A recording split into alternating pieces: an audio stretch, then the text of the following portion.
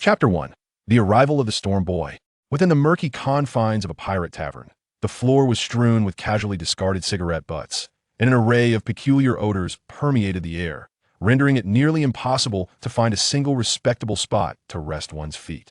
This was hardly surprising, for it was a den of pirates, thieves, and murderous individuals whose lives teetered precariously on the edge of a blade, merely seeking a place to drink, indifferent to whether it was filthy or pristine. Yet, amidst this cesspool of decay, a young boy clad in a dark red long coat pushed open the door and stepped inside. With a handsome, fair visage framed by silver-white hair, subdued beneath a brown cowboy hat, he appeared utterly out of place in such an environment. The bartender, however, greeted him with a professional smile, saying, "Welcome, esteemed guest. What may I serve you?" In this lawless world of pirates, one must never underestimate anyone, even if they appeared to be merely a child. The boy intended to remove his cowboy hat and place it upon the bar, but upon noticing the grimy surface, he recoiled in disdain, opting instead to keep the hat firmly on his head. "A glass of milk, please." "Thank you." The boy stood beside the bar, not even bothering to take a seat. As soon as these somewhat childish words escaped his lips, they reverberated through the tavern like a bomb dropped into a tranquil lake, erupting laughter from the patrons, some of whom even toppled from their chairs in mirth. What did this kid just say? Milk? This is a tavern, for heaven's sake. If you want milk, go back into your mother's arms. This child is nothing more than a toddler still on the breast. These patrons reveled in mocking others to assert their own superiority, oblivious to the fact that, in the eyes of Yiven, they were nothing more than mere corpses in a grave. Thus, Yiven felt no anger. Why would one waste their ire on a bunch of dead men? A man should drink what men ought to drink. A bald pirate, adorned with a long scar across his head, sauntered over to Yiven and took a seat beside him, sneering as he addressed the bartender. "Vis, swap his milk for whiskey, and charge it to my tab." The scar-faced pirate had no genuine intention of treating Yiven, he merely wished to see the boy humiliated. Yet Yiven remained unfazed, smiling at the bartender and repeating, "A glass of milk, please." "Thank you." As the scar-faced pirate's pride was wounded, laughter erupted from the surrounding patrons. Feeling the heat of embarrassment, the scar-faced pirate slammed his hand onto Ivan's shoulder, threateningly declaring, "How dare you disregard the honor of Ironhead Anderson?" Yiven disdainfully glanced at Anderson's hand resting on his shoulder, then surveyed the tavern, murmuring quietly, "There are 13 pirates and one bartender here. My 2 revolvers can only fire 12 bullets. Hey kid, what are you mumbling about?" Seeing that Yiven paid him no heed, Anderson tilted his head back, ready to teach this insolent boy a lesson. He was called Ironhead for a reason. He had survived a knife wound to the head. If someone were to be struck by Anderson's iron head, a common man would surely crumble. The patrons eagerly awaited the spectacle of Ivan's skull being cracked open, hoping to inject some excitement into their otherwise monotonous lives. However, what they witnessed was an utterly bizarre scene. Yiven raised his head and beamed a radiant smile, revealing 8 immaculate white teeth. This sunny grin was the last sight Anderson would ever behold. Bang! A burst of crimson erupted from the back of Anderson's head, and a moment later, the patrons heard the crack of a gunshot, the muzzle of Ivan's revolver still smoking in the air. "You have slain an unnamed pirate. Merit points 10. So swift. Having been captivated by the commotion, no one had witnessed Yiven draw his weapon. Moreover, the gun in his hand appeared to be unlike any ordinary flintlock. Perhaps it was something remarkable? Yiven paid no mind to the attention on his revolver. Instead, a cruel smile spread across his face. "Almost die." As the gunfire echoed, the bartender skillfully ducked behind the bar, as though this occurrence had transpired numerous times before. The other villains merely brandished their weapons, and aside from Anderson's lackeys, none considered avenging him. In this tavern, it was common for disputes to escalate to murder, yet they had never encountered someone so clean and decisive in their actions they did not believe their skulls to be harder than Anderson's. Yiven hoisted Anderson's body and utilized his relatively clean attire to wipe away the blood and grime from the bar top, placing the brown cowboy hat atop it. Having completed this task, Yiven stood and addressed the menacing crowd of villains, declaring, "When you reach hell, remember it was Yiven who sent you there." What was he doing? Was he declaring war on everyone in the tavern? Did he not realize that there was a notorious pirate with a bounty of 10 million lurking within? "Are you Black Hawk Yiven?" Someone, trembling, was the first to recognize the boy, shouting loudly. Upon hearing this name, the villains' minds immediately conjured the image of the infamous bounty hunter, Black Hawk Yiven, known for leaving behind black shells engraved with an eagle insignia after each kill, a figure who had become the subject of rampant gossip. Bingo! Yiven snapped his fingers, excitedly addressing the man in the pirate hat. "Congratulations, you guessed correctly. Hey, race a bullet as your reward. With a smile still on his face, before the villains could fully comprehend the situation, Ivan swiftly drew another revolver from his left hand. Without even taking the time to aim, a brass bullet swiftly exited the chamber. Once again, a bullet struck the forehead, and a spray of crimson erupted from the back of the pirate's head, mirroring Anderson's demise. Only 10 shots left. The villains, now aware that they were in genuine peril, realized that if they did not retaliate, they would inevitably fall one by one to Ivan's gunfire. Thus, they scrambled for their weapons, converging upon Ivan in a frenzied rush. Faced with such an overwhelming assault, Ivan remained entirely unperturbed, his gaze sharpened, and he simultaneously pulled the triggers of both revolvers. 2 bullets, after traveling a short distance, found their marks in the foreheads of 2 villains, penetrating their skulls. These 2 had flintlock pistols, which, while not as powerful or precise as Ivan's revolvers, posed the greatest threat to him. Having eliminated 2 ranged attackers, the remaining 9 were now akin to live targets. Ivan's impeccable marksmanship left the villains in shock, and many of the more timid among them began to waver. Charge forward. Attack him. The notorious pirate, Spencer, unsheathed his long blade and shouted, "Gunners fear close combat. With our numbers, we can take him down if we close the distance." For most gunners, close combat was indeed a weakness. However, Ivan had inherited the martial arts and shooting skills of the celestial beings. He actually preferred them to come closer, as it would allow him to move his body. Ivan pivoted his waist, his powerful core coiling with immense strength. As a knife-wielding villain swung at him, Ivan suddenly twisted his body, unleashing a powerful kick that sent the attacker flying. From an observer's perspective, it would have been evident that the force of the kick had caved in the man's chest. Simultaneously, a bullet pierced through the pirate's skull. In the pirate world, life was resilient while the kick had rendered the man unable to rise again. Ivan trusted far more in the gun in his hand. With brain matter splattered, surely he could not still be alive. Witnessing the gruesome demise of their companion, the villains were struck with terror. Hadn't they said that gunners were not skilled in close combat? What was this kick technique? Gunfu? Doubt flickered in their minds as they hesitated, weapons raised, encircling Ivan, yet unwilling to approach. Afraid to attack a frail boy like me? No wonder you can only cower in the West Sea. Ivan shook his head in disappointment before dashing toward the villains at an astonishing speed. A whip-like kick sent 3 or 4 of them crashing to the ground simultaneously. As his right foot descended, Ivan stomped down hard on one of the villains' chests. The man could scarcely breathe. The pirate, his skin a deep shade of ebony, felt the air in his lungs being forcefully expelled, his face turning crimson from the suffocation and agony. Ivan's arm moved in sync with his stomping action as he pulled the trigger, sending brass bullets spiraling forth from the chamber of his firearm. The martial arts of the celestial beings predominantly feature kicking techniques, not solely due to their elegantly proportioned long legs, but also because their hands must remain free for shooting or research, necessitating diligent protection. The seamless combination of kicking techniques with the alternating discharge of 2 revolvers left only the 10 million bounty pirate Spencer and Evan remaining in the bar. Oh, and the bartender, who was still cowering beneath the counter. As Spencer beheld Evan aim his empty revolver at him, he erupted into a boisterous laugh. "I bet your gun is devoid of bullets." From his earlier observations, Spencer discerned that the chambers of Evan's 2 guns could only accommodate 6 bullets each, which was why he had sent others to their doom first. With 12 pirates now fallen, Evan's revolvers were indeed out of ammunition. The clarion call for counterattack was about to sound. Chapter 2. Soaring, Celestial Eagle. You have slain a pirate with a bounty of 10 million merit points, 1,000. Yet before Spencer could rush towards Evan, a bullet pierced through his skull. Spencer's eyes widened in disbelief as he gazed at Evan, his lips murmuring incredulously, "This is impossible. This cannot be." He had clearly observed that Evan's guns were devoid of bullets. Could it be that his handgun possessed infinite ammunition? Nothing was impossible. Evan's revolver was merely an ordinary one. However, as the revolver is the primary weapon of roaming gunslingers, the skill of swiftly reloading revolver ammunition is one that all must master. Though Evan had not practiced for long, his movements were still beyond Spencer's ability to perceive.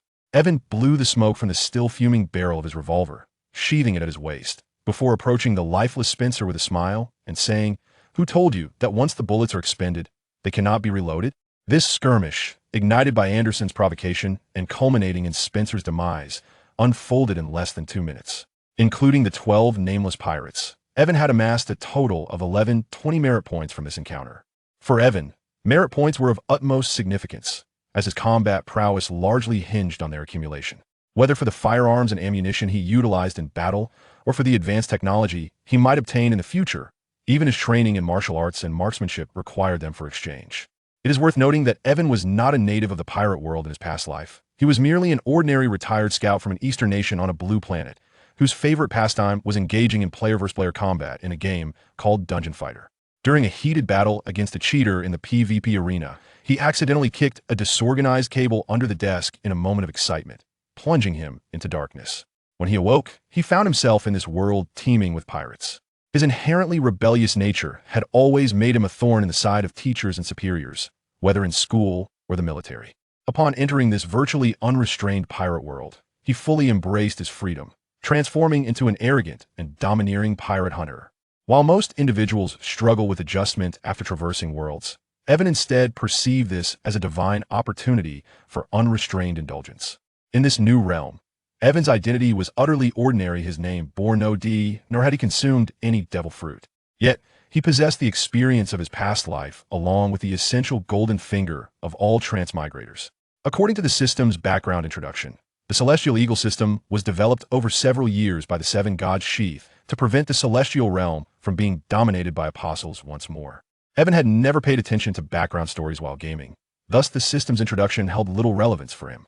However, the capabilities of this system were astonishing, amalgamating nearly all cutting-edge technology and combat techniques of the celestial realm. Provided he accumulated sufficient merit points, he could become a formidable warrior possessing the knowledge and power of a roaming gunslinger, ammunition expert, artillery master, and mechanic. The conditions for unlocking the skills of a roaming gunslinger were quite simple. As long as one's physique reached a certain level, corresponding skills would be unlocked. However, to train within the system space, one would need to spend merit points, not the currency of the pirate world, but rather the points obtained from slaying pirates. In comparison to the unlocking criteria for the artillery master and mechanic, the roaming gunslinger was relatively user-friendly. After all, even without the system's training room assistance, Evan could still train independently. The extravagant and awe-inspiring weaponry of the artillery master and mechanic required Evan to reach a certain level of authority before he could spend merit points to purchase blueprints for crafting. Of course, he could also opt to buy finished products directly, albeit at a higher cost. Evan felt destined to part with even more merit points due to the system, as the pirate world lacked the production facilities for celestial technology, and some of the synthetic materials were simply unavailable in this realm. Nonetheless, Evan was not overly concerned after all. Merit points were easy to acquire, just a matter of slaying a few pirates. It was indeed the pirates who should pray to avoid crossing paths with Evan, lest they become mere bullets aimed at their comrades. The conditions for unlocking the ammunition expert were perhaps the most stringent. For Evan, he must join the Navy and attain a certain rank within it to unlock the relevant permissions. After all, the first awakening for an ammunition expert is known as general, and the second as battlefield ruler, a vocation inherently designed for warfare. What struck Evan as most ludicrous was that he could only unlock his first awakening upon becoming a Navy admiral, would the second awakening require him to become a marshal. Moreover, simply joining any nation as a general would not suffice. It had to be the Navy led by the world government. Evan's rampage through the bar was, in fact, a means of creating an opportunity for himself to join the Navy. The system's insistence on his enlistment might also be an attempt to impose some constraints on Evan's character, preventing him from becoming a pirate who disregards all rules and transforms into yet another scourge of this world. "Is my milk ready?" After attending to everyone, Ivan tapped on the bar, summoning the bartender who had been hiding beneath. "Here it is." Trembling, the bartender placed a glass of milk upon the bar, the milky liquid seemingly out of place amidst the blood-soaked atmosphere of the tavern. Ivan raised the glass of milk from the bar and drank it down in one swift motion, then placed his cowboy hat back upon his head. That fellow's head was worth the price of the milk, if you were willing to gamble your life for it. Evan had never taken lies for the sake of monetary gain. Rather, he was simply irked by the presence of these pirates. Thus, he consistently resorted to such methods to eliminate them, even though others deemed him a bounty hunter. However, the bartender seemed to misconstrue Evan's words as a death threat, prompting him to crawl out from beneath the bar, collapsing to his knees before Evan. "Please, spare me. I have never committed any wrongdoing. I merely sold them liquor." Witnessing the bartender tremble in fear, Evan felt a mischievous inclination arise within him. He drew his revolver from his waist, giving it a gentle flick to reveal the cylinder. A gleaming brass bullet rested in his palm as he squinted playfully at the bartender. "Shall we engage in a thrilling little game? If you triumph, I shall grant you your life. Evan deftly inserted a bullet into the chamber with his left hand, while his right thumb deftly spun the cylinder. As the cylinder whirled with dizzying speed, Evan abruptly closed the chamber, leaving even himself uncertain whether a pull of the trigger would unleash a bullet. The classic Russian roulette, where life itself serves as the wager, entails both players taking turns to pull the trigger. The one struck by the bullet exits automatically, while the one who falters is deemed the loser. Only the one who endures until the end emerges victorious. Such a reckless game is likely to be played by very few with the audacity to engage. 6 options. Shall you go first or shall I? The rules are so straightforward that upon witnessing Evan's actions, the bartender immediately comprehended his intentions. What was intended to be a mere game was evidently a gamble with life. Weakness overtook the bartender's knees, and he found himself kneeling before Evan. Please, may I refrain from participating? He pleaded. Alas, Yiven let out a long sigh and said, It seems you are not yet prepared. Allow me to take the first step. Under the terrified gaze of the bartender, Yiven pressed the barrel of the gun against his own temple. With a 6/5 chance of survival, it was certainly worth the gamble. Click. The trigger was pulled. The hammer struck empty, and no bullet was discharged. Evan beamed with a radiant smile, as if Lady Luck had chosen to bestow her favor upon him. He then cast the already fired revolver before the trembling bartender, whose chances of survival now dwindled to a mere 4/5. The bartender, quaking with trepidation, picked up the revolver from the floor, tightly shutting his eyes as if grappling with an inner turmoil. Ultimately, he mimicked Evan's earlier action, pressing the gun to his own temple. In that fleeting moment, memories of his brief existence flashed through his mind, recollections of tugging at the hair of a neighboring girl in his youth, and the mischief of pilfering apples from the yard only to frame his brother. The bartender had contemplated retaliating with the gun, yet considering Evan's swift trigger finger, if the first shot were to be a blank, he would scarcely have a chance to fire a second. Click. Once again, it was a mere click of an empty chamber, allowing the bartender to narrowly escape fate. He exhaled deeply, his legs giving way as he collapsed to the ground. In those brief seconds, he felt as if he had lived an entire lifetime, his back drenched in sweat. Yet, the game was far from over. Evan extended his hand to reclaim the revolver from the bartender. One man, one gun was simply too mundane. Something far more exhilarating was in order. Once again, Yiven directed the muzzle of the gun towards himself, but this time he pulled the trigger 3 times in succession. Click, click, click. Each empty shot reverberated like a heavy hammer striking the bartender's heart, causing his body to twitch involuntarily. Now, it was your turn. When Yiven tossed the gun before him, despair engulfed the bartender's heart. Is it my turn to die? I cannot die. I have not yet lived enough. I do not wish to perish. Since the next pull of the trigger would inevitably discharge a bullet, why should I not retaliate? Aiming at oneself guarantees death, while shooting at Yiven offers a glimmer of hope. With this realization, the bartender unleashed the fastest reflexes of his life, abruptly redirecting the gun towards Yiven and pulling the trigger. Click. The final sound of the hammer echoed, yet it was still an empty shot. No bullet was fired. The bartender stared in astonishment, his mind a blank slate. No bullets in the gun. Yiven, twirling a brass bullet in his left hand, wore a smile and remarked, "A little magic, as a token of respect." In truth, before closing the chamber, Yiven had deftly removed the bullet. Devil, madman, lunatic. Beyond these, the bartender could conjure no other image more fitting for Yiven. Perhaps demons could transform the world into a hell, but the devil toys with human souls as if they were mere playthings. The bartender slumped to the ground, his eyes devoid of expression, his complexion as pale as death. Evan pried the bartender's hand open to reclaim the revolver, deftly loading a bullet into the chamber before placing the weapon back into his grasp. "I shall grant you another opportunity. Shoot me," he urged. Yet, the bartender's hand trembled, causing the gun to clatter to the floor. Having witnessed Evan load the bullet into the chamber, he could not be certain whether any foul play had occurred, leaving him hesitant to act impulsively. Yiven retracted his firearm and delivered a sharp slap to the bartender's forehead. "Here's your chance. Do not squander it." Although this bartender was a coward at heart, he was unlike the pirates. He was merely swept along by circumstance, striving to survive in turbulent waters. After all, individuals like Kobe, who remained steadfast in a pirate crew for 2 years without wavering, are indeed a rarity. Consider this bullet a gift. Should I ever catch you aiding those who perpetrate evil again, I shall certainly use it to lay you to rest. Evan is, after all, not a bloodthirsty demon. He firmly believes in the inherent goodness of humanity and is willing to grant those who err the chance for redemption. Murder is not a trivial matter. No one can remain unperturbed while witnessing a living being. One who pleads for mercy and cries out in despair, transform into a cold, soulless corpse before their very eyes. Consequently, Yiven harbors a preference for firearms over cold weapons, as they significantly alleviate the burden of guilt that accompanies taking a life. Chapter 3. Not joining the Navy to uphold justice? Ever since O'Hara was obliterated by the Buster Call, Kuzan, who has been grappling with his sense of justice, often seizes the opportunity to wander the West Sea. Ostensibly, he is on the hunt for the child linked to the O'Hara incident. In reality, he covertly shadows and protects Nico Robin, all the while eliminating some of the pirates plaguing the region. Just last night, Kuzan received intelligence regarding a bar that was teeming with pirates. He had intended to assess the situation today, only to be met with a scene of carnage, lifeless bodies strewn about, and a calm young man sitting there, sipping milk. "Ah, dear sir, did you vanquish all these pirates?" Yiven lifted his gaze to Kuzan, who had not yet donned his signature lazy-eye mask, instead adorned with a blue scarf and round sunglasses. He nodded and replied, "Indeed. It is I." There was nothing to deny, as the information Kuzan received was indeed relayed by Yiven. Kuzan couldn't help but glance sideways at Yiven, a seemingly frail youth capable of single-handedly vanquishing so many pirates. Moreover, the manner of their demise was strikingly clean, each one a fatal shot to the forehead.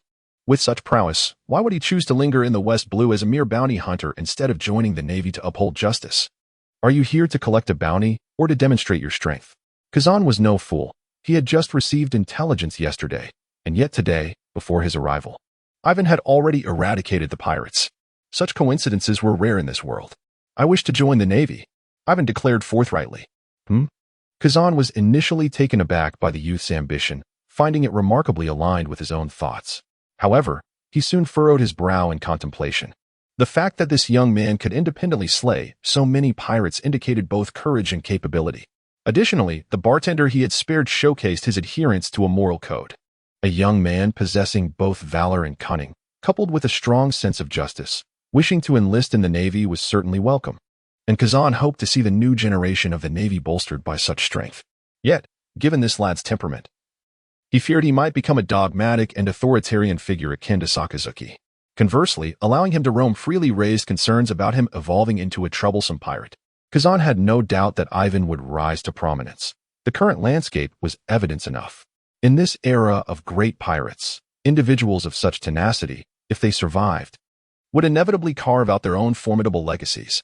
One more Akainu was preferable to one more notorious pirate, and with proper guidance, perhaps he could be the next Zephyr. Kuzan searched his mind and found a lack of individuals in the Navy he could truly identify with. Even his mentor Zephyr barely qualified. "What is your name?" "Yiven." "And how old are you?" 15. Although Kuzan was merely conducting routine inquiries, Yiven felt reminiscent of a child being led by adults to meet relatives during the New Year festivities. Fortunately, Kuzan did not press further. The remainder of Yiven's basic information would undoubtedly be investigated and relayed to him. However, Yiven hardly appeared to be just 15, with his towering height of over 6 feet, his mature Western cowboy attire, and shrewder instincts than many adults. Aside from a hint of baby fat on his face, one could easily believe he was in his 20s. "Then let me ask you, why do you wish to join the Navy?" "I do not feel compelled to join the Navy, rather. I believe that the Navy could greatly benefit from my presence."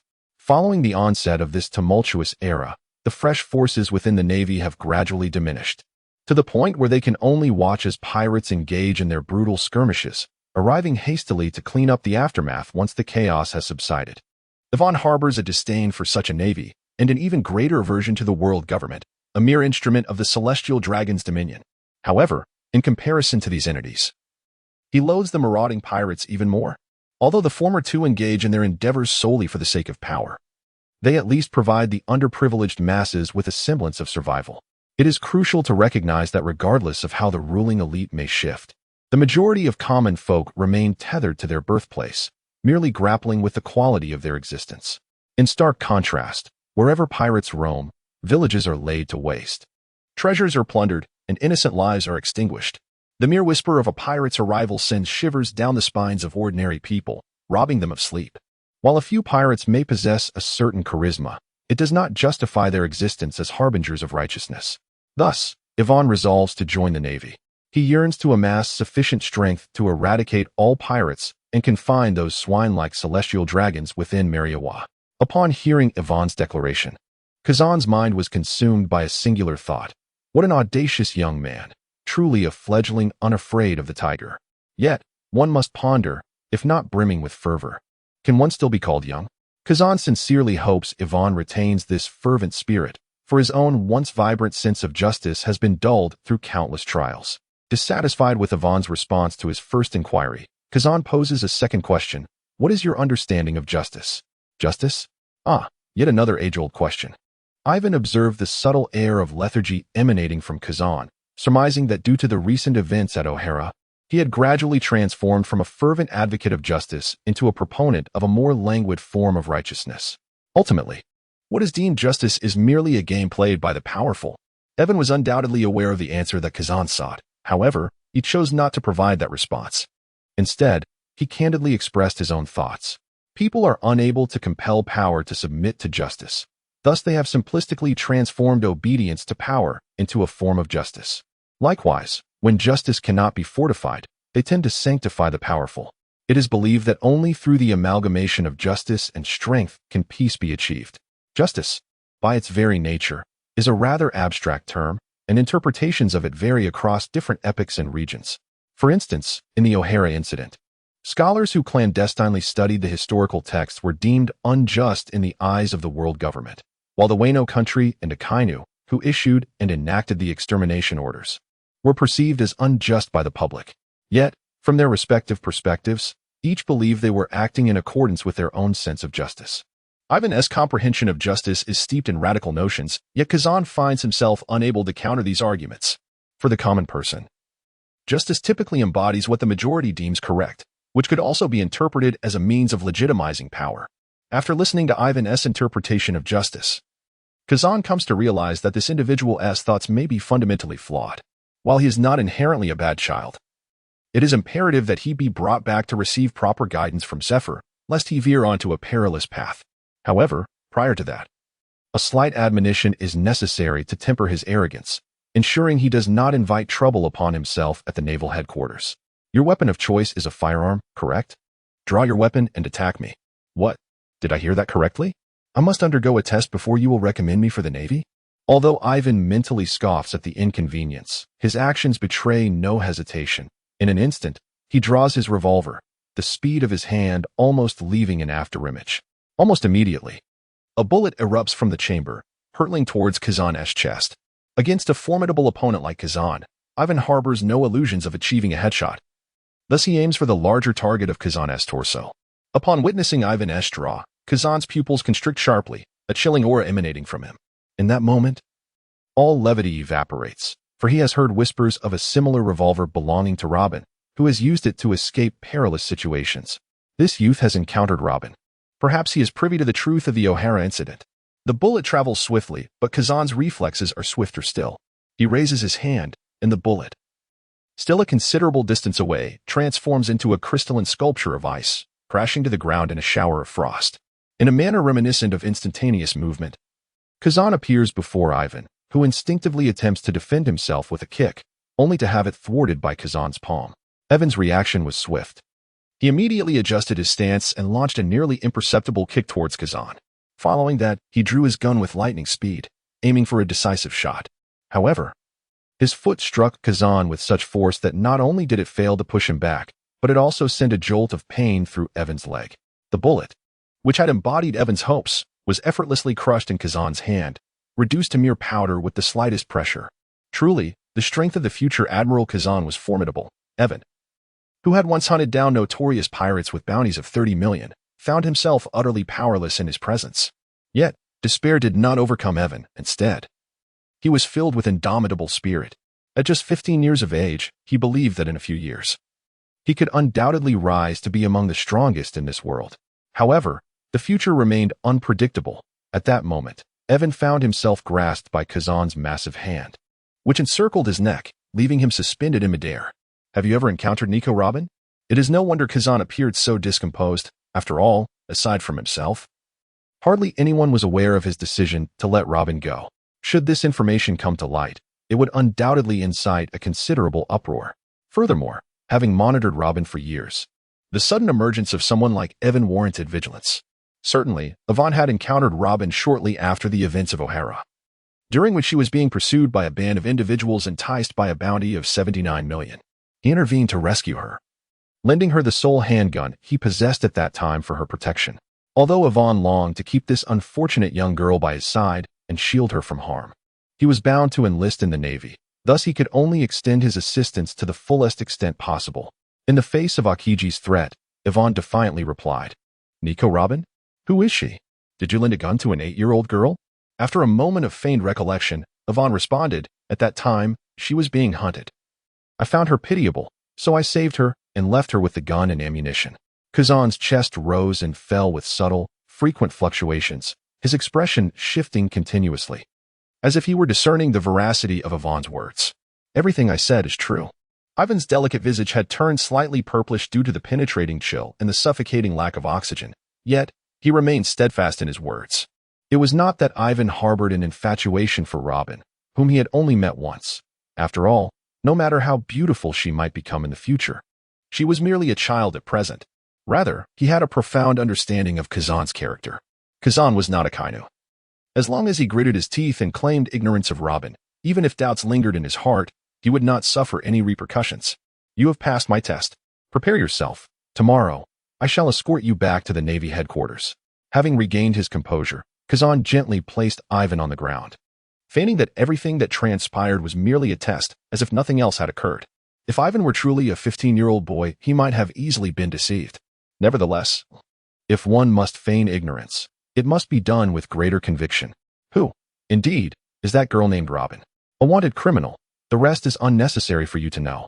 With a few vague remarks, Kuzan brushed aside the matter, seemingly reluctant for anyone to delve deeper, which only underscored Robin's significant weight in his considerations. Chapter 4. Do you still dare to claim you do not know Robin? Ivan, often a wanderer without a fixed abode, possessed little to tidy away. Apart from a few changes of clothing, only his firearms and ammunition accompanied him. Nonetheless, he had certain matters to attend to, though he questioned their necessity. He stashed his savings, 5 million berries, an automatic pistol, several grenades, and a crate of ammunition within the hold of a derelict fishing vessel moored at the dock for an extended period. Additionally, he left behind numerous markings, comprehensible solely to him and Robin, to guide her.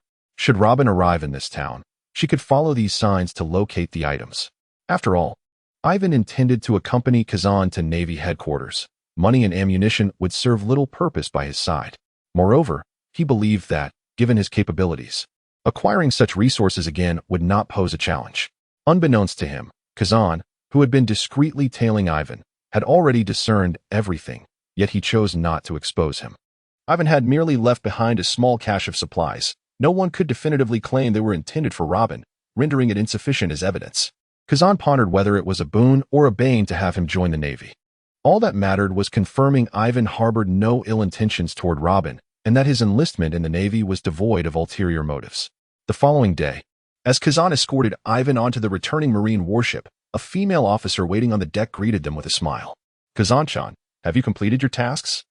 Although clad in pale pink attire and makeup, her white naval justice cloak and the prestigious sword hanging at her waist revealed her identity, Dormitory Cheyenne, a prospective future admiral, currently serving as a rear admiral at Navy headquarters. "Who is this young lad accompanying you?" Despite Kuzan's rank as a vice admiral, he was accustomed to solitude, and thus, Cheyenne's curiosity towards Ivan was piqued. "He's a new recruit I brought for you." Wasn't your purpose for coming to the West Blue to assist Admiral Zifa's elite training camp in recruiting personnel? Indeed, Cheyenne's mission was to select talented individuals for the Navy. However, the prerequisite was that they must already be enlisted soldiers. To thrust a civilian into the mix would imply favoritism. This was a concern for Kuzan as well. He could easily hand Ivan over to Zifa personally, but that would resemble nepotism. If Ivan were to err in the future, Kuzan would inevitably face some repercussions. His worries were not unfounded. Given Ivan's temperament, mischief seemed inevitable. Perceiving Cheyenne's apprehension, Kuzan reassured her, "Rest assured. This lad possesses exceptional abilities and comes from an entirely unblemished background." The results of Ivan's background check had come to Kuzan's hands the previous night. His ancestors were hunters, and having been steeped in that environment from a young age, he was remarkably proficient with firearms. 3 years ago, I narrowly escaped death due to an explosion. Instead of distancing myself from gunpowder, I have since concocted various formidable explosives. I have hunted down numerous infamous pirates, yet I have never claimed a bounty. Logically, I should not doubt someone recommended by Kuzan. However, as you are aware, we must adhere to our protocols. He must undergo testing. Very well, let the testing commence. Although yesterday's confrontation was brief, Akiji has essentially grasped Ivankov's strength. This young man surpasses many students who have already participated in elite training camps. Setting aside his extraordinary marksmanship, his explosive leg power allows him to shatter stones with ease. Given Kuzan's unwavering confidence in him, I shall not hold back. Peach Rabbit wore a smile, and her twinkling peach-hued eyes resembled the fleeting shadows of clouds over fields after a summer rain. Though the breeze was gentle and the clouds light, her presence was utterly captivating. Truly, as a renowned beauty officer of the Flower Street, her every smile and frown could stir the hearts of many. In a fleeting moment, Yiven experienced a spark of affection, but it was merely ephemeral. This brief flicker, akin to a shooting star, was a testament to Yiven's respect for beautiful women, especially since his sexual orientation posed no conflict.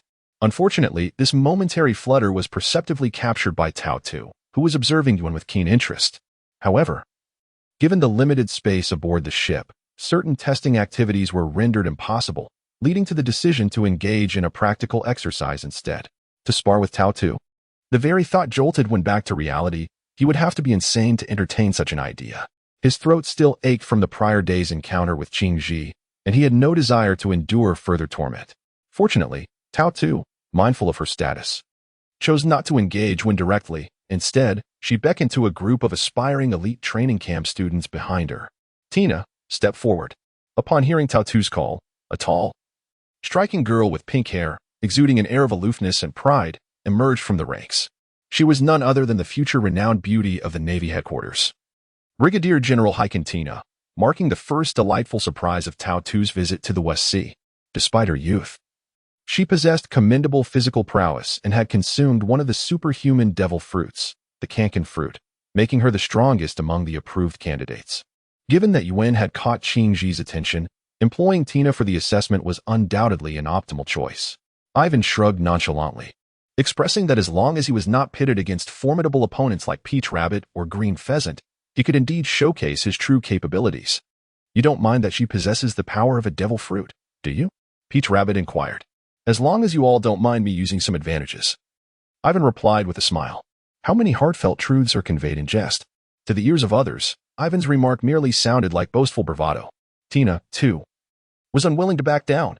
Yiven had ignited her competitive spirit, and she glared with her enchanting, large eyes, filled with indignation. The ship beneath their feet, capable of sailing for extended periods in the calm belt, boasted ample internal space, making the creation of a training room quite feasible. Although not as spacious as Yiven's new Sky Noble training facility, it could nonetheless accommodate a dozen or so individuals simultaneously, which could hardly be deemed small. However, lengthy voyages at sea were invariably tedious. It was said that there was much excitement to behold. Not only the prospective trainees, but also other sailors on board gathered around, leading to the training room being unable to accommodate so many people. The battleground had to be relocated back to the deck. A girl with pink hair and a boy with silver hair stood facing each other on the deck, surrounded by a throng of observing naval soldiers. The salty sea breeze whipped through the air, tousling Yiven's silver locks, which danced chaotically behind him. He adjusted his brown cowboy hat, the brim casting a fierce glare over his eyes. Let it be known, I am exceedingly strong. Yiven and Tina are of similar age, yet due to their individual experiences, they seldom encounter peers who can rival them. Thus, they both yearn for an exhilarating and intense battle. Tina assumes her fighting stance, embodying the adage that the first strike secures the advantage, while the delayed response leads to misfortune. Yiven harbored no inclination towards the unnecessary pity for the weak. Rather, he was accustomed to controlling the tempo of battle to suit his own comfort. The canken fruit endowed its wielder with the ability to transform a part of their body into black iron bars, effectively restraining their opponent, or to conjure iron spears for long-range assaults. While Yiven possessed a general understanding of the canken fruit's powers, he remained unaware of the extent to which Tina had developed her abilities. Thus, he aimed to secure victory in the shortest possible time. In a life-or-death struggle, where firearms could be employed, the conflict would undoubtedly conclude swiftly.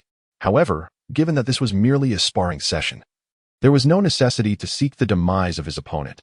Hence, Yiven refrained from utilizing his weapons. although the surrounding spectators had afforded them a spacious arena for combat. Ivan realized that achieving victory through agility alone would be a formidable challenge. Consequently, he unleashed his maximum speed in an instantaneous burst, charging towards Tina like a cheetah in pursuit of its prey.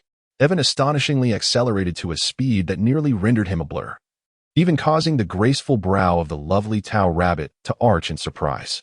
Though such velocity might not faze a powerhouse like her, it was noteworthy that his opponent was merely a lieutenant from the naval branch.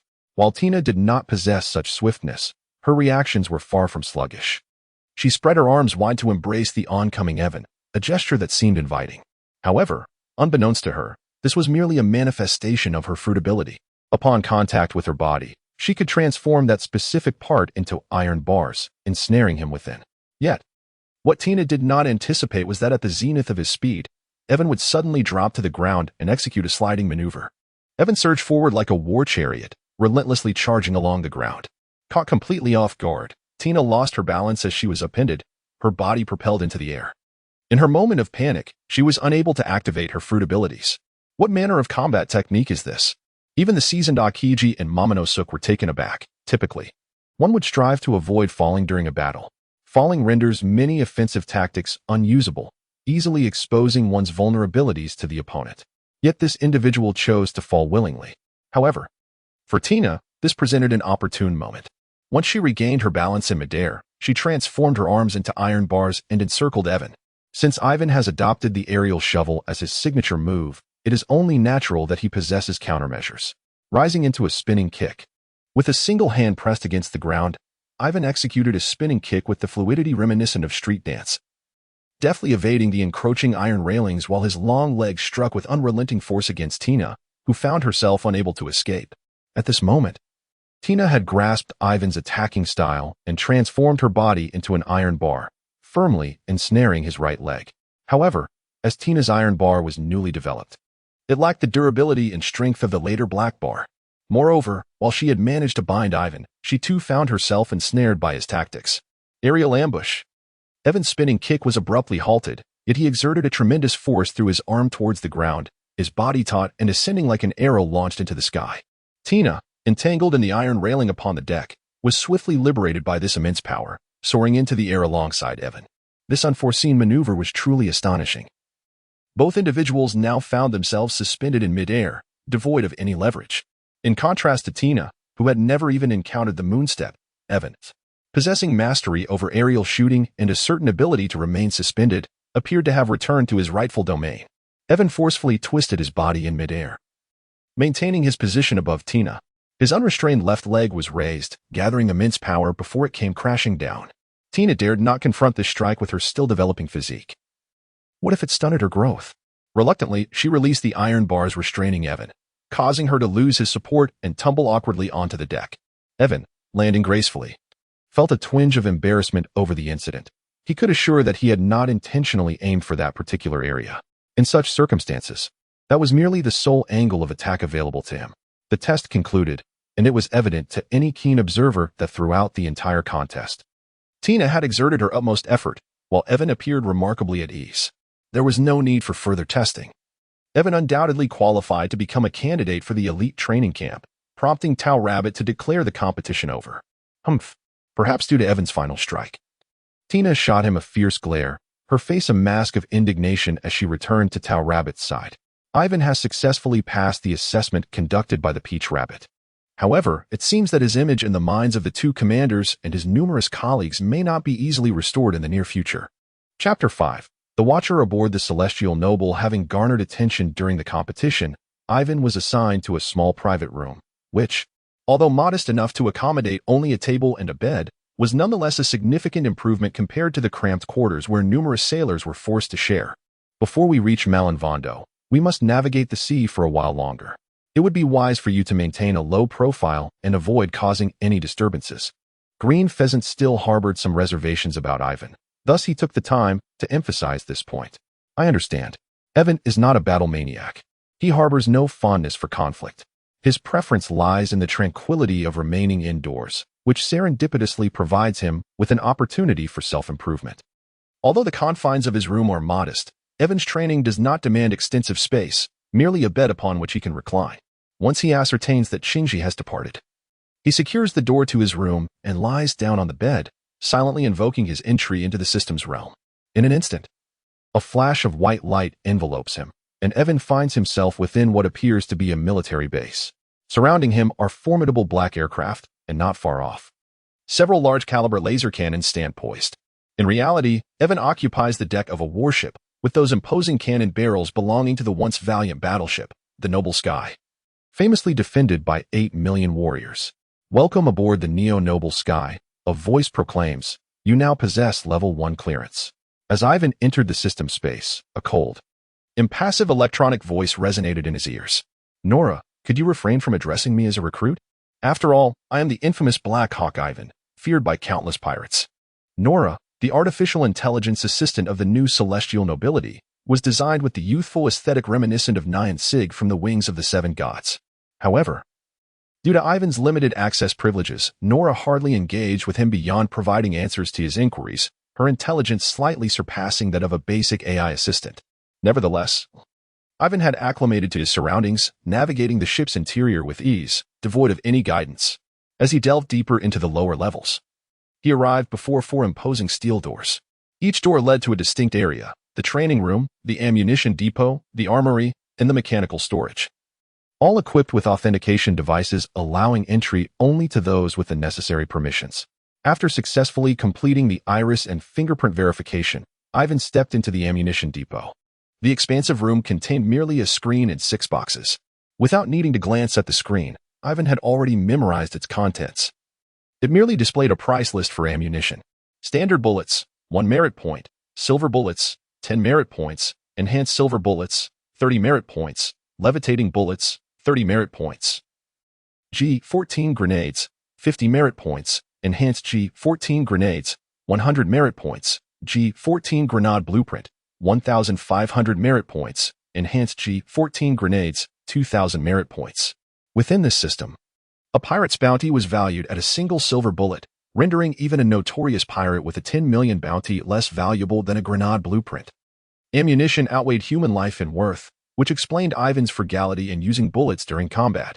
With a household resembling an insatiable void, he had no choice but to conserve resources. The absence of blueprints for silver and levitating bullets stemmed from their relatively low cost. Yet even within the realm of celestial technology, their production requirements were exceedingly stringent. Thus, the system merely offered a sales channel for these items. Having previously entrusted all his accumulated weapons and ammunition to Robin, Ivan was compelled to reluctantly purchase 500 standard bullets and 10 levitating bullets as a precaution. Fortunately, the system provided him with a storage space, alleviating the burden of carrying these weapons and ammunition on his person. After acquiring the ammunition, Ivan took a detour to the armory, spending 1,000 merit points to purchase an M137 Gatling gun. The Gatling gun, a manual multi-barrel rotating firearm, could achieve an impressive firing rate of over 1,000 rounds per minute.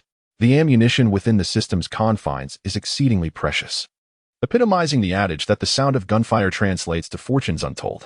In truth, if Ivan were to invest an additional 1,500 merit points in acquiring the M3 flamethrower, he could entirely deplete the armory of heavy weaponry currently at his disposal. However, Ivan must reserve a portion of his merit points for unforeseen circumstances. Furthermore, the Gatling gun is a prerequisite for barbecue, and the flamethrower is not immediately necessary for him. Ivan's primary objective in entering the system's realm is to hone his barbecue skills. Procuring firearms and ammunition serves merely as a prelude, with the forthcoming training session in the training room being of paramount importance. Commencing barbecue training. This session will deduct 1,000 merit points. May I proceed? The exorbitant cost of training within this facility is not solely attributable to the firearms and ammunition provided by the system. Crucially, the passage of time here is significantly slower than in the outside world, for who would foolishly squander 1,000 merit points on the system? Proceed. With the merit points accumulated from the bar, and after deducting the recent expenditures on firearms and ammunition, Ivan now possesses 2,120 merit points, which should suffice for routine training. Please complete 1,000 standard barbecue drills. The training commences. As Nora's voice resonates, a humanoid figure materializes within the previously vacant training room, advancing towards Ivan. This figure exhibits a somewhat sluggish and mechanized movement, rendering it an ideal sparring partner for a novice in skill acquisition. Evan confronted the oncoming automaton and, with a sudden lift of his knee, unleashed a formidable force that sent the figure soaring into the air. However, the ensuing actions proved to be quite challenging. As Evan retrieved the formidable gremlin machine gun from his storage space, the weapon's weight, exceeding 80 kilograms, caused his arm to drop sharply. Although Evan summoned all his strength to stabilize it, he had already missed the opportune moment to fire, and the automaton was now plummeting towards the ground. Ivan, filled with fury, pulled the trigger of the Gatling gun, causing the barrel to spin wildly as a tempest of bullets instantaneously shattered the effigy into countless fragments. The tremendous recoil rendered Ivan's arm numb, and he felt as though he might lose his grip on the weapon due to its weight. Such an airborne weapon is truly not something an ordinary individual can wield. Not everyone can embody the prowess of Schwarzenegger. However, after an hour, Ivan gradually acclimated to the weight and recoil of the Gatling gun, allowing him to commence his training for the barbecue.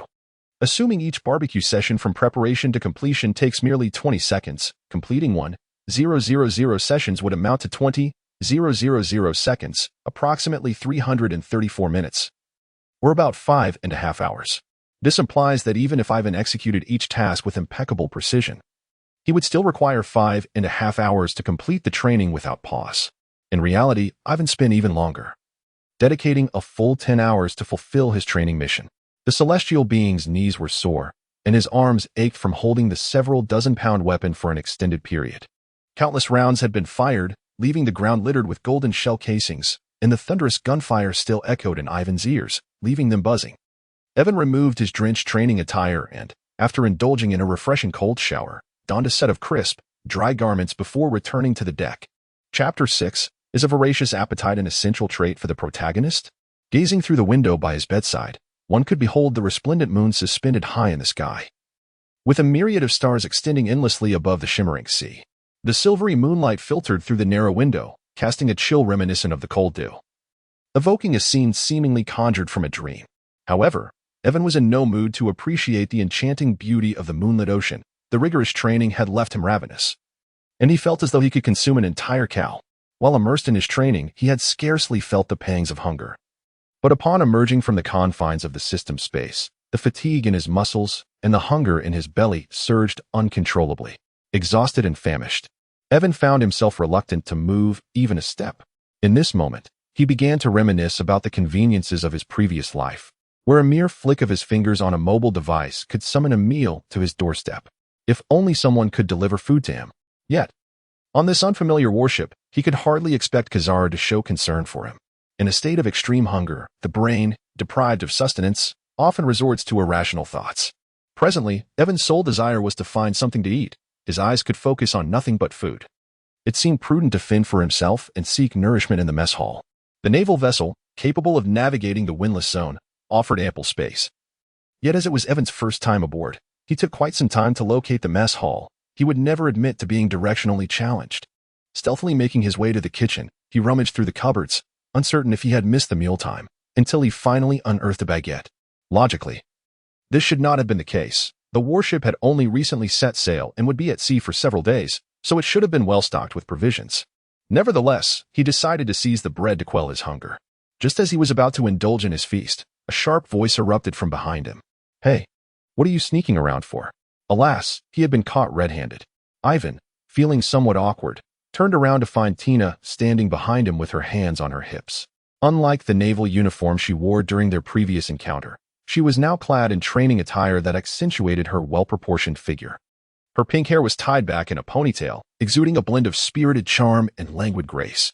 It appeared she had just finished her training, and her presence in the kitchen at such a late hour was self-evident. She was evidently in search of a late-night snack. Recognizing a fellow comrade in arms, Ivan felt a wave of ease wash over him. With a smile, he remarked, "After all this time, I've only managed to find this. Since it seems you're also hunting for a bite to eat, why not share half?" With that, he forcefully broke the hard bread, sturdy enough to be wielded as a weapon, into 2 pieces, extending one half towards Tina. After all, the piece was scarcely sufficient to satisfy him, so giving away half posed no significant loss. Moreover, as the saying goes, one should not strike a smiling face, having been caught in the act. It was wise to adopt a friendly demeanor. After all, acting brazenly when one is in the wrong is hardly prudent. Tina recognized Ivan, his long, silver hair, longer than most women's, and his strikingly handsome features were indeed unforgettable. as she accepted the piece of bread he offered. She felt the coldness of its hard surface in her palm. Suddenly, a phrase from her grandmother echoed in her mind. If a hungry person is willing to share their only bread with you, it signifies they are a friend worth cultivating. I have no intention of befriending a lecher. Despite her thoughts, Tina found herself saying, it's obvious you rarely go to sea. Food on ships is typically stored in designated compartments and seldom left out in the open. She then led Yiven to the door of the storage room, saying, it's right here. In her mind, Tina rationalized that her desire to turn a witness into an accomplice stemmed from a fear of exposure by sharing the risk. Should they be caught, the consequences would be less severe. After all, it was merely a matter of sneaking a bite. Yiven had no time to ponder trivial matters. His sole desire was to procure something to eat. However, the door was locked. Undeterred, he summoned his hunger-fueled strength.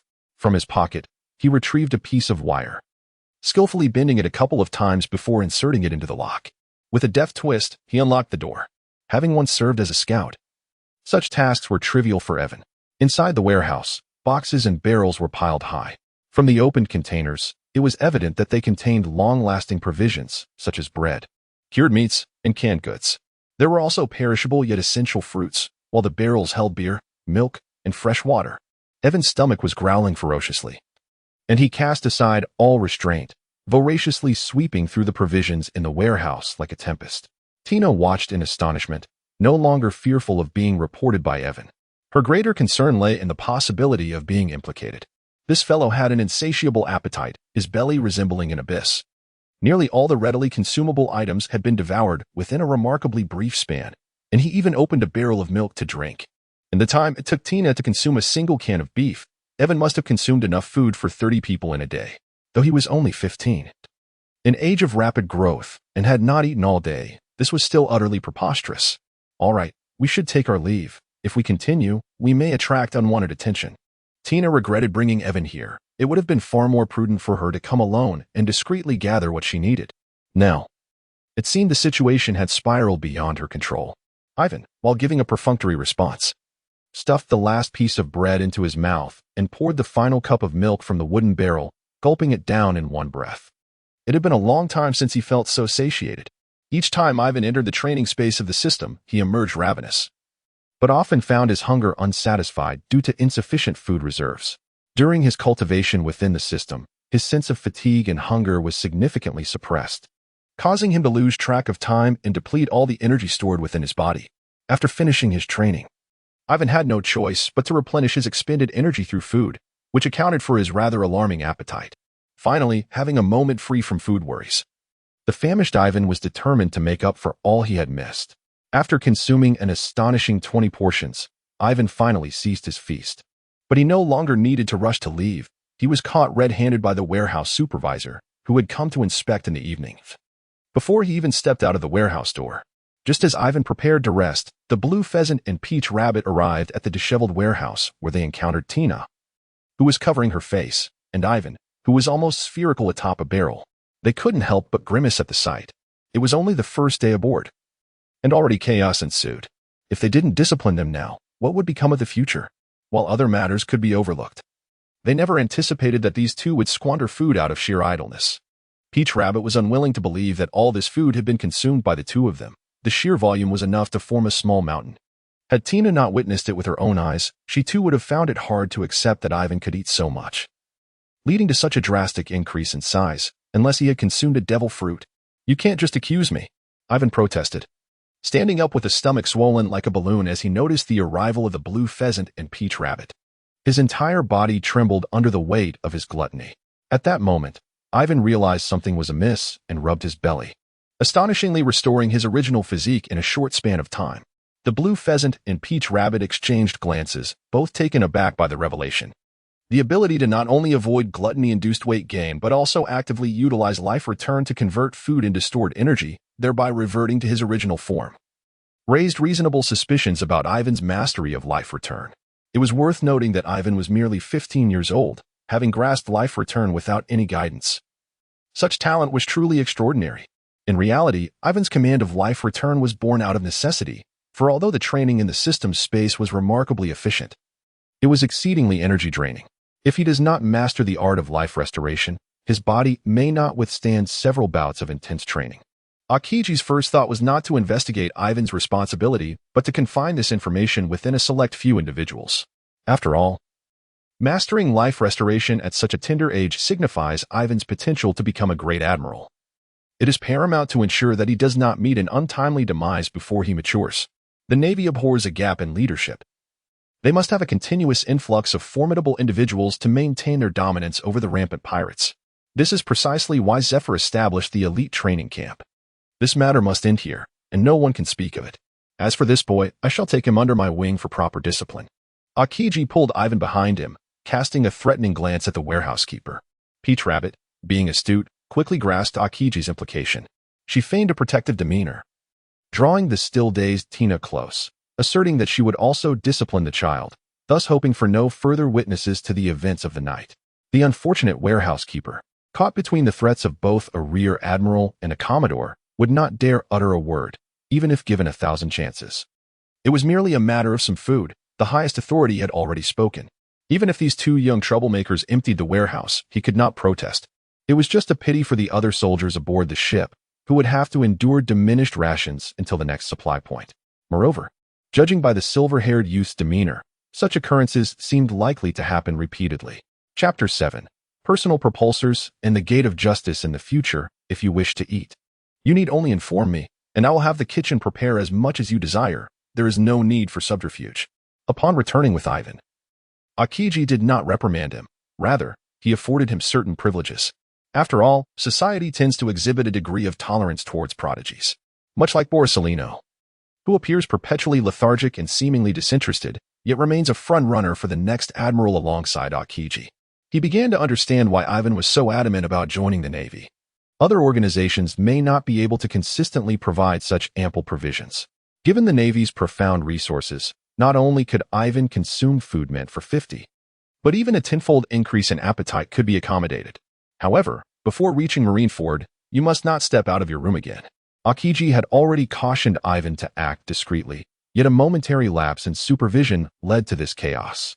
Thus, Akiji had no choice but to confine Ivan to his room, both as a precaution against further mischief and as a form of punishment. Otherwise, it would be indefensible externally. But how am I supposed to find you if I do not leave my room? Ivan harbored no fear of confinement, after all. He could occupy himself within the confines of his room. His only concern was enduring hunger as he did today. This peculiar creature, resembling a snail, was a telephone worm, a means through which one could reach me.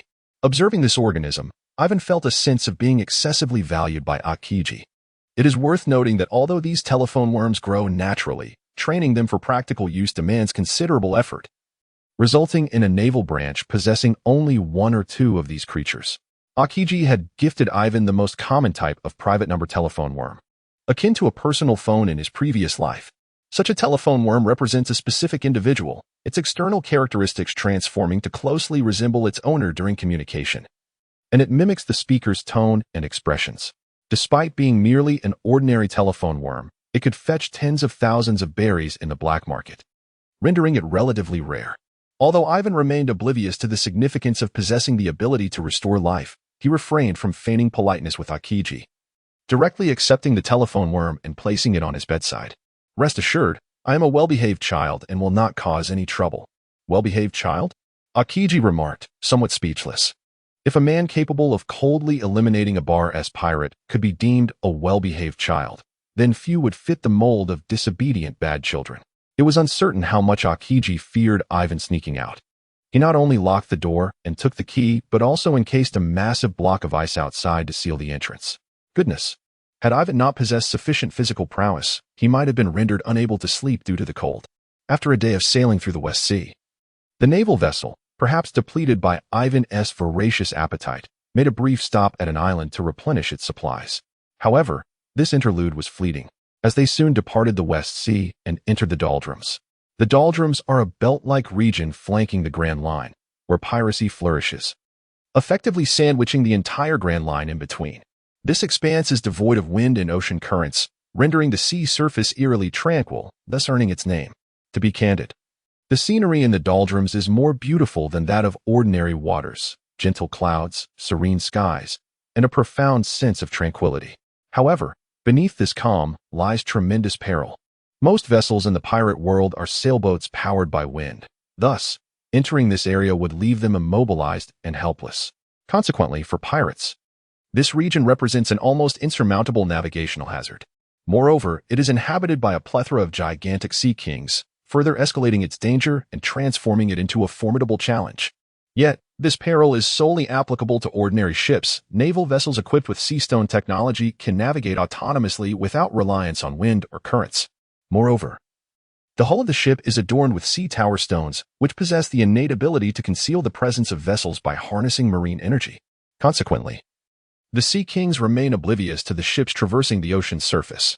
However, prolonged stagnation in the same location renders even naval warships vulnerable to ambush.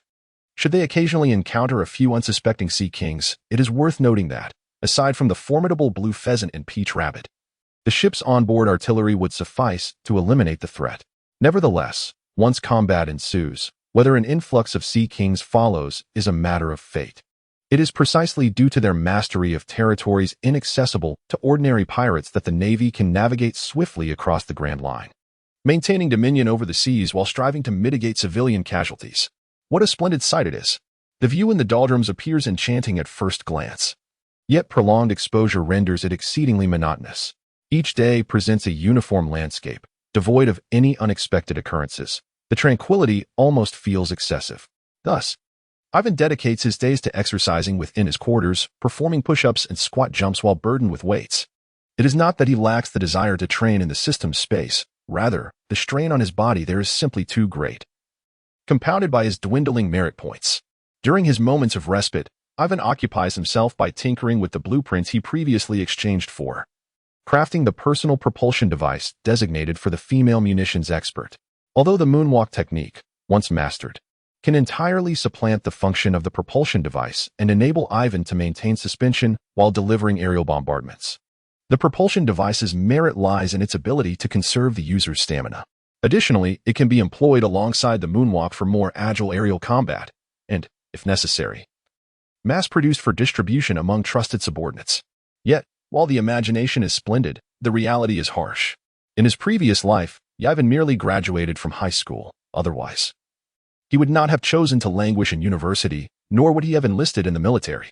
Moreover, he served as a reconnaissance soldier rather than an engineer. While it might be somewhat within his realm of expertise to handle mine clearance or demolition, engaging in research is truly beyond his capabilities. Such advanced technological matters are indeed not something I can manage.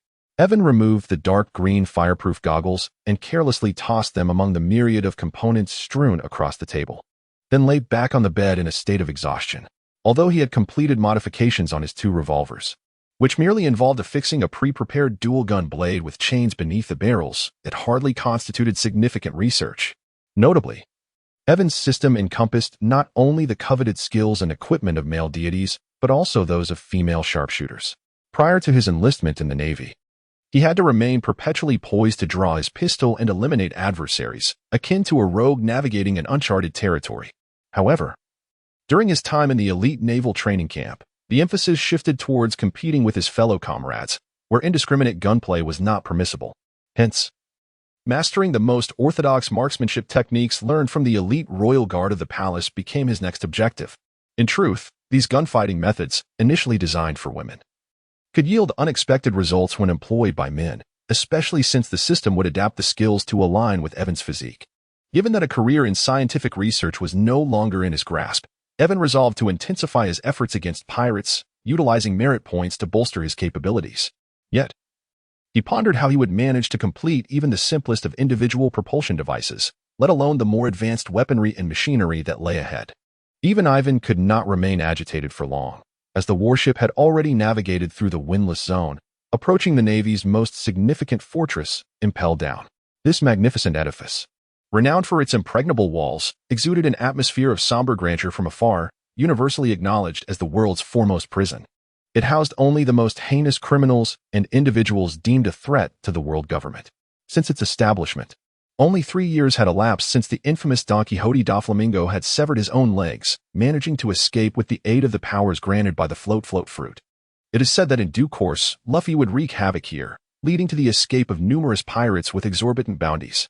If Yiven could be stationed at Impel Down during that tumultuous period, not only would it avert the Marineford War, but it would also provide a legitimate opportunity to hunt down the fleeing pirates and amass considerable merit points. What an exquisite prospect! However, it was premature to dwell on such thoughts. By that time, Yiven might no longer require an abundance of merit points. Shaking his head to dispel the chaotic musings from his mind, Yiven began to sit up and appreciate the architectural style of Impel Down. The warship would soon pass by the fortress, proceeding through the gates of justice into the world government's exclusive currents, significantly shortening the journey to myriad.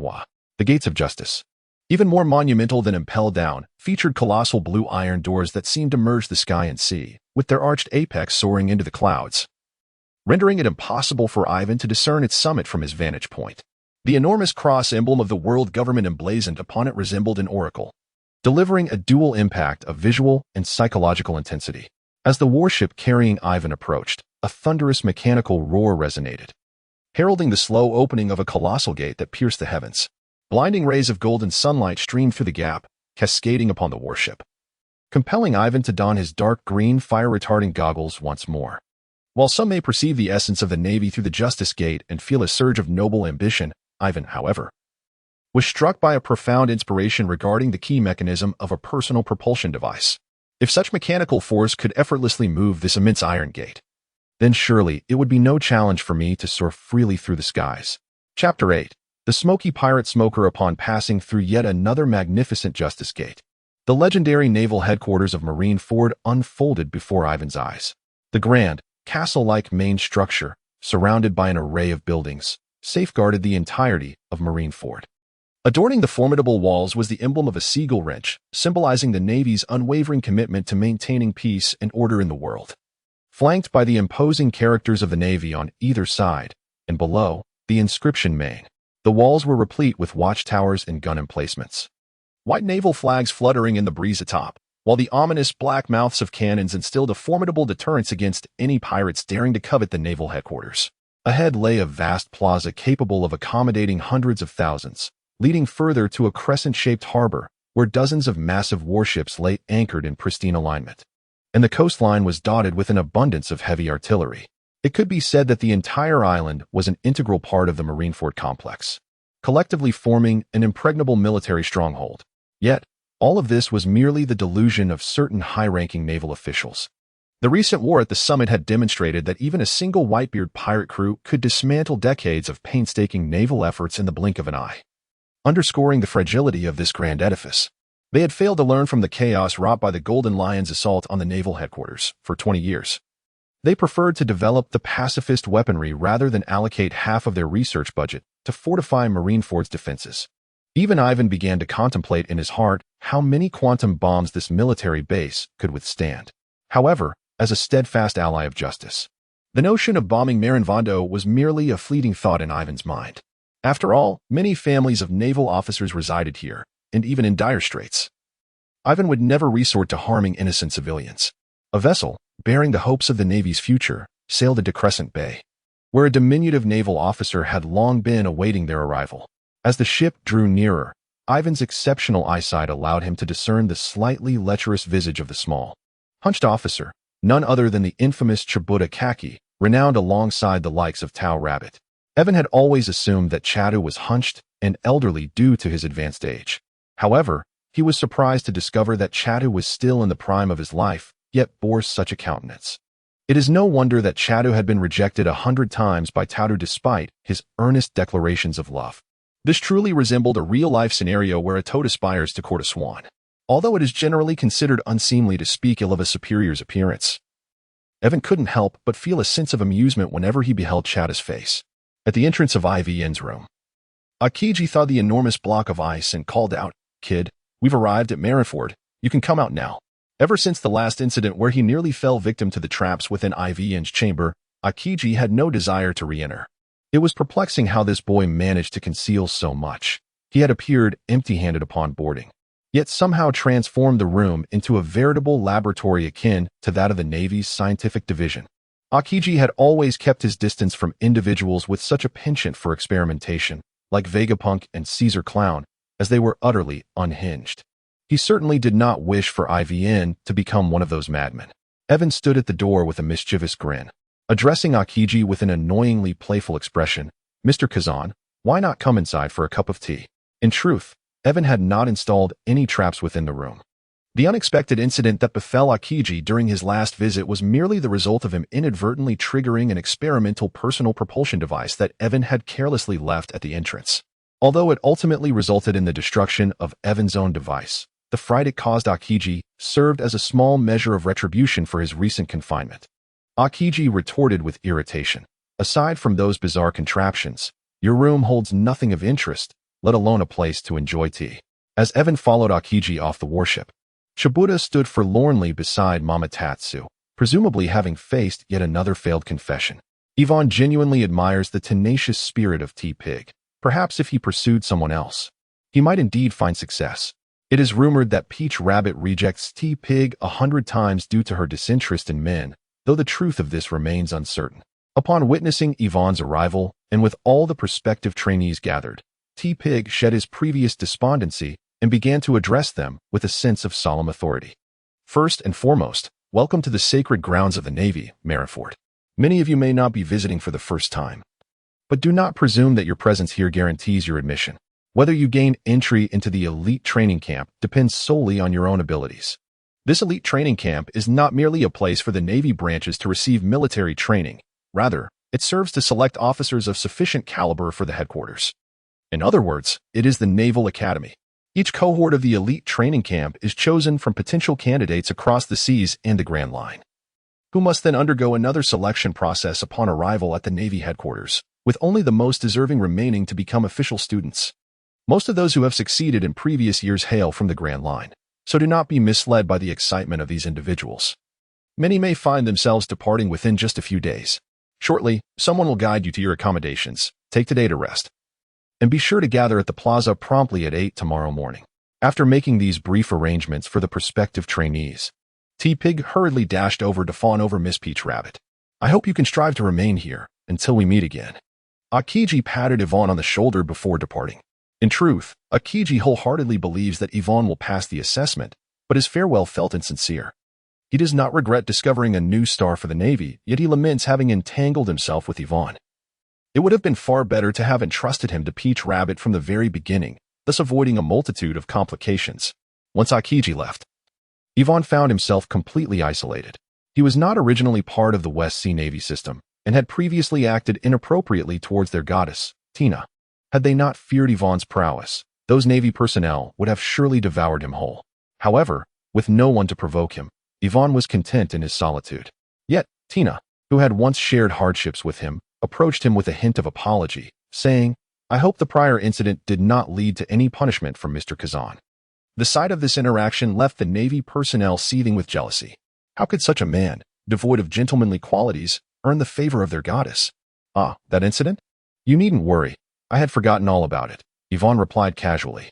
Iwan never truly took that incident to heart, especially since the primary cause of the mistake lay with himself.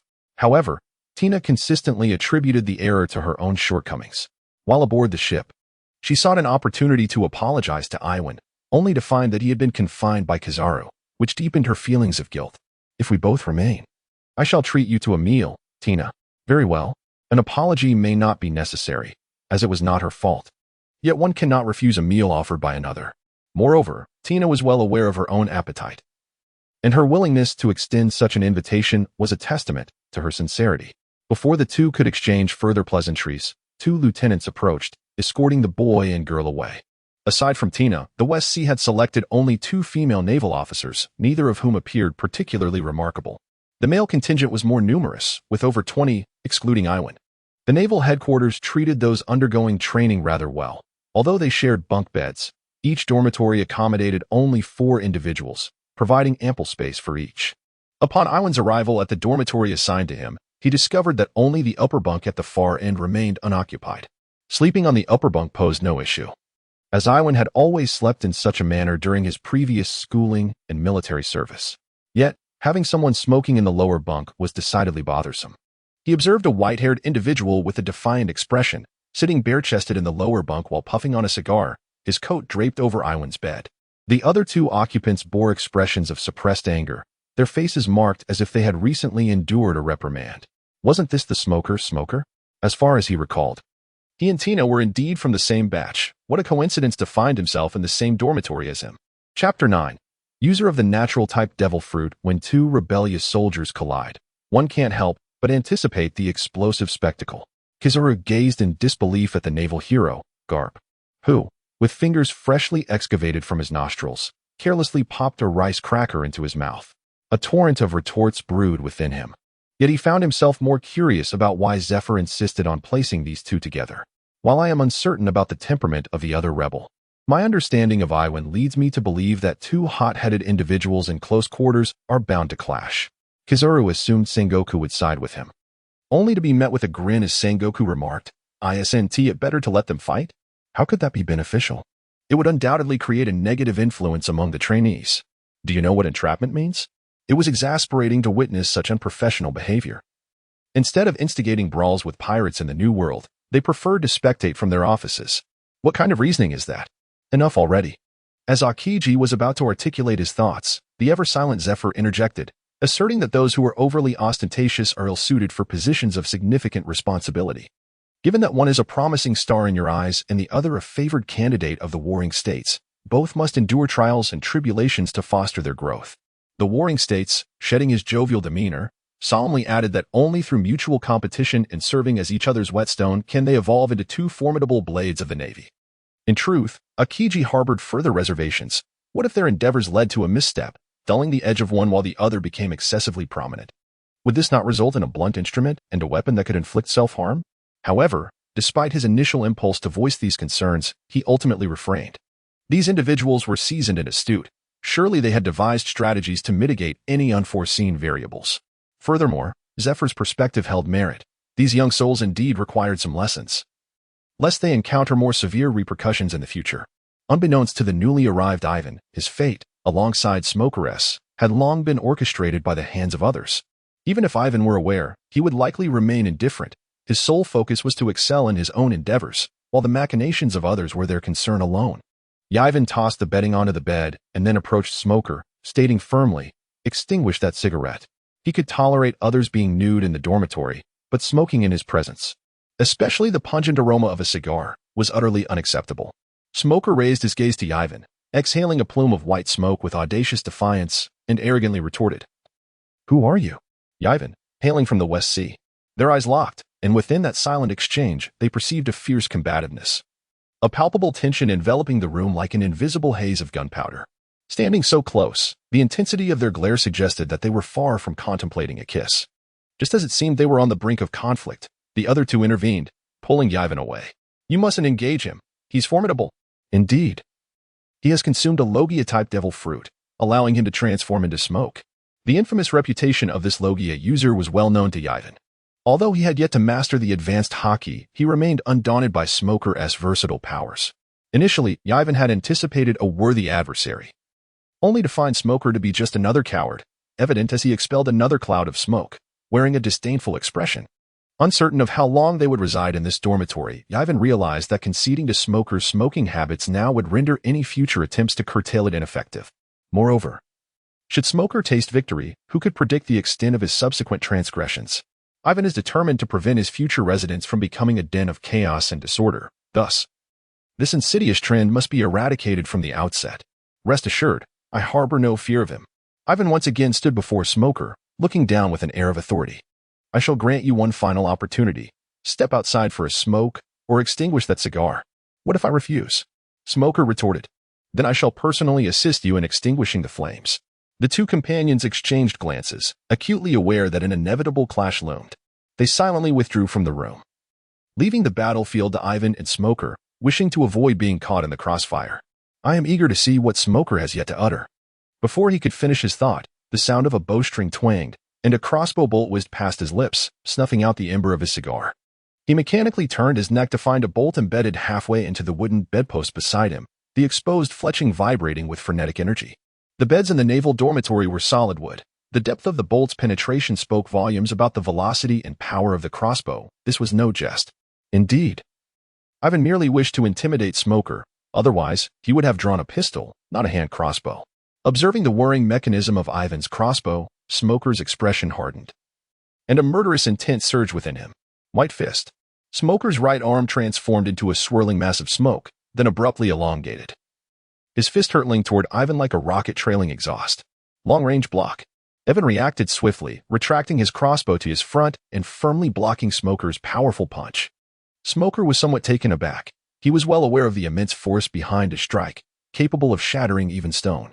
Yet, when his fist collided with Yiven's wooden crossbow, it barely stirred a ripple. What astonished him even further was that not only did Yiven perfectly deflect Smoker's attack, but he also countered with a shot in the very next moment. This retaliatory move, known as revenge counter, enabled him to swiftly strike back after receiving damage from an opponent's assault or block.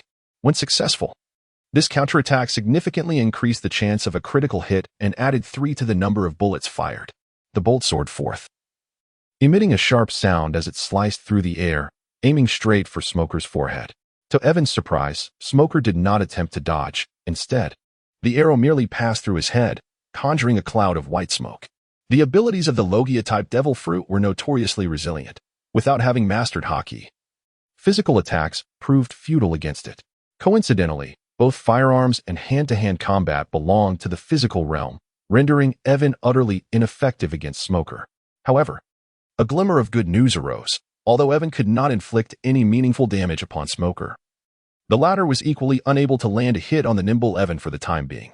In their brief exchange of blows, the only outcomes were scattered debris throughout the room and a few droplets of sweat forming on their foreheads, with crossbow bolts embedded in the walls and bed.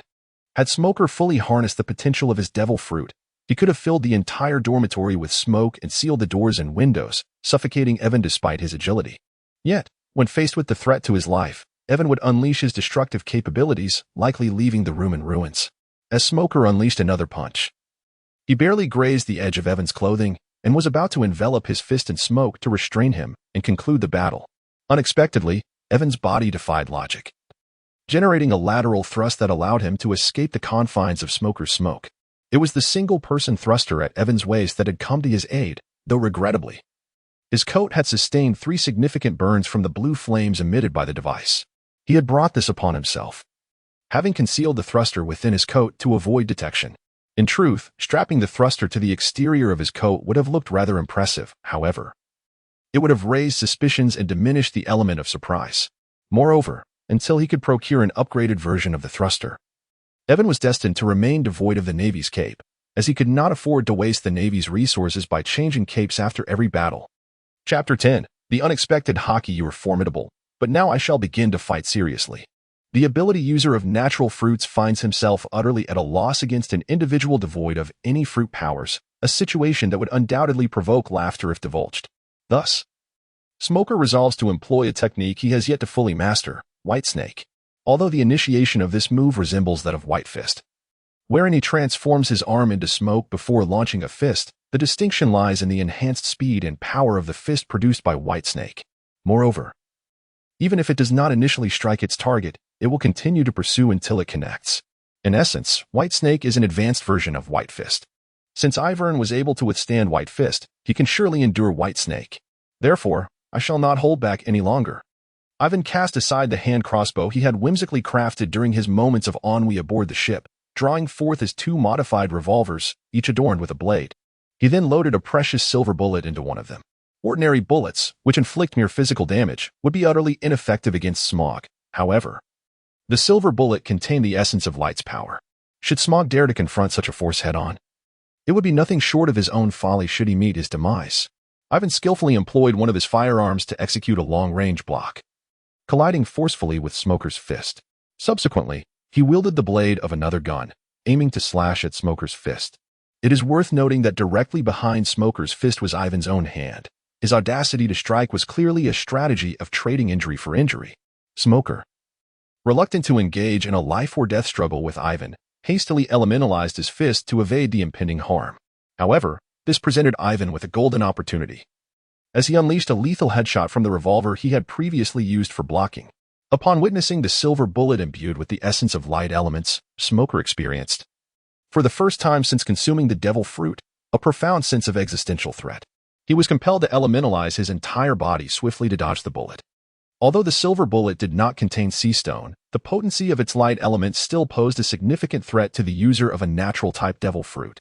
Yiven had long anticipated Smoker's reaction, so after firing that bullet, he propelled himself forward with a sudden burst of speed, pushing off the ground with his right leg.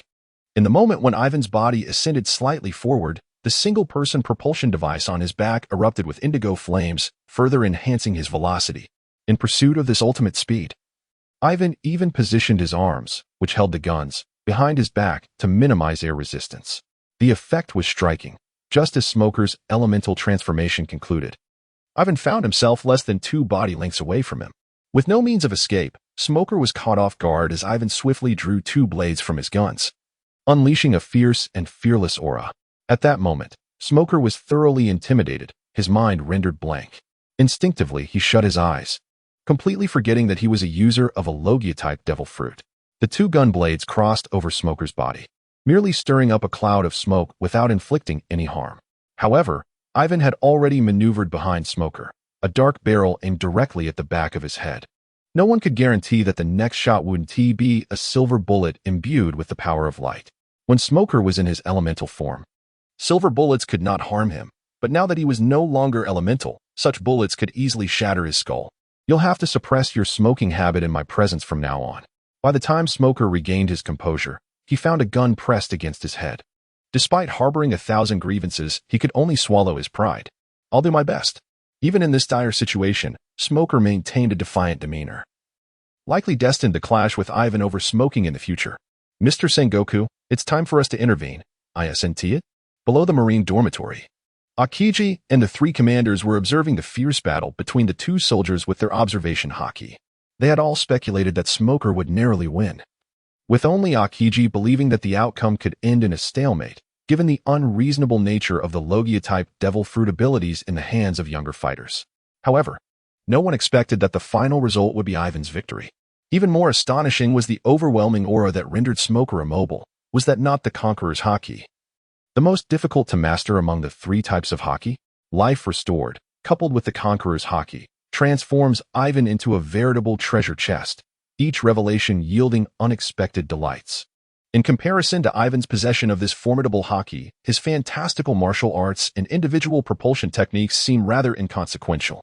It is essential to recognize that the Conqueror's Haki signifies a royal disposition, an inherent quality that cannot be cultivated through training or inherited.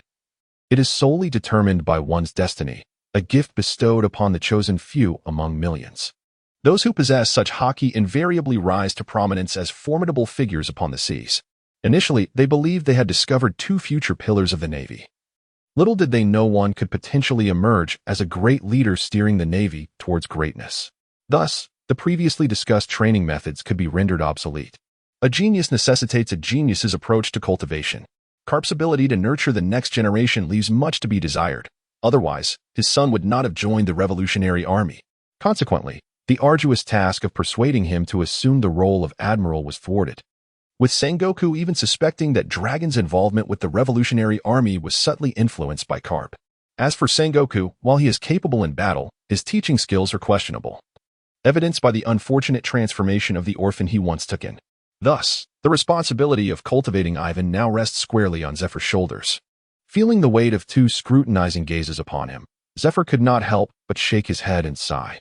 It seemed these 2 old fellows intended to entrust the lad to him. There are moments when Zephyr contemplates stepping back from the front lines. Yet he is perpetually burdened by unending responsibilities, for he still harbors hope for justice within the Navy. At this juncture, nurturing talent for the Navy has become his sole remaining interest. With Yiven entrusted to his care, Zephyr resolved to educate him in his own manner. He addressed Akiji, instructing him to confine the 2 in a room under the pretense of private sparring. Remember, they must be locked in the same room. Understood, Akiji replied, feeling a pang of frustration for having brought such a character back, leaving him with little opportunity to indulge in idleness. Before Akiji departed, Zephyr added, and be sure to confiscate all that unnecessary paraphernalia from the lad. Zephyr has always disdained excessive reliance on external aids among his disciples, believing that true strength arises solely from one's own power. Whether it be devil fruits or any other trinkets, they should serve merely as auxiliary means. Otherwise, they may become burdens on the path to strength. Observing Akiji's retreating figure, Sengoku jested with Zephyr, It seems you intend to have Kuzan return to the forge? Return to what forge? He has already graduated. Henceforth, regardless of how arduous the journey may be, he must tread his own path. Although Zephyr found it difficult to tolerate Akiji's demeanor following the O'Hara incident, wishing to prevent him from becoming another languid apprentice, he recognized that Akiji's issues stemmed not from a lack of ability, but from ideological dilemmas that he must confront independently. The intervention of others would prove futile. Chapter 11. The Stubborn Zephyr. That's all I have. Really. You can search me if you don't believe it. Despite Akiji's skeptical gaze, Ivan spread his hands wide, exuding an air of nonchalance. It was no wonder Akiji harbored doubts, as Ivan had made similar claims since handing over his first weapon. However, the bizarre assortment of items cluttering the table before him had nearly formed a small mountain. Hand crossbows, pistols, Gatling guns, bullets, grenades, and heavy weaponry were all present, including the single-person propulsion device that had nearly succeeded in ambushing Akiji. Though the variety was astonishing, each item represented a potential threat. You certainly know how to conceal your possessions, Akiji mused, believing that Ivan, having even surrendered a flamethrower, must have revealed all. Thus, he hastily collected the dangerous items without a second thought. The roughness of his actions made Ivan's heart race, fearing that one misstep could lead to an explosion. His concern was not for Akiji, nor for the firearms and ammunition, but for his own life. After all, both Akiji and Smoker were users of Logia-type devil fruits. And in the event of an explosion, only Ivan would bear the brunt of the consequences, potentially sharing the fate of this confinement chamber. This was no video game. Improper use of one's skills and equipment could indeed result in self-harm. Getting into a fight so soon after arriving at the Navy headquarters. If I hadn't pleaded for you to Zephyr-sensei, you would have been sent back already. After tidying up, Akiji pointed an accusatory finger at Ivan, his frustration palpable. A mere month of confinement is already lenient. Come on. After a month, we have the final assessment. Isn't that just like being sent back? The trainees were to undergo a month of rigorous training at Marineford, culminating in a final assessment personally overseen by Admiral Zephyr. Only those who passed would be allowed to remain. This was precisely why hundreds of elite naval recruits participated annually. Yet only a handful would emerge as students of the elite training camp. Most selected for this opportunity were already exceptional, even if their talents did not quite match those of Ivan and Smoker. Ivan and Smoker have been confined for a month, given their significant lag in progress. Competing against those elite individuals who have undergone intensive training seems tantamount to coercion into resignation. If the assessment solely evaluates individual combat capabilities, Ivan harbors no trepidation. Even an additional 2 years of confinement may not suffice for them to catch up. However, should the evaluation encompass naval piloting and combat command, Ivan would find himself utterly at a loss. Then why not leave now? Akiji remarked bluntly. I shall remain in confinement, Ivan replied. Under a roof. One must bow their head. A true gentleman is capable of bending and yielding. Is this not merely confinement? After a month, I shall still emerge as a valiant man. Confinement is acceptable, but I have one stipulation. Do not place me in the same cell as that chain smoker. Ivan, unwilling to endure Smoker, the chain-smoking fiend, engaged him in a brawl, only to discover that they would ultimately be confined together. Had he foreseen such an outcome, he would have chosen a different approach to resolve the issue. Oh, do you still dare to make demands of me? A sudden surge of anger ignited within Akiji upon hearing those words. Due to the turmoil caused by Ivan, he had spoken countless praises to the three elders and endured much scorn, only to receive this dismal result. Ivan, instead of reflecting on his misdeeds, had the audacity to impose conditions. Smoker, too, was incensed. He was the genuine victim, yet found himself in the position of being scorned. Who could he turn to for justice? If you wish to avoid confinement with me, I assure you that I have no desire to be with you either. Just as Akiji had anticipated, the tempers flared between the two before they had even departed. If they were to be locked together for a month, one could only imagine the chaos that would ensue. Nevertheless, this was the directive of the elders, and despite Akiji's dissatisfaction, he was bound to comply. Your demands are all rejected. After venting his frustrations upon Ivan and Smoker, Akiji departed the confinement room, laden with a collection of perilous items. In the office of the admiral, Garp held a silver bullet, examining it curiously under the light. Is this the bullet that nearly harmed the smoke boy? It does not appear to contain sea prism stone. Although it was not a sea prism bullet, this projectile bore significant differences from ordinary bullets in the pirate world. The bullets used in flintlock firearms were solid lead, with gunpowder packed within the chamber. However, Ivan's bullet was a cartridge, with the gunpowder and projectile seamlessly integrated. significantly reducing reloading time while greatly minimizing the risk of a misfire. With a slight application of pressure, Garp caused the rear half of the silver bullet to shatter, propelling the light-infused projectile forth with the explosive force of the gunpowder, nearly striking Akiji, who sat nearby. Such a detonation could hardly harm Garp, yet it only piqued his interest in Yiven further. How fascinating. I wonder how this lad's mind operates. Mr. Garp, do exercise caution. There are others present, Akiji remarked, displeased. He was left pondering why, whenever matters involving Yiven arose, it was he who invariably bore the brunt of the consequences. Ah, I almost forgot. Garp sheepishly scratched the back of his head. Sengoku, too, found himself entranced by Yiven's peculiar inventions. Envisioning the potential reduction in casualties if all Navy soldiers were equipped with such advanced weaponry. As he contemplated this, his eyes sparkled with ambition. We must entrust these innovations to the scientific division and ensure they are mass-produced in the shortest possible time. Not only does Sengoku believe that these innovations could transform the state of the Navy and pirates alike, but even Garp and Akiji concur that the Navy should mass-produce such equipment. I dissent.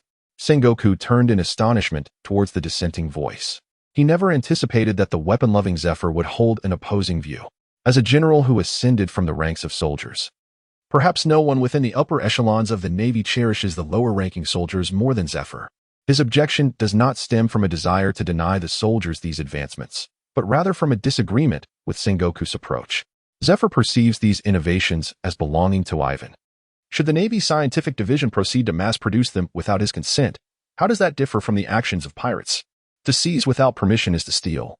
No matter how grandiloquent the justifications may be, they cannot conceal such a thievish act. These inventions belong to that young man. How they are managed should be his prerogative, not yours to decide. In truth, Sengoku's actions align with Yiven's desires, as stimulating the foundational industries of the pirate world poses no detriment to him. Otherwise, he would not have willingly surrendered all arms and ammunition. As for maintaining a technological edge in equipment, that is far from Yiven's concern. Does the Navy Scientific Division believe that by replicating Yiven's firearms and munitions, they could subsequently develop tanks and artillery? Yiven requires a continuous influx of merit points. And in due course, he may even acquire satellites and formidable machines. How could he possibly hesitate over mere firearms and ammunition? However, Zephyr remains oblivious to Yiven's intentions, as he is currently advocating fiercely for his future disciples. Although Zephyr does not wish for Yiven's external pursuits to interfere with his cultivation, he is acutely aware of what is right and what is wrong. A month from now, whether through theft, coercion, or persuasion, it is of no concern to me. What I must ensure, however, is that these items are returned to that young man intact after 1 month. Zephyr is not one to easily adapt, which has resulted in less than ideal relations with other high-ranking officials prior to his retirement. Nonetheless, his straightforward nature has its advantages.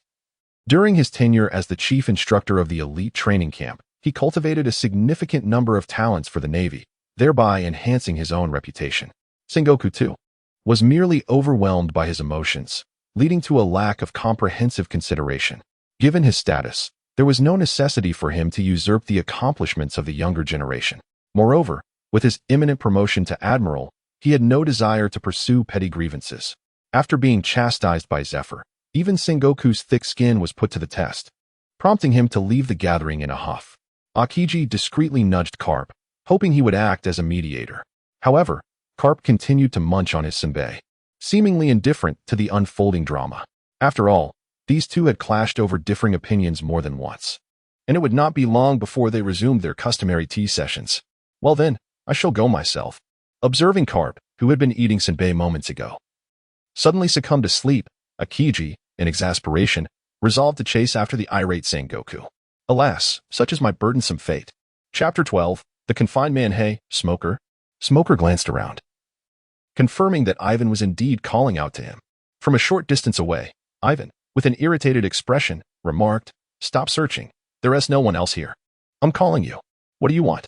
Smoker was exasperated. He was already confined in a small dark room. To avoid further conflict with Yiven, he had even retreated to a different corner. He had become so humble as to try and contain the smoke he exhaled within his own vicinity. Although his control over the smoke might have inadvertently allowed a slight drift towards Yiven, that was hardly a valid excuse for confrontation, yet Yiven was clearly seeking trouble.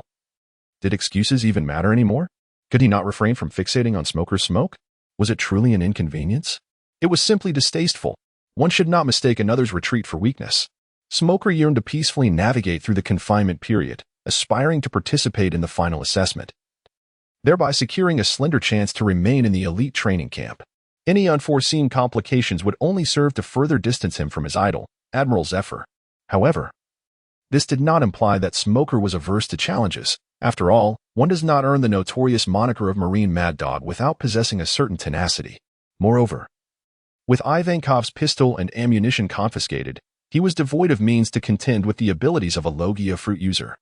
So what grounds did he have to maintain such arrogance? Ivan's incessant provocations have ignited Smog's pent-up fury. He is now consumed by a desire to release the frustration that has been festering within him. In this moment, he casts aside any concern about potential expulsion from the training camp, thinking to himself that he can always return in the next session. If he finds something displeasing, he need only look away. Yet, not only does his opponent refuse to back down, but they also dare to retort. Evan smiled mysteriously, inexplicably producing a flintlock pistol from seemingly nowhere, twirling it deftly in his hand. To Smoker's astonishment, he had concealed a weapon. Rising abruptly, Smoker maintained a vigilant gaze on Evan, acutely aware of his every potential move. However, this time, Evan refrained from showcasing his gunplay. Instead, he crouched to place a metal object, scarcely larger than a brick and equipped with a winding mechanism, onto the ground. The RX-78 Pursuer, an inducement-type self-destruct robot, colloquially known as the Little Robot, was capable of tracking its enemies and detonating upon locating them. This skill was akin to a divine technique in the realm of gaming. In his previous life, while playing DNF, Evan had executed the remarkable maneuver of deploying the secondary awakening of the Little Robot countless times. Yet, in this world of pirates, the Little Robot could shine in its own right. What was he up to? As Smoker beheld the robot, its fuse steadily shortening and its winding mechanism rotating ominously toward him, he felt a twinge of danger. It was only when the brilliant explosion erupted before him that Smoker realized he should never trust Evan's claims of being unarmed again. For no one could predict what astonishing device he might reveal next. Although the RX-78 Pursuer's explosion had a considerable delay, ample enough for Smoker to evade damage through his smoke transformation, the area he had occupied was utterly obliterated, with even the walls blasted into a gaping hole. As Smoker's elemental transformation concluded, he found Evan standing before him, wearing a mischievous grin. What are you planning? What ill intentions could Ivan possibly harbor? Before Smoker could react, Ivan tossed a flintlock pistol into his arms and forcefully kicked him through the breach created by the explosion. What transpired? The officer assigned to monitor Ivan and Smoker, a major with slick-back hair, rushed over upon hearing the blast. After all, these two had been entrusted to his care by Admiral Zephyr himself, and any mishap would certainly bring dire consequences upon him, just as Smoker was about to explain. The major glanced at the weapon in his hands and then peered through the hole in the wall, instantly grasping the situation. You cannot allow a defeat in a brawl to fuel your indignation. Instead, channel your efforts into training and reclaim your strength. Resorting to firearms is hardly the conduct of a man. Indignant and wronged, Smoker felt utterly aggrieved. He had done nothing, not even had the chance to retaliate before being unceremoniously expelled. If the slicked-back major had not arrived, Smoker was prepared to counterattack. However, upon witnessing Ivan collapsed in a pool of blood, with a gaping wound in his thigh and blood trickling from his lips, he realized that no amount of explanation would suffice. How dare you? Ivan cast the first stone. Listen to my explanation. Hold your tongue. Let us first escort him to the infirmary. The slicked-back major had no time to entertain Smoker's justifications should anything happen to Ivan under his watch. It would surely spell the end of his naval career. Ivan dared not venture into the infirmary, nor could he allow anyone to examine his injuries. The blood he had expelled was entirely composed of specially formulated plasma, and the wound on his thigh was merely a ruse. Should he visit the medical quarters, it would undoubtedly expose him. Thus, upon the arrival of Major with the slicked-back hair into the confinement room, he feigned weakness, supporting himself against the wall as he sat up. No need for concern. Fortunately, my constitution is rather unique. This minor injury will mend swiftly after I have some nourishment. Are you truly unscathed? The major had heard rumors of Ivan's extraordinary resilience, claiming he could consume enough to feed 50 individuals. However, upon observing Ivan's gaunt form, skepticism had begun to cloud his belief. Yet, after witnessing the considerable amount of blood Ivan had lost, and noting the remarkable flush in his complexion, as well as the almost healed wound that had been pierced by a bullet, the major found himself wavering in his doubt. Rest assured, I shall provide you with as much sustenance as you desire. However, prior to indulging in such hospitality, the Major deemed it imperative to inform Vice Admiral Kuzan of the situation. This was a significant matter, one he could not shoulder alone. Smoker, although unaware of Ivan's true intentions, was unwilling to suffer such baseless accusations. Thus, he addressed the Major, "Please, do not be deceived by him. This fellow is merely pretending. He is not injured at all. It is you who feigns injury," the Major retorted, having inflicted such harm and yet standing idly by to mock. The evidence lay clearly before the Major, indicating that Smoker was indeed the least credible of the two. "I suspect your grievance stems from having been bested by someone devoid of devil fruit powers, and now you seek revenge while he is unarmed. Ah, you truly are a remarkable detective." Smoker felt a deep sense of injustice swelling within him as he observed Ivan's smirking countenance, wishing nothing more than to rend him apart in retribution. Yet, fearing he might fall into the trap laid by his opponent, he could only glare at Ivan, his teeth grinding in frustration. "Sir, I am afraid." Smoker's expression, rather than intimidating Ivan, inadvertently allowed him to further embellish his guise of trepidation, garnering the Major's sympathy. "You seem intent on revenge, do you not? It appears I must confine you separately." As Smoker was led away by the Major, gazing skyward in silent exasperation, Ivan could not help but wear a victorious smile. "You thought to bind me to that Smoker, yet here I am, comfortably ensconced in my solitary quarters." However, before Ivan could revel in his triumph for long, Vice Admiral Kuzan made his entrance into the confinement room. "I have heard you were injured. I came to check on you." "A mere scratch. How could I trouble you with my concerns?" Ivan subtly flattered Haki before earnestly lamenting that Smoker is truly despicable. "Not only does he hoard weapons, but he also ambushed me while I was asleep. Had it not been for my quick reflexes, you would perhaps never have seen me again." This heartfelt outpouring of grievances might have deceived others, but Haki, having already gleaned the truth from Smoker, was not so easily fooled. "Youngster, do not presume I am unaware of your intentions. Remain here obediently." With that, Haki expelled Ivan from the dilapidated confinement chamber into another cell, the very one where Smoker resided. Ivan's actions were as fierce as a tiger. Yet the outcome merely resulted in a change of confinement room, leaving his objectives unfulfilled. Should this chamber meet destruction once more, I would not hesitate to send both of you to the labor camp and Impel Down for some hard time. Upon hearing Haki's words, Ivan's eyes sparkled with excitement. Although the reason for Ivan's exuberance eluded Smoker, he felt an unsettling chill at the back of his neck. However, Ivan was merely contemplating. Setting aside the question of whether his current strength sufficed for a massacre in Impel Down, even if he managed to do so, he would inevitably meet the same fate as Crocodile, confined in the depths of the prison, awaiting Luffy's rescue to escape. It was perplexing how Haki viewed the situation. As he addressed Smoker, "I now grant you the authority to strike him at will, provided you do not destroy the confinement room, but do exercise restraint." Ah, what a peculiar turn of events. Wasn't he previously opposed to their fighting? Now, he seemed to be inciting conflict. Did he intend to provoke a situation where one of them must submit? Had he known the outcome would be thus, Ivan might have preferred to remain quietly in place, avoiding such turmoil altogether. Chapter 13.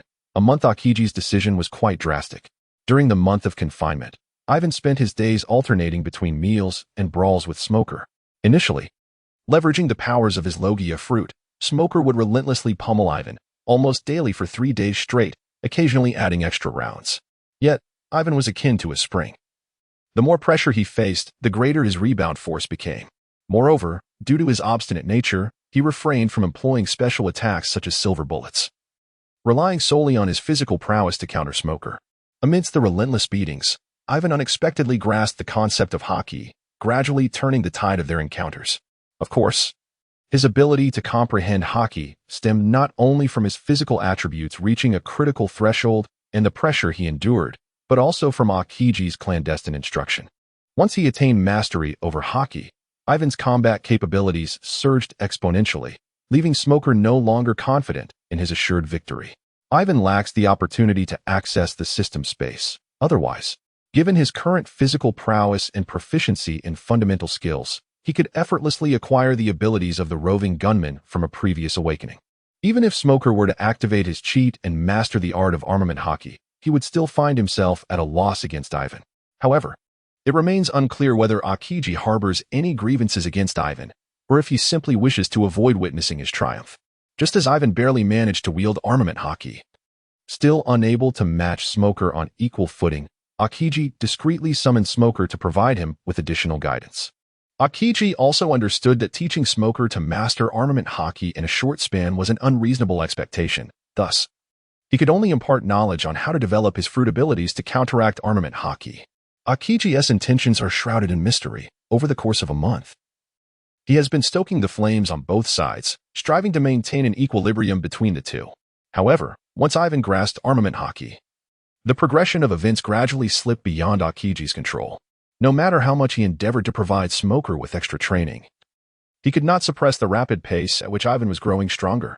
Though both individuals experienced growth during this month, Yiven's rate of advancement far surpassed that of Smoker, reaching a level that even astonished the three old men.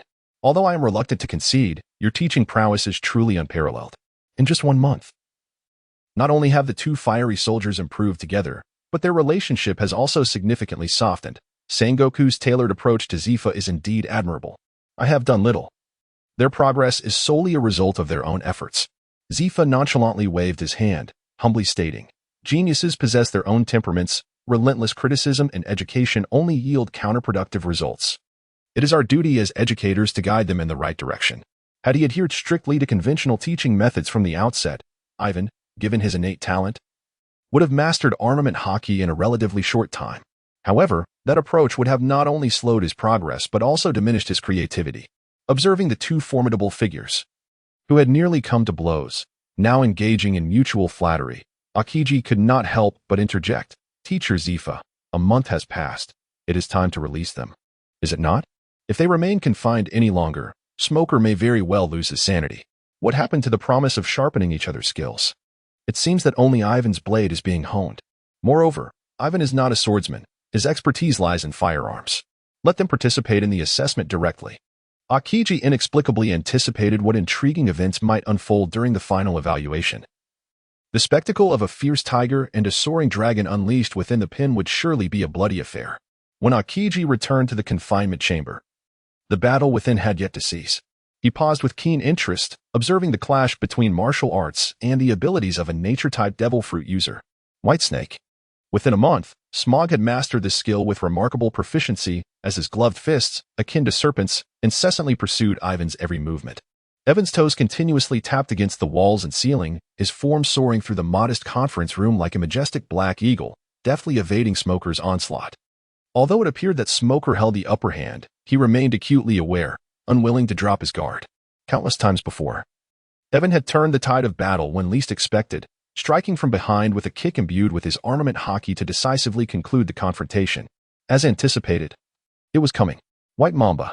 Smoker abruptly pivoted, his smoke-wreathed arm transforming into a spiraling column, aiming to ensnare Evan, who was approaching from behind. This was a newly developed technique, never before utilized, intended to catch his opponent off guard at this critical moment. It was over. Outside the door, Akiji shook his head, preparing to enter. Unbeknownst to Smoker, who had yet to master the observation Haki, Evan had indeed been approaching from behind. However, in the instant Smoker turned, Evan forcefully altered his trajectory, diving towards the ground. The spiraling smoke column brushed against Evan's back as it collided with the wall, and in the moment of his landing, he executed a spinning kick with his arm braced against the floor. Ivan's foot, emanating a dark glow, struck Smoker, pushing him back slightly. The momentary stiffness induced by the spinning kick was sufficient for Yiven. Floating assault. During the execution of the spinning kick, Yiven had already maneuvered close to Smoker, forcefully propelling him into the air. At this point, Smoker was in a state of disarray while Yiven curled his legs, regaining a poised stance ready for aerial assault. If it had been the former Yiven, he would have drawn his firearm by now. However, the current Yiven sought a more elegant and fluid combat style, rendering the temporary sealing of his weapon acceptable. Just as he had evaded Smoker's attacks before, Yiven dove towards the ground, bringing Smoker with him in a rapid descent, slamming him directly onto the floor. Silver Blade. This technique, derived from the dual gun style of the female gunslinger, bore a striking resemblance to the silver blade technique of the demon swordmaster, both in name and execution, striking down upon the ground or airborne foes. You have lost. Smoker lay sprawled on the floor, a sense of helplessness washing over him. Over the past month, Yiven, without the assistance of firearms, had transformed from being dominated to dominating. This extraordinary pace of growth left Smoker feeling utterly outclassed. Comparisons yield disdain, one must realize their own worth. Smoker had always believed himself to be sufficiently talented, having never faced defeat before arriving at the Navy headquarters. Yet, in the presence of Yiven, he realized that aside from being a natural devil fruit user, he was lacking in all other respects. Once a person is struck down, it is all too easy to spiral into despair, potentially squandering even the slightest bit of talent. Much like Moria, who lost all faith after being defeated by Kaido, succumbing to despondency, neglecting training, and merely hoping to seek vengeance through a zombie army. This led to a continuous decline in his strength, ultimately resulting in his defeat by the Straw Hat Boy. If Smoker cannot recalibrate his perspective amidst the ongoing rivalry with Yiven, he will inevitably tread the path of Moria. Aokiji, not wishing to witness such a fate, enter the room. Chapter 14. The gunman and the smoke bearer. Do not lose heart. Your defeat is not due to your weakness, but rather my overwhelming strength. Yiven approached Smoker, who lay supine on the ground, and looked down at him with a smile, extending his hand. Smoker paused momentarily, then, in a fit of frustration, pushed Ivan's hand aside and propped himself up to stand. What was this? A display of arrogance after victory? Do not celebrate too soon. I shall defeat you in due time. Just then, Aokiji, who had just entered, was taken aback by the scene, surprised to find that beneath Ivan's rugged exterior lay such a delicate heart. He had assumed that someone with Ivan's disposition would be oblivious to Smoker's internal despondency and would not employ such a clever means to alleviate it. As the saying goes, the one who ties the knot must also untie it. As a participant in this scenario, Ivan's single provoking remark held more weight than 100 pieces of advice from outsiders. Have you had enough fighting? Aokiji's sudden question startled Smoker, prompting him to quickly suppress his aggressive demeanor and stand obediently in line with Yiven. Smoker had rarely been so compliant with anyone. Yet who could blame him after being encased in ice for an entire day? Surely he would harbor some trepidation. If you haven't had enough, you might as well remain here and forego the final assessment. Huh? Smoker initially did not grasp the implication, but soon his excitement surged as he exclaimed, Are you saying we can leave? After being confined for an entire month, he feared he might have lost his sanity had it not been for the companionship in combat. The revelation that he could finally escape elicited an incredulous reaction, followed by genuine joy. In contrast, Yiven remained composed, as if the matter bore no significance to him. What's this? Do you not wish to leave? Aokiji, observing Yiven's nonchalance, teased him lightly. Of course I want to. Yiven opened his mouth, revealing a radiant smile. Fully aware that you had come to release them, he wished for no playful banter. He longed instead to bask in the warm embrace of the sun. After merely a month of confinement, Yiven had not yet succumbed to the depths of isolation, counting down the days until his freedom. By contemplating every conceivable eventuality, he ensured that he would not be caught unawares. This was Yiven's philosophy of navigating life. The green pheasant. Finding herself at a loss against the simultaneously mature yet childlike Yiven, could only roll her eyes in exasperation as she tossed him a rather familiar-looking package. This is yours. Take it and participate in the assessment. Yiven cautiously unwrapped the parcel, revealing the firearms and ammunition he had submitted, appearing untouched. Aokiji observed Yiven's puzzled expression and could not help but reassure him. Rest assured, aside from Admiral Kuzara's playful detonation of a single bullet, everything else is right here. The fact that his belongings had returned almost entirely intact genuinely surprised Yiven. However, he soon came to terms with it. Knowing that the Navy's scientific division boasted geniuses like Vegapunk, capable of effortlessly replicating such gadgets. As he caressed the cold surface of the revolver, a rare smile of understanding graced Yiven's face. Skillfully and swiftly, he disassembled 2 handguns, retrieving a soft cloth from his pocket to meticulously clean the scattered parts on the table, including the gun's blade. Although the revolver possessed numerous advantages, it also came with a plethora of drawbacks, one of which was its maintenance difficulty. Observing Yiven's gentle and meticulous gun-cleaning ritual, Aokiji realized that Zephyr's intention to keep him away from firearms had failed. One could hardly conceal the affection in their gaze for something they cherished. That should suffice. Any later, and you will miss the assessment. Yiven meticulously tightened the final screw, twirling the revolver equipped with its blade in his hand before sheathing it at his waist. The maintenance of firearms is a crucial aspect in ensuring operational readiness, safeguarding against unforeseen circumstances during use. Next, he secured the individual propulsion device to his waist, along with a belt brimming with ammunition. It was only when Smog began to grow impatient that he finally stowed away the Gatling gun. Wait, Kuzara called out to Yiven, his eyes widening. How did you manage to conceal such a large weapon? Could you demonstrate it for me once more? Previously, He had been so astonished by the array of peculiar items Yiven carried that he had never considered how they were produced. Now, seizing this opportunity, he felt compelled to interrogate further. Smog, having grown accustomed to Yiven's peculiarities over the past month, found himself questioning whether Yiven had consumed a devil fruit. As he continually produced unexpected items, Yiven helplessly reached behind him, retrieving the imposing machine gun. With a mere motion, it was concealed once more. As he tucked the weapon away, it truly vanished from sight. It was merely a system space. Was this not a standard feature for traversers? What was there to find peculiar?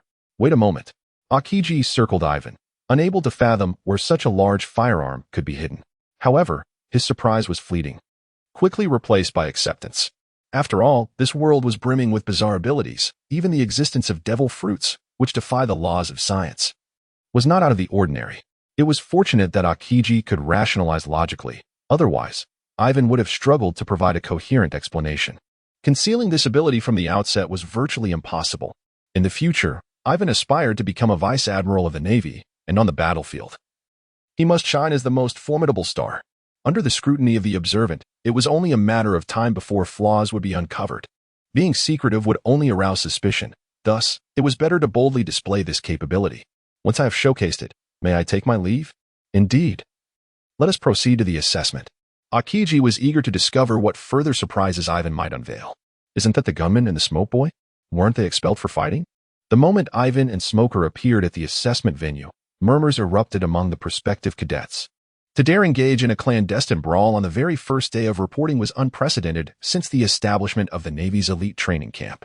Although the current Rear Admiral, Akane Sakazuki, had also fought during his time as a cadet, he was already a formal student of the elite training camp and had begun to showcase his talents. Even so, he had faced severe punishment from Admiral Zephyr for his actions. Yiven and Smoker are but newly trained recruits.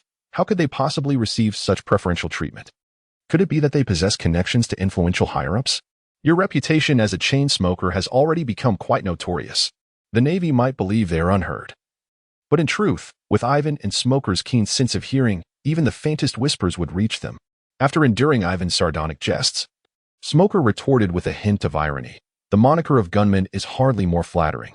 Nevertheless, it is of no consequence. One day, I shall ensure that the name of the Black Hawk, Yiven, resonates deeply within the hearts and minds of all. Yiven possesses an indomitable confidence, akin to his unwavering belief that he can ascend to the rank of admiral. I too shall compel them to address me as the White Hunter. In a bid to rival Yiven, Smoker has whimsically bestowed upon himself a nickname, secretly embellishing it with a covert addition, the kind that specializes in hunting falcons. Chapter 15. 2 types of individuals to avoid the Navy's assessments are devoid of particularly extraordinary tasks. They merely consist of a series of physical tests, including swimming, marksmanship, tactics, and semaphore, culminating in a comprehensive combat evaluation. While evaluating swimming skills may seem unjust to those endowed with devil fruit powers, fairness is a rare commodity in this world, and these individuals do possess advantages in other disciplines. The preliminary challenges serve merely as an appetizer. It is the final comprehensive combat assessment that truly determines a candidate's fate. After all, in clashes between the Navy and pirates, success hinges entirely on the capabilities of the commander, rendering all else trivial. One need only observe the likes of Kaido and Whitebeard, each a formidable force capable of altering the tide of battle single-handedly. Once the formal assessments commenced, Yiven and Smoker unequivocally demonstrated that the favoritism shown by the higher-ups was indeed justified. Smoker excelled in every category save for swimming, while Yiven shattered multiple records, emerging as the brightest star of the training ground. His astonishing marksmanship left the examiners in awe, a feat likely to remain unmatched for many years to come. The evaluations gradually transformed from a vibrant display of talent to a fierce competition between Yiven and Smoker, ultimately culminating in a showcase of Yiven's singular prowess. Yiven's brilliance erupted like a resplendent firework in the night sky, leaving Tina in a state of dizzying admiration. Throughout the month at the training camp, Tina successfully showcased her strength and potential, earning countless accolades and praise. However, witnessing the performances of Yiven and Smoker instilled in her a sense of insecurity. Those accolades seemed rightfully theirs. Had they not been confined at the outset, it would have been them basking in the spotlight. In truth, Tina is remarkably strong. Her cumulative scores in the earlier tests were on par with Smoker's and surpassed those of most male Navy personnel, though her brilliance appeared less pronounced in the shadow of Yiven. Next up, comprehensive combat. Randomly assigned groups engage in fierce duels. Those who have endured the final assessment often refer to that day as Hell Day. The instructors provide no respite whatsoever, with evaluation tasks following one after another relentlessly. Many individuals fail to even reach the mixed martial arts segment, succumbing to exhaustion and withdrawing from the assessment. Those who remain are typically utterly fatigued. While ordinary individuals perceive these tasks as infernal trials, Yiven feels that he would prefer to engage in an overloaded training session within the confines of the system space. His stomach growls with emptiness, yearning for the assessment to conclude so he can indulge in a meal. A true connoisseur of food. As mealtime approaches, his irritation mounts, particularly after listening to the young instructor outline the rules.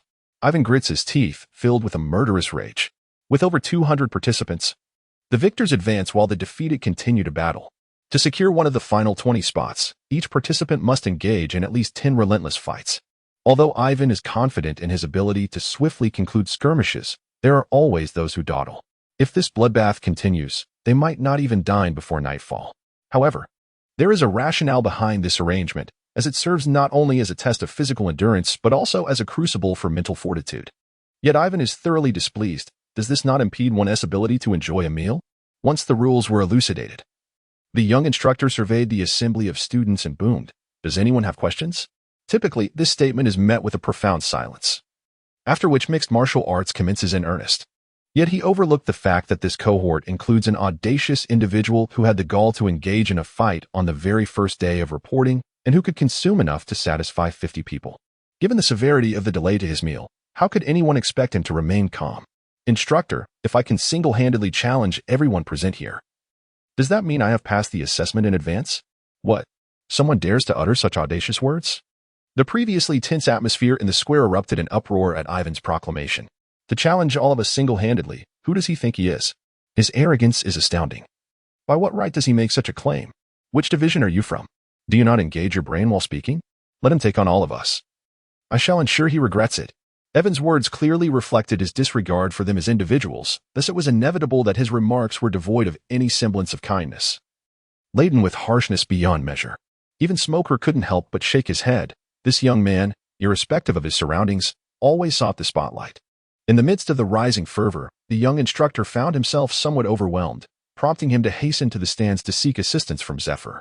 Meanwhile, the 3 seasoned veterans were also grappling with their own concerns, clasping their foreheads as they deliberated on potential solutions. Yiven, that troublesome lad, simply cannot refrain from stirring up chaos. A day without causing a ruckus seems akin to a day without life itself. Initially, it was anticipated that a month of confinement would temper his unruly spirit, yet it has only exacerbated his contrary nature, thus acquiescing to his suggestion of a free-for-all battle. It was concluded that the remaining 20 individuals would suffice. Karp, ever eager for turmoil, proposed this rather dubious notion. This would not do. Sengoku firmly opposed it, declaring he would never permit such disorderly conduct. Would this not lead to a complete upheaval of naval regulations? I concurred. After a brief moment of contemplation, Zifa surprisingly nodded in agreement, leaving one to ponder his true intentions. Sengoku, clearly displeased, sprang to his feet, slamming the table as he bellowed, "Oi, old man. Are you deliberately opposing me? Not at all. Yet you continue to indulge their antics? I dare say this presents a viable solution, regardless of Sengoku's discontent. The elite training camp was Zifa's creation, and thus, the criteria for enrollment ought to be determined by him. In light of this, I shall henceforth entirely disengage from your nonsensical affairs." Once again exasperated, Sengoku stormed out, while Karp remained nonchalant, cheerfully munching on his rice crackers. It appeared that Sengoku and Zifa had never reached a consensus regarding Yiven. Sengoku harbored a strong aversion towards Yiven, viewing him as an unstable element, a ticking time bomb ready to explode. Though his eruptions might harm the enemy, they would also inevitably result in collateral damage among allies. Authorized by Zifa, the instructor returned to the square, where Yiven was now ensconced in a throng, the tension thick enough to ignite. Hereby, I announce the latest regulations, an all-out brawl. And only the final 20 standing will be deemed successful in their assessment. Should anyone find themselves unable to continue, wave the white cloth in your hand, and someone will escort you from the fray. The introduction of the new rules sparked an uproar among the Navy. Was this not inviting disaster? Since you are so audaciously challenging us all, do not blame us for our lack of courtesy. Many secretly resolved that, once the competition commenced, They would collectively eliminate this arrogant youth. Smoker, observing the fervor of the crowd, abandoned his initial intention to assist Yiven. In such a chaotic melee, anything could transpire. His foremost priority was to ensure his own survival. With everyone seemingly in agreement, the assessment officially commenced. The young instructor, having learned a lesson from Yiven, no longer dared to inquire if there were any questions, fearful that another would voice an unreasonable demand. That day, the Navy personnel participating in the assessment were compelled to remember the terror instilled by the Black Hawk, Yiven. Upon the vast sea, two figures must not be trifled with: Yiven, the hunter of pirates, and Yiven, the one driven by hunger. Chapter 16. Arrogance requires capital. Those who are eligible to participate in the elite training camp selection are all exceptionally skilled members of the Navy. Even if they are willing to concede that they fall short of Yiven, they will absolutely not tolerate him exerting dominance over them. It is as if no one is a genius. As the melee commenced, everyone lunged at Yiven like ravenous dogs drawn to a bone. Meanwhile, there were a few who, understanding the situation, chose not to join the fray, as well as others who lingered on the fringes of the square, akin to hunting hounds, ready to seize an opportune moment. Since Yiven dares to provoke everyone, it signifies that he has long devised a strategy. Confronted by the surging crowd, Yiven forcefully propelled himself off the ground. In that fleeting moment of ascent, the single-person thruster at his waist erupted with indigo flames, elevating him to greater heights. Boy, do not even think about escaping. A remarkably agile individual swiftly reacted, leaping to seize Yiven's ankle. The legs of the celestial beings, akin to their weaponry, possess formidable lethality. This fool, daring to grasp at Yiven's foot, is destined to be the first to be eliminated. Furthermore, what Yiven is doing is not fleeing. It is a demonstration of air superiority. Silver light, flying blades. Yiven did not continue his ascent at the very moment he reached the apex. He abruptly adjusted his posture and plunged towards the ground. At that moment, a naval officer was gazing upwards, raising his right hand in an effort to ascend. In his dive, Yiven deftly evaded the officer's grasp, while the blade of his gun grazed the officer's throat. Of course, Yiven had tempered his force for otherwise. The scene would have been drenched in blood. Although this man narrowly escaped with his life, the ever-watchful examiners deemed his assessment concluded. 2 revolvers, equipped with blades, were crossed and resituated upon Yiven's chest, and just as he was about to descend into the most densely populated area, he executed a sudden cross-slash. The blades emitted an ethereal blue glow, prompting the discerning onlookers to swiftly vacate the perilous vicinity, while only those who were overly confident remained, waiting for an unsuspecting prey. However, what they awaited was not a harmless little rabbit, but rather a formidable beast wielding iron fists. Yiven had been exceedingly cautious, yet the blade remains unforgiving. A few individuals succumbed to their grievous chest wounds and withdrew from the examination. Merely a fleeting encounter resulted in the exit of 5 participants. It appears that Yiven's assertion of challenging them all was not mere bravado. Some exhaled in relief, believing that Yiven's assault had finally reached its conclusion. However, only Smog understood that the true battle was just beginning. With a swift and audacious maneuver, Yiven propelled himself from the ground once more, not soaring into the sky, but gliding low along the surface. His twin pistols struck with relentless precision, shooting and maneuvering in a dazzling display. As the naval forces fell before him like wheat harvested by a scythe, one after another, collapsing in his wake, a sharp intake of breath echoed through the vast square, the sound unmistakably audible. While some may be arrogant, they possess ample prowess to back it up. The prowess displayed by Yiven is akin to a dimensional strike against them, and it is likely that even the most seasoned elite training camp students would find themselves unable to contend with him. He has never been a meek lamb waiting to be slaughtered. Rather, he is a ferocious tiger descending from the mountains, an eagle soaring through the skies. Just moments ago, Yiven's dive from above resembled that of a predatory eagle on the hunt. Humans possess an innate instinct to pursue benefit and evade harm. Thus, recognizing the temporary invincibility of Yiven, they must first ensure their own survival. After all, defeating Yiven is not the ultimate goal. Their primary reason for coming to the Navy headquarters is to join the elite training camp. However, Yiven, reveling in his momentum, would not allow others to dampen his spirits. Time to die. With a swift rotation of his twin pistols, Yiven lowered the brim of his hat and launched himself forward. Utilizing his remarkable speed, agile physique, and the assistance of a personal propulsion device, he traversed the battlefield like a butterfly flitting through flowers, effortlessly taking down one Navy soldier after another. Meanwhile, Smog and Tina seemed to be in competition with Yiven, employing their own strategies to eliminate opponents. sensing an impending crisis. The remaining contestants were compelled to band together to avoid being ousted. The two devil fruit users, having exchanged glances, ultimately decided to form a temporary alliance. After enduring countless hardships and injustices, being eliminated at this critical juncture would be disastrous. With the emergence of someone as irrationally powerful as Yiven, everyone's latent potential was ignited, and those slightly weaker would inevitably be cast aside. Is this not your intention, Zephyr? From the stands, Karp observed Zephyr with a knowing smile. Grasping the depth of his intentions, Yiven is the catfish among these sardines. If they wish to avoid being devoured, they must swim fervently. Indeed, Zephyr, arms crossed, fixed his gaze upon Yiven in the arena, his expression devoid of levity. The more he learned about this unconventional youth, the more he appreciated his approach. Though his character harbors certain flaws, he possesses principles, a sense of responsibility, and his own moral compass, rendering him a person worthy of cultivation. Before long, only a little over 30 individuals remained, each of whom had proven themselves formidable adversaries. Perhaps feeling a glimmer of hope for survival, the Zoan-type devil fruit user, who could transform into a tiger, approached Yiven with purpose. Young man, allow me to teach you what it means to show respect. Sherwood, the son of a rear admiral, has been immersed in naval training from a young age, diligently learning the 6 styles under his father's guidance, while also consuming a beast-type devil fruit. Logically, he should have been directly recruited into an elite training camp. However, perhaps to enhance his or to garner the attention of Zephyr, his father insisted that he participate in this selection process. Throughout the month, he has been meticulously concealing his true abilities as per his father's wishes. Yet, witnessing Yiven's flamboyant display, he could no longer contain himself. Moreover, he has discerned that Yiven's prowess in direct combat is somewhat lacking, which is why he resorts to leveraging aerial advantages in battle. If he could just bring Yiven down to the ground, the outcome of their confrontation remains uncertain. Respect? Do you truly deserve it? Yiven is not devoid of respect for others. He holds a considerable regard for Haki. While his conversations with others may lack excessive politeness, he certainly does not resort to such a domineering tone. However, the audacity of this individual to confront Yiven with the intent to discipline him is intolerable.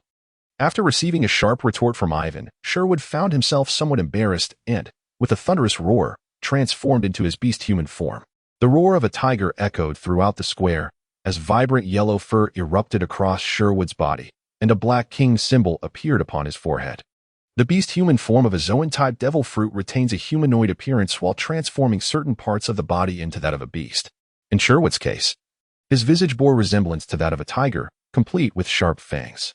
His hands morphed into formidable tiger claws, and a powerful tail sprouted from his back. His entire physique swelled with muscle, radiating strength. Due to the unique characteristics of the Zoan-type devil fruit, its users possess an undeniable advantage in close combat. Moreover, with Sherwood's mastery of the Marine 6 styles, his combat prowess was further amplified. In an instant, Sherwood unleashed a speed that belied his imposing size, creating an afterimage as he lunged towards Yiven with the ferocity of a tiger. Although Yiven did not anticipate that one of the participants in this election would possess mastery over the Navy's 6 styles, his response was not sluggish. He swiftly raised his twin pistols to shield himself. However, Sherwood's strength was undeniably formidable, and a long-range block could only fully negate non-contact damage, resulting in Yiven being sent flying. In a mocking tone reminiscent of Yiven's own, Sherwood taunted him. "Is that all you've got?" "Just that?" Yiven must let him know that arrogance requires capital. Chapter 17. No one can refuse heavy artillery. This child possesses considerable strength. Where did you acquire him? Karp also perceived that Sherwood was no ordinary individual. His combat techniques resembled those taught by the Navy's formidable system, rather than the crude methods of others. The son of Katakuri, he insisted on entering through the selection process. From the outset, Zephyr was aware of Sherwood's existence, yet he refrained from voicing any opinions. Although Sherwood's actions may seize the enrollment opportunities of ordinary Navy recruits, his lineage is, in itself, a testament to his capabilities. Moreover, those truly endowed with strength will never be overlooked. Only those who withstand pressure and emerge victorious are the talents Zephyr genuinely seeks to cultivate. Zephyr has never clung to mediocrity, yet he is reluctant to expend energy teaching the inept. Karp, inserting a rice cracker into his mouth, chuckled maliciously. Yiven is likely to face some hardships, ha ha ha.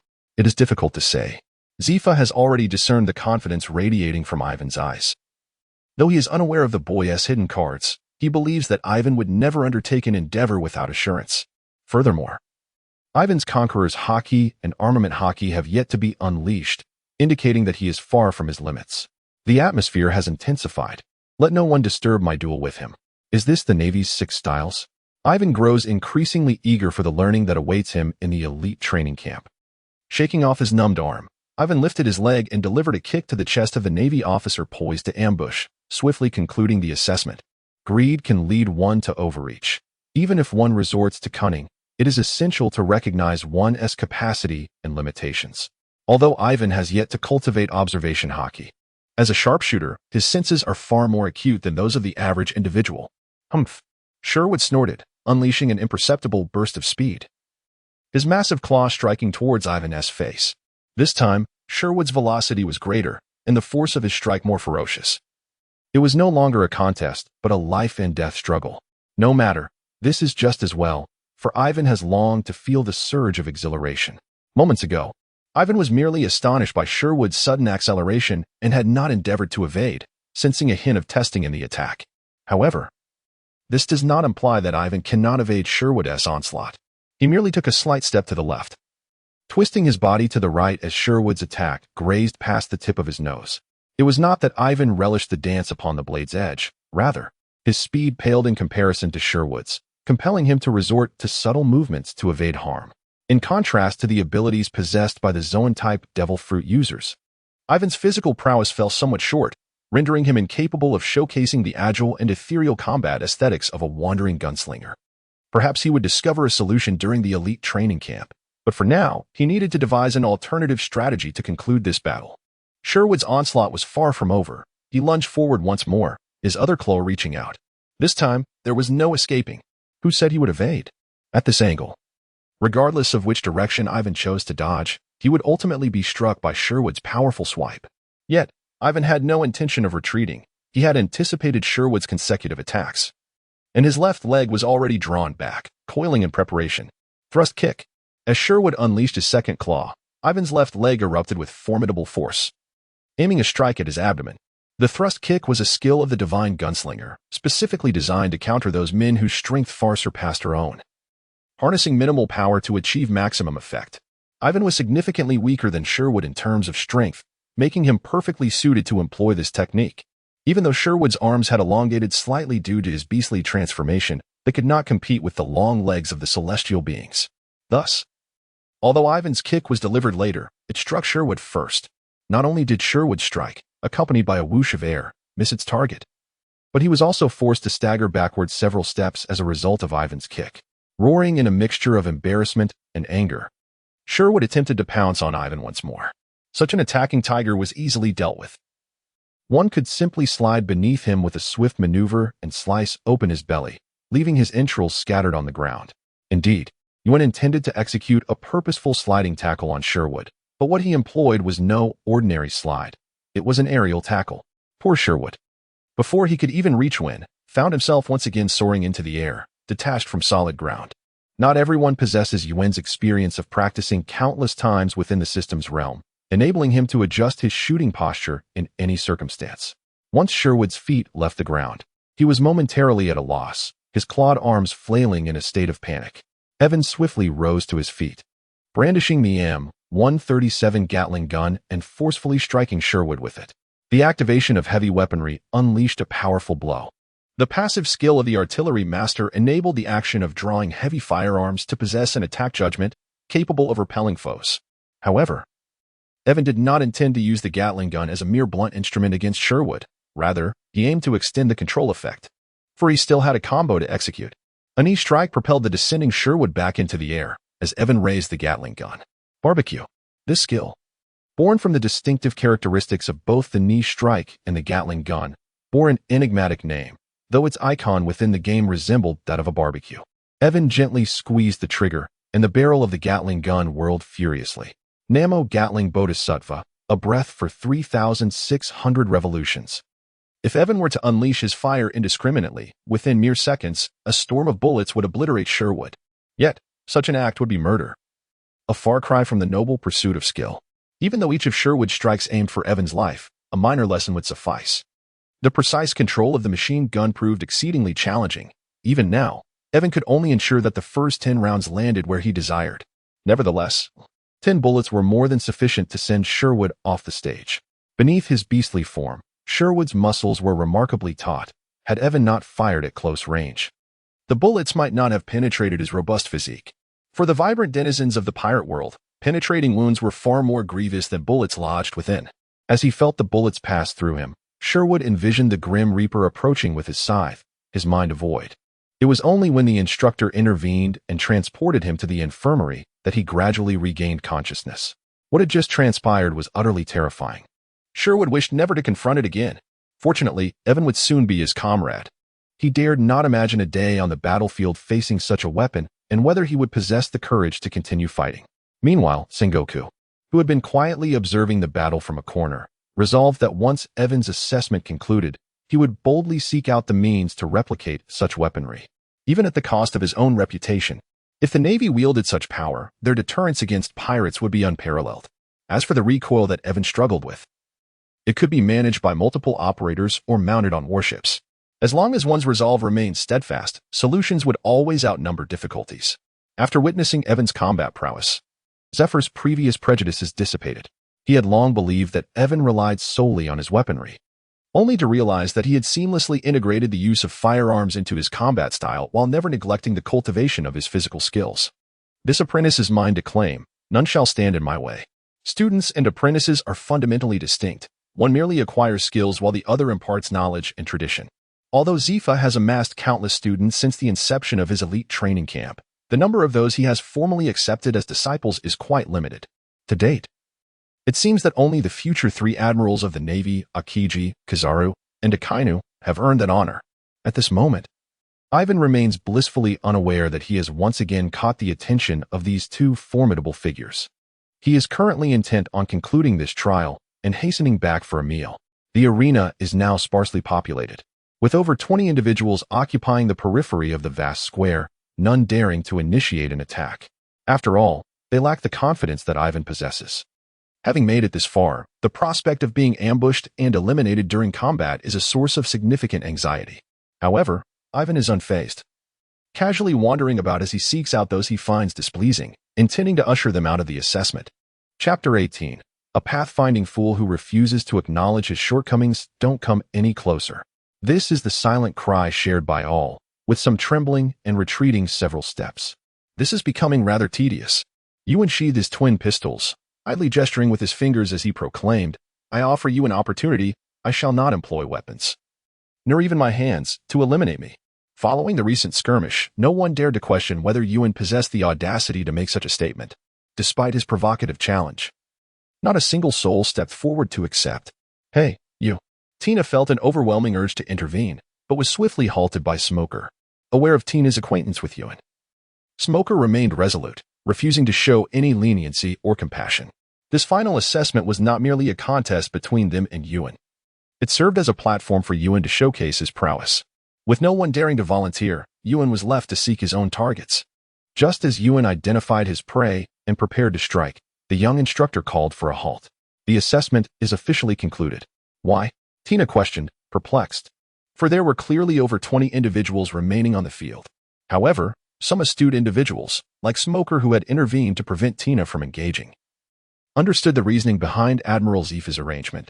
Smoker explained to the bewildered Tina, do you see the multitude of evaluators stationed around the perimeter? They are grading our performance in this battle. Despite his frequent opposition to Yiven, Smoker refrained from seizing this opportunity to confront him, not only to ensure a fair and just victory over Yiven, but also to safeguard his own evaluation score. This was precisely why he had obstructed Tina from making a move. The assessment aimed not only to evaluate the individual combat capabilities of the Navy personnel, but also to assess their adaptability in complex situations. Having been involved in education for many years, Zifa would not allow Yiven to dictate the course of events. He had long prepared various contingencies for the assessment, and they were merely activating one of those plans now. Everyone may return to rest. All assessment results will be announced tomorrow. With the young instructor's declaration of the conclusion of the assessment, Yiven surged forth like an arrow released from a bow, propelling himself towards the cafeteria with a speed exceeding that of the earlier battle. Observing Yiven's eagerness, Zifa shook his head with a resigned smile. turning to Carp and saying, "This lad has quite the appetite, reminiscent of your family." "Ha ha ha, I would indeed cherish a grandson like that," Carp replied jovially, "but you know my son. Ever since our fierce argument, I have not even laid eyes on him."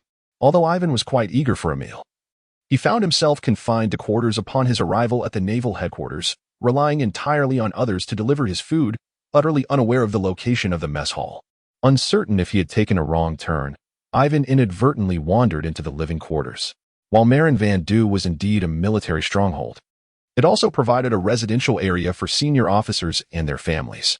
This place resembled a quaint little town rather than a fortress. As his stomach grumbled, Yiven realized that the most pressing matter was to satiate his hunger. However, he had left all his money aboard that decrepit fishing vessel. And apart from his firearms and ammunition, he could not even scrape together a single bailee. Just as he contemplated retracing his steps, he felt a sudden tap on his back. Yiven was startled, instinctively drawing his revolver and swiftly turning around. Who could it be, able to approach him so silently? Upon realizing the identity of the intruder, he found that his alarm was unfounded. It was merely an elderly woman carrying a basket of vegetables. "Young man, I heard your stomach growling just now. Are you hungry?" Perhaps it was due to a day filled with rigorous assessments and a lack of food, coupled with the benign nature of the old woman, that he had not sensed her approach. This elderly lady likely had connections to some retired officer. Embarrassed, he holstered his weapon and sheepishly replied, "Madam, I am a new recruit here for training and seem to have lost my way to the mess hall. Could you kindly direct me? I might still make it in time for a meal. Since you've come this far, why not join me for a meal?" "It's merely an extra pair of chopsticks," she offered warmly. Although the old woman had the best intentions, Yiven hesitated to impose, considering his substantial appetite. "I tend to eat quite a lot." "Ah, young man, you are in your prime. You should indulge a bit more." Ultimately, Yiven could not resist the old woman, who unceremoniously pulled him away. It was astonishing how much strength she possessed. Despite his efforts to free himself, he found her frail hands surprisingly firm. The old woman lived in a quaint two-story cottage, surrounded by a garden brimming with white roses, while green ivy gracefully adorned the exterior walls. The flora was meticulously tended to, suggesting that the elderly lady spent her leisure time nurturing her plants. "Please, make yourself at home. I shall prepare a meal," she said, leading Yiven inside and casually inviting him to sit before retreating to the kitchen to commence her culinary endeavors. The room's decor was notably simple, boasting a minimalist aesthetic that did not lack elegance. Apart from the tables and sofas, the living area was devoid of excess furniture, with the only distinctive feature being the photographs adorning the wall behind. Yiven was rather curious about the identity of the elderly woman, so he stood up to examine the photographs. To his astonishment, he discovered that this frail old lady was once a striking beauty in her youth. However, the two individuals standing beside her appeared somewhat familiar, particularly the one with the bun hairstyle, and the scarred face also evoked a sense of recognition. Upon seeing a photograph of the elderly woman in military attire, it all became clear to him. This woman was none other than Admiral Crane. The one with the bun was indeed a youthful Sengoku, and the scarred visage bore an uncanny resemblance to a tattoo-free monkey dragon. He had initially wondered who these three handsome figures were, only to realize they were the old trio, Sengoku, Crane, and Carp. How could a serving admiral be cooking for a freshly enlisted sailor? The thought of eating was utterly unthinkable. "Ah, dear lady, I've just remembered something urgent, so I must take my leave," he said hastily. "Young man, please don't rush off. The meal will be ready shortly," Admiral Crane called out, emerging from the kitchen with wet hands and an apron. Well, it seemed there was no escape. He would have to muster the courage to partake in this meal. Chapter 19. A meal. Yiven sat on the sofa, contemplating for a moment, and concluded that this meal was unfit for consumption, at least not in such circumstances. Thus, he resolved to discreetly slip away. However, just as he twisted the doorknob, he was taken aback to find a familiar figure standing at the entrance, hand raised, poised to knock. "Major Gun, what brings you to Sister He's home?" Tautu was momentarily taken aback, unsure of the unfolding situation. In truth, Yiven wore a similarly awkward expression, uncertain of how to elucidate the matter. Initially, Major He was not acquainted with him, even if Yiven managed to sneak away. She would not stoop to engage in a quarrel with a mere recruit. Yet, Tautu was well aware of his background, and any attempt to escape now would require careful consideration of the consequences. "I was in a hurry for a meal and inadvertently found myself in the wrong place," only to be brought back by Major He on the street. Yiven leaned slightly closer to Peach Rabbit, whispering softly in her ear, I merely regarded her as a kind-hearted elderly lady encountered on the street. No one is aware that she is General Crane. Peach Rabbit rolled her eyes elegantly, gently pushing Ivan away to a more comfortable distance, and with a playful smile remarked, "Rest assured, General Crane is exceedingly gentle. You can relax and enjoy your meal here. The embarrassment will not fall upon her." Upon hearing a sound at the door, General Crane peered out from the kitchen. Upon recognizing Peach Rabbit, she joyfully exclaimed, "Ah, it's Guillaume. Come in quickly, dinner will be served shortly." Although Peach Rabbit is not General Crane's biological sister, their bond is strong, and they affectionately refer to each other as sisters. This implies that, in reality, Peach Rabbit has also reached a considerable age, hasn't she? Evan seems to have uncovered the truth of the matter, yet he does not dare to directly inquire about Tautu's age. After all, aside from the youthful girls in their prime, age remains their most closely guarded secret. As he returned to the dining table with Tautu, awaiting General Crane to finalize the last dish, Evan felt increasingly awkward. Goodness, the situation was becoming more thrilling by the moment. One was a lieutenant general, the other a major general. One could only imagine the enormity of Evan's face to have these two esteemed individuals dining with him. As anticipation mounted, the meal was finally ready. Once General Crane presented the final dish, all the preparations for the meal were complete. The food prepared by Sister Crane was undeniably appetizing at first glance. Tautu was not merely offering insincere compliments. The dishes were indeed exquisitely crafted and remarkably diverse. Each time she returned from a mission, Tautu would often visit General Crane's home for a meal, which is how she happened to cross paths with Evan.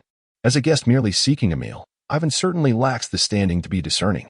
Moreover, the enticing aroma wafting through the air was indeed quite delightful. However, there was one unfortunate drawback. The portion sizes were exceedingly meager. For a voracious eater like Ivan, it barely sufficed to fill the gaps between his teeth. Observing Ivan sitting upright in his chair, his hands resting on his thighs, he appeared exceedingly serious. Thus, General Crane spoke to him with a soothing tone. "Do not feel constrained. Please, eat up. There are no ranks of brigadier or major general here. Simply consider this place your own home." When finally picked up his chopsticks, elegantly grasping a piece of meat and placing it delicately into his mouth. Delicious. After savoring a bite, Yuan's eyes sparkled with delight as he gave a thumbs up. After all, he was a dignified serving major general. He had presumed her culinary skills to be mediocre, only to discover that they were surprisingly exquisite. Moreover, the dishes were not only delectable but also crafted from remarkably rare ingredients, imbued with exceptional energy. For instance, the marine beast meat he had just tasted, along with the fish resembling a phoenix's tail, was so rich that a single bite could replace an entire bowl of ordinary fare. Upon witnessing Wen's endearing demeanor, Tautu couldn't help but stifle a laugh. If not for witnessing it firsthand, who would dare believe that the typically boisterous and domineering one possessed such a charming side? Thus, in a teasing manner, she inquired of Major General He, "Sister He, are you aware of the recent buzz surrounding Yuan at the naval headquarters? I heard ZFA mention him. He is a new recruit with considerable talent, albeit with a rather abrasive personality." "Not just a bit abrasive," she replied. "In just a month, he has managed to break nearly every rule in existence. He truly lacks discipline, but I believe this will pose no challenge for ZFA." Evan was perplexed by the intentions of Peach Bunny as she openly discussed him with General Crane without offering a single commendatory word. However, feeling it inappropriate to interject, he seized the opportunity to immerse himself in the delectable, albeit rare, culinary offerings before him. "Would you like to meet this unruly lad? Upon your suggestion, I find myself quite eager to make his acquaintance." "How splendid.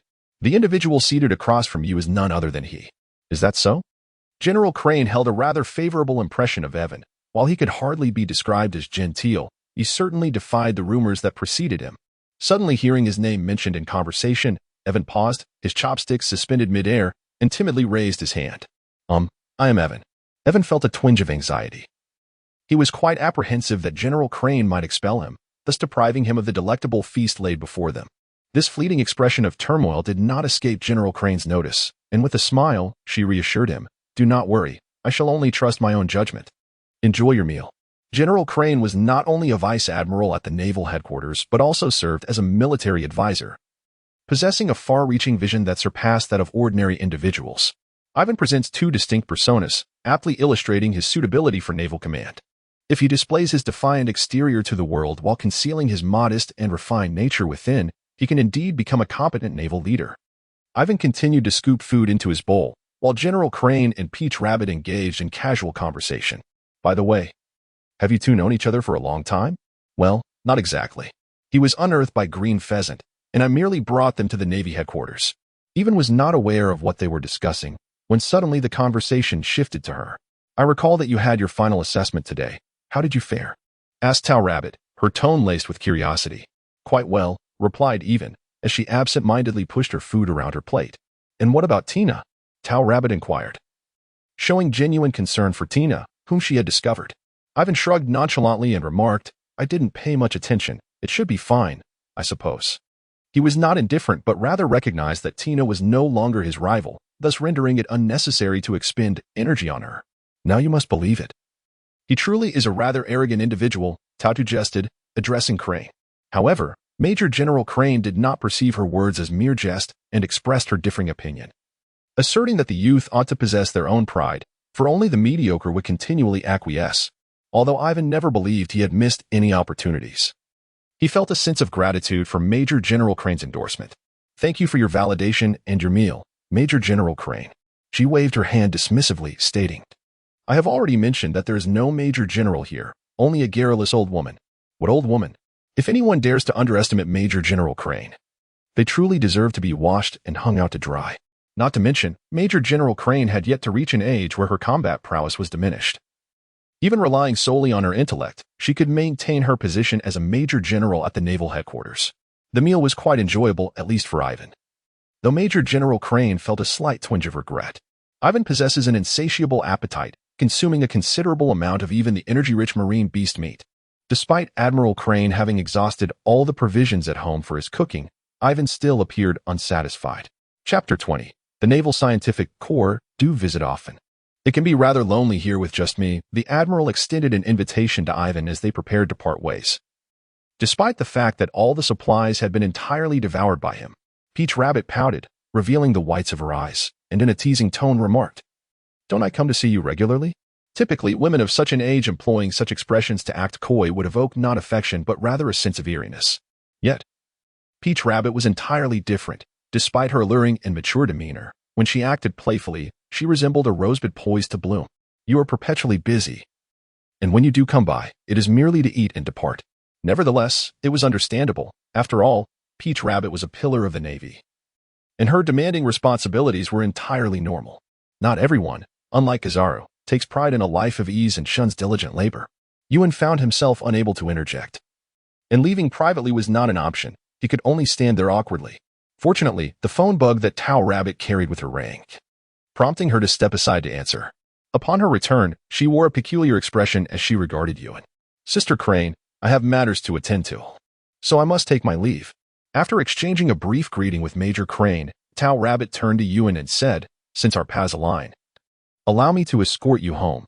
It will spare you from wandering astray once more. So, I am now branded with the dual marks of a glutton and a directionally challenged individual? Though he harbored some reservations, Yiven nonetheless followed Tao Rabbit as she departed. In truth, he was quite curious about the contents of her earlier phone call, suspecting it likely pertained to him, for she would not have worn such an expression otherwise. Pray tell, what is it that you require of me? Yiven harbored a disdain for beating around the bush, and he could hardly contain his thoughts. Thus, upon departing from the living quarters, he candidly confronted Peach Bunny. As she was endeavoring to formulate her response in her mind, Yiven's forthrightness took her by surprise. However, given Yiven's direct approach, it would be unbecoming for her to continue hesitating. I just received a call from the General of the Warring States, requesting that I discuss the matter concerning the firearms with you. Alas, is that all there is to it? Yiven seemed to underestimate the situation, as he had previously dispatched similar items without issue. Could it be that the Naval Scientific Division is incapable of deciphering such matters? If that were the case, it would reflect poorly on the Naval Scientific Division under the leadership of Vegapunk. These items merely consist of straightforward mechanical structures, presenting only minor challenges in terms of production processes, devoid of any extraordinary technological complexity. Should the Naval Scientific Division fail to replicate these, Yiven's emergence with aerial combat machinery would undoubtedly leave them utterly astounded. Although Peach Rabbit was unaware of the specifics, she recounted the circumstances relayed by Sengoku over the phone with utmost clarity. Initially, those items were intended for the Naval Scientific Division. However, they were intercepted midway by Admiral Zephyr, who asserted that they belonged to Yiven and required his consent for any further action. Yiven found himself rather surprised. After this minor incident, his respect for the unfamiliar teacher deepened significantly. Indeed, as a role model, one's moral standards should transcend mere legal constraints. There are those who believe that as long as their actions do not violate the law, they are justified. However, humans are inherently social beings. In addition to adhering to legal statutes, one must also embrace the conventional moral principles of society. If an individual discards even the most fundamental ethical boundaries, can they still be considered a person? Of course, Yiven did not deem the actions of General Zhanghua to be entirely incorrect. After all, he acted in the interest of numerous ordinary sailors, and was not that precisely what Yiven aspired to?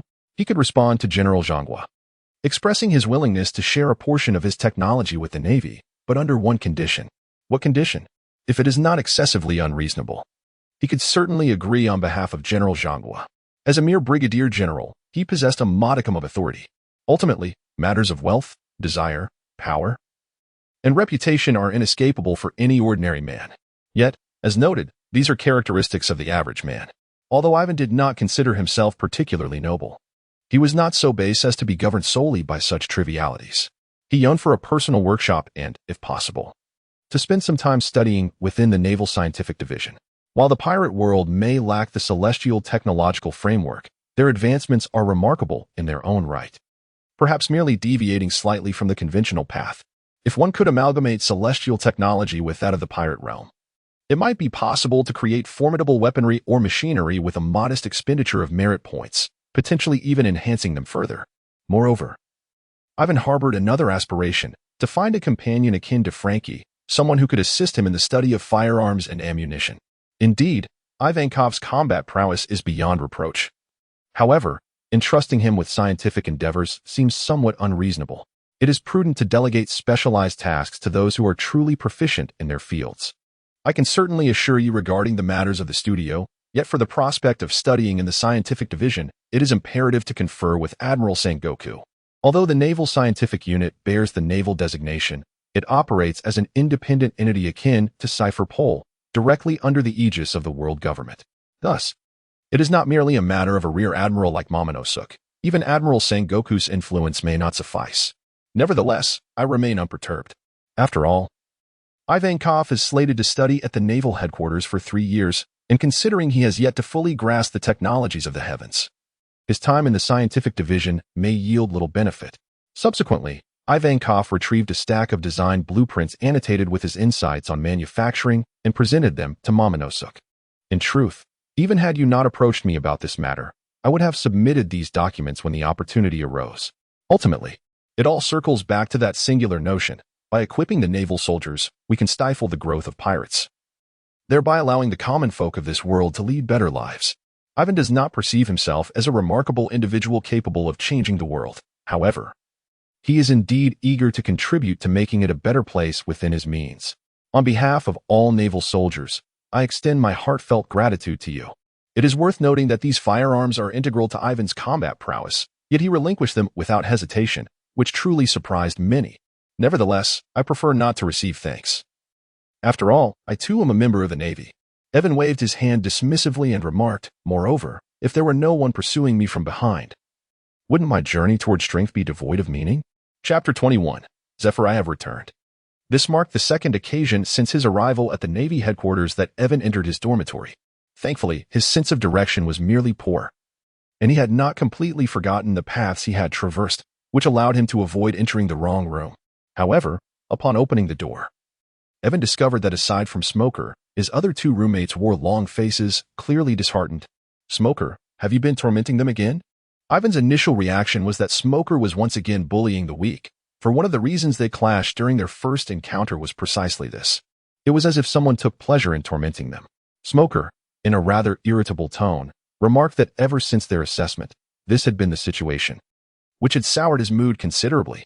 Upon entering the room, he was greeted by 2 faces reflecting misfortune. If it were in accordance with Smoker's usual temperament, he would have likely shouted without a second thought. However, he was aware that Yiven was the most meddlesome person in the world, and upon his return, it was inevitable that Yiven would stir up trouble over such a trivial matter. Thus, he chose to ignore it. To his surprise, Yiven approached without hesitation and chastised him. Had he not feared being confined, and uncertain whether he could prevail, Smoker would have already unleashed a flurry of punches. That's not how it is. They're two roommates. Fearing that Yiven and Smoker would clash once more, hurriedly explained, "It's not that Smoker is bullying us. We are merely concerned about our inability to pass the assessment." Yiven found himself at a loss. With assessments come distinctions, and where there are a few rejoicing, there are inevitably others in despair. Though Yiven's two roommates hail from the Grand Line, they are rather conventional compared to Smoker. Their performance in the foundational assessments was unremarkable, and they ultimately faced elimination, with their chances of remaining in the elite training camp nearly non-existent. Since my induction into the Navy, I have been preparing for this selection process, as joining the elite training camp has long been my aspiration. At this point in the conversation, the taller of the two roommates shed a tear. The other, wiping his own eyes, lamented, "If we cannot stay here, individuals like us will likely spend our lives in the branches." The two wept earnestly, each articulating their compelling reasons for needing to remain in the elite training camp. Yet, Yiven is neither an instructor nor Admiral Zephyr. He possesses no authority to determine their fates. Nevertheless, Yiven empathizes with their plight, for in his previous life as a reconnaissance soldier, he participated in the selection process of a special forces unit. Initially, everything progressed smoothly, until an unfortunate mishap during a live exercise resulted in a broken leg, leading to his premature discharge. However, each individual's circumstances vary, and Yiven does not harbor resentment towards fate. Yet, since the misfortune did not befall him, he understands that each person's capacity for psychological endurance differs, and he cannot ascertain the exact thoughts of the two roommates. Even Yiven found himself unable to console the two. So he simply patted their shoulders and said, "Upon your return, exert yourselves diligently. Perhaps when we meet again in the future, I may still rely on your assistance. I am aware that I lack the requisite talent, hence I hope you can embody our aspirations, becoming the most radiant presence within the training camp and the Navy at large. We shall keep abreast of your achievements through the newspapers. Rest assured, I shall," came the confident reply. There was no need for them to voice it. Yiven was destined to become the most renowned naval officer in this world. After all, he aspired to be the king of the Navy. Let us introduce ourselves. I am Yiven, as you may already know. I am Morris, came the response, followed by Kevin. The following day, the young instructor announced the list of those who had passed the assessment, and indeed, Yiven's two roommates were absent from the names. Those selected rejoiced, while those not chosen wore expressions of despair. A portion, like Kevin and Morris, had anticipated this outcome and, after a night of deep contemplation, had come to terms with the situation. Those selected should not become complacent. "Do you believe the elite training camp is merely a haven?" In the square, the instructor addressed all present, reminiscent of a principal delivering a lengthy and tedious speech before graduation. "If you think entering the training camp guarantees your success, you are gravely mistaken." The selected candidates, while elated, were suddenly doused with a bucket of cold water, feeling bewildered. Is this perhaps a tradition of the training camp, to instill a sense of humility in the yet-to-be-enrolled students? After a brief pause, allowing the murmurs in the square to subside, the young instructor continued. "In a camp teeming with talent, should any among you choose to slacken your efforts, it will not be long before you find yourselves distanced from your peers and ruthlessly eliminated.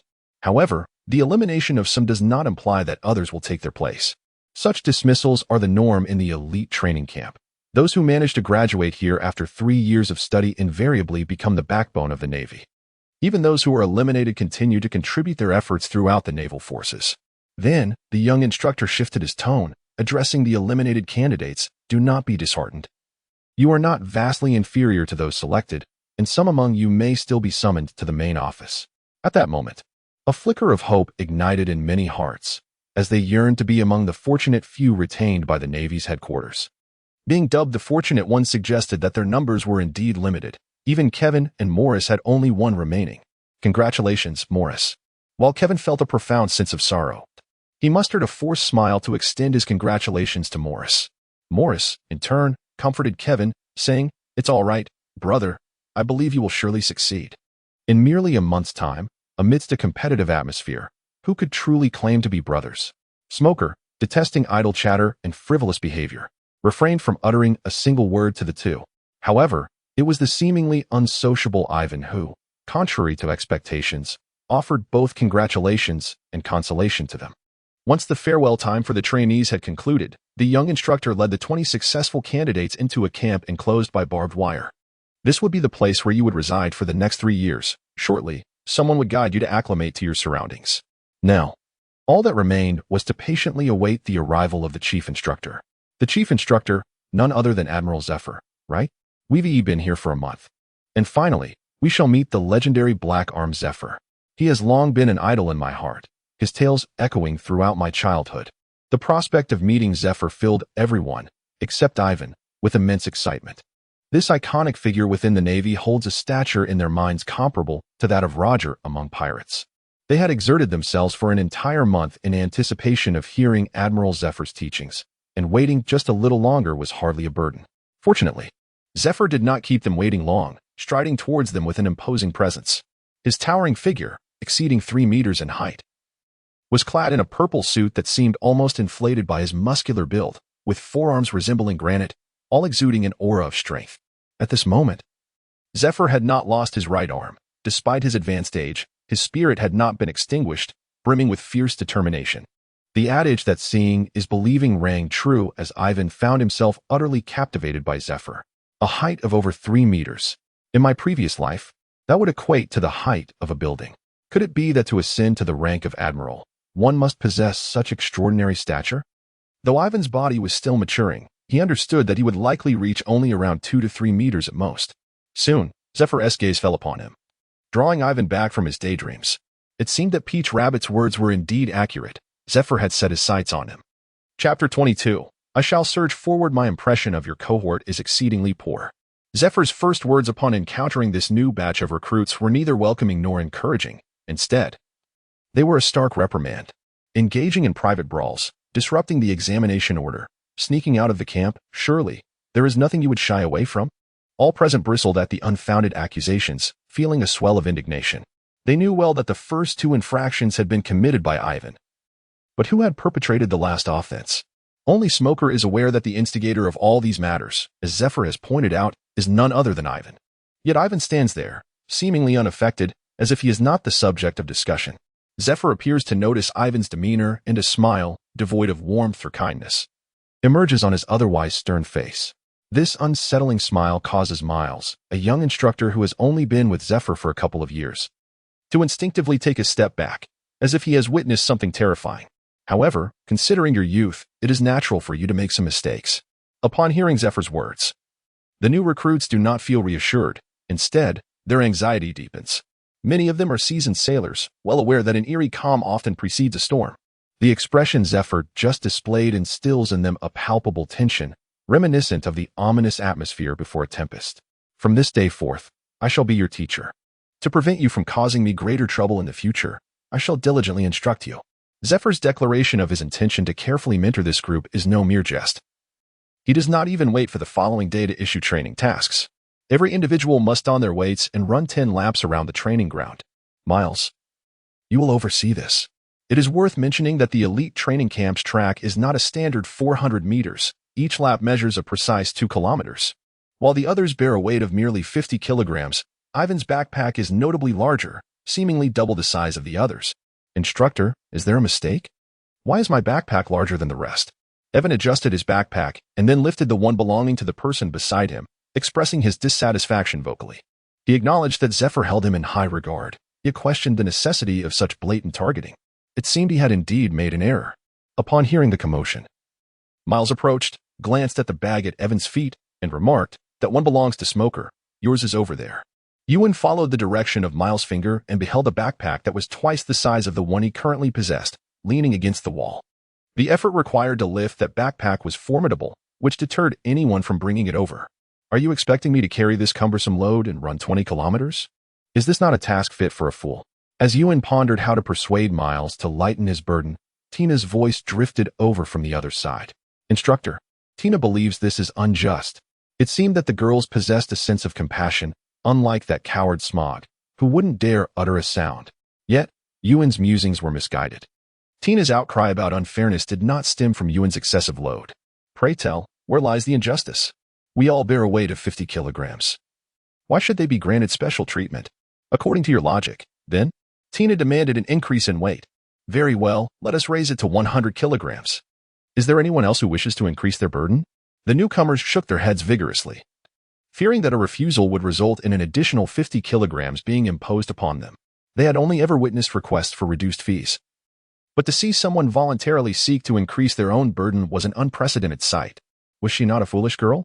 Evan collapsed feebly onto the weighty backpack, which weighed 200 kilograms, and let out a deep sigh.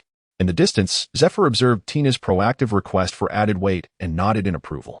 Among the new recruits in this training camp, apart from those who entered through special channels, only Tina and another female officer remained.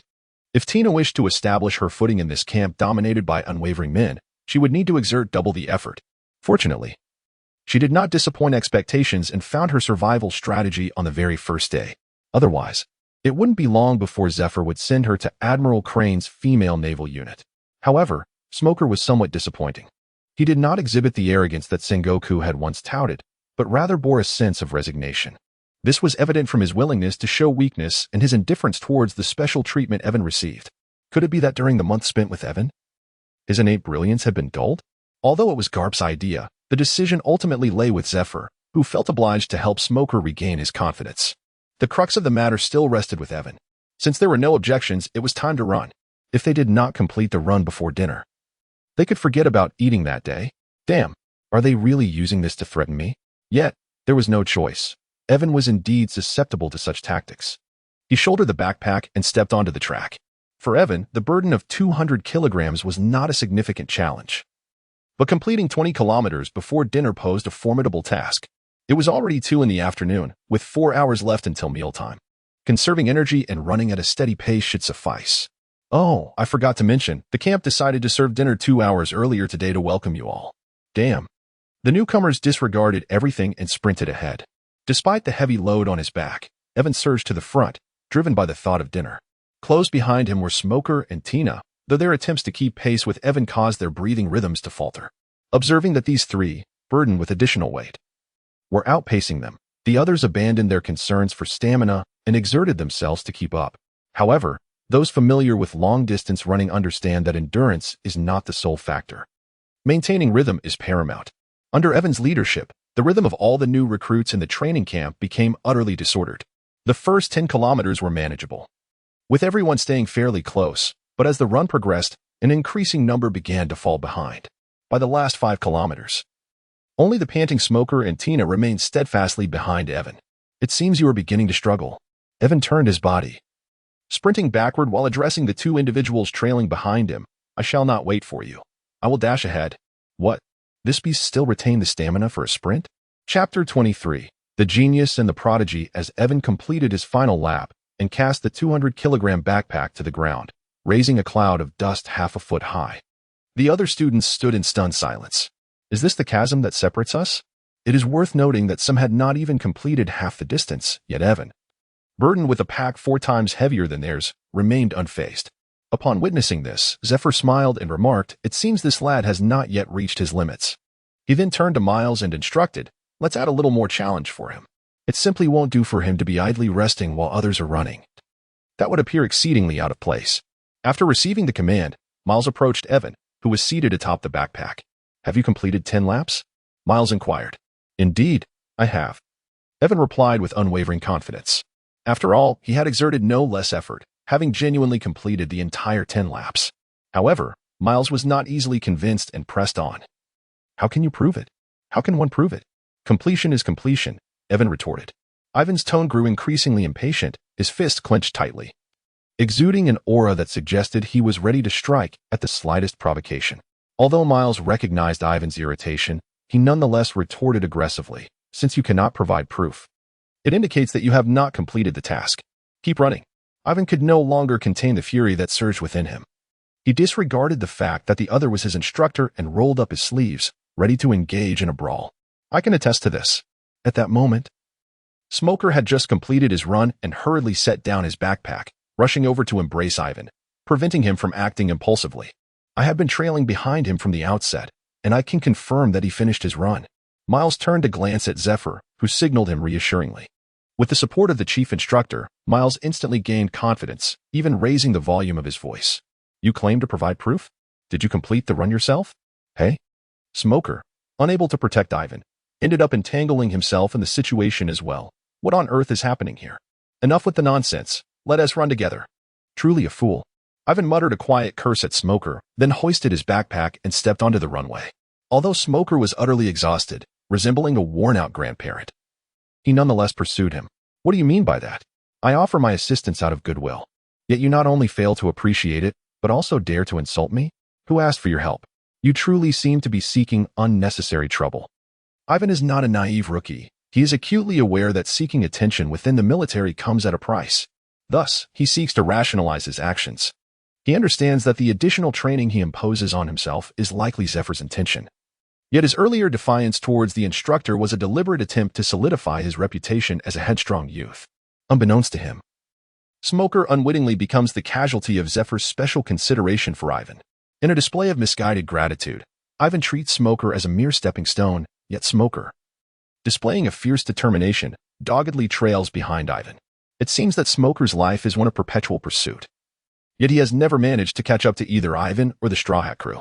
On the first day of new recruits entering the camp, one would expect the veterans to revel in their joy, standing in groups atop the building. They would typically take pleasure in watching the newcomers endure the hardships they once faced. However, the presence of two peculiar youngsters, one with silver hair and the other with white, instills a sense of unease among them. These two, burdened with backpacks nearly the size of their bodies, sprint across the expansive training ground, kicking up dust that rises over a meter high. Who are those figures racing against the setting sun, reminiscent of fleeting youth? They were never so extreme in their own time, nor did they encounter such extraordinary individuals. The two oddities seem to be in a relentless competition, chasing each other without pause until all the new recruits have completed their tasks. Their stamina wanes. Those accustomed to the gym understand that the latter stages of exercise test one's resolve. It is a trial not only of physical strength and endurance but of willpower. Drenched in sweat, each arduous step Smoker takes leaves a puddle on the ground. He gasps for breath, exhaling hot air that makes his eyes feel heavy. Give up. A voice seems to whisper in his ear, yet Smoker is resolute in his refusal to halt. For just ahead, the glimmering silver hair and elongated silhouette continue to forge ahead. If he were to falter now, he would never be able to catch up. Keep going, Smoker. You can do it, Smoke Man. Don't give up. White hair. Gradually, the voice urging him to surrender transforms into a chorus of encouragement, reverberating from all directions, growing ever louder. For a brief moment, clarity returns to Smoker's vision. He glances sideways and sees a pink-haired girl, her face etched with concern as she watches him. Is she worried about me? Is she cheering for me? Adrenaline and dopamine surged through his veins, and Smog felt the fatigue and soreness in his body dissipate significantly. Once again, he erupted with speed, pursuing the figure before him. By a stroke of fortune, he was the first to break through his physical limits. Miles stood beside Zephyr, observing the unwavering smile that adorned his face. It was understandable, after all. Who wouldn't feel elated to have two promising disciples? But what of Ivan? Should he continue to run? Zephyr shook his head and remarked, "Let it be. Once Smog can no longer run, we shall allow them to rest." Yiven has already mastered the use of armament Haki. Mere physical endurance alone cannot propel him beyond his limits. However, there are myriad ways to transcend those limits, not solely confined to the training grounds. Smoker's sudden surge of speed resembled a fleeting flash of brilliance. After closing the distance to Yiven, he felt an overwhelming weakness in his legs, leading him to crash to the ground with a resounding thud. Evan was startled by the sudden sound, swiftly turning his head to witness Smoker attempting to rise from the ground, only to collapse again due to exhaustion. "I will not give up." Smoker continuously uttered this phrase until the moment he succumbed to unconsciousness from fatigue. In such close proximity, Evan could distinctly see the determined expression on Smoker's face and sense the indomitable spirit radiating from him. People become stronger through competition. When Evan was in the West Sea, his relentless pursuit of strength was purely for survival. Once he reached a point where he could venture anywhere in the West Sea, he was aware of the lurking dangers within the Grand Line. Yet, amidst comfort, his growth began to stagnate. However, during his time at the Navy headquarters, his progress exceeded that of the entire previous year. Thus, if given another opportunity, even without the system's coercive demands, he would choose to participate in the elite training camp. Chapter 24. The giant Zepho was indeed truthful. Within the training camp's cafeteria, the senior students had prepared a grand welcome party for the newcomers. Although Evan had little interest in such festivities, the event occupied the cafeteria, compelling him to attend simply for a meal. Welcome to the elite training camp. As the newcomers, except for those sent to the infirmary, entered the cafeteria, the senior students erupted into deafening cheers, reminiscent of a long-suffering wife finally becoming a mother-in-law. As the most prominent among the new students, Evan naturally garnered the attention of all except for two girls. A senior who appeared to be the leader stepped forward from the crowd and extended his hand towards Evan. "Hello, I'm Claire Varick. You may call me Varick." "Evan." The exchange was courteous, and Evan did not feel the need to act as if everyone owed him a million berries, so he casually shook Varick's hand. Subsequently, Evan sought a quiet corner to enjoy his meal. However, some individuals, like a radiant sun, could not help but shine brilliantly wherever they went. Ivan dined with considerable unease, as numerous individuals approached him to exchange pleasantries and engage in small talk. Indeed. While Ivan nonchalantly dismissed others with simple words, he incessantly stuffed various kinds of food into his mouth. It must be said that although the training here was exceedingly arduous, the food offered, while not abundant, was certainly superior to what the average Navy personnel received. The assortment of meats was impressive, complemented by mountains of staple foods and fruits that were visually satisfying. After all, the high-intensity training required a substantial amount of energy. Failing to provide ample nourishment for the trainees would likely result in their utter exhaustion. Perhaps it was due to a disdain for Ivan's aloofness, or perhaps it was simply a desire to assert dominance. Warlick slapped the enormous figure beside him, towering over 10 meters, and spoke in a tone akin to that of admonishing a child. "Atlee, hold off on eating for a moment." The giant, referred to as Atlee, was a member of the Navy's giant unit, selected for further training. Though he was in his 20s, within the long lifespan of his kind, he was still considered a child. The Navy's giant unit consisted of members averaging over 20 meters in height, serving as a formidable force during land assaults or positional warfare, akin to a nuclear weapon in terms of impact. However, Atlee, not having yet reached full maturity, stood at a mere 15 meters tall. Nevertheless, he was still significantly taller than the average person. Perhaps due to his clumsy demeanor while walking and working, his peers affectionately referred to him as Pillar. Atlee took no offense, considering their jest to be light-hearted banter. "What is going on?" Atlee inquired in a deep, resonant voice. While it was acceptable for others to tease him or playfully strike him, interrupting Atlee during his mealtime was a perilous endeavor. Observing Atlee's expression, even Warlick felt a twinge of apprehension, yet he pointed towards Ivan and said, "Do you see that kid over there? I've heard he has quite an appetite. It won't be long before you find yourself without food." "Is that so?" Atlee exclaimed, excitement surging through him as he stood up abruptly, nearly colliding his head with the ceiling. Ivan was startled by the sudden commotion, for this was his first encounter with a member of the giant race. Indeed, their stature was remarkably imposing. However, he pondered whether their weakness lay in the nape of their necks. Yet, after a brief moment of astonishment, he returned to his meal, engrossed once more in his own sustenance.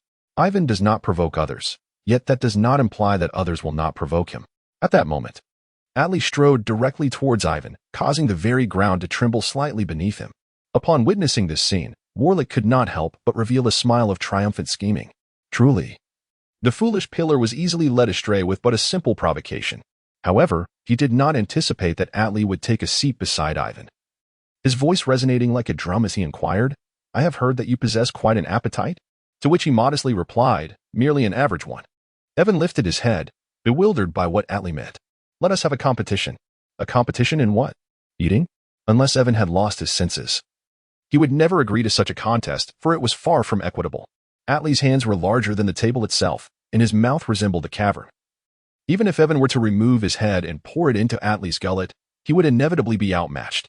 Instead of racing to eat, let us see who can consume the most. How does that sound? Merely a contest of quantity. Evan suddenly felt a flicker of interest, sensing a glimmer of opportunity to emerge victorious. I acquiesced. Even Warwick could hardly believe that Evan had the audacity to accept the challenge, his mouth agape in astonishment. According to the standard progression of events, he ought to have shrunk from the contest, leaving it to himself to intervene under the guise of mediation, while in reality, it would have been a veiled mockery. Warwick had even prepared scathing remarks for the occasion. How could Evan have agreed? Although the desired outcome had not materialized, as long as Evan succumbed to Atlee, the effect would still be satisfactory. It was imperative to convey to these naive youngsters that in this elite training camp, it was the senior students who held the reins. Meanwhile, Tina discreetly tugged at Evan's sleeve, urging him to regain his composure. Indeed, Ivan took a moment to reconsider. Yet he did not decline the challenge. Rather, he sought to introduce an additional stipulation. Engaging in a mere eating contest seemed somewhat lacking in substance. A competition, after all, ought to possess a touch of flair. I propose we add a wager. What do you think? What kind of wager? If you emerge victorious, I shall provide your meals for an entire year. And if I win, should I prevail, you will serve as my subordinate. Upon hearing this, Warlick immediately interjected, voicing his discontent. This is unjust. Originally, Atli was aligned with him, and should he lose to Yiven, it would be tantamount to losing both his companion and his dignity. Unjust? With someone stepping forward, Yiven comprehended the underlying essence of the matter. Is it truly equitable for ordinary folk to compete against the giants in an eating contest? Moreover, in gambling, the odds must be established. What difference does it make if our wagers differ? Yiven rose to his feet, inching closer to Varric, and remarked with a cold scoff, or are you afraid you might lose to me? Varric stepped back twice, then feigned composure as he retorted, nonsense. Why would I be afraid? To clarify his stance, he added, moreover, I am merely standing up for my classmates. The parties involved have yet to voice anything. So you should keep your mouth shut and watch closely. With the other party instigating trouble, Yiven felt no obligation to maintain a cordial demeanor. I accept. Atri, confident in his superiority over Yiven, readily agreed. Upon hearing that Yiven intended to challenge Atri in a food-eating contest, everyone present halted their activities and gathered around the two. Tina, familiar with Yiven's prodigious appetite, whispered, don't accept any challenge just to show off. Although she had witnessed Yiven consume enough food to sustain 50 people for a day, her concern lay in the fact that Atri belonged to the giant clan, capable of devouring enough to impoverish an entire village in a single meal. Evan confidently declared, rest assured, I have it all figured out. Today's training had nearly exhausted the energy he had previously accumulated, compounded by his lack of attention to replenishment. If he were to indulge heartily, the food available might not even suffice for him alone. Their competition naturally stirred the kitchen staff, who typically spent their days preparing meals for the trainees, often finding themselves with little to occupy their time. Now, with the emergence of an amusing event, they were eager to partake. Come and place your bets on who will triumph in this contest. I shall open the betting, they urged. A small wager for entertainment seemed reasonable, and everyone tacitly agreed to keep their bets modest, simply seeking amusement. Is there really any doubt? Even a fool could discern that Atli is the likely victor. Have you forgotten how laborious it is to prepare his meals? I wager 1,000 belly. Not so fast. If that contender dares to challenge, it indicates his confidence. Fortune favors the bold. I'll wager 100 belly.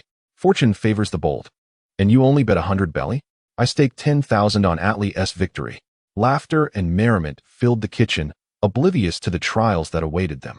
Chapter 25. Perhaps the Milky Way falls from the heavens. Are you pouring out the food? How could a normal person consume so swiftly? The chefs, who had been joyfully wagering, found themselves utterly overwhelmed once Evan and Atli commenced their contest. Their hands danced with such speed that the ladles seemed to blur. Yet they could not keep pace with the voracious consumption. Onlookers were left in disbelief. Witnessing such a feast was overwhelming, let alone actually partaking. In mere moments, had the two not nearly obliterated a ton of food? Atli's prodigious appetite was somewhat expected, given his giant lineage, but why was Evan, an ordinary human, equally voracious? Was his stomach a black hole, capable of digesting everything consumed? Though Atli devoured his food with remarkable speed, he still needed time to chew and digest. Evan certainly did not consume his meal as swiftly, yet he never ceased to savor his food. After a while, the two of them had remarkably devoured nearly equal portions of their meal. Burp. Evan, after washing down a piece of bread with milk, let out a long, satisfying belch. Just when everyone thought a victor would emerge, and Atli was beginning to feel uncomfortably full, Evan gently rubbed his belly, and astonishingly, the distended abdomen seemed to deflate. Was this a return to life? The perceptive upperclassmen recognized the significance of Evan's gesture, while others merely speculated that he had consumed some devil fruit, akin to the gum-gum fruit. If Evan had mastered the art of returning to life, the outcome of this contest became uncertain. Atli widened his eyes, suddenly finding the food in his mouth unappetizing. Goodness, what sort of prodigy is this? I can hardly eat another bite, yet he appears to be unfazed. The competition pressed on, forcing Atli to continue his gluttonous feasting despite his reluctance. After a while, just as Warlick was contemplating a casual excuse to terminate the contest, Atli abruptly leapt to his feet and dashed out of the cafeteria. What was happening? The curious onlookers followed him outside, only to witness an unforgettable scene. Have you ever seen a deluge of slop cascading like a waterfall? The mixture of food and gastric juices, after fermenting, erupted from the esophagus, creating a nauseating spectacle. Fortunately, Athley had only recently eaten, where the training camp would have been devoid of residents for days. Although Athley belonged to the giant race, he was still a child, unable to withstand such overwhelming torment. It was likely that after this ordeal, his desire for food would significantly diminish. Athley may have been defeated, but Evan had yet to reach his limit. His body still housed some energy reserves. When the overwhelming sensation of fullness lingered and no amount of life restoration could alleviate his protruding belly, Evan finally wiped his mouth in satisfaction. This was the most satiated he had ever felt in his life. Had he possessed such an ability in his previous life, he would have surely brought every buffet in the country to its knees. However, possessing such a gift was not necessarily advantageous. Evan would have to consider his appetite daily. Perhaps due to his ongoing growth, once his body ceased developing, he would no longer need to store such a vast amount of energy. Everyone present was astonished. What did it mean for an ordinary person to eat more than a giant? If everyone were as voracious as Evan, there would be no need for pirates to invade. The Navy would likely disband due to food shortages. Tina, sitting in stunned silence beside Evan, wore a dazed expression. She had promised to treat Evan to a meal. But at this rate, even a simple main course would bankrupt her. "Do you really have to eat that much at every meal?" Tina inquired. Evan replied, "It's not necessary to eat that much every time. Usually, my appetite is quite normal." "That's good," Tina said, patting her chest, relieved and exhaling softly. The surrounding noise was rather overwhelming, and since Evan's attention was not on Tina, he partially missed her previous words. Consequently, he leaned slightly closer to her and, with a tone of confusion, inquired, "What did you say?" Aside from fighting, no boy had ever been this close to her, causing Tina's cheeks to flush. She gently pushed Evan away and, with a hint of pride, remarked, "It's nothing." Although Ivan noticed Tina's blush as a staunchly masculine individual, he did not ponder the reasons behind it. He felt somewhat stuffed from his meal and was contemplating engaging in some post-dinner exercise, of a respectable nature, of course. His usual sparring partner, Smoker, had dashed into the infirmary, and his dining companion, Atlee, had succumbed to nausea, rendering him unable to fight. In a moment of desperation, Ivan scanned his surroundings and spotted Warwick, known for his penchant for instigating trouble from the shadows. Perfect, he thought, since Warwick sought to establish his dominance. Ivan was determined to respond with a decisive blow. "Senior, shall we engage in a friendly spar?" Ivan approached Warwick with a toothy grin, radiating an exuberant charm. Though Ivan's demeanor appeared harmless, Warwick discerned the underlying challenge. If he chose to ignore it, the upperclassman would be thoroughly humiliated in front of the freshman. Warwick had been contemplating how to teach Ivan a lesson when, to his surprise, Ivan presented himself as an opportunity. Thus, he saw no reason to decline. "All right. How shall we spar?" Warwick inquired. "Let us make it simple. The first to fall loses," Ivan replied. "Fortuitously, physical combat is my forte. I have mastered both the shave and the iron block techniques of the six forms," Warwick asserted confidently, a smile gracing his face. Upon hearing that Warwick excelled in physical combat, Ivan's heart skipped a beat. However, upon learning of Warwick's proficiency with the iron block, Ivan's expression shifted to a smile. "The three great illusions of one piece. This will lead to victory. I can counterattack, and the iron block can withstand anything." The iron block, a skill that had ensnared countless Marines, indeed proved invaluable in close combat. Yet, should one fail to recognize the disparity in power between themselves and their opponent, they could very well fall victim to their own unwarranted confidence in this technique. Ivan believed that his greatest combat strength lay not in marksmanship or firearms, but rather in his mastery of the battlefield. In other words, it was his ability to anticipate the flow of combat, not to be confused with the future-seeing capabilities that stem from advanced observation Haki.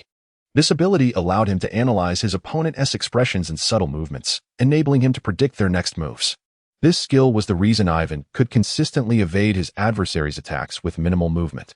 Once he mastered observation Haki, combined with his ability to anticipate combat, Ivan's fighting prowess would undergo a significant transformation. Evan's extraordinary talent was not derived from the system, nor was it something that emerged in this lifetime. In his previous existence, he had wielded this ability to achieve renown in the underground arena for a time, while Varric gained a boost in confidence from his adept manipulation of the iron block. Evan's innate gift bestowed upon him a sense of composure. The combination of these enhancements led Evan to surmise that Varric might very well withstand his assaults with the iron block. A throng of onlookers gathered around Evan and Varric as they made their way to the training ground, the very place where Evan and his companions would run during the day. Yiven and Warwick stood opposite each other, maintaining a distance of approximately 10 meters, while the onlookers instinctively formed a ring of a standard arena size around them. Begin. With the referee's command barely spoken, a surge of force sliced through the night air, hurtling toward Ivan's face. It was Warwick's signature technique, the Gale Kick. The Gale Kick, one of the 6 forms, is fundamentally a swift kick that transcends the speed of sound, causing a compression of air in front of the leg, thereby producing a sharp cutting wave. While the aforementioned details are somewhat superficial, everyone understands the principles. The actual execution is an entirely different matter, much like the aerial slashes of swordsmen. The Gale Kick demands a certain level of mastery to be performed. The distinction lies merely in the use of legs versus swords. The speed of the cutting wave from the Gale Kick is astonishing, rivaling that of a bullet. In such dim surroundings, evasion becomes exceedingly difficult for the average person. Yet, even so, Yiven, with his superhuman vision, was able to perceive the slightest movement preceding Warwick's kick, just before the cutting wave was about to strike him. Yiven exerted a subtle force with his foot and, aided by the propulsion of his personal booster at his waist, executed a bizarre twist to the right that defied the laws of physics, unexpectedly dodging the attack. The cutting wave sailed past Yiven, continuing onward into the distance. Had it not been for the timely retreat of those standing behind Yiven, they would likely have been injured before the combatants themselves. After this lesson, the spectators hesitated to assist in maintaining the arena space. For the sake of their own safety, they decided to retreat a considerable distance. Warwick, taken aback by the unexpected evasion of his sudden assault, momentarily revealed a flicker of surprise in his eyes. However, this was but an instant. He swiftly regained his composure and, with a speed almost imperceptible to the naked eye, executed a rapid series of steps on the ground. With a sudden motion, Warwick vanished from sight, only to reappear before Yiven as if he had teleported. Pointing strike. Warwick concentrated all his strength into his index finger, unleashing a strike with a hardened digit in a flash. At that moment, his fingertip possessed the striking power of a bullet, capable of effortlessly piercing through the human body. Chapter 26. Using iron blocks is equivalent to suicide. This time, Yiven did not even shift his feet. He merely tilted his head slightly to evade that lethal thrust. Having learned from previous lessons, Warwick resolved to abandon targeting Yiven's face and instead redirected his aim towards the broader target of his torso. Warwick's fingers interlaced as he unleashed a barrage of finger strikes, resembling a tempest as they surged towards Yiven. Faced with such a dense and overwhelming assault, Yiven, who had yet to master the instantaneous burst of speed known as the shave or the evasive technique paper drawing that utilizes the air currents generated by an opponent's attack, could only rely on his own strength to withstand it. Yet, Yiven danced upon the razor's edge, narrowly evading the finger strikes at the most critical moments. Were it not for his profound confidence in his own abilities, Warwick might have believed Yiven was toying with him. In his fervent disbelief, Warwick took a deep breath, continuously shifting his position with the shave beneath him, while executing the finger strikes at an even swifter pace. Even with his keen observational skills, Yiven's eyes and mind might not react swiftly enough following Warwick's acceleration. Humans may falter, and horses may stumble. Just as Warwick was on the verge of clenching his teeth in frustration, the spear finally struck Yiven's shoulder with success. However, contrary to Warwick's expectations, Yiven's shoulder was not pierced. Instead, he felt an excruciating sensation akin to a fracture in his fingers. How could this be? Warwick displayed an expression of disbelief. Was it iron? It should not be. Iron is cultivated to achieve a density akin to that of steel, capable of withstanding ordinary bullets and blades. Yet, even if one were to master the art of hardening iron, the human body remains flesh and blood, incapable of attaining the hardness of steel. Warwick distinctly sensed that he had struck a formidable armor, rather than flesh. The truth of the matter was rather straightforward. Upon realizing he could not evade the spear, Yiven had enveloped his left arm and shoulder with his Haki. Although Yiven's mastery of Haki was still in its infancy, he was capable of covering at least half of his body. Stunned by the revelation, Warwick found himself momentarily frozen. Yet, given Yiven's astute grasp of the situation, he would not squander such a splendid opportunity. With a swift sideward motion, Yiven gathered his strength and unleashed a powerful kick. Boom! The force of Yiven's kick, infused with all his might, struck Warwick squarely in the chest. Had he not employed his iron defense in time, several of his ribs might have been broken. Yiven has always preferred to maintain the rhythm of battle firmly within his grasp. Just moments ago, while evading Warwick's attacks, he pondered how to initiate his counteroffensive. Now seizing this opportunity, he would unleash a relentless barrage upon Warwick. At present, Varric has entered a state of solidified defense, one that brings him a semblance of security. In this armored form, all of his strength is devoted to tensing his muscles for protection, rendering him immobile for the duration of this state. I still favor striking a moving target. While Varric, in his hardened state, may appear to others as a retreating turtle, to Evan he is merely a stationary target. Even less challenging than a moving one. With 2 revolvers equipped with blade attachments drawn swiftly from his waist, Evan stepped forward with agility, closing the distance to Varric. Floating bullet. A shimmering projectile, radiating a soft white glow, was discharged. Although it failed to penetrate Varric's form, it propelled him uncontrollably into the air. Bang, bang, bang. Evan swiftly discharged 3 shots, each bullet striking Varric without exception. Though these shots failed to penetrate Varric's ironclad defenses, they nonetheless inflicted considerable pain upon him. Given the current predicament, Varric found himself in an inextricable situation. Even if he wished to relinquish his ironclad state, it was too late. It was likely that the very moment he attempted to drop his guard, he would be pierced by Evan's subsequent bullets before he could even touch the ground to retaliate. At this juncture, Varric could only hope that his ironclad form could withstand Evan's relentless assault. The turn of events had unfolded with alarming rapidity, just moments ago. The onlookers were captivated by Varric's tempestuous spear-like strikes against Evan, and now, in the blink of an eye, their fates had been entirely reversed. Ivan's combination of attacks was far from over. He would not allow Warwick to touch the ground. After firing those 3 shots, Ivan raised his right leg high, using his knee to keep Warwick suspended in the air. Simultaneously, he drew forth a Gatling gun, unleashing a relentless barrage upon Warwick. No matter how masterful Warwick had become in his ironclad defenses, he could not withstand the onslaught of the blue-flamed Gatling. In fact, he barely endured even 10 bullets before his defenses crumbled. Evan retracted the Gatling gun, and Warwick crashed heavily to the ground. Yet, before he could rise, Evan's floating shovel pursued him, lifting him off the ground once more. It was only at this moment that Warwick comprehended that true security does not stem from iron, but rather from the beloved Mother Earth. How splendid it is to have one's feet firmly planted on solid ground. After all, this was merely a friendly exchange between classmates, and Evan had no intention of striking fatally. His earlier use of the revolver and Gatling gun was solely to breach the iron defenses. Now, he would conclude the battle with martial prowess. Executing a spinning kick followed by a sonic strike, he landed and followed up with an instantaneous kick. Warwick ultimately lost all combat capability, collapsing to the ground like a discarded sack. Now, you may continue your celebrations. Evan adjusted his cowboy hat, sheathed his twin pistols back into their holsters, and strode towards the dormitory with an air of indifference. Who had the heart to celebrate now? A few acquaintances of Warwick hurriedly assisted him to the infirmary, while the others busied themselves with their own affairs.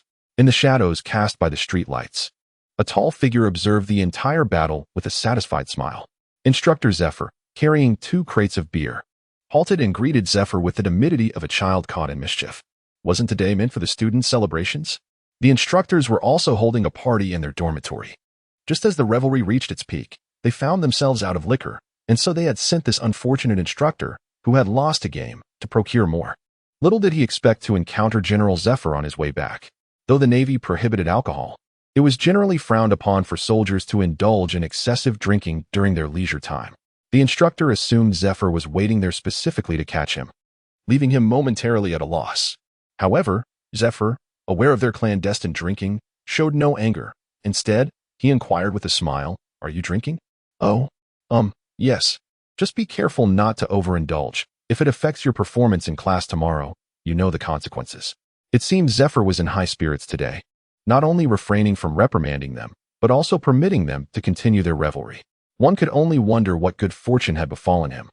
If only every day could be like this. Chapter 27.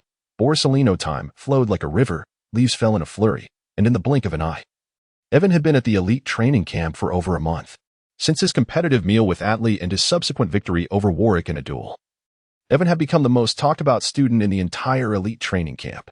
Surprisingly, during this time, Evan had not stirred up any trouble. Rather, he attended classes and trained diligently alongside his peers, exhibiting remarkable restraint. Compared to a month ago, Evan now displayed less of his former sharpness, moving with the grace of a concealed blade. Yet, such an abrupt change in demeanor raised suspicions among all. Even Zephyr remained vigilant, fearing that Evan was silently plotting something significant. Logically, it was implausible for someone's temperament to shift so dramatically in such a short span of time, unless they had undergone a complete transformation. However, Evan felt quite normal. He had simply become engrossed in his training, akin to a parched sponge eagerly absorbing all the knowledge the camp had to offer. His daily life was fulfilling, and with no one provoking him. Why would he invite unnecessary conflict upon himself? Indeed, one must acknowledge that Yiven's immersive training has yielded remarkably favorable results. He has now proficiently mastered both the shave and moonwalk techniques among the 6 forms. As for the other 4, it is not a matter of capability but rather a lack of interest. The iron block is not even worth mentioning, for Yiven has already mastered the armament Haki. Thus, there is no necessity to learn this confidence-inflating, yet ultimately futile skill. Both the gale foot and the finger gun are offensive techniques. And since Yiven has inherited the combat prowess of the celestial beings, he is hardly in one of aggressive skills. Regarding the paper drawing, it is purely a matter of Yiven's disinterest in the technique, as it involves relinquishing all personal strength and relying on the airflow generated by the opponent's attack to evade harm. Is that not placing one's safety entirely in the hands of another? Evan possesses an exceptional ability to grasp the dynamics of battle. He can easily evade his opponent's assaults through speed and anticipation. Good afternoon. As Evan settled across from Tina with his tray, the surrounding students regarded him as if he were a monster, hastily finishing their meals and vacating the cafeteria. What are they running from? Evan pondered, bemused. He was no predatory beast that warranted such fear. Tina placed her knife and fork beside her tray, retrieved a pristine handkerchief from her pocket, and delicately dabbed her crimson lips. With her hands cradling her chin, she gazed at Evan, her violet eyes sparkling with mirth. Perhaps they are afraid of being implicated. Teacher Zephyr is currently searching high and low for you. What does he want with me? Is he intent on training me alone again? Though Yiven remained engrossed in devouring the beast meat on his plate, not once lifting his gaze, a flicker of vigilance stirred within him. During this period, Zephyr's exceptional attention towards him had been far from negligible, frequently taking it upon himself to guide Yiven through the intricacies of the 6 styles and Haki training. This special consideration served as both a source of pressure and motivation for Yiven.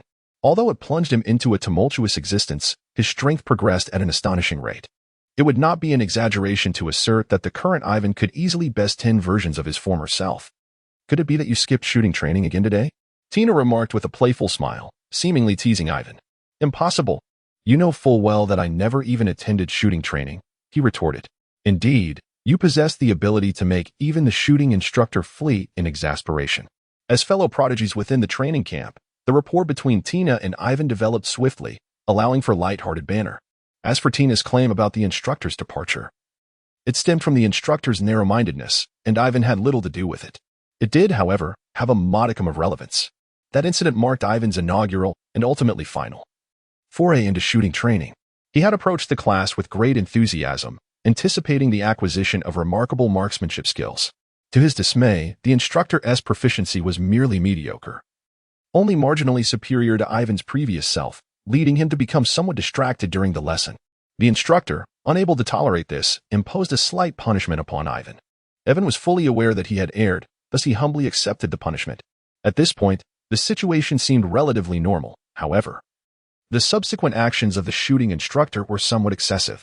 This instructor, having somehow learned of Evan's exceptional marksmanship, insisted on engaging him in a competitive display, taunting him with sardonic remarks. Could Yiven truly endure such a tempestuous temperament? Thus, the two engaged in a fair duel. They stood back to back. And when the sun reached its zenith, casting no direct glare into either party's eyes, each took 10 paces forward before turning to fire. This scenario ensured absolute fairness for both contenders, with the outcome hinging solely on the marksmanship of the duelists. Evan wielded a revolver, while the shooting instructor utilized a modified, specialized handgun, rendering their weaponry equally matched. Thus, the encounter evolved into a pure test of marksmanship, where the swiftness of reflexes and speed of draw determined the victor. However, Evan's youth endowed him with not only lightning-fast drawing skills but also an innate talent for rapid firearm deployment. The experiential gap attributed to age was effortlessly bridged by his natural aptitude and relentless effort. It's high noon. The hour had arrived. Bang. Boom. The twin gunshots erupted almost simultaneously, yet the instructor's hat was sent flying, while Evan adeptly deflected the incoming bullet with a perfectly executed long-range block. There was no need for the referee's judgment. Any observer with functioning eyesight could discern the outcome. Perhaps the shooting instructor felt a twinge of embarrassment at being bested by a student, leading him to forego even a farewell to Chief Instructor Zephyr.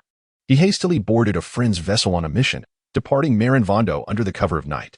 Since that fateful day, Evan had not attended any further shooting training sessions, and the newly appointed instructors dared not provoke him. Joking aside, what exactly did Teacher Zephyr want from me? Ivan intended to return to the training grounds for further practice shortly, thus he wished to avoid any prolonged delays. Moreover, he noticed that Tina was dining alone today, with Smoker surprisingly absent, eschewing his usual habit of lingering nearby. It is worth noting that Smoker often gravitated towards Tina, leading everyone to assume their trio acted in unison. Consequently, the matter concerning Zephyr's summons was undoubtedly intertwined with Smoker. Tina, aware of Ivan's straightforward nature, chose not to tease him further and candidly conveyed Zephyr's message. In truth, it was rather simple. Admiral Borisolino was scheduled to visit Zephyr and had been requested to guide their training. Zephyr hoped that the three of them would also attend. The prospect of Yellow Monkey's arrival raised Ivan's curiosity.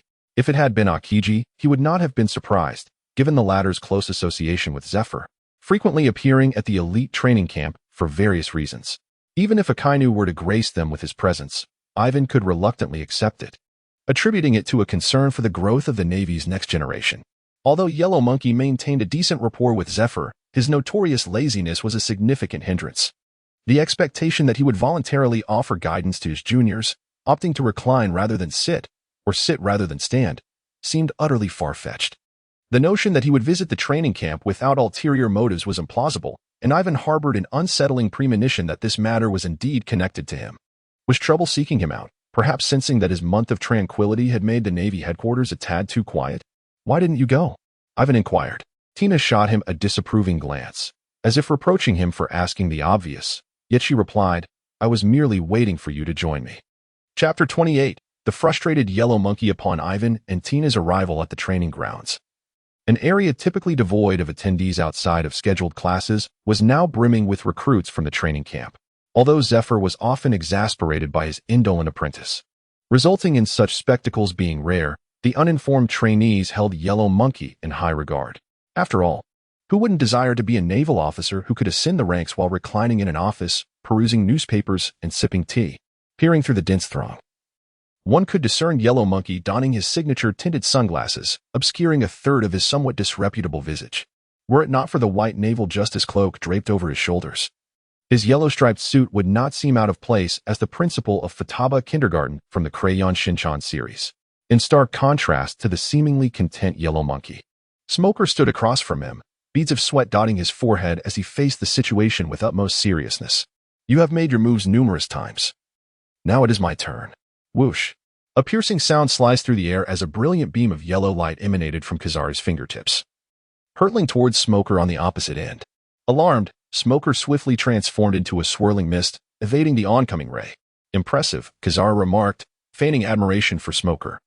Yet his actions remained merciless. In an instant, he transformed into a radiant streak of light, vanishing without a trace. Ivan understood that this was the power of the Pika Pika Nomi, which allowed its user to transform any part of their body into light, possessing a velocity akin to that of light itself, enabling both lightspeed attacks and movements. The Pika Pika Nomi may well be one of the most overpowered devil fruits in the world of pirates. In the original narrative, Kazari had never truly exerted himself. His demeanor in battle was perpetually nonchalant, leaving no one to ascertain the true extent of his formidable strength. However, his casual remarks about being frightening and dispatching supernovas with a mere kick provide a glimpse into his capabilities, indicating that his prowess is at least on par with that of Akiji and Akainu. Although Smoker evaded the beams of light, he ultimately lost sight of Kazuru, having to revert from his elemental state and scan the surroundings for any trace. Given Smoker's current mastery of his fruit's abilities, maintaining his elemental form for extended periods was tremendously taxing. What are you searching for, young man? A languid voice emerged from behind Smoker. He turned to find Kazari leisurely standing there, arms crossed. Before Smoker could react, Kazari lifted his leg and sent him flying, crashing against the training grounds wall. Kazari approached Smoker, extending a hand to assist him. Hasn't Master Zephyr taught you not to overly rely on your fruit's powers? This sentiment could have been expressed by anyone, yet it felt somewhat incongruous coming from Kazari himself. Wasn't his earlier combat performance also reliant on his fruit's abilities? Moreover, this was originally Zephyr's assessment, which Kazari now audaciously repurposed for Smoker. His audacity was indeed remarkable. Thank you for your guidance, Vice Admiral. Acknowledging that his physical skills were indeed his weakest aspect, Smoker offered his thanks and returned to the crowd. So, Who else wishes to spar with me? Everyone eagerly raised their hands, striving to push forward, as opportunities to train with the vice admiral were rare. Kuzan's gaze swept across the throng before finally locking onto Yiven. You there, young man. It's you. Me? Yiven pointed his right index finger at himself, unable to suppress a frown that revealed his perplexity. It appeared that Yiven's conjecture was correct. The yellow ape had indeed come to the elite training camp primarily for him. Yes, it was you. The yellow ape nodded and spoke. You are the future star of the Navy, praised by both Kuzan and Zifa, are you not, Yiven? I am unworthy of such a title, Yiven replied modestly, but if there is no one else in the training camp who shares my name, then the admiral must be referring to me.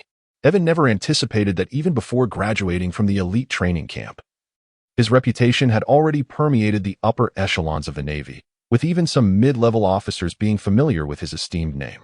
Whether this was due to intentional embellishment or otherwise, it certainly did not seem to him a misfortune. Come, let us engage in a friendly sparring session. While I hesitate to claim proficiency, I humbly seek your esteemed guidance, Admiral. Yiven's politeness was merely superficial.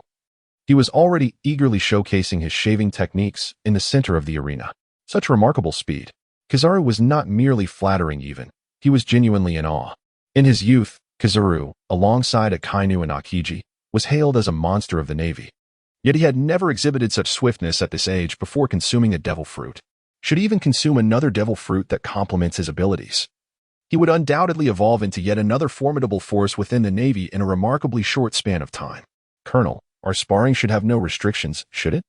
The reason Yiven posed such a question was twofold. On one hand, he sought to thoroughly assess his own combat prowess. On the other, he wished to experiment with the peculiar and unconventional fighting techniques swirling in his mind. Both Smoker and Akiji found themselves so thoroughly exhausted by his relentless training that they no longer wished to serve as his sparring partners, seizing a hard-won opportunity. How could Yiven possibly let it slip away? Brother, feel free to unleash your full potential. I shall provide the necessary support. While Akiji spoke these words with apparent ease, his mood would soon take a turn for the worse. Akiji was not afraid of Yiven's attacks, yet he could not evade the devastating skills that would surely ravage the battlefield. G-14 grenades. M-3 flamethrowers. Cannons. Each of these firearms and the ensuing assaults wrought significant destruction upon the terrain. Once the sparring officially commenced, Yiven initiated the encounter by producing a grenade. Of course, he was not foolish enough to hurl it directly at Akiji. Such an action would yield no worthwhile effect. Instead, he meticulously timed the grenade's detonation and tossed it onto the ground at Akiji's feet. Confident in his abilities as a user of a Logia-type devil fruit, Akiji chose not to evade the grenade Yiven had thrown, eager to discern whether this young man was indeed as formidable as the legend suggested. Boom. The grenade detonated beneath Akiji, the thunderous explosion resonating painfully in the ears of onlookers. The shockwave from the blast created a crater in the ground, sending shards of stone and grenade fragments flying in all directions. Naturally, Akiji emerged unscathed, merely feeling a slight singe from the ensuing heat wave. However, if left unchecked, those fragments and debris would pose a danger to the gathered students. Having boldly declared his intention to support Yiven in front of all, Akiji now had to consider the safety of the spectators caught in the crossfire. With Yiven's keen eyesight, he swiftly noticed a yellow flash darting about the battlefield, intercepting the flying debris and shrapnel. While Akiji busied himself with the aftermath, Yiven was not idle. He was preparing for a second wave of attack. Akiji's speed was truly remarkable, rendering individual and small-scale assaults ineffective against him. If Yiven wished to achieve a significant impact, he would need to deploy some formidable weaponry. Yiven took a slight step back, anticipating the most likely position of the yellow ape. He raised his hand and drew forth a flamethrower, even more substantial in size than a gremlin machine gun. The M3 flamethrower is notably large due to its fuel tank being integrated into the body of the weapon, suspended beneath the barrel. Furthermore, the design of the fire outlet and ventilation port imposes quite a demanding requirement on the user's arm strength. Although Wen had recently exchanged for the flamethrower with merit points, today marked his inaugural use of it, and he could not guarantee its effectiveness. However, the perceptive Kuzan, who had experienced the weapon's might firsthand, could assure Wen that its performance was nothing short of spectacular. Upon pulling the trigger, a fierce tongue of flame erupted from the muzzle of the flamethrower, sweeping forth with tremendous force. The searing wave of heat was palpable even to the trainees who had retreated to a considerable distance. These individuals had resolved that when everyone participated in battle, they would distance themselves as far as possible, for lingering nearby could easily result in unintentional harm. Fortunately, as a user of the Pika Pika Nomi, Kizaru was not vulnerable to flames and felt merely a hint of warmth. Had it been Akiji in his place, he might have found himself in a rather compromising situation. Caught off guard by the flames, Kizaru, intrigued to see what other tricks Yiven had up his sleeve, did not rush to conclude the skirmish but instead continued to press Yiven into a corner, with the training ground wall looming behind him. Yiven found himself with no avenue for retreat. Yet, his expression remained devoid of panic, radiating calm and composure. With the flamethrower secured on his back, Yiven produced a short, stout metal tube and daunted upon his hand a hand cannon, a weapon of the gunner's expertise. Given that its name included cannon, it was only natural that the hand cannon possessed power comparable to that of a standard cannon, albeit with the significant drawback of an exceedingly slow rate of fire. Bang! Without even taking aim, Yiven fired a shot directly at Kizaru. To prevent any further damage to the training ground, Kizaru simply extended his arm and effortlessly intercepted the projectile. Evan certainly did not anticipate that this shot would cause any distress to the yellow ape.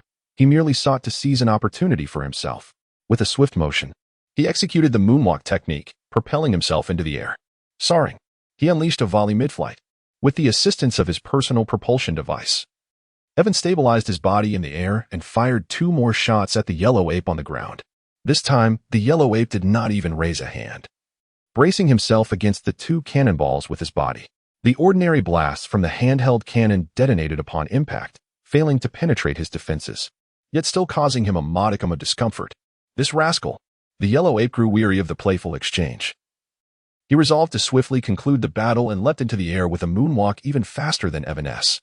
However, Evan had one final performance to execute before taking his bow, so he skillfully evaded the large hand that the yellow ape had extended towards him, diving towards the ground. At the moment of landing, Evan raised his arm equipped with the handheld cannon, aiming at the yellow ape still suspended in midair. Cannon! A pale orb of energy coalesced at the cannon's muzzle, suddenly hurtling toward the yellow ape. The yellow ape sensed a hint of threat from this energy projectile. An instinctual feeling told him that this blast could inflict harm upon a user of a natural fruit. While he could certainly withstand the energy orb, he deemed it unnecessary and transformed into a beam of light, vanishing before Evan's eyes. Boom! Although the yellow ape evaded the attack, the wall behind him bore the brunt of the explosion, collapsing under the force of the cannon fire. Are you practicing or testing weapons, you rascal? The yellow ape exclaimed in exasperation, well aware of his usual prompt remuneration and his formidable status among the 4 emperors. At this moment, Yiven had wreaked havoc upon countless training grounds, leaving one to ponder the toll it would exact on his wages, which naturally incited his ire. Observing the ravaged training field, the corner of Kizaru's mouth twitched, his heart bleeding profusely. Yet, having made grandiose declarations, he could only swallow his shattered pride. The sparring session could not continue for even a minute longer. Kizaru swiftly appeared behind Yiven, apprehending him with a deft motion, thus concluding the skirmish. Chapter 29. Skipping class and staying out late. Zifa was nearly beside himself with glee upon receiving a report from the logistics officer regarding this incident. To provoke such an intense reaction from his typically indifferent disciple, Yiven had truly achieved an unprecedented feat. Chief Instructor, what shall we do about the training ground? Given its significance to the Vice Admiral, the logistics officer sought Zifa's counsel. Furthermore, as Kizaru was Zifa's pupil, it was only fitting that he consider their mentor-student bond, which prompted the officer to report post-haste. What else can be done? We shall compensate at full value, Zifa replied, his smile vanishing as he addressed the logistics officer with utmost seriousness. Understood, the officer acknowledged, feeling reassured by Zifa's directive, and planned to expedite the billing while Kizaru was still present. Otherwise, once he departed, the matter might devolve into drawn-out disputes, resulting in a bad debt. Wait. Zifa reconsidered for a moment and called the logistics officer back. The officer halted immediately, knowing Zifa would favor his own disciple, feeling fortunate to have reported in person. However, to his astonishment, Zifa boldly proclaimed, "Do not charge the original price. Let it be 2-fold, no, 3-fold compensation. The bill need not be presented to him personally. Simply place it on Sengoku's desk." What? Was that not clear enough? As the logistics officer exited Zifa's office, he inadvertently caught sight of the unyielding smile on Zifa's face. It was a level of joy he had not witnessed in quite some time. "I did not come merely for amusement. I have serious matters to discuss with you." Gazing at the pockmarked ground and walls of the training area, Kuzan felt a twinge of regret for accepting the task assigned by Sengoku. In truth, it would have sufficed to summon Yiven directly to Zifa's office. Had he refrained from attempting to instruct his juniors on the training field, these complications could have been avoided. Serious matters? After a deep sigh, Kuzan revealed his true purpose for visiting. I have fulfilled your previous request. Now, you must accompany me. The studio? Yiven felt a surge of excitement. How long had he yearned for a place of his own? Each time he crafted and modified weapons, he had to do so furtively within his dormitory, fearful that a moment's lapse could lead to an explosive disaster. Indeed, under the guidance of Huang Yuan, Yiven departed from the training camp, making his way to a secluded corner overrun with weeds. It appeared to be an abandoned warehouse, its exterior cloaked in creeping vines. The weathered door was adorned with a thick layer of moss, embellished with the haphazard strokes of an unknown artist's postmodern graffiti. The only sign of recent care was the newly replaced iron lock hanging from the door, leaving one to ponder whether the contents within were worth its value. Is this truly the studio you have prepared for me? Yiven previously expressed a desire for the studio's location to be somewhat remote, ideally in a place devoid of frequent visitors. However, this site is exceedingly isolated. Had it not been for the guidance of Kuzan, Yiven would have been utterly lost, even to the point of exhaustion. While remoteness may suffice, it ought to be tidied up. At the very least, it should appear habitable. One might mistakenly assume that Kuzan brought him here with the intent of disposing of a body in the wilderness. Upon entering, Kuzan retrieved a key from his pocket and tossed it to Yiven, speaking curtly, "If it weren't for Admiral Sengoku's orders to deliver this key to you, do you really think I would venture to the training camp to be scolded? And on top of that, bear the financial burden?" Currently, Kuzan serves under Sengoku. Though his tasks are few, they are ostensibly laying the groundwork for his future promotion to admiral. Zifa has always held reservations about Kuzan, and since he began working under his old rival Sengoku, their encounters have become increasingly fraught with reprimands. Consequently, Kuzan has sought to avoid Zifa, wishing to evade any criticism. Yet, it remains a mystery why Sengoku insisted that Kuzan undertake this errand rather than delegating it to Akiji. Akiji, who shares a close bond with Zifa and played a pivotal role in Yiven's induction into the Navy, would have been the logical choice for this task. Even Tantada's involvement would be reasonable, given that the design blueprints and manufacturing requirements were conveyed to Sengoku through her.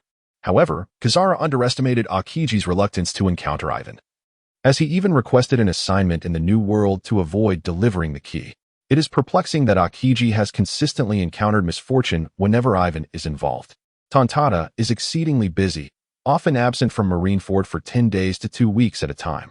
Sengoku, uninterested in personally visiting the elite training camp, entrusted this matter to Kuzan, who typically has a lighter workload. Had Kuzan foreseen this outcome, he might have chosen to join Akiji in the New World instead. After all, battling pirates yields a salary, whereas dealings with Yiven only result in financial losses. Yiven took the key and unlocked the door, his face lighting up with delight. In stark contrast to the outside environment, the interior revealed a hidden paradise. At the heart of the room stood 2 workbenches, meticulously adorned with an array of tools that Yiven might find useful. To the left, 2 rows of wooden shelves awaited the placement of raw materials or finished products. The right side of the space was cluttered with various instruments, some already assembled, while others were designed for Yiven to customize according to his needs. "Are you satisfied?" Kuzan asked with a hint of pride. "Absolutely," Yiven replied, his face aglow. His satisfaction was far beyond mere contentment, it was overwhelming joy. This studio, a mystery as to who had prepared it, was not only well located but also perfectly arranged to suit Yiven's taste. "This place now belongs to you. You may pursue whatever endeavors you desire here." During their earlier sparring session, Kuzan had witnessed the destructive power of the firearms and ammunition, gaining insight into why the warring states place such importance on Yiven. Kuzan had also heard whispers of the Navy's scientific division's research. While it promised to enhance the Navy's combat capabilities, it did little to mitigate the casualty rates of ordinary soldiers. In contrast, the innovations Yiven developed could significantly bolster the survival rates of naval personnel, drastically reducing casualties during skirmishes with pirates. While others might not grasp the gravity of this, Kuzan understood it all too well. When a common soldier met his fate on the battlefield, the Navy was compelled to provide a substantial death benefit, along with monthly compensation for the bereaved family. If fortune spared a soldier but left him disabled, the burden on the Navy was even greater. Not only would the aforementioned benefits remain in effect, but the Navy would also be responsible for his medical care. This was not merely a welfare issue. It was a duty, as the Navy needed a steady influx of recruits willing to serve. If the Navy could significantly reduce soldier casualties, how much could they save in military expenses every year? This did not imply that the scientific division's research was futile. After all, regardless of how well-armed ordinary soldiers became, they could only combat typical pirates. The formidable foes still required the specialized weaponry that the division developed. However, as a senior, Kuzan felt compelled to advise Yiven. Your combat talent is remarkable. It would be prudent not to expend excessive energy on these matters. As he urged Yiven, memories of Zifa's admonitions about his over-reliance on his devil fruit powers surfaced in his mind. Every word from his mentor was rooted in concern for him. Yet developing his powers was also Kuzan's pathway to strength. Each individual must carve their own path. Even the closest of acquaintances cannot fully comprehend another's journey. Realizing he had perhaps overstepped, Kuzan concluded, regardless, this is your space. You are free to come and go as you please. However, I have only secured a 2-hour leave for you with Teacher Zifa. You must be mindful of your time. With that, Kuzan departed from this place. Yiven remained exhilarated as he wandered through his personal studio, experimenting with tools and instruments to ascertain their usability, completely unaware of when the yellow monkey had departed. The comfort of shoes can only be discerned by the feet themselves. Similarly, the efficiency of a studio can only be judged after it has been genuinely put to use. Yiven's foremost task upon arriving at the new studio was to repair the hand cannon that had sustained damage during the recent skirmish. This military-grade hand cannon, acquired with all the merit points he had amassed, was crafted from blueprints he had exchanged, with parts forged at the blacksmith's workshop and assembled in his dormitory. Due to the hasty construction, the weapon had only fired 3 shots before nearly exploding on the 4th attempt. The primary issue lay in the inadequate sealing of the barrel, compounded by a poor fit among certain internal components, rendering the repair process as challenging as forging an entirely new weapon. Unfortunately, Yiven lacked the funds to procure new materials. Having borrowed the resources for this hand cannon from Tina, despite her understated demeanor, Tina was quite affluent, readily lending Yiven a substantial sum of 100,000 barracks without hesitation. Fortunately, the new studio was well equipped with tools and instruments, allowing him to disassemble and rework the hand cannon's components, with only a few damaged parts requiring outright replacement. To his delight, after a long day of labor, Yiven successfully reassembled the hand cannon, which now functioned flawlessly, capable of enduring high-intensity use without faltering. However, he had become so engrossed in the repair that he lost track of time. Glancing out the window, he saw the sky adorned with countless stars. Firearms represented a man's romance, so it was understandable that Yiven had momentarily forgotten the hour. Yet, he recalled that afternoon's physical training session, personally conducted by instructor Zephyr. And he vaguely remembered that Kuzan had mentioned taking only an hour's leave. Alas, his joy had turned to despair. He was bound to face additional training now. With nothing left to lose, he decided to extend his absence for the night, as several of his firearms required meticulous adjustments, ideally culminating in a comprehensive upgrade. Chapter 30. The Heart of the Eagle. The following morning, Yiven hurried back to the elite training camp just in time for breakfast. Oh, so you've decided to return. Instructor Zephyr was nearly frantic looking for you yesterday, Tina remarked as she entered the dining hall, spotting Yiven leisurely sipping milk and nibbling on a sandwich. What on earth are you doing at this hour? You should be rushing to explain your absence to Instructor Zephyr. Yesterday, during the martial arts training session, it came to light that Yiven was absent from class, which cast a shadow over Zephyr's demeanor. The other trainees were consequently affected, enduring an entire afternoon of training that was even more grueling than usual. Furthermore, Zephyr lingered in Yiven's dormitory for half the night, only departing in the early hours, leaving his dorm mate Smoker thoroughly startled. If he were anyone other than Yiven, he would have likely faced expulsion countless times for skipping class and staying out overnight. However, Yiven did not dwell excessively on his worries. The situation was as it was, and he trusted that Zephyr had a general understanding of it. Moreover, it was precisely during such times that he needed to ensure he had a hearty meal. A person is akin to iron, while food is like steel. Missing a meal leaves one feeling famished. Awaiting him shortly was none other than Zephyr, the esteemed chief instructor of the elite Navy training camp known for his formidable reputation.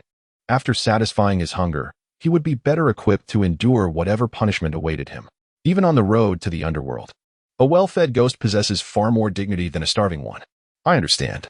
Yiven stuffed the final piece of sandwich into his mouth, then lifted the glass of milk from the table and drank it down in one swift motion.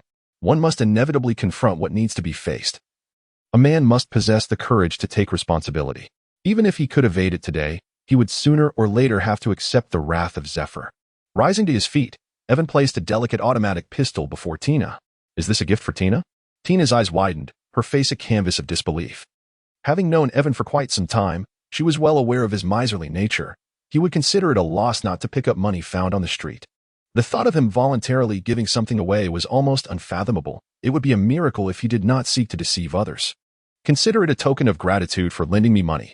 Evan is not miserly. Otherwise, he would not have unhesitatingly left tens of millions of belly to Robin, whom he may never meet again. He simply believes that certain expenditures are entirely unnecessary. Moreover, given his current financial constraints, he must be frugal. Tina instantly felt a surge of alarm.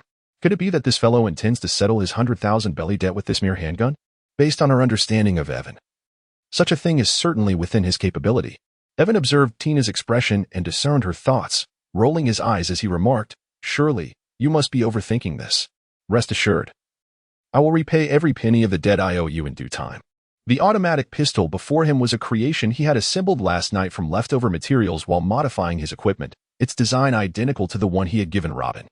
However, Evan had made slight alterations to the magazine, managing to expand its capacity to accommodate 24 bullets without significantly increasing its size, and perhaps even rendering it more compact. Do not underestimate the value of those 4 additional bullets. They could very well save a life at a critical moment. Although among the 5 weapons available to a sharpshooter, Evan held a particular disdain for the automatic pistol. It remained the most suitable choice for a female with limited experience handling firearms. While the automatic pistol lacks the devastating power of a hand cannon, the range of a rifle, the penetrating strength of a crossbow, and the rapid-firing rate of a revolver, it excels in versatility, broad applicability, and portability. Should you decline, I shall pass it on a smock. Evan feigned an intention to reclaim the automatic pistol, prompting Tina to hastily clutch it to her chest, as if fearing it might be snatched away. How can you be like this? Once a gift is given, it cannot simply be taken back. Seeing Tina's flustered demeanor, Evan couldn't help but chuckle. His intent was not genuinely to retrieve the firearm. Rather, he sought to tease her, as he found her perpetually stern expression amusing. Ah, women, how much more endearing they appear when they exhibit a touch of gentleness. Those who project an icy demeanor that repels others will find that, unless a man has masochistic tendencies, he will not approach them willingly. What name does this gun bear? Tina inquired, her fingers gliding over the silver surface with curiosity. A name, you ask? I had not considered it. Since this is a gift meant for you, why not bestow it with a name of your choosing? Evan had never been one to name his firearms. He had even refrained from bestowing names upon his 2 revolvers that served as his primary weapons. Such delicate sentiments were typically reserved for women. However, according to the original names of the equipment within the gang, Evan's 2 revolvers were designated as follows. One was called the Ruger Blackhawk, a level 30 artifact-grade weapon, while the other was the Colt Hawk, a level 35 rare-grade weapon.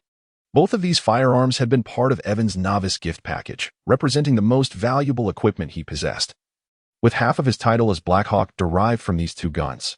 The firearm Evan intended to gift Tina was named on the design blueprint as the Bergman 1897, a level 15 rare weapon.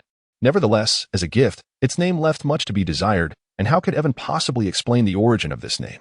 It would be absurd to inform her that this gun was designed by a man named Bergman in the year 1897. He would undoubtedly be deemed a madman, especially considering that the current year was merely 1505 in the Yiven calendar. Thus, he decided to call it the Heart of the Hawk. The Heart of the Hawk? Enan has always sensed that Tina is hinting at something. His nickname is Black Hawk, and she has named this gun Heart of the Hawk. Is she contemplating using this weapon to pierce his heart if he fails to repay his debt? After all, it is merely 100,000 berries. Is it worth such meticulous calculation? Furthermore, why do all the weapons produced by him seem to be associated with hawks? What, do you not like it?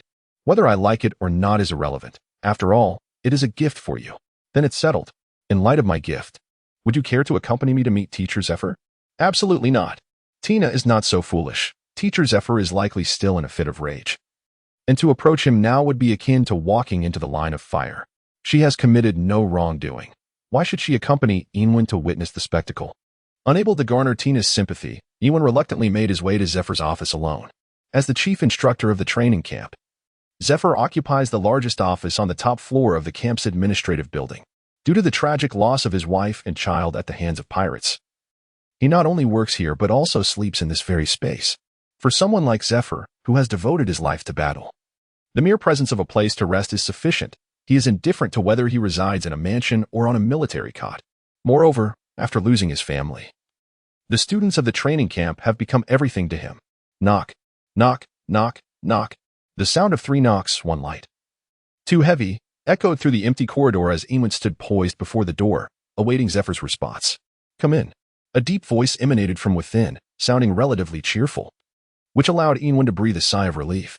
Yiven promptly pushed the door open and entered, only to discover that there was more than just Zephyr in the office. Seated on the sofa opposite Zephyr was General He. Adorned in a pristine white naval uniform, his demeanor strikingly different from the homey elderly woman he had encountered previously. General He was quite impressive. Yiven hurriedly greeted, "Teacher, since you are busy, shall I come back later?" He was quite eager to leave, and finding an excuse to slip away would be ideal. However, Zephyr waved his hand and replied, "Please sit down for a moment. The matter we are discussing pertains to you as well." He then turned to General Crane and said, "Crane, this is one of the 3 students I mentioned earlier, the new freshman Yiven. I am acquainted with him." General Crane smiled and remarked, "He previously visited my home for a meal. I should have realized he was your disciple." Zephyr looked at Yiven with curiosity, unaware of the young man's impressive social skills, as he seemed to be acquainted with nearly half of the naval elite.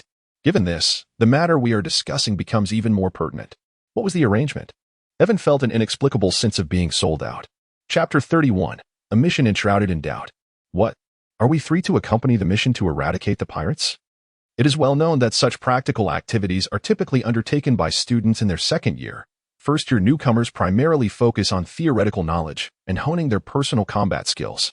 Although Yiven and his companions have made progress far exceeding that of their peers, they have only been in the training camp for less than 2 months. Yiven was not averse to undertaking this mission. After all, it presented a splendid opportunity to earn merit points and accumulate military achievements before graduation. Moreover, with General Crane accompanying them, there was no need for concern regarding life-threatening risks. However, he couldn't shake the feeling that something was amiss. Why were the second and third-year students not assigned to this task, leaving only the 3 of them, the newcomers, to go? As Yiven pondered this perplexity, Zephyr interjected, stating, "I'm not seeking your opinion. I am here to formally inform you on behalf of the upper echelons of the elite training camp." Upper echelons, indeed. Was not the highest authority of the entire camp none other than himself? If Zephyr wished to punish him, he could simply state it outright, without the need for veiled insinuations. Furthermore, embarking on a mission was not without merit. It would spare him from mingling with certain individuals who might lead him astray. If Huang Yuan were to overhear Zephyr's words, he would likely be in tears, for it seemed he was perceived as a bad influence, not only failing to set a good example, but also being a poor mentor to his younger colleagues. With no room for dissent, Zephyr finalized the arrangement. "It is settled. Inform them both. We shall depart tomorrow." "Tomorrow?" Yiven questioned. "Isn't that a bit too hasty?" When Yiven previously operated alone, each plot required at least a week's preparation. This time, however, the action felt rushed, instilling within him a sense of foreboding. The urgency of the military situation meant that every day of delay could result in countless civilian suffering. As for intelligence, there would surely be individuals along the way to relay the necessary information. Zephyr's reasoning resonated profoundly with Yiven, leaving him unable to find any grounds for rebuttal or to discern any flaws in the plan. Overthinking proved futile. All he could do was exercise additional caution. Moreover, with General Crane accompanying them, as long as they refrained from provoking the 4 emperors, traversing the first half of the Grand Line should be relatively straightforward. What? When Yiven relayed this news to Tina and Smoker, their reactions surpassed even his own initial response. Tina was filled with confusion, while Smoker subtly displayed a flicker of excitement. Perhaps he, like Yiven, found it difficult to endure monotony. Regardless, this mission was one they could not forego, and each of them would need to remain vigilant. Tina and Smoker were no novices. They had encountered sudden assignments in the naval branch countless times before. Although Yiven had only recently enlisted, he had already participated in numerous pirate hunting expeditions during his time in the West Sea, so his heart remained relatively untroubled. There were no late-night candlelit conversations with Smog, nor stargazing discussions of dreams with Tina on the playground. The 3 of them simply slumbered until dawn. The quality and duration of sleep are crucial factors influencing a person's vitality the following day. No one wishes to make fatal errors during a mission due to fatigue. After the trio finished their breakfast, they found an officer awaiting them at the entrance of the training camp. Judging by his rank, which appeared to be that of a major. The formality of this reception seemed rather extravagant. After the three men saluted, the major gestured for them to refrain from excessive formality and courteously remarked, "You must be the three talented youths spoken of by General He?" They humbly replied, "Not at all. We are merely here to learn alongside the team." Whenever the trio operated together, Yiven instinctively positioned himself in the center, gradually becoming the backbone of the group. The general must have informed you that this mission requires you to bring your own clothing, correct? After all, it is a request from General He, and they certainly packed civilian attire in their luggage, though they were somewhat puzzled as to the reason behind it. Once the major confirmed that Yiven and the others had made all necessary preparations, he led them to a rather secluded area of the port, where they boarded a rather unassuming warship. Ideally, a warship should exude a formidable presence, boldly proclaiming its intent to eradicate pirates. Adorned with flags that would envelop the entire vessel, this would instill fear in the hearts of pirates and inspire the populace. However, this particular warship was different. Despite its performance being on par with ordinary military vessels, it appeared more like a regular merchant ship. Could the mission at sea be a ruse to lure out pirates, ultimately leading to their complete annihilation? The specifics of the mission remained a mystery to Yiven, but what was even more peculiar was the absence of any crew. The ship was devoid of life. The major led them down a staircase to the ship's lower deck, a space cluttered with various items. "You will wait here. Once the ship departs, someone will come to brief you on the mission objectives." After arranging them, the major departed and secured the hatch behind him. Now, it was not only Yiven but also Smoker and Tina who sensed that something was amiss. From the outset, an air of strangeness enveloped the situation, as if a shroud of uncertainty loomed over the three of them. Yiven recalled the special forces dramas from his previous life, where such scenarios typically necessitated loyalty training. A group would meticulously devise a plan, feigning an impending mission, only to be ambushed by pirates midway, resulting in their unfortunate capture. Subsequently, various forms of torment would be employed to test their fidelity.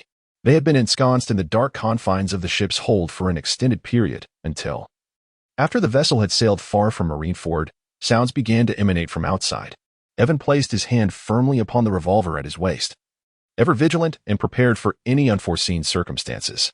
Observing Yiven's tension, Smog and Tina also steeled themselves, ready to act. With a creaking sound, the door to the hold swung open, and blinding light poured in from the outside. The longer one remains in darkness, the more acute their sensitivity to light becomes. In truth, the individual merely wielded an ordinary lighting device, yet it was sufficient to compel Smog and Tina to shield their eyes. Yiven had long anticipated the eventuality of such a situation. Thus, he had donned his fire-resistant goggles in advance. These goggles are a standard accessory for gunners, originally developed by flamethrowers to clearly perceive their adversaries amidst the flames. After numerous upgrades, they now effectively block all harmful light to the eyes. Peering through the fire-resistant goggles toward the entrance, Yiven was taken aback to find General Crane himself had arrived. Chapter 32. Devil S Island. Accompanying General Crane was the previously encountered major, presumably one of her trusted aides. Utilizing the dim light, General Crane pulled a box over and took a seat opposite the trio. "Children, I sincerely apologize for the distress you have endured," she remarked.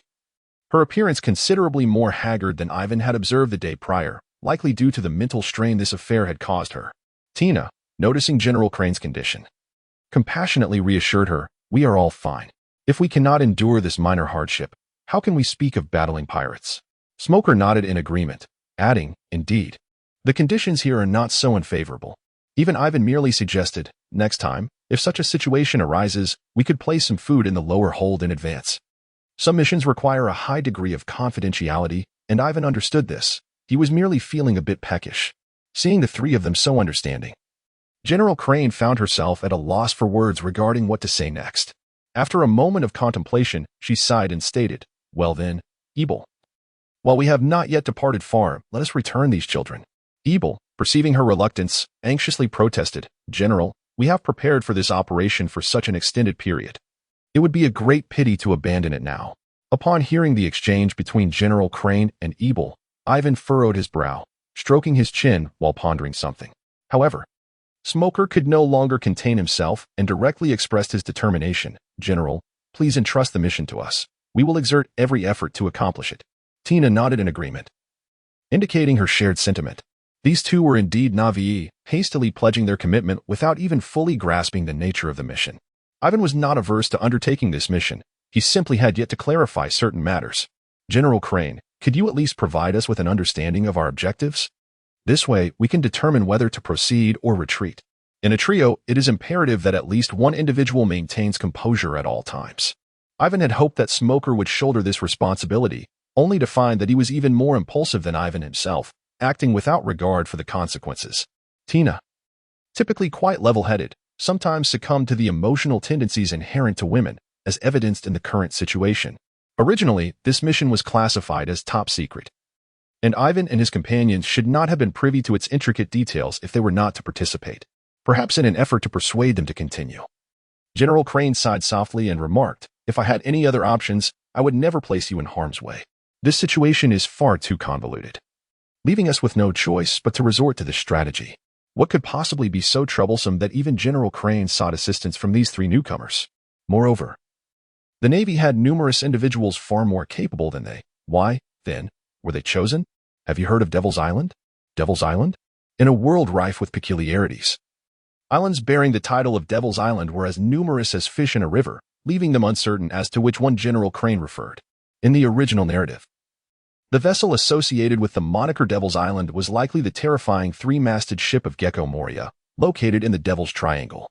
However, at this juncture, Moria should not yet have concealed himself within that treacherous region, indicating that he was not the target of this expedition. Devil's Island was originally named Strees Island, situated at the heart of the first half of the Grand Line, making it a hub for pirates and merchants engaging in clandestine transactions. General Crane, not wishing to prolong the suspense, continued, "When we discovered this location, pirates had already mingled with merchants and local inhabitants, and any rash military action would only lead to collateral damage. Thus, to monitor and manage Strees Island, the Navy established a nearby outpost. No matter how numerous the pirates may be, they could never outnumber the Navy's soldiers. If the Navy resolved to eradicate the pirates congregating on Strees Island, they could simply dispatch a few warships to accomplish the task. The notion of monitoring and management was merely a guise for fostering dependency on their adversaries. With the pirates amassing in this locale, it provided an opportunity for the Navy to incessantly demand military funding from the world government. Additionally, there was another rationale. It was far better to contain the flies within the restroom than allow them to swarm indiscriminately. However, such a strategy would inevitably lead to a misstep. As anticipated, General Crane continued, "One day, a pirate by the name of Hayden West arrived on this island. With a thunderous approach, he seized control of the entire island in merely a month. The individual known as Vister possesses considerable audacity, and his strength is undeniably formidable. Otherwise, how could he dominate an island in such a brief span? However, merely conquering the island does not equate to true control. One must instill a sense of fear that prevents rebellion, thus achieving genuine dominion. Yet, no matter how powerful Vister may be, he remains but a solitary figure. Would he dare to confront the Navy alone? As for his potential unification of all pirates, that is a concern the Navy need not entertain. The prominent pirate crews would not idly witness the emergence of such a colossal entity without addressing the internal discord, unless Vister's capabilities reach the level of the Four Emperors. Such a scenario is unlikely. Since the dawn of the Great Pirate Era, the astonishing proliferation of pirates has been met with the Navy's tenuous grasp on order. This is largely due to the fact that the pirate factions are inherently fragmented, often embroiled in internal strife driven by self-interest or other motives. Thus, Tina posed a pertinent question. Is he not afraid of the Navy? If the headquarters were to dispatch troops, it would not be long before the island was reclaimed. Vice Admiral Crane responded, "Indeed, he fears them. Therefore, he has secretly colluded with the branch commanders stationed nearby, suppressing all unfavorable information regarding Strees Island, leading the Navy's headquarters to believe that all was harmonious and serene." After a brief pause, she continued, "Over the years, all funding and weaponry allocated by the headquarters have been utilized to arm Strees Island, transforming it into a veritable haven for pirates, hence its moniker, the Devil's Island." Smoker listened in growing alarm, astonished to discover that there were places in the world beyond the Navy's reach. He had naively assumed that wherever the Navy was present, ordinary civilians would remain unharmed. Little did he realize that within the Navy, there existed a few rogues who conspired with pirates to oppress the common folk. Clenching his jaw, Smoker bitterly remarked, "After learning of this place, did the headquarters not attempt to launch an assault? This is precisely why I have sought you out." A trace of sorrow crossed Vice Admiral Crane's countenance as she sighed and continued, "Ultimately, the truth cannot remain concealed. Upon learning of this situation, The headquarters was incensed and promptly dispatched a rear admiral along with 3 warships to eradicate these pirates. However, when the Navy soldiers arrived at Strees Island, they found not a single pirate in sight, not even Vister. Word of their arrival had somehow reached the pirates, and they had long since fled. What remained was but an empty island and the corpses of countless innocent civilians. In truth, the pirates had not escaped far but had dispersed to surrounding islands, engaging in rampant plunder and slaughter. Upon receiving this information, the rear admiral made the grave error of issuing orders to pursue the pirates separately, resulting in a catastrophic failure of that operation, nearly costing him his life. Subsequently, the headquarters launched 2 more assaults on Strees Island, but the outcomes were nearly identical to the first. Upon hearing the account from Admiral Crane, even Yiven could not help but gasp in astonishment. The pirate known as Vista was exceedingly ruthless. Merely listening to the tale sent shivers down one's spine. Does this imply that there is a traitor within the ranks? Beyond this hypothesis, Yiven could think of no other explanation, unless Vista possessed some uncanny foresight. Indeed, this was the case, and there was more than one. Admiral Crane nodded and stated that as soon as there were any whispers of movement concerning Strees Island, Vista would be the first to know. Even the undercover operatives we dispatched to the island had not survived. You were my last hope, should you fail again. We would have no choice but to unleash the demon extermination order on Strees Island. Once the order is enacted, the entire island would be reduced to rubble. And no matter how far those individuals flee, none would be spared. However, there remain many ordinary people on Demon Island who were held captive by Vister, alongside some merchants daring enough to take risks. While Vister is merciless, he is relatively honorable towards merchants who can contribute to the island's development, at least ensuring their safety and property while they remain there. As for whether they might be robbed upon leaving the island, that is beyond his concern. Merchants will stop at nothing for profit, which accounts for the considerable number of civilians and traders on Demon Island. Chapter 33. Navy or Pirates. Your task is to disguise yourselves as pirates and infiltrate Strees Island to thoroughly investigate the distribution of ports and military forces on the island. After hearing Admiral Crane's description of the mission, Yiven finally breathed a sigh of relief. It turned out they were merely to serve as scouts. The air of mystery had almost led him to believe they were to execute a surprise attack on the 4 Emperor's fleet. Yiven patted his chest and assured, "Rest assured, I can handle this alone." However, the expression on Major Crane's face darkened immediately, and she sternly rebuked Yiven. "It is precisely because I am aware of your disposition that I insisted they accompany you. Do not take this mission lightly, although West possesses only mediocre strength. He is exceedingly cunning and treacherous." It is worth noting that when Major Crane referred to West's strength as mediocre, it was relative to her own capabilities. For Yiven and the average Navy personnel, West's prowess was indeed formidable. "I apologize. I was merely overly excited due to it being my first mission." Although Yiven verbally expressed his apologies, he harbored no intention of altering his mindset. A great man once proclaimed that one must strategically disdain the enemy while tactically respecting them. Despite Yiven's current state of relaxation, he had already devised a plan to accomplish his mission. The sole challenge lay in how to infiltrate the island. According to Admiral Crane's description of Vester, he should be an exceedingly cautious individual. Otherwise, he would have long since been vanquished by the Navy. However, if Yiven could deduce this, it was evident that Admiral Crane, as a naval staff officer, was equally astute. She presented 3 wanted notices before Yiven, stating, "This is the identity I have prepared for you." Yiven took the bounty notice and immediately felt a mix of amusement and exasperation. The photograph at the top of the poster captured him with an unyielding, defiant expression, his revolver equipped with a gun blade pointed menacingly toward the lens, its dark muzzle exuding an aura of peril. The fierce visage of Yiven appears more piratical than that of actual pirates. The photographer, having captured this angle covertly, remains undetected by Yiven, leaving one to ponder the identity of such a mysterious figure. Bold letters emblazoned beneath the image declare, "Dead or alive." Yiven.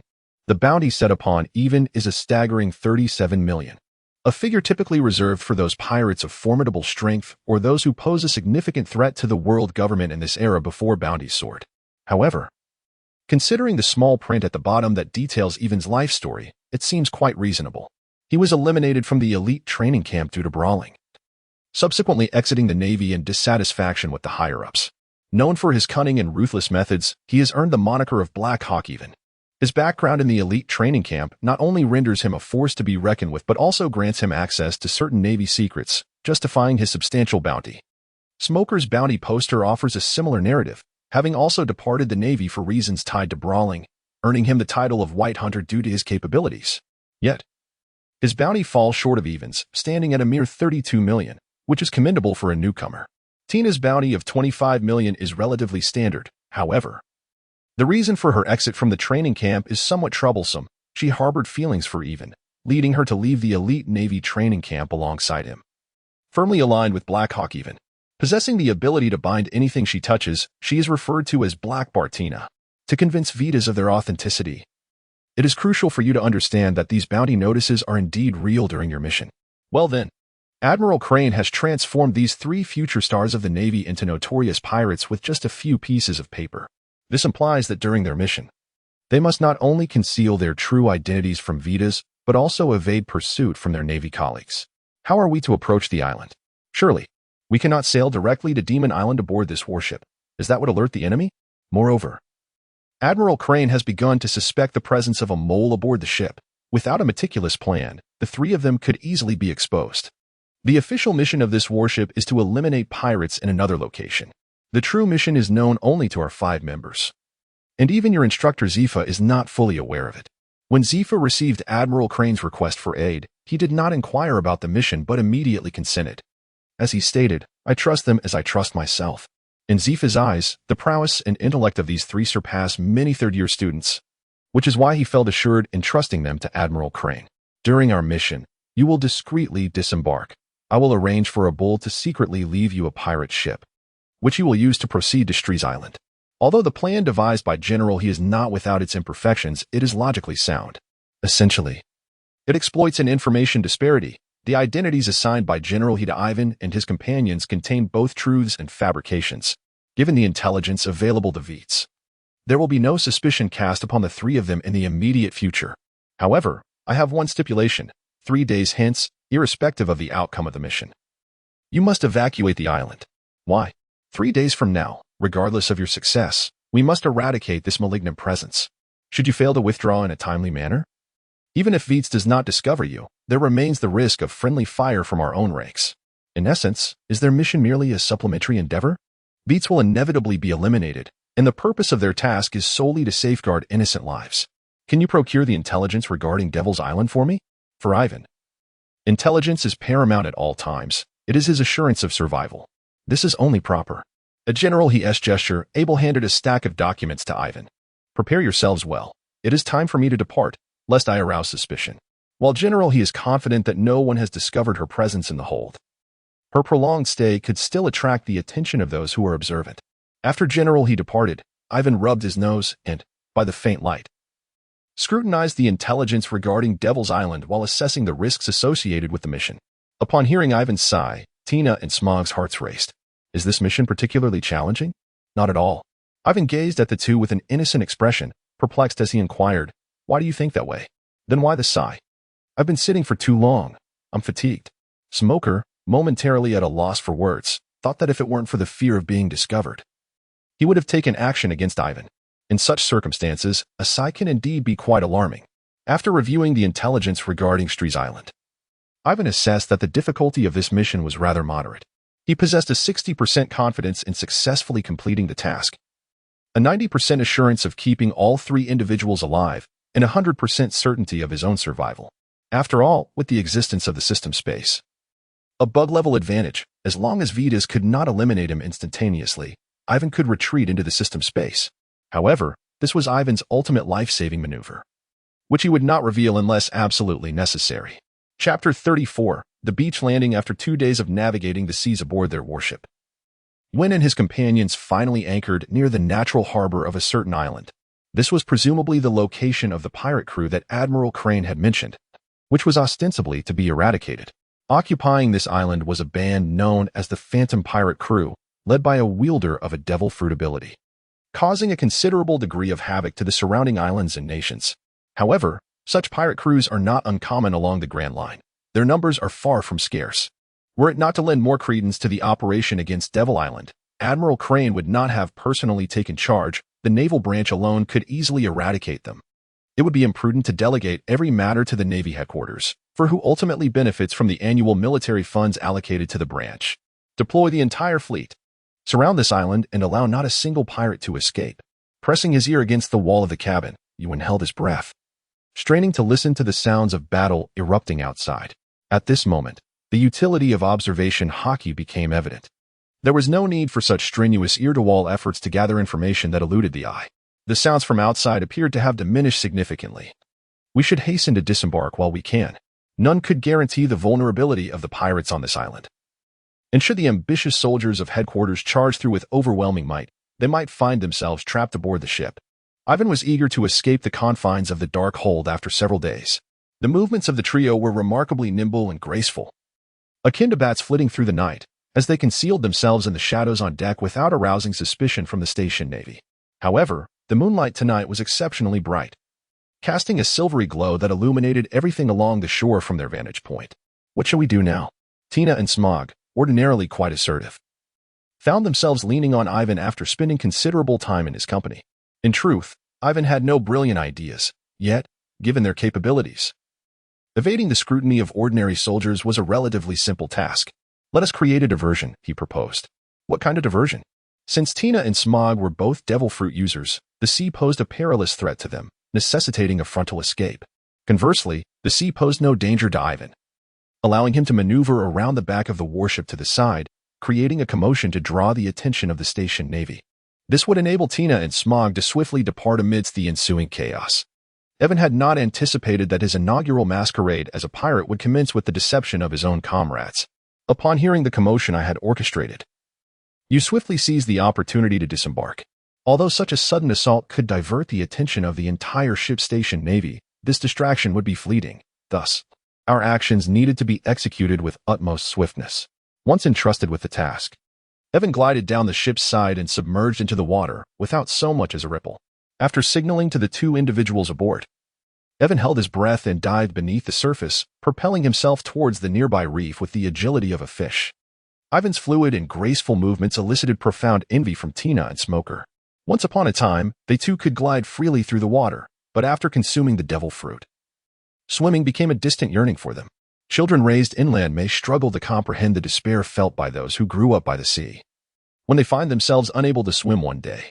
It is precisely this deep-seated affection for the ocean that fuels Buggy the Clown's intense resentment towards Shanks, who caused him to ingest the fruit that rendered him incapable of swimming, despite acquiring the ability of the chop-chop fruit, which makes him nearly indestructible.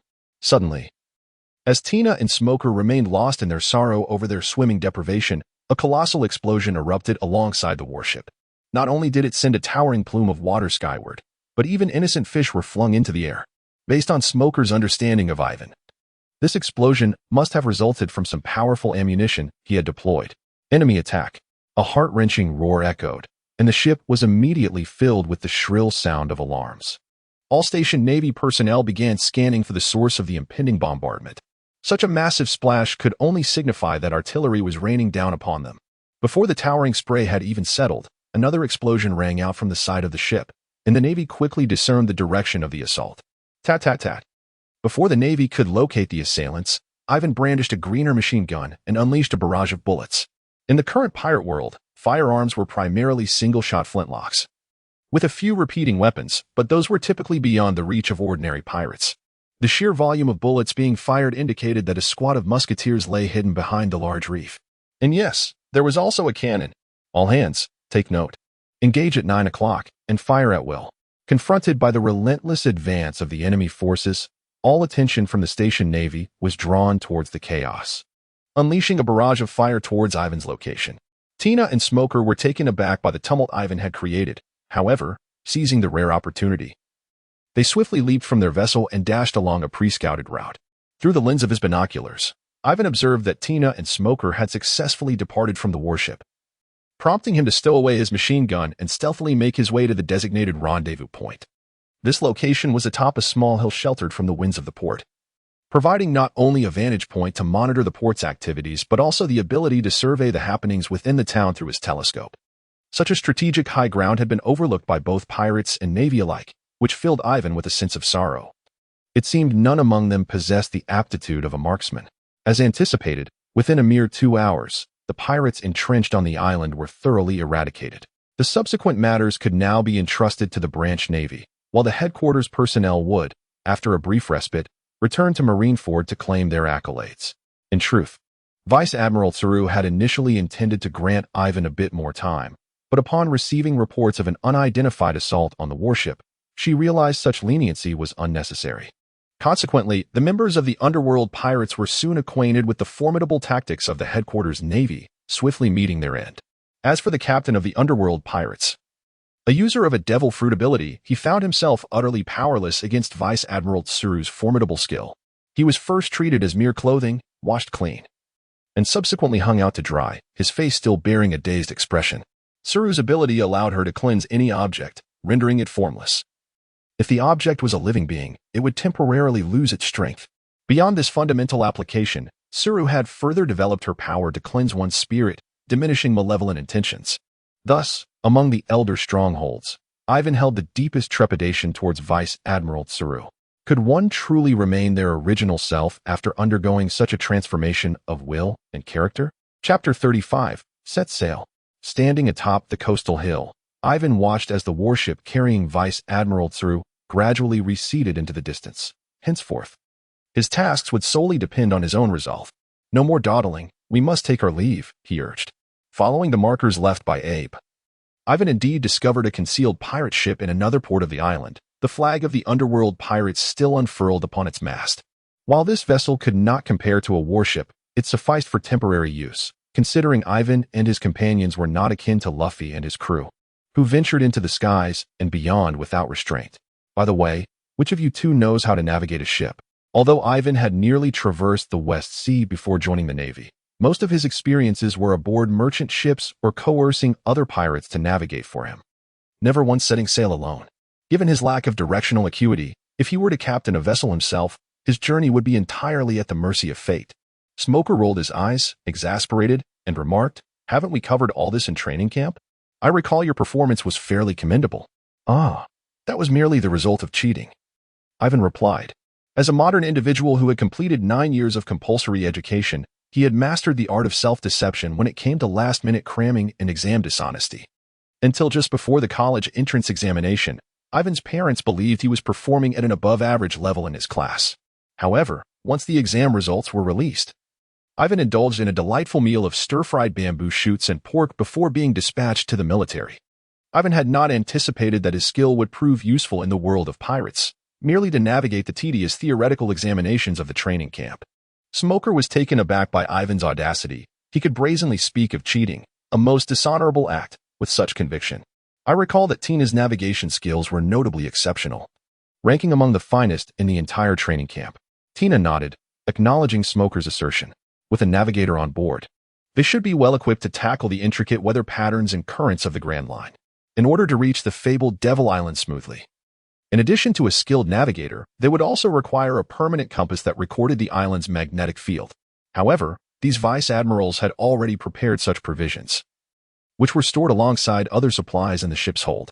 Since our identities are those of pirates, we ought to bestow a name upon our crew and prepare a pirate flag. In a tone of inquiry, Yiven suggested to Tina and Smoker, "How about we name ourselves the Black Hawk Pirate Crew?" "I disagree." Tina, who typically refrained from voicing opinions on such matters, thought it unnecessary to argue over a mere temporary name, especially since they were not true pirates. However, for Smoker, the act of naming the crew represented a continuation of his rivalry with Yiven. Having tacitly accepted Yiven as the captain, he could not concede the right to name the crew as well. Otherwise, what distinguished him from his subordinate? "Let us go with the White Smoke Pirate Crew instead." "Black Hawk Pirate Crew." "White Smoke Pirate Crew." "Black Hawk is better." "White Smoke is better." Tina, rubbing her forehead, looked at the two with a bemused expression. "Have you forgotten that you are Navy officers? You are nearly coming to blows over the name of a non-existent pirate crew." "Enough, stop the quarrel," Tina interjected, separating the foreheads of Yiven and Smoker with her arm. "Since it's merely a temporary title, let us settle on the Gray Seagull Pirate Crew." Since the two were at an impasse between black and white, a compromise was made with gray. The seagull also symbolized the Navy, representing their defection from it. Both Yiven and Smoker had no objections, and thus the name Gray Seagull Pirate Crew was established. To prevent further disputes over the design of the pirate flag, it was entrusted to Tina. After a discussion among the three, the flag's background was decided to be black, featuring a skull adorned with a seagull atop its head, with both the seagull's body and the skull's forehead riddled with bullet holes. Below the skull were crossed rifles resembling bones and an encircling design of white smoke. This pirate flag encompassed all the traditional elements of pirate insignia, a black flag, a white skull, and 2 crossed bones, while seamlessly integrating symbols representing the trio, showcasing their thoughtful consideration.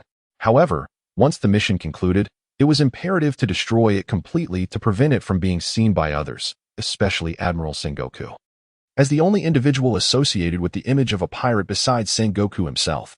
With the pirate flag hoisted on the mast, the Gray Seagull pirate crew, consisting of merely 3 members, was officially established, and their next destination was the Devil's Island. Crew, set the sails and embark. Yiven, ready on the deck, fired a shot into the sky at a 45-degree angle, proclaiming with grandiose spirit. Yet, his command received no response. Only Smoker's derisive voice. You really think you are the captain? Why don't you set the sails yourself? Given that there were only 3 of them aboard, each member had to assume multiple roles to ensure the ship's proper navigation.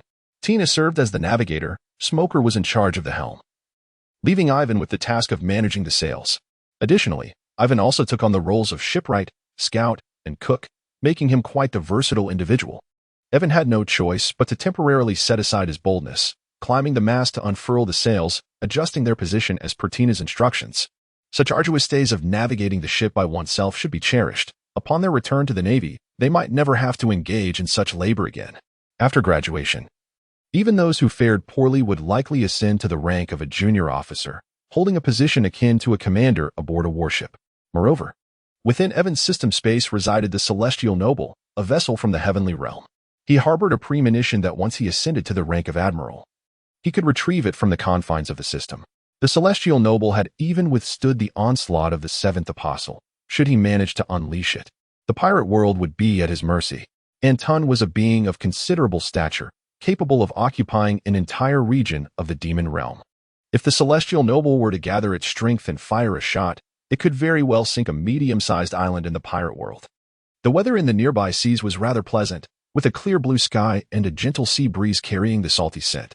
The mast featured a platform for raising and lowering the sails, which Evan utilized as a lookout, leisurely basking in the sun. It was not that Evan sought to be idle. Sailing across the sea could be an exceedingly monotonous endeavor. With minimal fluctuations in weather and current, the vessel would adhere to its predetermined course. Once the direction of navigation was assured, the crew could afford a moment of respite. Tina had also moved her lounge chair onto the deck, donning purple sunglasses as she soaked up the sun, occasionally glancing at her permanent compass to ensure their course remained true. Only Smoker, bare-chested on the deck, diligently exercised. He was acutely aware that he lacked Evan's extraordinary talent and did not possess Tina's contented disposition. Thus, he could only strive harder than Evan to catch up, ensuring he would not be left too far behind. Chapter 36, Evan's Milk and Pirate Slashing. The Grand Line differs significantly from ordinary seas.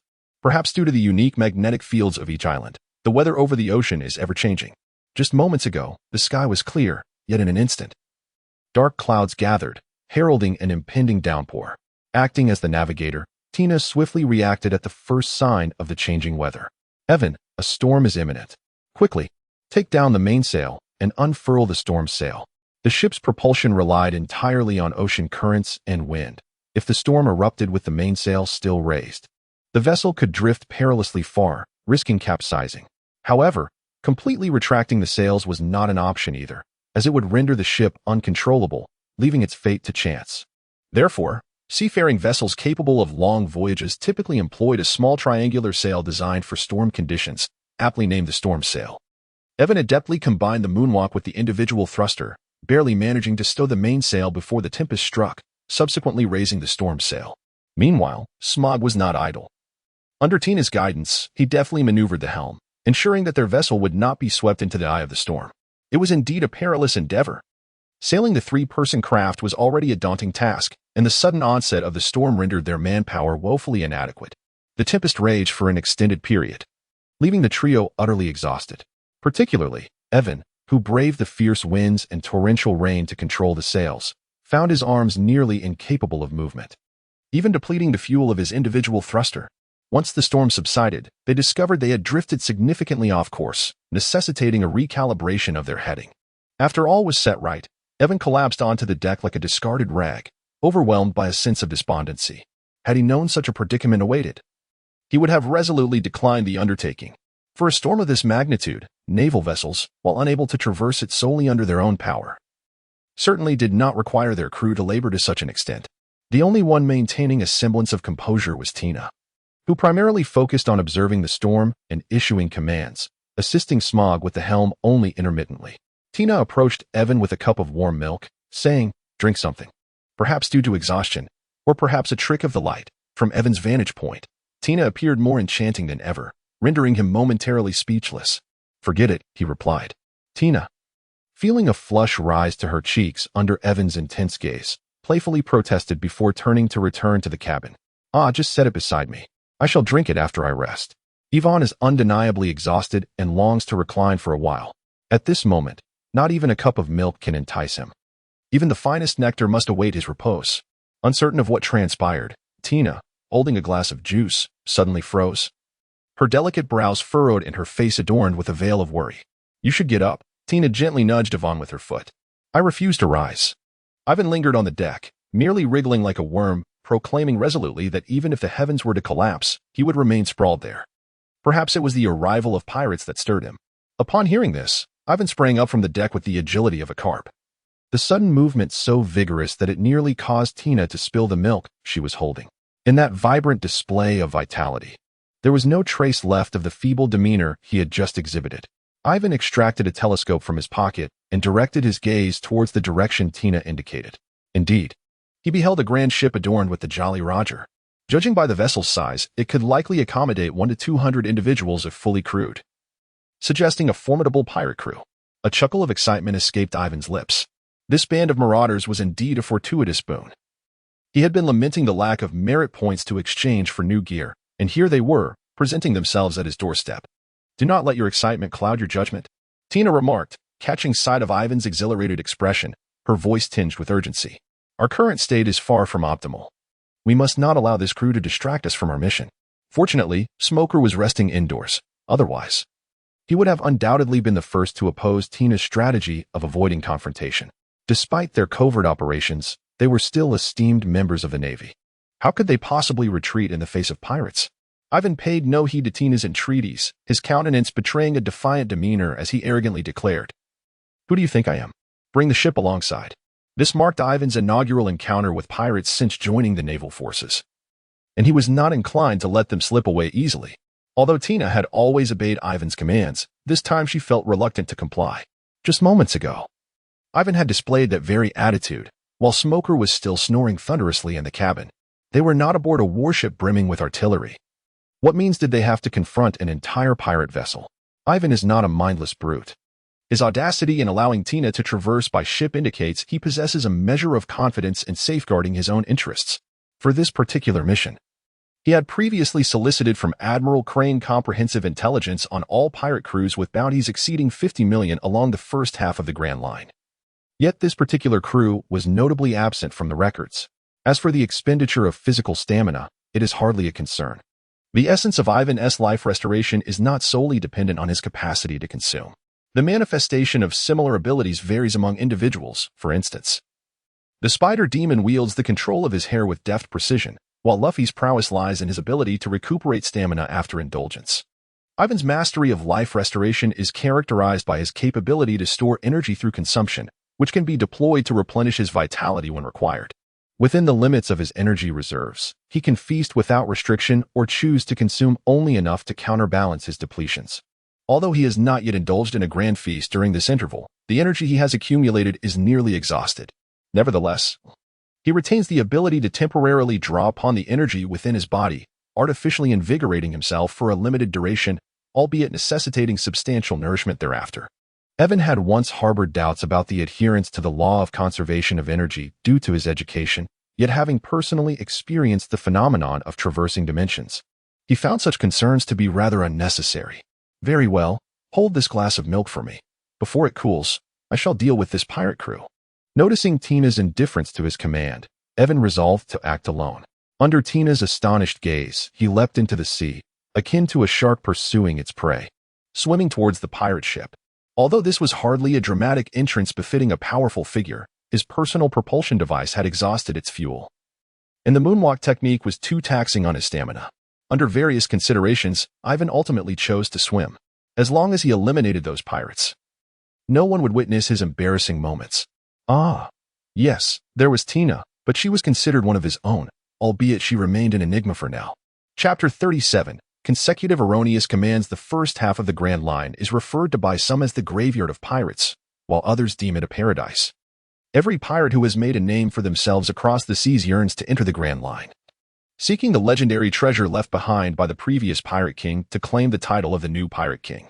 The proclamation that Pirate King Roger made from the execution platform before his demise ignited the flames of the great pirate era. Gladys is but one among the multitude of pirates aspiring to discover the treasure of the Pirate King. Consequently, he forsook the firmly established power he had in the West Sea, embarking on a journey into the Grand Line with his most elite crew. Upon crossing the reverse mountain into the Grand Line, Gladys realized that it was an entirely different realm compared to the West Sea. Only the mightiest pirate crews could hope to survive in such a treacherous place. Fortunately for Gladys, he possessed a ruthless nature. After sinking 5 pirate ships from the West Sea and reducing his 1,000 subordinates to a mere 200 elite fighters, he managed to secure a foothold in the first half of the Grand Line. Captain, ahead lies a pirate ship that appears to have recently weathered a storm, reported a lookout. Gladys took the telescope from the lookout's hands and observed a figure on the opposing ship gazing back at him. The moment their eyes met signified impending combat, and Gladys was eager to eliminate a few pirate crews to expand his influence in the Grand Line. However, before he could issue the command to attack, the individual on the enemy ship audaciously approached, swimming towards them. What sort of maneuver is this? Is it not customary in naval warfare to first exchange cannon fire, then engage with firearms, and finally resort to close-quarters combat? This individual disregarded all conventions, swimming over as if intending to challenge his entire crew single-handedly. As Gladys marveled at the audacity, the figure had already swum within cannon range. "Captain, shall we fire?"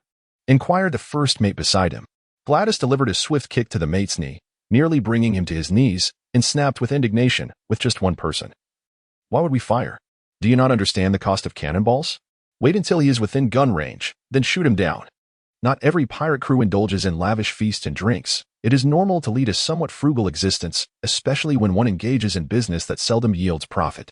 Evan swam with remarkable speed, swiftly transitioning from the range of a cannon to that of a musket. "Captain, shall we fire?" the first mate inquired once more. Gladys shot a disapproving glare at the first mate, already contemplating who might take over the position. At this distance, firing would merely squander ammunition. They ought to wait until the target drew nearer. These individuals, unaccustomed to the burden of leadership, remained oblivious to the value of resources. It had been quite some time since they had engaged in significant plundering, and if they continued to waste precious supplies like ammunition, they might very well find themselves entombed beneath the waves. It has been said that money not spent is merely a piece of paper. Only when it is utilized does it hold true value. This principle applies equally to ammunition. Only those rounds that strike the enemy are of any worth. Otherwise, they are merely scrap metal. Although Evan was puzzled as to why he had yet to be attacked despite reaching this position. With the gunners aboard the pirate ship merely aiming at him from a distance, the moment had arrived for him to strike. This range was still well beyond the effective shooting distance of a typical musket, yet it had entered Evan's own attack range. Evan's palm struck the surface of the water, and employing the technique of moonwalking, he swiftly propelled himself upwards. The buoyancy of the water, combined with the upward force of his technique, lifted him from the water's embrace. Though he could not leap as high as he could on solid ground, he ascended to a height comparable to that of the ship's railing. Yet, this was sufficient. In an instant, he drew his pistols, firing into the air. With 2 revolvers, he unleashed a barrage of 12 shots. Except for 2 bullets easily deflected by Grady's due to their excessive range, the remaining 10 bullets found their mark, each striking the forehead of a pirate. In such a critical moment, the precision with which Evan shot while suspended in midair, devoid of any leverage, was enough to instill profound astonishment in Grady. "Fire! Open fire!" Grady bellowed madly, witnessing the bodies of 10 of his comrades plummet into the sea. At that moment, the bumbling first mate foolishly inquired, "Captain, shall we fire the cannons or the muskets?" "All of them, you imbecile." If it were not for the ongoing battle, Grady would have swiftly dealt with his foolish first mate. The enemy had already dispatched 10 of their own, proving to be a formidable adversary. To still consider conserving ammunition now was akin to wishing for a swifter demise. It was imperative to reveal all their cards to minimize their losses. Boom, bang, bang, bang. Cannonballs and bullets rained down upon Yiven, descending like a torrential downpour. Spin and shoot. Yiven twisted his body mid-air, somersaulting towards the ship's railing at an angle. The cannonball, a weapon designed for naval combat, lacked the precision required to target such an agile human form. The barrage of bullets, even at their most accurate, nearly grazed Yiven's body as they whizzed past, failing to inflict any harm upon him. With a graceful leap, he executed a moonstep upon completing his spinning shot. He once again pushed off the air, propelling himself towards the pirate ship's railing. Yiven gracefully maneuvered between the air and the water, evading the gunfire from the pirate ship like a butterfly flitting among flowers. While deftly dodging bullets, he managed to swiftly reload and exchange ammunition, retaliating against the armed pirates. The absence of solid ground beneath him seemed to have little effect on Yiven. Witnessing his agile evasion of attacks and his ability to shoot without aiming, Gladys's pupils constricted in alarm. They had encountered a formidable adversary. It was clear that this individual was not to be trifled with. Unable to eliminate him from a distance, it seemed prudent to draw him aboard for close combat. With so many crew members on a ship and only one opponent, surrounding and overwhelming him was a viable strategy. 200 against 1. The odds were in their favor. Clad in a black trench coat, Yiven resembled a low-flying Black Hawk, steadily closing in on Gladys's pirate vessel. Gripping the ship's side tightly, he had entered the shooter's blind spot and could momentarily breathe a sigh of relief. In truth, the earlier antics of evading bullets had not been as effortless as they appeared. The beads of sweat on his forehead attested to that. Nevertheless, as he navigated through the hail of gunfire, his mind remained remarkably clear, as if he had caught a fleeting insight into the observation Haki. However, it was merely a momentary flicker, slipping through his grasp. Yet, this was sufficient.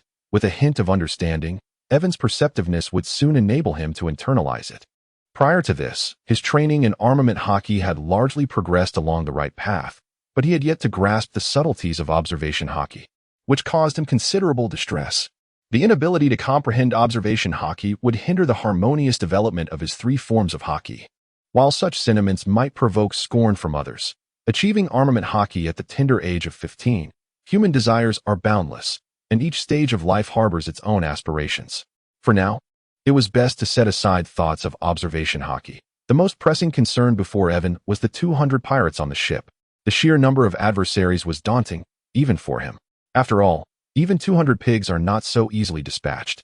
Moreover, his ammunition was limited, and had it not been for the modifications made to his revolvers, which had been transformed into blade guns, relying solely on physical combat would inevitably result in some injuries. Yiven unleashed the chain-linked blade of his firearm, which embedded itself firmly into the ship's rail. With a powerful downward pull of his right hand, he propelled himself skyward, utilizing the force of the recoil. Although the original gunfighting techniques of the female marauder allowed for dual gun choreography to serve various purposes such as cutting, crowd control, and monster aggregation, Yiven had ingeniously adapted these methods to facilitate his own movement. While the average individual would merely replicate the skills they had learned without considering their personal suitability, achieving at most a flawless imitation of the original technique. A genius like Yiven would amalgamate his acquired skills with his inherent advantages. He would synthesize them into something uniquely his own, thereby unleashing a potency far surpassing that of the original abilities. As Yiven soared above the ship's edge, Gladys bellowed fervently to her subordinates, urging them to strike with all their might. This represented the sole opportunity for the musket brigade to assert their worth. Once Yiven leapt aboard, the musket fire would not only struggle to inflict harm upon him, but would also risk collateral damage to their own ranks. Having evaded countless bullets, the musket brigade harbored a pent-up resolve, and faced with the threat of death, they summoned their utmost focus, finally pulling the triggers. Bang, bang, bang. Yet another volley of bullets rained down upon them. Without the assistance of personal propulsion devices, Yiven, no matter how agile in the air, could not evade every single projectile. Chapter 38. The invincible I descend from the skies in midair. Yiven's eyes narrowed as the barrage of bullets appeared to him in slow motion, their trajectories vividly illuminated in his mind's eye. Thoughts raced through his consciousness, and Yiven had already devised an effective response. Yiven danced upon the air, deftly utilizing the buoyancy generated by his moonwalk to propel his body laterally, evading a portion of the incoming bullets. Simultaneously, he pulled the triggers of 2 revolvers with both hands. 2 brass projectiles whirled forth with remarkable velocity, intercepting the lead bullets hurtling towards him. As smoke still billowed from the barrels of the revolvers, Yiven swiftly retracted them before him, executing a remote block that deflected the final bullet aimed at him. Though performing such intricate maneuvers within the span of a mere second was exceedingly challenging, to Gladys, Evan's actions flowed with an effortless grace. Indeed, when Evan landed upon the deck, some remained oblivious to the unfolding spectacle. Charge! Gladys unsheathed his saber, leading the charge towards Evan with a fervent cry. Among pirates, there existed no room for pleasantries. Upon meeting, conflict was inevitable. Moreover, with Evan aboard their ship, regardless of any ulterior motives, a confrontation was paramount. Typically, battles ensued between soldier and soldier, leader and leader, with each side relying on their own prowess to determine victory. However, when a fearless individual like Evan dared to provoke an entire pirate crew, one could hardly blame the others for abandoning the code of honor in favor of a collective onslaught. Just as an eagle soaring through the skies descends upon a flock of chickens, the hunted must surely feel the dread of the predator. Yet, encircled by pirates, Evan felt not an ounce of fear. Instead, he was exhilarated, unable to suppress the smile creeping upon his lips.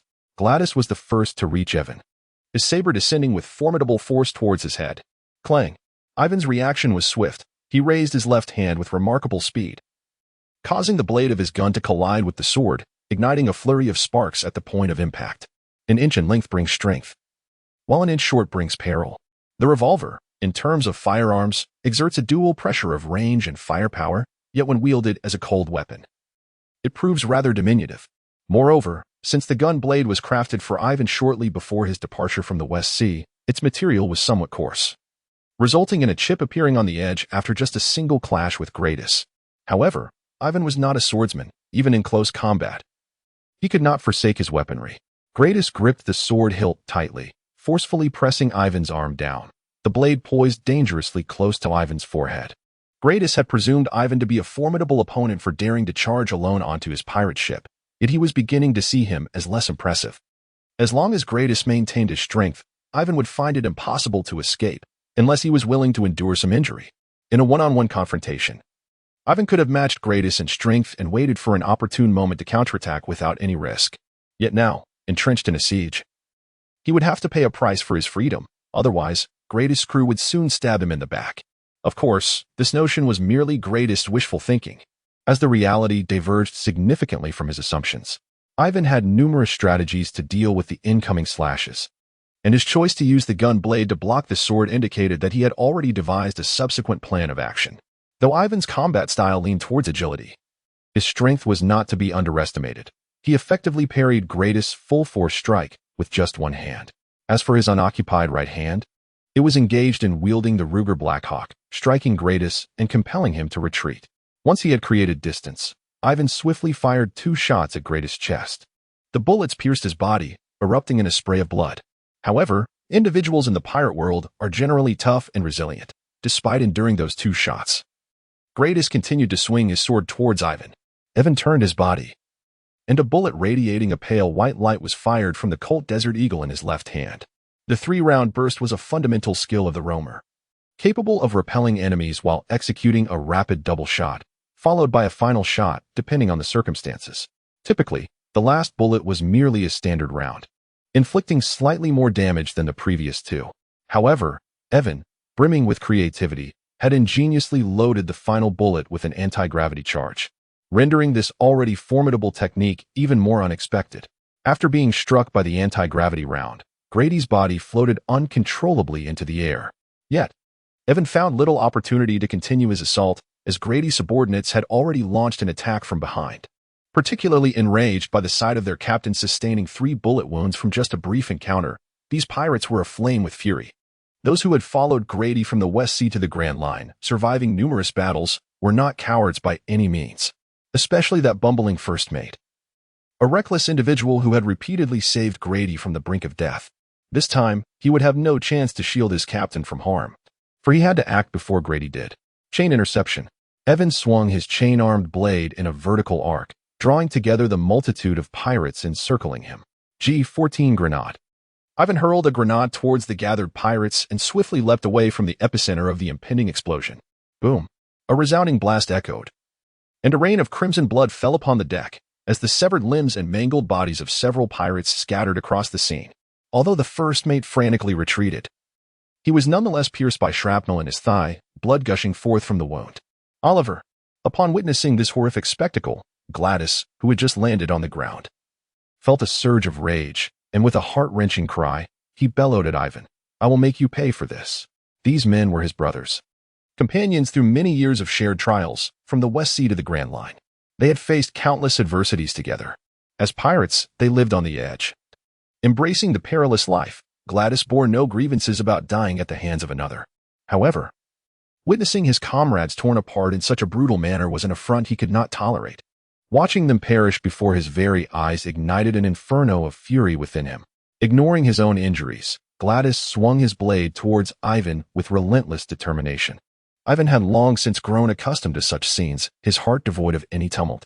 The relationship between the Navy and the pirates was inherently antagonistic, since Roger's declaration. Their war had commenced. In the realm of warfare, brutality is the norm, while warmth can only be regarded as an interlude. Chapter 39. The Hellish Scroll. The reason urged Gradus to allow his subordinates to deplete Yiven's strength before seizing the opportunity to deliver the final blow himself. He ultimately found it difficult to harden his heart, for these were the brothers who had stood by him for so long. With the support of his men, Oliver managed to stand, and he noticed the conflicted expression on Gradus's face.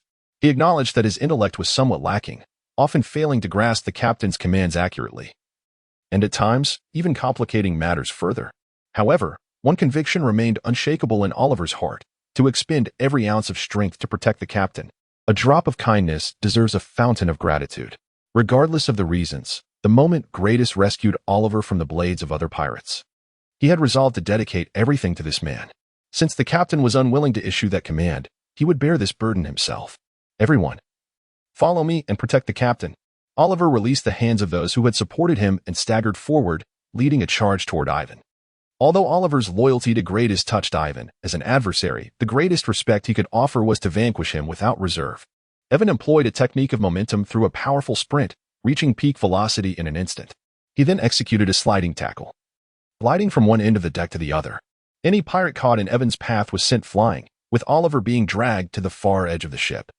As the tackle neared its conclusion, Yiven's body defied the laws of physics, propelling him into the air, where he drew his pistol to fire at Oliver. The formidable Oliver, who had dominated the West Sea for years, barely had time to react before he was struck down, a bullet piercing his chest and forehead. Grady, witnessing Oliver and his crew reduced to such a state, felt a mix of profound emotion and indignation, and immediately lunged forward, aiming his sword at Yiven's back. In Yiven's mind, alarming signals flashed wildly, and his instinct for combat alerted him to an impending ambush from behind. With no time for prior observation, Yiven swiftly turned and unleashed a lethal shot. A precisely aimed bullet, imbued with formidable power, spiraled forth from the gun's chamber. Thud! The bullet pierced through Glade's throat, instantly rendering his breathing laborious. Although the throat is a vulnerable part of the human body, it is not necessarily a fatal target, even after sustaining such a wound. One can still engage in brief activity. Undeterred by his own pain, Glades lunged forward with his rapier, aiming for Yiven's abdomen. With Glade's vitality, the penetrating injury to his throat would not spell his immediate demise. If the ship's doctor were prompt in his aid, there remained a glimmer of hope for survival. However, this was contingent upon his ability to strike Yiven, at least inflicting a severe injury that would hinder Yiven's movements, thus providing Glades and his crew a chance to survive. Yet, Yiven denied him this opportunity, deftly leaping back twice to evade Glades' thrusts. Nevertheless, he found himself cornered against the ship's railing, with no further retreat possible. "Now, will you not perish?" Glades mumbled, his mouth seemingly filled with blood froth, struggling to articulate his words clearly. Since Yiven has already boarded the ship, he has no intention of retreating in disgrace. With a swift kick, he sent a pirate daring to approach him flying, drawing a greener machine gun from behind him. Yiven instantly halted the advancing pirates, leaving them uncertain about the nature of the weapon he wielded. "Farewell, pirates." Yiven firmly pulled the trigger of the Gatling gun, its 6 barrels spinning wildly as bullets erupted forth like an unrestrained torrent. Forget swords and clubs. This was the weapon a true man should wield. The rhythmic sound of gunfire echoed, rat-a-tat-tat, accompanied by splattering blood and the pain wails of pirates, as one after another, figures collapsed upon the deck. All the pirates had congregated on the deck, and under such dense numbers. The penetrating power of the Gatling gun meant that each bullet could claim an average of 2 lives. Crimson blood soaked the deck, with pirate corpses sprawled in disarray, some still clinging to life, writhed in agony amidst the blood-soaked floor, resembling a gruesome tapestry of hell. Yet, Ivan's face bore no expression. His emotions had briefly succumbed to numbness within the throes of slaughter. Brandis remained baffled, unable to comprehend what heinous act he had committed to warrant such a deathly fate. It was unfortunate that he found himself on the opposing side of ordinary men, the pirates. It was only natural for the Navy to hunt down pirates. Although the Navy did not encourage the indiscriminate killing of pirates, preferring to capture and judge them before execution. Those who ventured into the Grand Line were invariably stained with countless crimes. For Ivan, such irredeemable souls could be executed without trial. They were soldiers of the Navy, not mere police. They had to strike decisively against their enemies, showing no mercy, lest they become the ones who perish. After a barrage from the Gatling gun, few remained standing, and those who did were likely not mere fodder. Among them was a figure clutching a black shell, eyes wide with horror. Though the shell bore no insignia of the Black Hawk, who else could wield such ammunition? Hadn't he been active in the West Sea not long ago? Why was he now in the Grand Line? Ivan was not surprised that someone recognized his identity. After all, he had never made a point of concealing it. Brandis felt a bitter pang in his heart. He had heard tales of the infamous Black Hawk Ivan during his time in the West Sea. At that time, he had brushed it off, even boasting in front of his subordinates that should Ivan come to hunt him, he would surely return empty-handed. Had those words reached Ivan's ears, prompting this pursuit into the Grand Line? If so, that would reveal a rather petty nature. It is not the formidable enemy that one fears, but the unexpected animosity that arises without cause. Such a vengeful spirit must harbor a dark psyche, indeed. Evan was unaware that this unexpected encounter had led the other party to harbor such thoughts about him. Even if he were to find out, he would show no reaction. For Brandis was already a deceased being. Evan vanished in an instant before Gladys, only to reappear behind him the next moment. Gladys attempted to turn and confront his adversary, but the injuries to his chest and throat rendered his movement sluggish. Bang! A bullet pierced through the back of Gladys's head, traversing his brain and exiting through his eye socket. Subsequently, Evan's figure flickered continuously, and under the synchrony of bullets and blades, every pirate aboard the ship was extinguished. Chapter 40, Anti-Tank Cannon. Evan boldly intruded upon a ship teeming with pirates. Though Tina was aware of his formidable strength, she couldn't help but feel a twinge of anxiety. Consequently, she hurriedly roused the still slumbering Smoker. How could he not call me for something exciting? Smoker's first response upon hearing the news was not one of concern for Evan, but rather an exhilarating anticipation for a fight. He sprang from his bed and dashed toward the ship's exterior. Why the rush? Can you swim over there? Tina called out from behind, pulling him back into the control room. Their vessel lacked lifeboats, and the only means of offense, aside from swimming like Evan, was to alter their course and approach directly. With considerable effort, they maneuvered the bow of the ship. Yet, to Tina's astonishment, she noticed that the pirate ship had erupted into flames. What on earth is happening? Tina and Smoker rushed to the deck, gazing towards the burning vessel.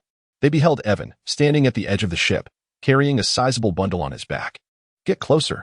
Despite the peril of the flames spreading to their own ship, Tina placed her faith in Evan, as well as in Smoker. As their ship reached the critical point where turning back would be impossible, Evan leaped with his burden, while Smoker deftly adjusted the helm. Evan and his companion's vessel ultimately glided past Grady's grand ship, veering towards another direction, narrowly avoiding a collision and escaping the encroaching flames. This must not happen again. As Evan gracefully landed on the deck, neither Tina nor Smog paid any heed to the scattered treasures of gold and silver, but instead simultaneously chastised Evan. Yet, the same words spoken by different individuals carry divergent meanings. Tina's reproach stemmed more from her concern over Evan's reckless defiance of caution, while Smog's criticism focused on Evan's neglect of his own safety in the midst of a glorious battle against pirates. With such a friend by his side, what more could one desire? Upon witnessing the concern expressed by the two individuals, Yiven couldn't help but break into a joyful smile. Thank you for your concern. I acknowledge my mistake and shall dare to do it again next time. Ivan's resolute refusal to admit his mistakes left Tina feeling quite helpless. Humph. As if Tina would care about him. After a haughty snort, she handed the milk she had been holding to Ivan. In truth, Tina could hardly believe that Ivan had single-handedly eradicated a pirate crew of 100 or 200 men and returned with the milk still warm. If it had been her in that situation, merely surviving amidst such overwhelming numbers would have been commendable, let alone annihilating the entire crew. Smoker might survive thanks to the abilities of his Logia fruit, and perhaps with a bit more time, he could wipe out this crew, who lacked mastery over Haki. But it would never be as effortless as Ivan made it seem. I'm so hungry. Is there anything to eat? Despite having raided the supplies aboard the Grady ship, Ivan still felt an insatiable hunger gnawing at him due to his exertion. Paying no heed to Tina and Smoker, Ivan dashed into the kitchen, devouring everything edible on his ship before collapsing into his bed. Eating and sleeping, what is the difference between him and a pig? Smoker, who often enjoyed bantering with Ivan, knew deep down that Ivan was exhausted, yet he maintained his sharp tongue. During Ivan's slumber, Smoker naturally took over his duties, remarking, "It's all for the mission." One might say that misfortune can strike even when one is merely sipping water. Just as Ivan and his crew had not traveled far, a warship suddenly approached from behind. "A ship is coming up behind us. It appears to be a branch's warship. Should we ask for some provisions?" Smoker, standing on the deck with a cigar in his mouth, casually remarked, "That guy Ivan eats far too much. He has devoured all the food on our ship. Have you forgotten that we are pirates now?" Tina was nearly at her wit's end, exasperated by her two eccentric companions. One was perpetually dissatisfied, eager to confront a pirate crew alone, while the other was oblivious, unable to grasp their own identity while executing missions. After unleashing her frustration on Smoker and giving him a fierce glare, Tina angrily commanded, "Hurry and unfurl all the sails. We need to move at full speed." Regardless of whether the two could defeat the pursuing warship, engaging in combat was not an option. After all, their identities as pirates were fabricated, and they needed to return to the Navy after completing their mission. If they were to engage and eliminate these Marines, they would have no choice but to become pirates for real. However, the pursuing Navy was unaware that the ship's crew were allies to them. Any ship flying a pirate flag was an enemy to be treated as such. "Cease your vessel and surrender immediately, or we shall open fire," the crew on the opposing ship shouted. However, the shouts from the warship were merely a customary procedure. They had never encountered a pirate so compliant as to halt their vessel. Thus, they had already surged forward at full speed in pursuit of Ivan and his crew. Observing that Tina and her companions not only refused to stop, but had also accelerated their pace, the commander aboard the warship, in a fit of exasperation, commanded, "Aim carefully and fire with great force." The Navy personnel were not as miserly as Gladys. After all, while government funds financed their operations, their lives were their own to safeguard. Boom. A barrage of cannonballs rained down upon them as if they were free, though most plummeted into the sea. The hull nonetheless sustained some damage.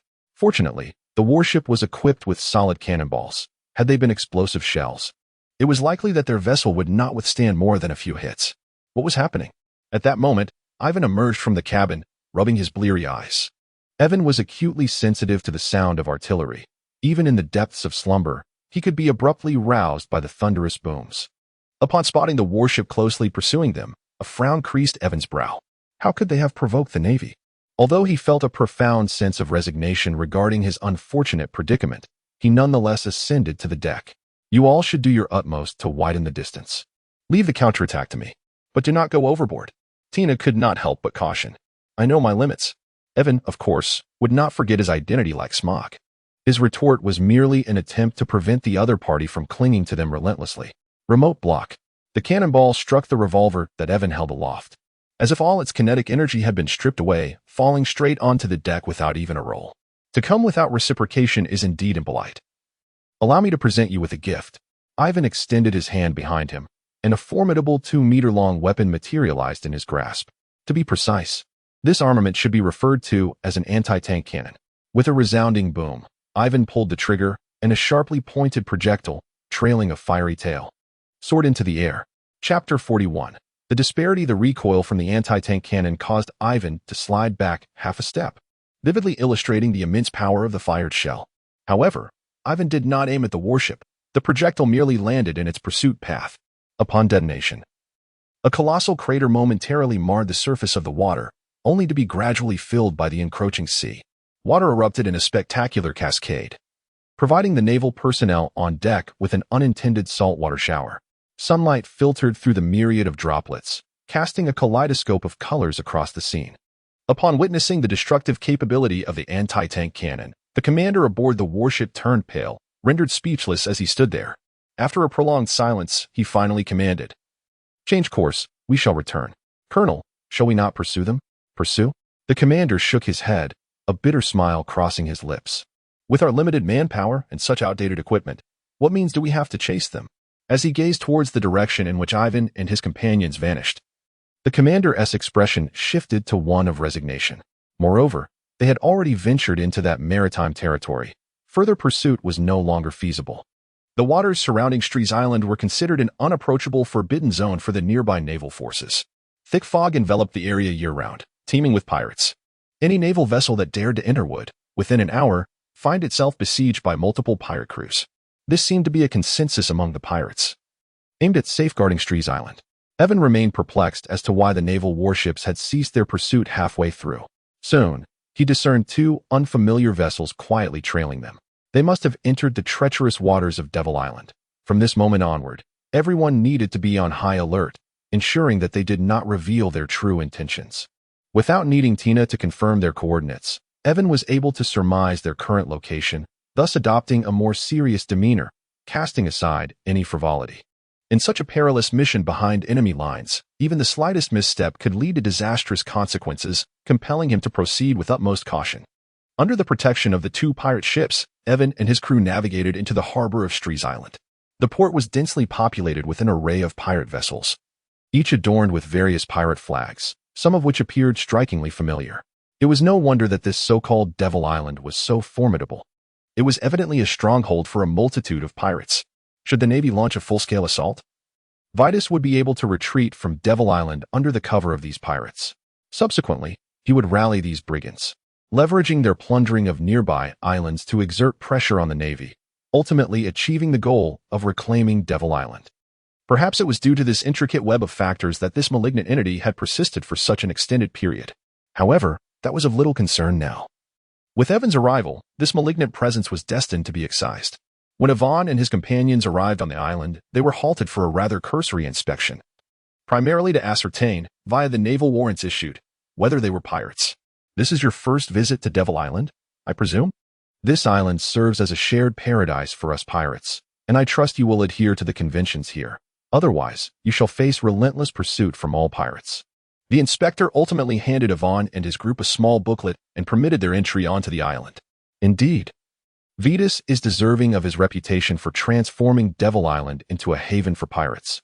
He possesses an astute understanding of their psyche. The entire inspection process did not consume much time. Aside from particularly irascible pirates, most would not resist for such a brief duration. Should there be any raucous pirates who dared to act defiantly on another's territory, akin to the vessel preceding Yvonne's, Vitus's demon guard would not be idle. The most boisterous pirate captain met his demise, his head severed and offered to piranhas, leaving the other pirates to retreat in disgrace. My lord, several former naval officers have disembarked on the island. Within the castle at the heart of Devil Island, Vitus's subordinate presented him with 3 bounty notices, prominently featuring the images of Yvonne and his companions. Do they raise any suspicions? None. Everything appears normal. Any updates from the Navy? All remains tranquil. Then let us not concern ourselves with them for the time being. Instruct the subordinates to observe them closely. Vitus's control over the entire Devil Island is not solely due to his adept external intelligence. The crux lies in his mastery of internal information. Once anyone sets foot on this island, their every action is laid bare before his discerning gaze. Contrary to the hellish imagery one might conjure, Devil Island thrives more than many other islands, owing to the influx of pirates engaging in trade. Strolling along the central avenue of the town, shops line both sides, displaying a myriad of goods in their windows. Though Tina is a formidable woman, she is still, after all, a lady, and finds herself unable to resist the allure of shopping. The gold, silver, and jewels that Ivan scavenged from the Grady ship were entirely exchanged for Bailey, which subsequently transformed into Tina's garments and adornments. None of these possessions belong to me. Why should I be the one to bring it up? Ivan held a shopping bag in each hand, his face etched with an expression of exasperation. Accompanying a woman on a shopping spree was, without a doubt, the most loathsome task for Ivan, whether in this life or the last. It was almost more exhausting than battling pirates. Tina rummaged through one of the shopping bags Ivan was carrying and pulled out a blue tie, casually draping it around his neck as she remarked, "Who says there is nothing with your name on it? Here it is." Evan could not help but roll her eyes, a myriad of grievances bubbling within her. Yet she found herself at a loss for words. This tie was a complimentary gift from the store when she purchased her dress, for which she had haggled for an eternity. She should count her blessings. At least she had a tie. Even more unfortunate than Evan was Smoker, who was almost submerged beneath a mountain of shopping bags, none of which contained a single item for himself. Moreover, Evan coldly added insult to injury, remarking, "You chose this." "I was coerced." "You scoundrel, I challenge you to a duel." Smoker spat through gritted teeth. However, Evan paid him no heed and turned instead to the ever-enthusiastic Tina, saying, "Let us pause the shopping. I'm starving." "Indeed, I'm quite hungry as well," Tina replied eagerly. Since it was Evan's suggestion, Tina readily acquiesced. Walking alongside him toward a restaurant, trailing behind, Smoker's teeth ground together in frustration. Just moments ago, Tina had claimed she was not hungry. Why this disparity in treatment? Was it merely because he was slightly taller, more handsome, a better fighter, or wealthier? What other merits did he possess, beyond being a tad more clever? Capable of devising an array of weaponry, what distinguished him? Perhaps Smoker had yet to grasp an essential truth. Sometimes, the chasm between individuals can be wider than that which exists between man and beast. Chapter 42. The Scorpion Pirate's 3 servings of curry chicken rice. 1 portion of smoked chicken, 2 beers, and a glass of milk, please, Tina ordered decisively, taking the menu from the server without a hint of hesitation. Filling the table with an abundant feast.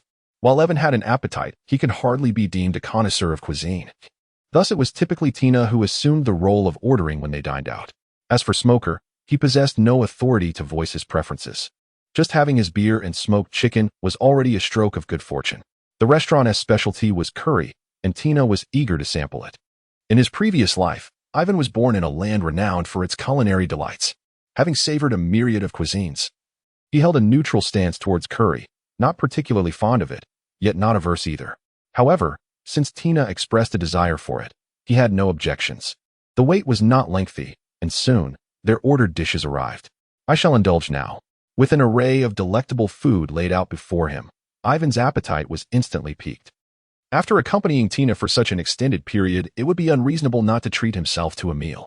Just as his spoon was about to make contact with the curry rice, a figure suddenly plummeted from the 2nd floor, crashing onto their table. The entire spread was wasted. Not a morsel had been tasted. Well, there remained a slight morsel in Yiven's spoon. Yet, as he hesitated over whether to consume that scant remnant, another figure was hurled down from the 2nd floor, this time hurtling directly towards him, although Yiven managed to push off the ground. Causing his chair to slide back and narrowly evade the descending figure, the food in his spoon met a similar fate. Tina and Smog observed Yiven's expression darken considerably, the atmosphere around them thickening with tension. They understood that he was teetering on the brink of fury, unable to heed any words of counsel. Nevertheless, they whispered urgently in his ear, "Do not act impulsively, prioritize the greater good." Even patrons at nearby tables urged him to refrain from violence. Warning that the assailants above might belong to the Scorpion pirate crew, a confrontation with whom could prove disastrous. Indeed, the notorious Scorpion, Tennyson, commanded a bounty of 55 million. And to engage him would surely spell doom. Yiven discarded the spoon in his hand and took a deep, forceful breath. Upon reaching a resolution on how to handle the matter at hand, his mood noticeably improved. "Rest assured, I know my limits." Even before Tina and Smog could fully relax after hearing Yiven's words, he had already leaped up to the 2nd floor. He was never one to suffer in silence. Once provoked, he would not hesitate to retaliate. If he did not vent this pent-up frustration, he would cease to be the audacious Black Hawk, Yiven. Moreover, given his current identity as a pirate, he felt compelled to pursue his desires with reckless abandon, disregarding any consequences. Alas, upon witnessing Yiven's actions, Tina and Smog silently cursed their misfortune and hurriedly followed him upstairs, eager to regain control of the situation before it spiraled beyond redemption. As Yiven ascended to the 2nd floor, he encountered a man whose appearance defied description, a rather unsightly fellow. He addressed a group of pirates who were dining, stating, "It has been made clear that this is the exclusive territory of our leader. Your refusal to vacate this space warrants a lesson. Should you continue to disregard our warning, once you leave Devil's Island, I shall cast you all into the sea to feed the fish." The implication of his words suggested that he would be the one to take action, while the man lurking behind him, possessing a particularly disdainful gaze, was presumably the notorious Scorpion Tennyson. Yiven pointed at the loquacious and unsightly pirate, imperiously declaring, "Hey, is it you, with that orange face, who is embarrassing me up there? Making it impossible for me to eat? Orange face?" Upon hearing the nickname Yiven had bestowed upon him, Maurice felt an overwhelming surge of fury rising within him. Having suffered from smallpox in his youth, his face was marked with pockmarks, and coupled with his notably yellow complexion, he resembled the peel of an orange. The fruit he despised most was indeed the orange, and he was particularly averse to anyone mentioning the term in his presence. To his dismay, Yiven had directly dubbed him with this moniker, which was utterly infuriating. Do you know who I am? I am Maurice, the vice-captain of the Scorpion pirate crew. Yiven's scornful remarks led Maurice to glance towards Tennyson behind him, nodding in his direction. With the captain's tacit approval, Maurice extended his large hand, resembling a fan, aiming to grasp Yiven. He intended to hurl Yiven down as he had done with the previous two individuals. Were it not for the strict regulations of Devil Island prohibiting murder, he would undoubtedly ensure that anyone who provoked them would not live to see another day. Yiven's body appeared to remain motionless, yet, propelled by the force of Maurice's attack, he shifted slightly backward, narrowly evading the onslaught. This was undoubtedly the influence of paper drawing. Although Yiven had merely mastered the techniques of shave and moonwalk, it did not imply his unfamiliarity with the other 6 forms. After eluding the strike, Yiven swiftly drew his firearm, piercing through the palm that Maurice had extended towards him. Cease! Maurice cried out in agony, clutching his wounded hand. Yet Tennyson ordered him not to continue his aggression against Yiven. Having frequently interacted with the Navy, Tennyson immediately recognized Yiven's technique as paper drawing. He approached Yiven directly and inquired, "Are you affiliated with the Navy?" Tennyson was not afraid of the Navy. He merely sensed that the situation was shrouded in mystery. Yiven candidly responded, "There was a time when that was true. While my subordinate may have provoked you, you also inflicted injury upon him. I hope we can consider this matter closed. You believe that it ends here simply because you wish it so? Do you think you are Shanks, deserving of deference from all?" Yiven was intent on stirring trouble, and he would not relent until his desires were fulfilled. "Not only had you ruined an entire feast for me, but you also shattered my appetite. If you wish for this to end, let that orange-faced individual kneel and apologize, and then compensate me with 1,000,000 Bailey." Even Yiven himself found these demands excessively unreasonable, certain that Tennyson would never acquiesce, leading to an inevitable clash between them. "Do not overstep your bounds." Before Tennyson could speak, his entourage clamored to rush forward and assault Yiven. However, Tennyson halted them. As Tina and Smoker had already positioned themselves behind Yiven, they were still on Demon Island, and a large-scale conflict would surely result in their expulsion by the enforcement team. "Very well, I agree." Tennyson's swift acquiescence was apparent, yet Yiven felt as though he were being scrutinized by a venomous serpent. Chapter 43. Night Raid. Did you say they engaged in a brawl at the shop? West pondered deeply after receiving his subordinate's report, resting his chin in thought. For individuals with a naval background, one could hardly be too cautious. Nevertheless, based on his observations over time, West could surmise that they were not naval spies. Typically, even when pretending to be pirates, the Navy would prioritize their mission, unable to truly embody the carefree nature of genuine pirates. However, Yiven and his companions were markedly different. Since arriving on Demon Island, they indulged in feasting and revelry as if on a leisurely holiday rather than a mission, particularly Yiven's propensity for violence at the shop. With no regard for the possibility of being expelled from the island, made him resemble a true pirate even more. West had numerous matters to attend to and could not afford to focus on them. After instructing his subordinates to continue monitoring Yiven and his group, he dismissed the situation from his mind. After spending an entire day frolicking on the island, Yiven and his companions returned to their ship laden with spoils. "You have gone too far." Upon returning, Smoker, in a fit of rage, hurled the pile of items he was carrying onto the deck, chastising Yiven and Tina. "Our time is exceedingly limited, and instead of gathering intelligence, you choose to indulge in feasting and merriment?" Yiven and Tina exchanged a glance, and within each other's eyes, they perceived a glimmer of mirth. There is no need to rush. After all, 2 days remain. Smog's concerns were not without merit. Yet one must not act with undue haste when infiltrating enemy territory. This island is rife with hidden sentinels, and it is imperative to allay Vitus's suspicions before they can effectively proceed with their endeavors. According to Yiven's strategy, they plan to engage in activities tomorrow that are entirely unrelated to their mission, even contrary to it. The true urgency of their tasks will only arise on the following night and the final day. However, it seems that certain individuals are intent on thwarting their peaceful passage through this evening. In the midst of their conversation, Yiven sensed several presences stealthily approaching their vessel. "Hush!" Yiven placed his index finger upon his lips, signaling Tina and Smoker to remain silent, before leaning in to listen intently. From the faint rustling sounds, it was discernible that there were only 5 individuals aboard, one of whom appeared to be a skilled assassin. Conveying a message through gestures to Tina and Smoker, Yiven ultimately resolved to take the initiative. Smoker gestured back, inquiring of Yiven, Could it be that our identities have been compromised? Yiven returned a reassuring gesture to him, then gently pulled open the hatch and stepped outside. If their identities had been compromised, it would not merely be 5 stealthy individuals, but rather the notorious Demon Guard, a direct pirate crew under West. Aside from that, the motivations could only be greed or malice. As the saying goes, wealth should not be ostentatious. Tina's extravagant spending today certainly made her a potential target. However, Yiven believed the most plausible scenario was that the Scorpion pirates had come seeking vengeance, especially considering that last look from Tennyson, which lingered vividly in his memory. That individual was undoubtedly a pirate who harbored a grudge. After the public humiliation Yiven had inflicted upon him, it would be uncharacteristic of a pirate not to retaliate.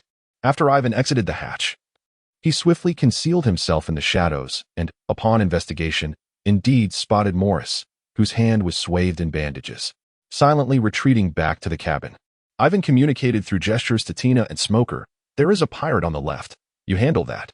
On the right, there are 2 pirates. They are yours. As for the 2 in the middle, I shall take care of them. This set of tactical hand signals was not commonly used by the Navy, but was devised by Yiven for the secret communication among the 3. Fortunately, both Tina and Smoker were clever enough to master this entirely new set of tactical gestures in no time. Once they grasped Yiven's intent, Tina and Smoker departed the cabin in succession. Knock, knock. The pirate approaching from the left suddenly felt a tap on his shoulder. Alarmed, he prepared to draw his weapon, only to realize his hands were ensnared by black iron shackles. The pirate attempted to shout a warning to his comrades, but Tina swiftly delivered a precise strike to the back of his neck, rendering him unconscious.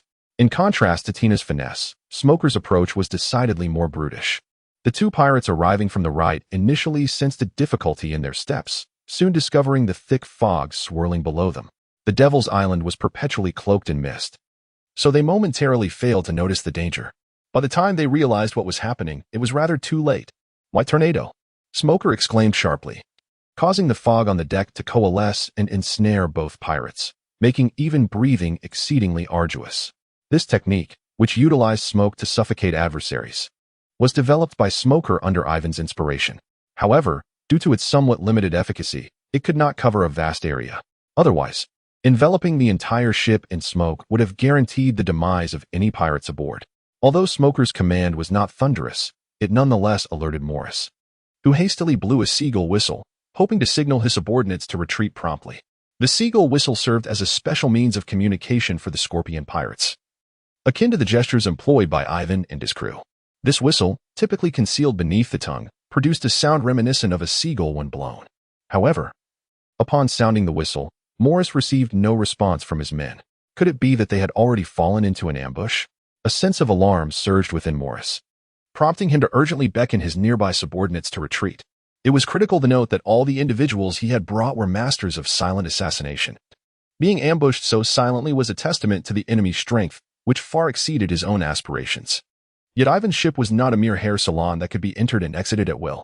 Having discovered their whereabouts, there would be no safe passage unless something was left behind. Bang! The sound of a gunshot echoed, and one of Morris' subordinates fell. A bullet lodged in his forehead, instantly extinguishing his life. It's you again! Under the moonlight, Yiven's silhouette appeared elongated, provoking Morris to grit his teeth in fury. His fists clenched tightly. When enemies meet, the animosity is particularly palpable. Morris understood that no matter what he said, his fate was sealed. Thus, he swiftly drew a syringe from his pocket and injected it into himself, instantly unleashing an unprecedented surge of speed as he charged towards Yiven. Under the unexpected assault from Morris, Yiven was struck squarely in the chest. Fortunately, Yiven possessed a robust physique and was protected by the armor of Haki, which spared him from being instantaneously vanquished. Morris had injected some unknown substance into his own body, and a blow landing on a mountain or rock would have been enough to shatter it.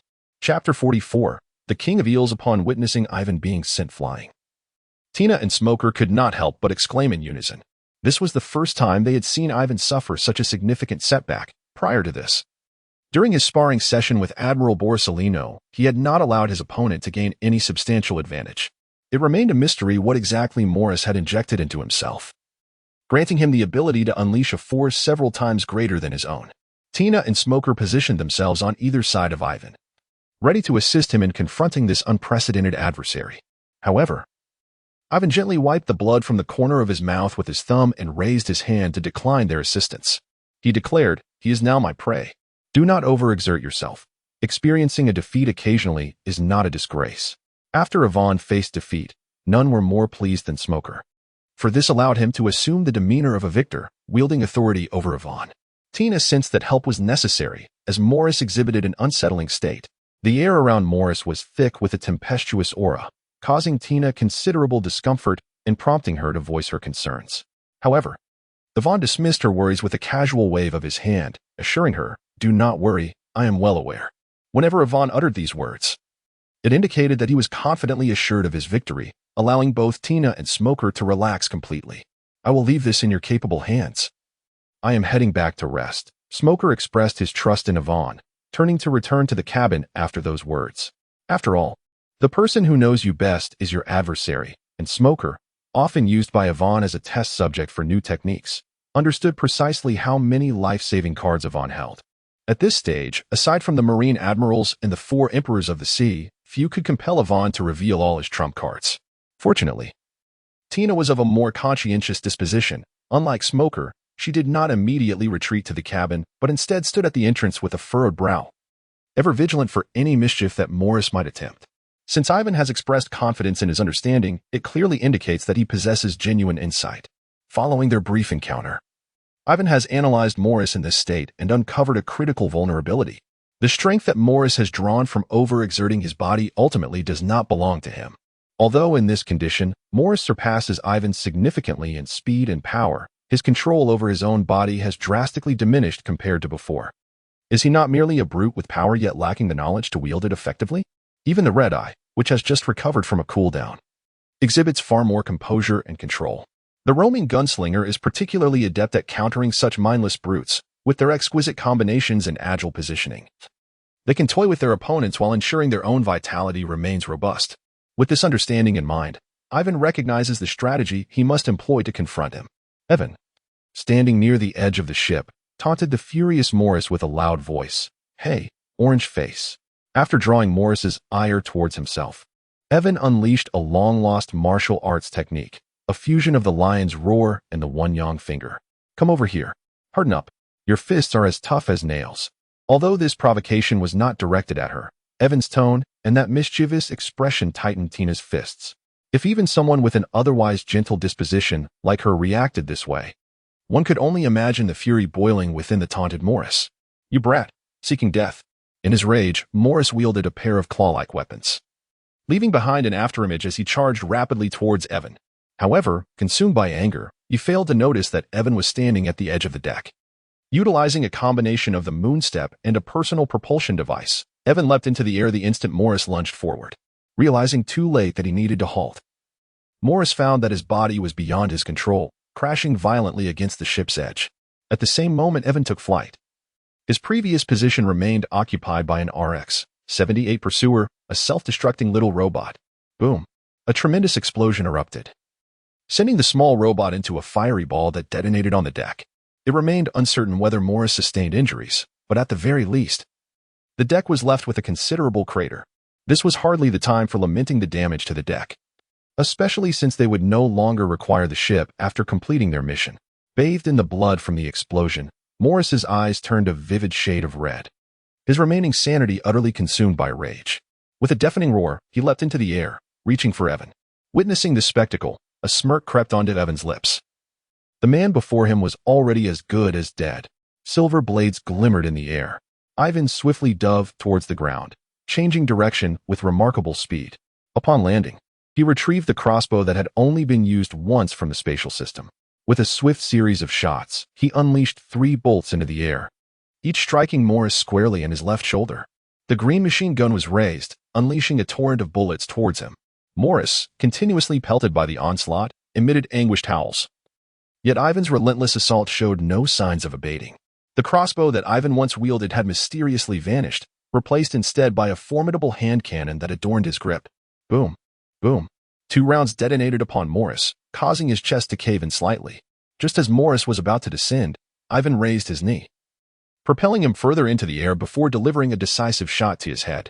Enduring such a relentless barrage of attacks, Even someone as resilient as Morris found himself on the brink of collapse. Perfectly timed, Ivan sought to deliver the final blow. With a powerful thrust, he unleashed his attack. Ivan raised his right leg high, forcefully trampling Morris onto the deck, whose body was already perilously close to the ground. The immense weight pressed down on Morris's chest, shattering his already frail ribcage and expelling the air from his lungs. However, Morris, who had been holding his breath in anticipation, managed to slash at Ivan's calf with his iron claw the moment Ivan's leg descended. The sharpness of Morris's claw surpassed that of an ordinary blade. From the very beginning, Ivan had noticed the eerie blue glow flickering upon its edge, likely coated with a deadly poison. Thus, Ivan was resolute in denying Morris any opportunity to strike him with that claw, for he had always regarded the exchange of injuries as beneath his dignity. Therefore, when he had attacked, he had already enveloped his leg in a layer of armament Haki, not only augmenting its defensive capabilities but also amplifying the force of his stomp. With a resounding bang, Ivan switched to his revolver, firing several bullets in quick succession, each finding its mark in Morris's forehead and heart. Morris's body twitched slightly before he ultimately succumbed, devoid of life. Chapter 45, Wild Shots and Gun Dance. You have slain a pirate with a bounty of 35 million, earning 3,500 merit points. Although Ivan had ultimately triumphed over Morris without sustaining any injuries himself, he found little satisfaction in the outcome. Such pirates were as numerous as fish in the Great Sea, and if every battle required such perilous efforts to secure victory, it was indeed a source of embarrassment for him, possessing the power to defeat his opponent in an instant, yet engaging in a seemingly evenly matched struggle. Left Ivan feeling quite unsettled. I'm going back to my room to rest. Unless something extraordinary occurs, please refrain from disturbing me.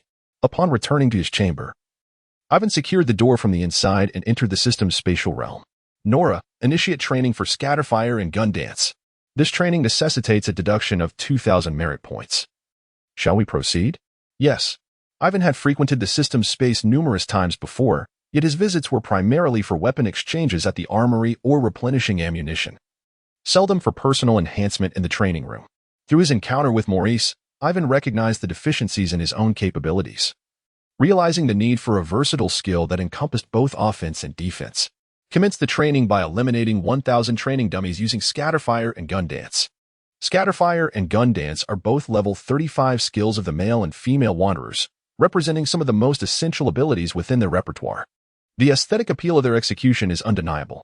Many players of dungeon games conflate scatterfire and gun dance of the male and female wanderers. However, aside from some superficial similarities in skill form, they are fundamentally distinct. Both skills entail dispersive bullet attacks directed at surrounding foes, with their effective concentrated zones being somewhat analogous. Yet, the gun dance of the female wanderer introduces direct attacks through the gun blade, resulting in a dual-layered assault.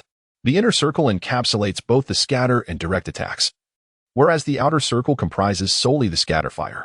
Nonetheless, the male wanderer's scatterfire is not without merit. Its effective attack range surpasses that of the female wanderer's gun dance by a considerable margin, due to significant similarities in the techniques employed. Scatterfire and gun dance do not necessitate separate practice. One could reasonably regard gun dance as an advanced form of scatterfire. In essence, the principle of scatterfire is remarkably straightforward. It involves discharging all bullets from two guns in an instant, inflicting sustained area damage upon adversaries. However, while this may sound simple, the execution demands rigorous practice to develop muscle memory regarding the velocity and amplitude of arm movements, as well as the timing and direction of trigger pulls. It is crucial to bear in mind that Ivan is wielding real firearms. A moment's inattention could result in an accident where he is struck by his own errant shots before he even unleashes his skill. After acquiring the techniques of scatterfire from the system, Ivan practiced a few times in the empty training room before the actual training commenced. The training dummies deployed by the system this time were not the sluggish, heavily armored, high-health variants from the barbecue training. Rather, they were agile training dummies. Before Ivan's erratic shooting even commenced, he was unexpectedly struck from an unknown direction, sending him hurtling away. Overwhelmed by the force of the impact, Ivan's hands momentarily lost their grip, causing both the falcon and the Black Hawk to be flung aside, while he himself crashed face-first onto the ground. The significance of a gun to a marksman parallels that of a sword to a swordsman. It represents a second life. To put it in a well-worn adage, as long as the gun is with the man, he lives. If the gun is destroyed, he perishes. A marksman who cannot maintain a firm hold on his weapon cannot possibly be expected to master the art of shooting or engage in combat effectively. At this moment, Ivan had inadvertently cast both firearms aside, landing on the ground in a particularly humiliating manner, overwhelmed by shame and reluctant to rise. Nora, I strongly suspect you are conspiring against me. Nora, a mere artificial intelligence, possessed an emotional module designed to enhance her service to her master. Thus, there was no possibility of her intentionally complicating matters for Ivan. After venting his frustrations towards Nora, Ivan found a semblance of resolve and promptly rose from the ground to resume his training. Although the flow of time in the system's space diverged from the outside world, and merit points were allocated based on training objectives rather than duration, Ivan could not afford to linger in the system for too long. By the next morning, Tina would come to rouse him. Should she discover Ivan's absence, while she might not contemplate the existence of the system space, explaining his disappearance would undoubtedly prove troublesome. Therefore, Ivan was compelled to seize every moment for training. Even if he could not fully master both skills, he aimed to learn as much as possible. After a period of practice, Ivan, feeling somewhat disheartened, remarked, Nora, could you please provide me with a defensive training dummy instead?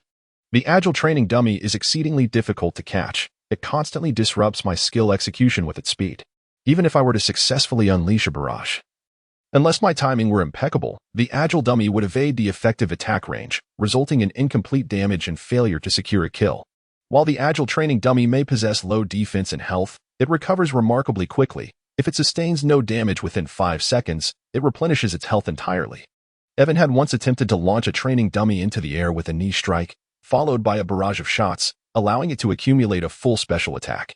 However, this time, Evan was engaged in training for the barrage technique, not other skills, thus such an approach was undoubtedly prohibited. Rather than persistently tormenting the agile dummies, it would be far more advantageous to hone his barrage skills against the defensive dummies. This might expedite his training progress. Eliminating defensive training dummies was deemed ineffective, and after switching dummies, the accumulated kill count would reset. Was he to choose to switch? How frustrating. Upon hearing Nora's voice, Evan couldn't help but roll his eyes. At this rate, how long would he be stuck in training? Nevertheless, after some contemplation, he ultimately decided to switch to the defensive dummy for practice. After all, he had only taken down 3 mission targets, and he was still quite distant from completing all objectives, so he might as well take it easy. Switch. The dummy has been replaced. Please continue your training. After the change, Evan finally felt at ease. Confronted with the cumbersome defensive dummy, he was able to comfortably maneuver to its side and calmly swing his arm to unleash a flurry of gunfire. Rat-tat-tat. Golden bullets fanned out from around Evan like a protective shield, some striking the training dummy while others soared into the air. Wastefulness was inevitable, for the application of the barrage technique was intended for adversaries whose strength was comparable to or superior to his own.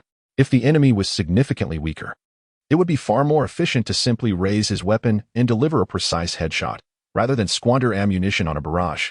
Chapter 46. The Unexpected Quarrel. Yiven wiped the sweat from his brow, releasing a long sigh of exhaustion. Ultimately, he was unable to complete the training for both the erratic shooting and gun dance. However, he had spent a sufficient amount of time in the system space and had to forcibly terminate the training. Although discontinuing the training would not impose any additional losses upon Yiven, at most, he would need to expend the same merit points again if he wished to continue in the future. For skills such as mobile shooting, which could be learned independently, he had likely acquired the necessary techniques within the system space, and failing to meet the training goals would have minimal repercussions. He could always pursue further training in the real world. Nevertheless, the majority of the sharpshooter skills cataloged by the system were hierarchical in nature. For instance, erratic shooting and gun dance served as prerequisite skills for multiple headshots. If he failed to achieve the training objectives, he would be unable to continue learning multiple headshots and all subsequent skills along that progression. However, erratic shooting, gun dance, multiple explosions, dual eagle spin, and tempestuous downpour formed the most critical skill set for roaming, aside from awakening, and he needed to master them. Today, Yiven was clearly unable to proceed, and he could only await the next opportunity for focused training or reflect on his insights into erratic shooting and gun dance thereafter. Upon returning, after bathing and donning a fresh outfit, Yiven was momentarily blinded by a flash of white light, and the next instant, he found himself back in his room. Perhaps due to his overwhelming fatigue, Yiven, who had gone an entire night without sleep, felt invigorated rather than weary. In truth, with Yiven's current physique, Even a few days without sleep would pose no issue. The fatigue would merely accumulate, to be released all at once in due time. Furthermore, his requirements for sleep were not as demanding as those for sustenance. Typically, a mere 6 to 7 hours of sleep each day sufficed to alleviate his daily fatigue. After tidying up a bit, Yiven appeared in the kitchen, only to discover that Tina had risen even earlier than he. "Good morning, Tina," he greeted her. Hastily grabbing a sandwich freshly made by her and stuffing it into his mouth, his words somewhat garbled. "What do you mean good morning? You made me worry for so long yesterday, while you two carefree souls just went to sleep," Tina replied, casting a disapproving glance at Yiven, her tone laced with exasperation. "Have you washed your hands?" "Of course I have. I'm not Smock." It was proven once again that one should never speak ill of others behind their backs, no matter the circumstances. Yiven had barely begun to speak ill of Smoker when the disheveled figure of Smoker approached, yawning, with an unlit cigar clenched between his lips. "Are you about to slander me again?" Upon hearing Yiven's words, the last remnants of sleep vanished from Smoker's demeanor, replaced by a fierce glare. Judging by Smoker's spirited appearance, it seemed he had enjoyed a decent night's rest, which was quite fortunate. They were currently deep behind enemy lines and needed to remain alert and invigorated to adeptly handle any unforeseen circumstances that might arise. "Enough of your bickering. Hurry up and eat. We have matters to attend to today." Each individual's sorrow and joy are unique, and Tina found Yiven and Smoker to be rather noisy. However, over time, she had grown accustomed to it. This time, she didn't even intervene to separate the two, but merely called out to them from a distance. "What are we doing today?" Sitting at the dining table, Smoker vigorously sliced into the beef on his plate, exuding an air of battle readiness. The somewhat unsatisfactory skirmish from the previous day had stirred Smoker's craving for action, and he was determined to satiate that urge. "Shopping," Yiven replied nonchalantly, his gaze fixed on his plate as he devoured his meal. "Shopping again?" Even Tina, who had a keen interest in shopping, expressed her reservations. Was Yiven truly abandoning their mission? After their observations during yesterday's outing, they had discovered that non-pirate inhabitants constituted a significant portion of the island's population. Should the Navy launch a direct assault, it was uncertain whether they could eliminate all the pirates, but the survival rate of these ordinary citizens would undoubtedly be dismal. "If you wish to shop, you may go alone. I refuse to partake today." Since their arrival on Demon Island, Smoker had harbored considerable discontent towards Yiven. Today, he seemed to disregard their mission entirely, intent only on pursuing his own desires, and thus he erupted in frustration. "If you are not concerned with the task, I shall go by myself." With that, Smoker stormed out, leaving everyone puzzled as to what had provoked his sudden outburst. "Smoker." Tina glanced at Smoker's departing figure and then at Yiven, who was still engrossed in his meal. "Aren't you going to stop him?" Although Tina was unaware of Yiven's plans, she trusted that he would never disregard the well-being of so many civilians. However, Smoker's reckless behavior could easily disrupt Yiven's carefully laid plans. Yiven stuffed the last morsel of meat into his mouth, wiped his lips with the napkin at hand, and nonchalantly remarked, "He is merely acting in accordance with what he believes to be right. Why should I hinder him? Moreover, whatever Smoker chooses to do will have no bearing on his current endeavors. As for Smoker's safety, there is no cause for concern. Endowed with the powers of a Logia-type devil fruit, he is virtually invulnerable on this island unless he were to act against his own better judgment. Now, we too must take our leave."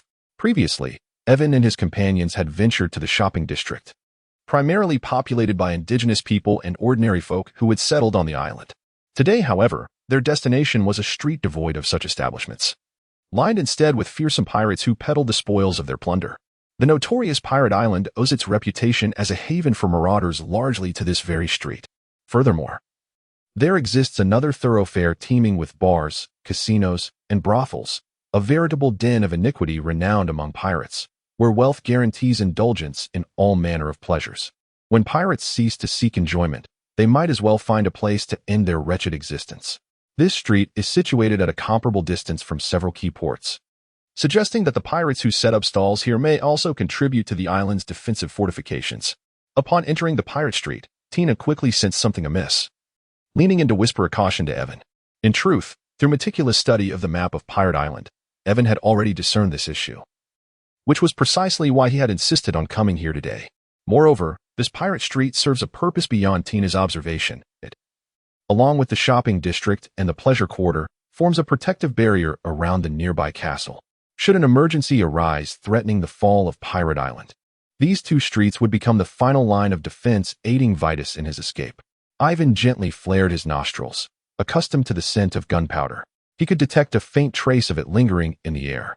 This aroma was exceedingly subtle, mingling with the myriad foul odors generated by the pirates, rendering it nearly imperceptible to the average person. Although the exact source of the gunpowder remained elusive, Ivan deduced that it was not a pirate peddling firearms, but rather a means devised by Vites to ambush foes and facilitate his own escape. "Let us take a stroll," he proposed. Given the significance of this street, it was imperative for Ivan to explore it further, and perhaps he might encounter items of interest. Naturally, he dismissed the notion of stumbling upon a devil fruit, for no pirate would be so foolish as to fail in recognizing such a treasure. Chapter 47.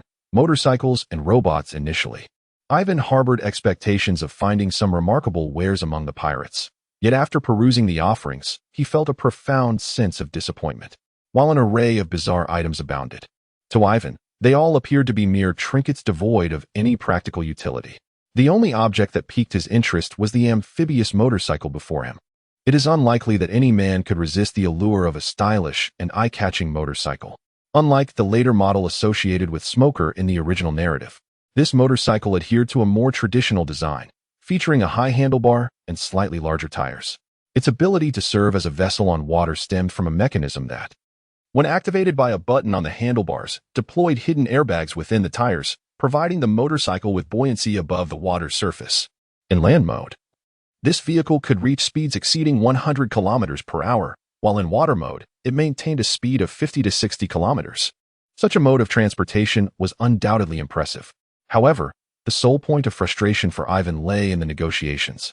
The pirates stubbornly insisted on a price of 1 million berries. Initially, Ivan and his companions had set out on this mission without a single berry in funding, and after much effort, they had managed to scrape together a small amount of money, all of which Tina had spent the previous day. Although he had extorted 1 million berries from the Scorpion pirates, the coincidence of that figure seemed rather too convenient. As Ivan pondered whether to invest the entirety of 1 million belly in this motorcycle, Tina, visibly displeased, interjected, "Are you out of your mind? Thinking of spending 1 million belly on such a poorly crafted item?" Indeed, the motorcycle's markup was exorbitant. Nevertheless, considering its unparalleled value, it could warrant the purchase. Perhaps there existed a myriad of differences in consumer perspectives between men and women, yet both would indulge in impulsive purchases for items they cherished. Just yesterday, Tina effortlessly paid for a dress priced at 30,000 belly without a moment's hesitation. Why then should Ivan refrain from spending 1 million on a motorcycle? However, recognizing this as Tina's shrewd bargaining tactic, Ivan feigned a frown and remained silent. Seeing Ivan's expression, the vendor grew anxious. He had set up his stall for several days, and although many had expressed interest in the motorcycle, they were invariably deterred by the price. The previous day, when Ivan had extorted Tennyson, the vendor had observed from the sidelines, aware of Ivan's financial capacity to purchase the motorcycle. Given Ivan's evident interest, if he too was frightened away, the vendor risked losing a valuable opportunity. Thus, he hastily clarified, "Please do not say such things, miss. The high price is justified. Besides, you would be hard-pressed to find another like it throughout the Grand Line." Although the vendor's boast was somewhat exaggerated, he was unfazed by the possibility of being called out. For the motorcycle was indeed exceedingly rare, snatched from a trap-laden winter island at the cost of several of his comrades. This island was rife with mechanisms and various modified creatures, reminiscent of a so-called future kingdom. Alongside the motorcycle, the vendor had also pilfered an assortment of seemingly worthless parts, all of which he had carelessly displayed. However, the astute Ivan discerned a remarkable find among the heap of scrap, a seemingly inconspicuous piece of dark material that could easily be mistaken for refuse. Yet, to Ivan, this was a treasure more precious than gold, monocrystalline silicon. While the term may not be familiar to most, the concept of a raw material for chip manufacturing would resonate with all. The complexity of the monocrystalline silicon fabrication process need not be elaborated upon here. Without the requisite industrial equipment, it would be nearly impossible to produce such a sizable piece, even in a laboratory setting. Although possessing monocrystalline silicon, Ivan was unlikely to fabricate a chip by hand. However, the proximity to the creation of intelligent auxiliary robots and the subsequent unlocking of the mechanical repository has significantly increased. The intelligent auxiliary robot, which follows the male mechanic after he transitions into his role, is a round, endearing little automaton. The male mechanic is accompanied by a small robot adorned with a tiny propeller atop its head, evoking a distinct steampunk aesthetic. In contrast, the female mechanic's robot boasts a considerably higher technological sophistication, featuring an LCD panel capable of displaying an array of expressions and relying on magnetic levitation along with a tail flame for sustained flight. The primary reason for this disparity lies in the differing technical focuses of the male and female mechanics. The male mechanic specializes in combat robots and spatial teleportation technology, relying chiefly on explosive outputs from his robots, and has the ability to summon the legendary Gaboga fist crafted by his predecessors, which highlights their distinctive technical characteristics. A legend circulates in the celestial realm that three mechanics united can forge a colossal robot capable of altering the tides of war. Meanwhile, the female mechanic's expertise revolves around the more modern G-series machinery, reflecting an inevitable trend in the evolution of celestial mechanical civilization. In the latter days of Bakel's reign, the advanced machine civilization gradually dominated the celestial domain. The inhabitants of the celestial realm began to recognize their encirclement by the cold, rigid machine civilization, and there arose a pressing need for the gentleness, meticulousness, and emotional depth that women could provide to restore balance to the severely skewed celestial order. Female mechanics, with their unique personalities and perspectives, pioneered a distinctly different and practical realm of technology, namely the G-series machinery. The field of mechanics resembles a form of artisanal craftsmanship, wherein each family possesses its own unique technical expertise. To become an exceptional mechanic, one must transcend merely inheriting the skills of his predecessors. He must develop a unique technology of his own. The genesis of this endeavor, naturally, begins with the creation of auxiliary robots that amalgamate the strengths of both male and female mechanics. Upon glimpsing the piece of single crystal silicon, Yiven's primary focus shifted away from the motorcycle. However, he was acutely aware that he could not reveal his intentions to the stall owner, for the owner's inherent greed, akin to that of a pirate, would undoubtedly lead to exorbitant price hikes once he sensed one's urgent need. Thus, Yiven feigned casual interest, handling the discarded items on display. And ultimately, with a trembling hand, he grasped the coveted single crystal silicon. Upon holding the crystal, a refreshing chill enveloped his palm, perhaps explaining why the stall owner had not simply discarded it, confirming that this was indeed the single crystal silicon he sought. Yiven nonchalantly set it down and resumed haggling over the motorcycle with the stall owner. After casually countering the price twice, the owner stubbornly clung to the 1 million price tag. Hence, Yiven, with a hint of desperation, remarked, "Who can resist something I adore so much? 1 million it is. But you must include some complimentary items." "Very well, if you truly desire it, I shall part with everything here," the stall owner replied, his face lighting up with joy, even to the point of bubbling over with glee. He had no means of disposing of these useless items, and since Yiven had been so generous, he decided to leave them all to him. How could I possibly accept such generosity?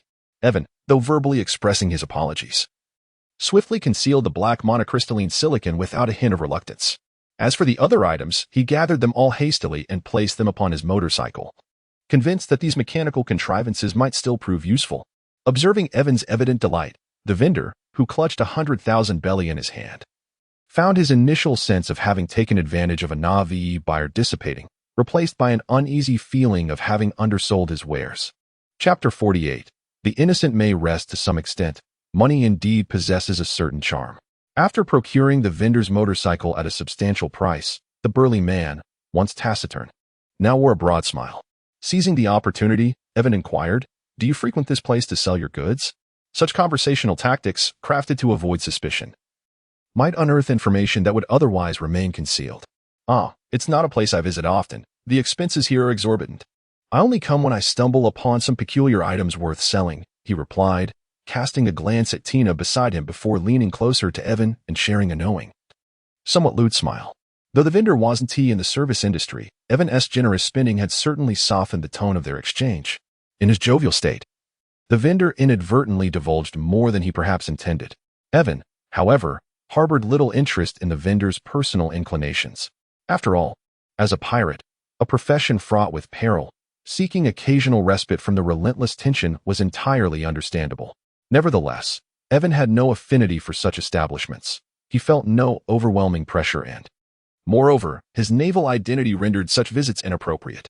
Furthermore, such places lacked cleanliness. Disregarding the vendor's expression, Evan pointed toward a building at the end of the street and asked, "Do you know what purpose that clock tower serves?" After perusing the entirety of Pirate Street, that clock tower stood out as particularly suspect. A mere ordinary clock tower would not warrant a locked entrance, nor would it be guarded by several individuals in the shadows. Oh, that building.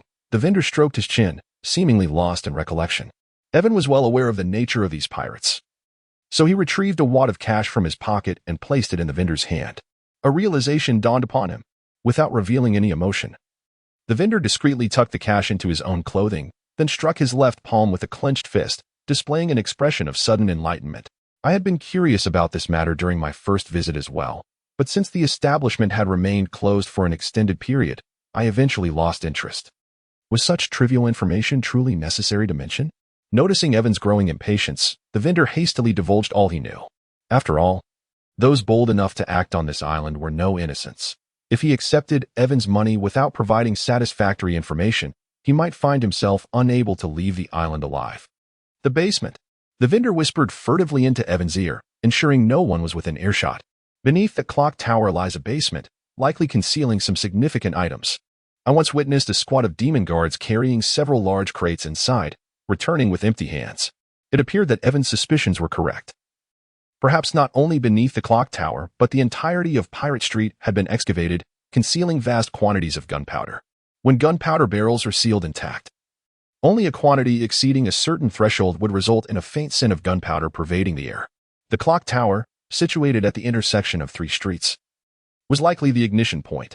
This single piece of information was already astonishing enough, not to mention the myriad of unexplored secrets hidden within Demon Island. Should the Navy recklessly assault Demon Island, even if they ultimately achieved victory, it would result in significant casualties among the lower-ranking soldiers. Evan and Tina exchanged a glance, both sensing the necessity to inform Admiral Crane, allowing her to prepare in advance. "I have one final inquiry. How might I request an audience with the esteemed island master?" Upon hearing Evan's words, the vendor instantly grew tense. Until that moment, their conversation had proceeded normally. Why had it suddenly taken this turn? To meet the island master, why? That is a question best left unasked. Simply tell me how to proceed. The castle of Vitas is the very heart of Demon Island, and Evan would not rest easy until he thoroughly investigated the conditions within. The most straightforward and expedient method to gain entry to the castle is to pay a direct visit. Aside from the summons of the island master, I have never heard of anyone being granted a glimpse of his true self. You should abandon such thoughts. The vendor was merely looking out for Evan's best interest. Yet he had already resolved to meet Vitas today, come what may. Observing Evan's determined and unwavering gaze, coupled with the allure of currency, the vendor ultimately relented. Although Evan did not possess the power of the face-face fruit, money could sometimes wield greater influence than the notorious name of the red-haired captain. Very well. For the sake of the money, I shall impart this information. However, you must not disclose that it came from me. Fear not. I pride myself on my integrity. Evan replied. Alas, Evan's integrity was reserved for ordinary individuals. The innocent may rest easy, but for every pirate, there will come a day when Evan's bullets find their mark. With a sigh, the vendor remarked, "If you can meet the captain of the Demon Guard, he can notify the island master on your behalf. And then you may simply await a response." "Thank you." After Ivan set down another stack of money, he and Tina began to push the motorcycle back in the direction they had come. "Are you truly intent on meeting Vitas?" Tina inquired with a hint of concern. Ivan nodded slightly. This was an unavoidable circumstance. After all, General Crane had allotted them insufficient time. To uncover significant intelligence, bold measures must be taken. Had the deadline been extended from 3 days to a week, Ivan, with his cautious disposition, would undoubtedly refrain from such perilous risks. "Tina will accompany you," she declared without hesitation. Her resolve was unwavering, as if she were determined to face death alongside Ivan. It was common knowledge that the castle of Vistor was a veritable den of danger. To extract oneself unscathed from such a perilous lair was utterly implausible. Once one ventured within, the chances of survival were exceedingly slim. However, Ivan's determination surpassed even Tina's. He asserted firmly, "I can acquiesce to other requests, but this time, it is absolutely out of the question." Precisely because this mission was fraught with peril, Ivan intended to undertake it alone. Possessing numerous life-preserving tactics, Ivan was unperturbed by the notion of merely infiltrating a castle. He would dare to confront even the 4 sovereigns. As for cowardice, it was a trait that could never be attributed to Ivan. Could a wielder of the Conqueror's Haki be a timid soul?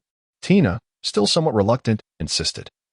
If I accompany you, we can support each other even if the mission fails. To speak candidly, Evan shook his head and resolutely stated, should my identity be revealed, I possess numerous means of escape. However, bringing you along would only serve to hinder my efforts. His words, though delicately phrased, conveyed a rather harsh truth. You are a burden. It would be best if you refrained from impeding my progress. Some truths, even when spoken with good intentions, can wound deeply. Tina lowered her head, her expression tinged with disappointment. The so-called most beautiful naval officer, the future star of the Navy, yet in his eyes, Tina was merely a liability. Was it her lack of strength that rendered her inadequate? If only she could grow stronger, perhaps she could be of assistance to him. Chapter 49. The pretentious and the exhibitionist take this with you and remain aboard the ship, awaiting my signal. If my identity is compromised, you must set sail with Smoker and relay the intelligence we have gathered thus far to Admiral Tsuru. Ivan placed a walkie-talkie before Tina while attaching another to his waist, and simultaneously donned a wireless earpiece. This walkie-talkie is more accurately referred to as an ultra-shortwave frequency wireless telephone, possessing its own transmission and reception modules, thus largely unencumbered by signal limitations, allowing for bidirectional communication over a certain distance. With such a communication device, distinct from those commonly found in the pirate world, there is no fear of being eavesdropped upon by the black telephone bugs. Although the pirate realm does feature the white telephone bugs as a means of encrypted communication to avert interception, they are not only cumbersome to use but also exceedingly rare, rendering them unsuitable for someone of Ivan's standing. Exercise caution. Despite her reluctance to remain alone aboard the ship, Tina complied with Ivan's directive out of a sense of duty towards the mission. Evan tightened the gun holster at his waist and donned the black trench coat handed to him by Tina, exuding a poignant sense of melancholy reminiscent of a desolate landscape. Yet, this atmosphere was merely a theatrical embellishment. The reality of this journey may not be as perilous as it appeared. Upon returning to Pirate Street, Evan proactively approached the patrolling demon guard. At the end of the street, beneath the setting sun, he stood there, adjusting his cowboy hat, as a tumbleweed rolled past him. Had he been smoking a cigarette at that moment, it would have epitomized a quintessential Western scene. Hey, don't block the way. Step aside. The leader, not one to mince words, bellowed as he saw Evan obstructing their patrol path. Nearby pirates, drawn by the commotion, turned their heads to gaze at Evan, curious as to who would dare provoke the demon guard on Demon Island. As a braggart, Evan would never miss an opportunity to showcase his bravado. In response to the leader's admonition, a smile curled at the corners of Evan's lips, and in an instant, he vanished from sight. The members of the demon guard tightened their grips on their weapons, despite the fact that the blades and guns in their hands posed no threat to Evan. Still, it offered them a semblance of psychological comfort. However, in the blink of an eye, a shadowy figure flickered past, leaving only the leader standing, while the others writhed on the ground, clutching their chests. Do you know who I am? I am part of the island's guard. And you dare to lay a hand on me? Mean, but trembling with fear, managed to utter these words. Yet, it seemed that Evan's target had always been him, making the notion of not recognizing him utterly implausible. Evan brushed off non-existent dust from his hands and nonchalantly remarked, the minions of Vester, well aware of your identity, are precisely why they would strike at you. What is it that you truly desire? Should you take my life, Lord Vester will undoubtedly seek retribution against you. Mean exclaimed, his voice tinged with panic. Evan patted his shoulder, signaling him to relax. Rest assured, I have no intention of harming you. As long as you can lead me to your leader. Mean, merely a squad leader of the patrol, was not of sufficient rank to reach west. Thus, Evan needed to seek someone of greater significance to facilitate an introduction. Although this method of seeking an audience was rather audacious, it proved to be effective, not to mention remarkably straightforward. All right, as long as you don't kill me, Mean said, as he was compelled at gunpoint. He guided Evan through a series of twists and turns, soon arriving before a residence. Our captain is inside. Can you release me now? Evan holstered his revolver, signaling to Mean that he could depart. You may leave. Mean was taken aback by Evan's unexpected benevolence and stood frozen for a moment. What? Do you wish to accompany me inside? No. Mean fervently shook his head and swiftly turned to flee. The instant Evan stepped into the courtyard, the gate behind him slammed shut, and a group clad in the garb of the demon guard emerged around him. It seemed the individuals he had previously dispatched had alerted their comrades, allowing them to prepare in advance. However, Evan remained unfazed. He was aware of the ambush awaiting him before entering, yet he resolutely pressed forward. You must be the commander of the demon guard, he remarked. his gaze settling on the man with red hair, distinguishable by his unique attire and towering stature, exuding an aura of strength. If he was not the leader, who else could be? Bazel cast a disdainful glance at Evan, speaking haughtily. I know you are looking for me, but I do not appreciate such insolence in conversation. Brothers. Seize him. Clearly, Bazel had grown accustomed to his arrogant demeanor, rendering him somewhat inept at engaging in normal discourse. Yet Evan was no ordinary adversary. Bazel's arrogance was met with even greater audacity. Interestingly, I too detest such exchanges. In this encircled predicament, a reckless barrage from Evan could easily incapacitate half the assailants. However, he quickly repressed that impulse, opting instead to execute a spinning kick, sending the advancing foe sprawling. His intention was negotiation, not slaughter. Thus, he preferred to refrain from employing devastating abilities unless absolutely necessary. Bang! Bang! Shots rang out from behind, but as the bullets left their barrels, Evan's own projectiles found their mark. To thwart any further ambushes, Evan moved with remarkable speed. Shadows flickered, and the air crackled with sonic booms as one by one. The members of the Demon Guard clutched their wounds and fell to the ground. The martial arts of the world are invincible, and only speed remains unbroken. At a velocity far beyond their comprehension, the ordinary members of the Demon Guard found it arduous to even catch a glimpse of Evan, let alone retaliate. Standing helplessly like lambs awaiting slaughter. Stand down. Bazel realized that in the face of a powerhouse like Evan, no amount of ordinary members would suffice. He would have to confront him personally. With a swift motion, Bazel tore open his white shirt, revealing a muscular torso. Was this not a display of exhibitionism? If one were to engage in combat, why strip down? Such behavior borders on the bizarre. The more focused he became, the more Yiven felt compelled to critique certain unreasonable behaviors. With his hands resting gently on the sides of his thighs, he subtly moved his elongated fingers, while the fervor within him surged ever higher. Chapter 50, The Tattoo on the Death Revolver. Just kill. Evan raised his hand and snapped his fingers, a swirling aura of deep crimson enveloping him, while the twin revolvers in his grasp radiated a similar ominous glow.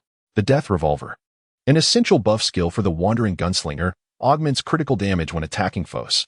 Unlike active skills such as Wild Shot, the mastery of the Death Revolver is attainable through diligent practice. However, without sufficient perception and a profound understanding of revolver-type firearms, one may never grasp this skill. Much like the notion in the realm of cultivation, where only by reaching a certain level can one comprehend unique abilities. Before Yiven joined the Navy, he was already qualified to cultivate the Death Revolver, yet for reasons unknown, he had not yet grasped its essence. As Yiven grew increasingly familiar with the revolver, he gradually came to comprehend the passive skill of the roaming gunner, known as revolver mastery. With his eyes closed, Yiven could assemble a revolver effortlessly, becoming more acquainted with it than with himself. Despite the thin veil separating him from this core buff of the roaming gunner, he could not penetrate this barrier. The markings on the Death Revolver and the softening of the second awakening robot suggested that perhaps he was destined to be a celestial being in the next life. The roaming gunner could never be without the Death Revolver, just as the West could not forsake Jerusalem. This predicament led Yiven into deep self-doubt, pondering whether he was truly suited to cultivate the skills of a roaming gunner. It is worth noting that Yiven faced no significant hurdles in mastering the 6 styles in Haki, finding strength to be as effortless as drinking water. However, this thought did not linger long as Yiven dismissed it himself. After all, strength is fleeting, but charm is everlasting. Yiven aspired to become the eagle of the Navy. Perhaps due to a newfound tranquility, last night, when ambushed, Yiven witnessed Morris unleash a power several times his own in a moment of desperation, leading him to a hazy realization. The barrier that had long eluded him began to show signs of fracture. After countless hours of relentless practice in the system's space, Yiven felt the revolver in his hands gradually lose weight, transforming into an extension of his arm. Just before concluding his training, in a moment of extreme fatigue, Yiven suddenly erupted with a formidable force, and his previously ill-timed barrage unexpectedly felled the training dummy that had already retreated, although the system quickly updated with a hotfix, enhancing the agility of the dummy's health and speed, preventing Yiven from seizing the opportunity to complete his training target. He was nonetheless elated to have broken through his limits and acquired a new skill, the exhaustion of the previous night's training vanishing entirely. Indeed, practical experience proved advantageous. In a life-threatening situation, Yiven finally grasped the coveted skill. Upon utilizing the Death Revolver, Bazel sensed a stark transformation in Yiven's aura. Whereas the previous Yiven had resembled a drawn blade, exuding a sharp pressure. The current Yiven emanated the essence of death, akin to a bullet discharged from a chamber. Bazel felt a pang of trepidation, urging him to conclude the battle swiftly. Just then, Bazel's vision blurred, and Yiven's figure suddenly vanished. When he reappeared, it was behind Bazel. Instinctively, Bazel turned to counter, but his outstretched arm collided precisely with Yiven's kicking leg. Crack! A crisp sound akin to a bone fracture echoed, and Bazel was immediately struck by a searing pain emanating from his forearm. Impossible! This was utterly inconceivable. Bazel held a certain confidence in the resilience of his own physique. After all, it would take an extraordinary effort for anyone to inflict even a modicum of pain upon him, let alone shatter a bone with a single blow. Nothing was truly impossible. The current Yiven was no longer the same as before. The death revolver had not only amplified his mastery over the revolver itself, but had also bolstered his physical prowess to a considerable extent, enabling him to unleash such formidable strength in an instant. With a powerful thrust, he raised his right leg high, and Bazel found himself forcefully pinned beneath Yiven's foot. The revolver pressed against Bazel's forehead, and with a hint of amusement, Yiven remarked, "Now we can have a conversation." Bazel could certainly resist. Yet he observed that neither he nor his subordinates faced death at Yiven's hands. They were merely overpowered. Recognizing that Yiven would not resort to lethal measures, but rather had a specific objective in mind, Bazel relinquished his defiance. "What would you like to discuss?" he inquired. "Take me to Vietz." "Why?" Despite the gun pressed to his temple, Bazel would never entertain the notion of betraying Vietz. The cunning Vietz, who thrived on manipulating the weaknesses of others, placed little value on the abilities of his subordinates. Loyalty and wisdom were the qualities he esteemed most. Should Bazel suspect that Yiven posed a threat to Vietz, he would risk his very life to prevent Yiven from leaving this courtyard. Of course, that was contingent upon his ability to do so. "I wish to propose a transaction," Yiven stated. "What kind of transaction?" Bazel retorted, "That is not for you to inquire." After a tumultuous array of expressions crossed his face, and after deep contemplation, Bazel finally said, "I need to seek approval." "Feel free," Yiven replied. Yiven holstered his revolver, the dark crimson aura surrounding him dissipating. "I respectfully report to you, master of the island, that Yiven of the Grey Gull pirate crew requests an audience, claiming there is a transaction to discuss." Upon hearing his subordinate's report, Vitesse set down his teacup and turned to regard the man seated opposite him, a figure shrouded in a menacing demeanor. "Is this Yiven the same one who took the life of your cherished subordinate?" The man sitting across from Vitesse was none other than the venomous scorpion, Tennyson, who had previously clashed with Yiven. Tennyson had surmised that when Morris, who had ventured out with an assassination squad the previous night, failed to return, it likely meant he had met his demise at Yiven's hands. Thus, leveraging his connection with Vitesse, Tennyson found his way into the castle. However, Vitesse had always been steadfast in upholding his established rules. Morris had made the error of boarding another's ship without permission. It was not merely a matter of Morris's death. Even if Yiven sought to confront Tennyson, Vitesse would not intervene on his behalf. Indeed, Tennyson's expression turned particularly chilling, resembling a serpent lurking in the shadows. The intertwining of fresh grievances and old vendettas forged an unbreakable enmity between him and Yiven. "Let him come. I am eager to discern what manner of man this is." Vitesse, whose own strength was unremarkable, desired to maintain a balance among those around him. If Yiven could be swayed, he would serve as a counterweight to Tennyson. "I shall take my leave then." Tennyson began to rise, but Vitesse raised a hand to halt him. "Why the haste? Let us meet him together. A performance lacks luster without all its players." Chapter 51. Arms trafficking walking along a winding, shadowy stone path towards the castle atop the mountain. Yiven sensed several presences of strength rivaling that of Bazel. The defenses were overt, with sentinels stationed every few steps. Watchtowers and floodlights effectively sealed off every possible route to ascend the mountain. Even a bird attempting to fly upwards would not escape their gaze. Behind the watchtowers lay what seemed to be gun emplacements, their dark barrels extending ominously, posing a formidable threat to any who dared to trespass upon the castle. Such a degree of fortification, among the islands Yiven had encountered, could only be rivaled by Marlinvondo. What a remarkable display of fear Vitesse exhibited. Even within his own territory, he maintained such stringent defenses. It was no wonder he was so elusive, cocooned within the fortress he had constructed, refusing to emerge despite the tumult of the outside world. Before Vitesse's castle, Yiven gazed up at the towering gates, momentarily at a loss for words. If the castle had existed on the island prior to his arrival, that would be one thing, but if it was erected after his settlement, how many ordinary souls lay buried beneath its foundations?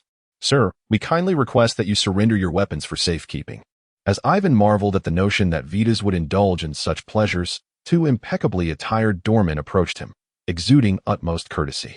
Is it truly necessary to adhere to such stringent regulations regarding Vitas? He mused. Must one surrender their weapons merely to meet him? Shall we also be shackled? Noticing the unfriendly expression on Ivan's face, the doorman quickly offered a conciliatory smile and explained, "It is the custom of our castle, and we kindly ask that you do not make it difficult for us." Ivan certainly would not impose difficulties upon these doormen. After all, in a couple of days, they would either meet their demise or be confined within the confines of the castle. With a resigned sigh, Ivan removed the holsters of his two revolvers from his waist and placed them upon the tray held aloft by the doorman. "Be sure to keep them safe for me. Should they be lost, Vitas will undoubtedly be unable to protect you." Although Ivan's tone was remarkably flat, his gaze brimmed with a latent menace. The doorman bowed repeatedly, watching as Ivan, replete with barely concealed anger, strode through the castle gates. In truth, these doormen were equally helpless. Who would choose such a profession if there were alternatives? Ivan's demeanor is remarkably commendable. There are others who, upon hearing the demand for disarmament, resort to vitriolic outbursts and, in more egregious cases, even resort to violence. Being struck or insulted can be deemed trivial. However, should he permit armed individuals to enter, his very life would be in jeopardy. The castle of Vitesse resembles an intricate labyrinth, and without a guide, Ivan would undoubtedly find himself lost in a matter of moments. "Master of the Isle, I present to you Ivan of the Black Eagle." The servant, who is escorting Ivan, respectfully announces as he stands at the threshold of the reception hall. From the servant's demeanor, Ivan surmises that Vitesse adheres to significant protocols, likely requiring noble lineage from some nation. "Enter." The voice of Vitesse is not as somber as Ivan had anticipated. Instead, it resonates with the buoyancy of a spirited youth. Ivan, indifferent to any semblance of decorum, thrust his hands into the pockets of his trench coat and strode into the reception room with an air of brazen disregard. Upon entering, he was taken aback to find a familiar face, one that regarded him with a malevolent gaze, akin to that of a serpent poised to strike. "What a coincidence. We meet again," he remarked, neglecting to exchange pleasantries with Vitas and casually greeting Tennyson before pulling up a chair to sit opposite him. Tennyson's eyes darkened with malice, and Vitas's expression momentarily soured, though he quickly masked it. Turning his attention to Vitas, Evan scrutinized his youthful, handsome visage for an extended duration before. With a hint of disappointment in his tone, he declared, "To be frank, I had anticipated that the esteemed island lord would be of advanced years. It is rather disheartening to discover he is merely a young man." Ivan, with a gesture of exasperation, remarked, "After all, one without facial hair often lacks reliability in their endeavors. I must carefully contemplate the nature of our collaboration." Vitas remained silent, his brow furrowing deeper in confusion. Unable to fathom Ivan's intentions, it was evident that he had gone to great lengths to secure this meeting, yet now, upon their encounter, he appeared as though he were the one beseeching Ivan. Vitas's impeccable upbringing shone through, as he remained unperturbed by Ivan's provocations. After all, one rarely stoops to engage with what they perceive as a jester. However, Tennyson found Ivan's demeanor intolerable. He slammed his palm on the table, rising with indignation, and exclaimed, "Your words are utterly outrageous. Are you not a young man yourself?" Observing his fervor, one could sense that had Vitas not intervened, Tennyson might have resorted to physical confrontation with Ivan. Was he truly this agitated? Evan leaned back, causing the chair to slide a short distance. "I have come to discuss business with the island master, not to quarrel with a mad dog." Evan seldom spoke in a sarcastic manner, yet when he was unreasonable, it was truly infuriating. "You fool, courting death." Tennyson could no longer tolerate Evan. His violet pupils suddenly constricted. With a swift motion of his arm, several poison needles shot forth towards Evan with astonishing speed. Perhaps owing to Tennyson's unique technique, the projectiles approached with a velocity that nearly surpassed that of ordinary bullets. Clang!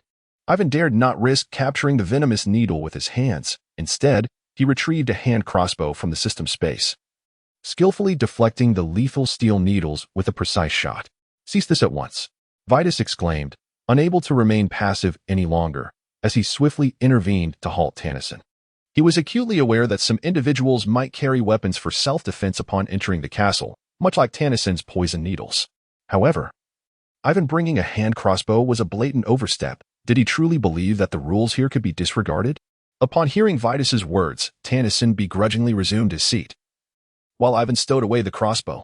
Yet, Vitus could not quite discern where Ivan had concealed the weapon, though he chose not to dwell on it. Everyone harbored their own secrets, and prying too much could lead to trouble. You propose to engage in business with me. Let us discuss the particulars. After a brief display of his physical prowess, both parties transitioned into a phase of amicable negotiations. Such discussions necessitate that both sides occupy an equitable position, or that the dominant party must have demands of the weaker one. Otherwise, what reason would there be for anyone to sit down and converse? Vitus's leverage lay in his social connections and this style, yet he was uncertain what Ivan possessed to clinch the deal. However, upon Ivan uttering just 4 words, both Vitus and Tennyson straightened their backs. Arms trade. Arms. What is the most vital asset for pirates? Power and reputation. And what provides strength? Personal prowess and weaponry. Currently, the arms trade among nearly all pirates in the Grand Line is monopolized by the Don Quixote family, and Vitus yearned for a share of the spoils. But he was at a loss as to how to extract this valuable tooth from the tiger's mouth. If Ivan could furnish him with this avenue, he would think nothing of resorting to violence before him, even if it meant eliminating Tennyson. Chapter 52. Doubt and Greed. What is your perspective on his propositions? After leaving the castle, Iwan's departure left Vitus with an expression that was difficult to articulate, and Tennyson knew he had been swayed. Given the nature of the relationship between Tennyson and Iwan, there was little he could say that would persuade Vitus.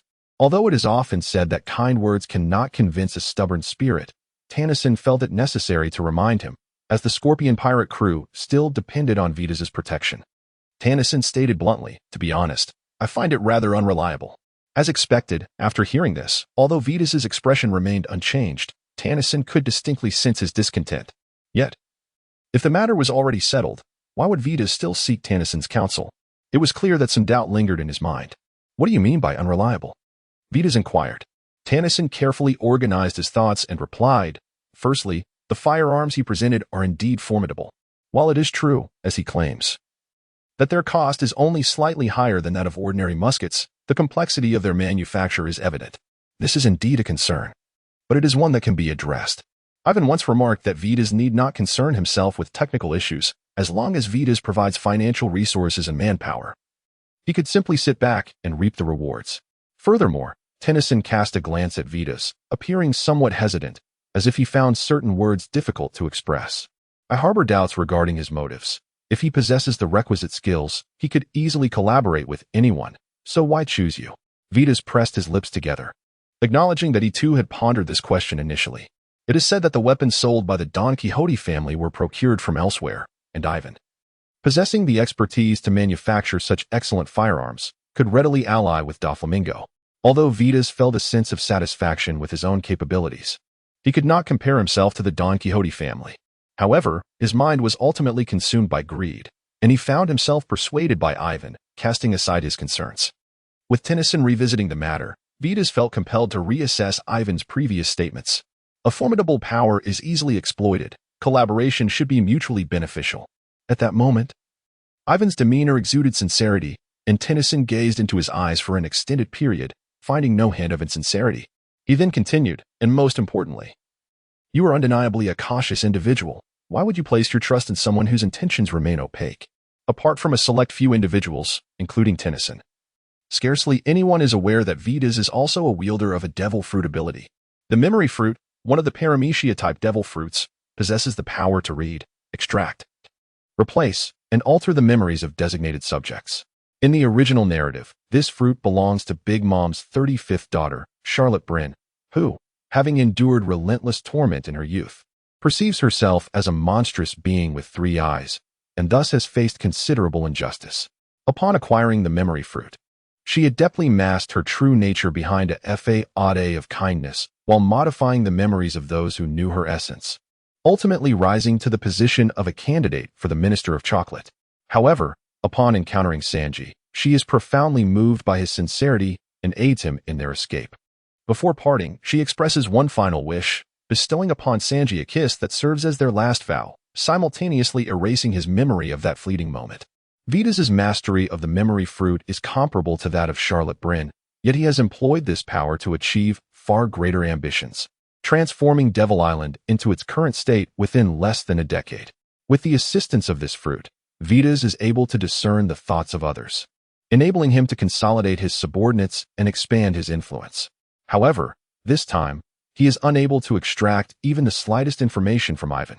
Although Vitas is initially astounded, he skillfully maintains his faade while harboring deep suspicions towards Yiven. Throughout their subsequent conversations, Yiven continues to astonish him, gradually relegating those doubts to the recesses of his mind. In truth, the reason Yiven can shield his memories from Vitas's probing is not due to his own abilities, of which he himself is unaware. Yiven is imbued with a system. Should his memories be accessed, the existence of this system would be entirely exposed. To prevent his true nature from being discovered, a barrier exists within Yiven's memories that cannot be penetrated by any means. While this may seem unscientific, the realm of the underground world is rife with such phenomena. According to his account, he and others are not of the same world. All his technology originates from a place known as the Celestial Realm, thus rendering it entirely reasonable that his memories remain beyond my reach. Evan's assertion cannot truly be deemed a falsehood. After all, his technology indeed hails from the Celestial Realm, and he is not a denizen of the pirate world. Yet, it was evident to Evan that at that moment, Vitas and Tennyson harbored doubts, perceiving his words as mere jest. How many truths have been expressed in a joking manner? Though Evan often engages in light-hearted banter, one cannot dismiss him as entirely untrustworthy. Let us not overlook that he once served in the Navy. Did he not clarify that his departure from the Navy was prompted by the upper echelons attempting to seize his technology? With so many coincidences aligned, can one still regard them as mere happenstance? When occurrences become too frequent, they morph into inevitability. Given Vitas's cautious nature, it is implausible that he would not harbor suspicions regarding Evan, yet the greed within him has clouded his judgment. Thus, he must first subdue Evan, subsequently contemplating how to extract the secrets of his inventions from him. Problems should be resolved in a manner befitting a pirate. Perhaps Vitas has lingered too long in the role of a merchant, causing him to forget that his true identity ultimately lies as a pirate. Since the decision has been made, it is best to act swiftly. Otherwise, Evan will undoubtedly grow suspicious. Although Vitas has not conversed with Evan for long, he has discerned that Evan is, like himself, a quintessentially cautious egoist. Should Evan realize that remaining here offers him neither benefit nor safety, he would undoubtedly flee at the earliest opportunity. Let us take action against that man beside him, the one with the smoke. I find his behavior today rather peculiar. I comprehend. Upon receiving Vitas's consent, Tennyson revealed a sinister smile, secretly passing judgment of death upon Evan in his mind. Once Evan falls into his grasp, whether he lives or dies will be entirely at Tennyson's discretion. As for Vitas, a simple excuse will suffice, perhaps claiming that resistance was too fierce, thereby easily deflecting any scrutiny. After all, Tennyson believes that Vitas's current stature is inseparable from his own efforts, and Vitas would undoubtedly not turn against him. Chapter 53. The Imitation Fruit. Can you truly trust him to infiltrate the tiger's den alone? Smoker spent an entire day traversing the coastline, meticulously mapping out the visible troop deployments. However, upon returning to the ship, he discovered only Tina's presence. Evan had ventured alone to confront Vitas. While it is true that Smoker and Evan had some disagreements earlier in the day, one would not expect Evan to resort to self-destruction. Did you consider the possibility of such a scenario when you left without a word this morning? Tina was already feeling somewhat unwell, and upon encountering Smoker, who immediately began to reproach her, she too erupted in frustration. Furthermore, his temperament is well known to you. Who could possibly deter him from his resolutions? If Smoker is likened to the Navy's rabid dog, then Ewan could justly be considered the Navy's obstinate mule. Neither of them are particularly easy to manage. Ewan's character is particularly intricate. Upon first meeting him, one might perceive him as an exceedingly difficult individual, arrogant and disdainful of others. However, with deeper interaction, one discovers the glimmers of his character. He possesses a gentle and serene side, coupled with an unwavering meticulousness in his endeavors. Yet, when confronted with significant matters, he reveals his obstinate nature, stubbornly disregarding any counsel offered. Ewan serves as the commanding officer of their small team, and it would seem that Smoker's prior actions have already constituted a breach of military orders. Since he has already flouted the command, he might as well tread a path of no return. Smoker does not intend to heed Ewan's words and resolves to remain aboard the ship, awaiting further instructions. I must go rescue him, he declares. After all, one cannot be devoid of emotions. Although Smoker initially harbored a deep-seated loathing for Ewan, wishing to stab him twice over, the prolonged time spent together has transformed his perception. He now regards Ewan as a trustworthy friend. Before Smoker can depart, Tina firmly grasps him, halting his reckless endeavor. He is currently safe. You must not jeopardize yourself, or we will have to rescue you instead. Tina has been maintaining contact with Yiven via the intercom, ensuring his safety, which allows her to feel secure on the ship. Who are you planning to rescue? Just as Smoker is about to erupt, Yiven's magnetic voice resonates from the doorway of the cabin. Yiven. Smoker is taken aback by the unexpected appearance of Yiven, having just been discussing him. However, Tina feels a twinge of suspicion. She had recently received word via the intercom that Yiven was returning, and even with his swiftness, it would be improbable for him to arrive in such a short span of time. With a wary eye, Tina inquires, "You have completed your tasks and acquired everything necessary, correct?" "That is of little importance. I have wonderful news to share." Yiven replies. "What news?" "Wister has come to believe in my words. Our objective has been achieved." "That is splendid." Smoker exclaims with evident joy, yet Tina cannot share in his elation. Through their recent exchange, she has deduced that this individual, exuding the same aura and demeanor as Yiven, is not the genuine Yiven. Given Yiven's pronounced self-awareness, he would never use the term we, nor would he deign to share his joy with them. Doubtful of Yiven's authenticity, Tina's mind begins to catalog certain unique abilities. Suddenly, she recalls having perused a devil fruit encyclopedia, which featured a fruit capable of perfect imitation of others. The mimic of the fruit's previous wielder is the black charcoal mushy from Wano country, who is also one of the masterminds behind the internal strife plaguing the nation. However, it is the androgynous figure of the true man, Von Clay, who has truly acquainted the vast sea enthusiasts with this devil fruit. Whether in Alabasta or Impel Down, Little Von has employed this fruit for numerous pivotal actions. It remains uncertain whether the impersonator's acting was subpar or if Tina was overly perceptive, as she recognized him merely moments after their initial encounter, which was quite an embarrassment for the user of the mimic fruit. Yet, the imposter remained blissfully unaware, continuing to engage Tina and Smoker in conversation with an air of self-satisfaction. Initially, Smoker did not suspect that Yiven might be a counterfeit and inadvertently divulged some inconsequential information. However, upon Tina's cautionary prompt, he fortunately refrained from disclosing any critical details regarding their status as traitors. Nonetheless, for the imposter, this was sufficient. He merely needed to return with these snippets of information, which would undoubtedly be analyzed by a cadre of individuals awaiting his report. Suddenly, he recalled some pressing matters to attend to and decided to step out. There was no need for them to wait. They should rest early.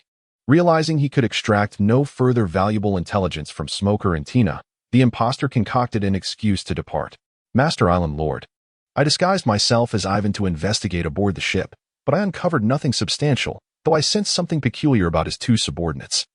In a secluded corner of the port, the imposter reverted to his true form, a stark contrast to Yiven, leaving one to wonder if he would be startled by his own reflection at night. After hearing the imposter's report, Best contemplated deeply while stroking his chin. After a prolonged silence, he declared, "This is already sufficient. You may return." The genuine Yiven was about to return, and encountering him would be rather inconvenient. Furthermore, Tennyson had already organized a group to tail Yiven, rendering the imposter's presence here futile. Upon disconnecting the snail phone, the imposter prepared to head back to the castle when a familiar voice suddenly echoed above him. "You cannot return." The voice was eerily recognizable, as the imposter had just been imitating it. He looked up to see a man clad in a black trench coat standing atop a street lamp. Yiven's slender figure stood directly beneath the street lamp. Due to the angle, no shadow was cast, which is why the faux Yiven remained oblivious. Swish! Evan leaped from the sky, his black trench coat billowing behind him like the wings of a majestic eagle. Silver glinting blades. A gun blade sliced through the throat of the faux Evan, and blood erupted forth as if a shaken bottle of cola had been abruptly uncapped. Bang! Evading the gushing blood, Evan raised his weapon, and a golden bullet embedded itself in the forehead of the imitation. If one dares to act under another's name, one must be prepared for an untimely demise. The mimic fruit primarily serves auxiliary functions and does not significantly enhance one's combat prowess. Moreover, one is entirely incapable of utilizing their innate skills during the transformation. However, should the transformation be of a formidable individual, one might harness the fruit's ability to replicate the skills of the transformed. Yet, Evan's ambush was indeed unexpected, leaving the false Evan no time to react, resulting in an instantaneous demise. Chapter 54. Disguise and Optical Camouflage. Master Island Lord, we have received intelligence from the Navy stating that they have assembled a fleet, apparently targeting us. Apparently? Vista retorted with evident displeasure. Do not use such ambiguous language with me. Provide me with definitive intelligence. The current Demon Island is no longer the same as when Vistor first arrived. A decade of development has fostered a certain climate. To abandon the island as before would now entail a greater cost. Those who are barefoot fear not those in shoes. Individuals who have risen from nothing are often more daring than those who have achieved success. Vistor has a cadre of subordinates to support, and he cannot afford to make the hasty decision to abandon the island as he once did, which is why he has established numerous defensive fortifications. The names of Navy Yiven and Vistor echoed repeatedly in his mind, intertwining with the intelligence he had gathered. And soon he saw through the depicted facade to grasp the essence of the situation. If my suspicions hold true, these three individuals are of such significance to the Navy that they desire to use me and a naval fleet for their training. It is vital to possess self-awareness. Vistor understood that given his stature, should the Navy resolve to confront him, he would surely face annihilation. Thus, Vistor has been meticulously controlling his measures, ensuring that before the Navy dares to act against him, they will weigh the costs against the potential rewards. The answer, of course, is in the negative. With Vistor present, at least there was a semblance of restraint over the scattered pirates. Once this conglomerate of pirates vanishes, these scourges will proliferate like malignant cells in various locales. However, this time, the Navy has dispatched merely 3 inexperienced youths as a vanguard. If this is not a trial specifically devised for these 3, then they are indeed underestimating Vistor. Yet, it must be said that one exhibits a certain audacity and perspicacity, possessing a profound understanding of human nature, swiftly discerning the essence of Vistor-esque greed. In their subsequent dialogue, the grand vision when painted ignited boundless aspirations within Vistor, leading him to fall into his trap. In light of this, I shall ensure that you come to regret your arrogance.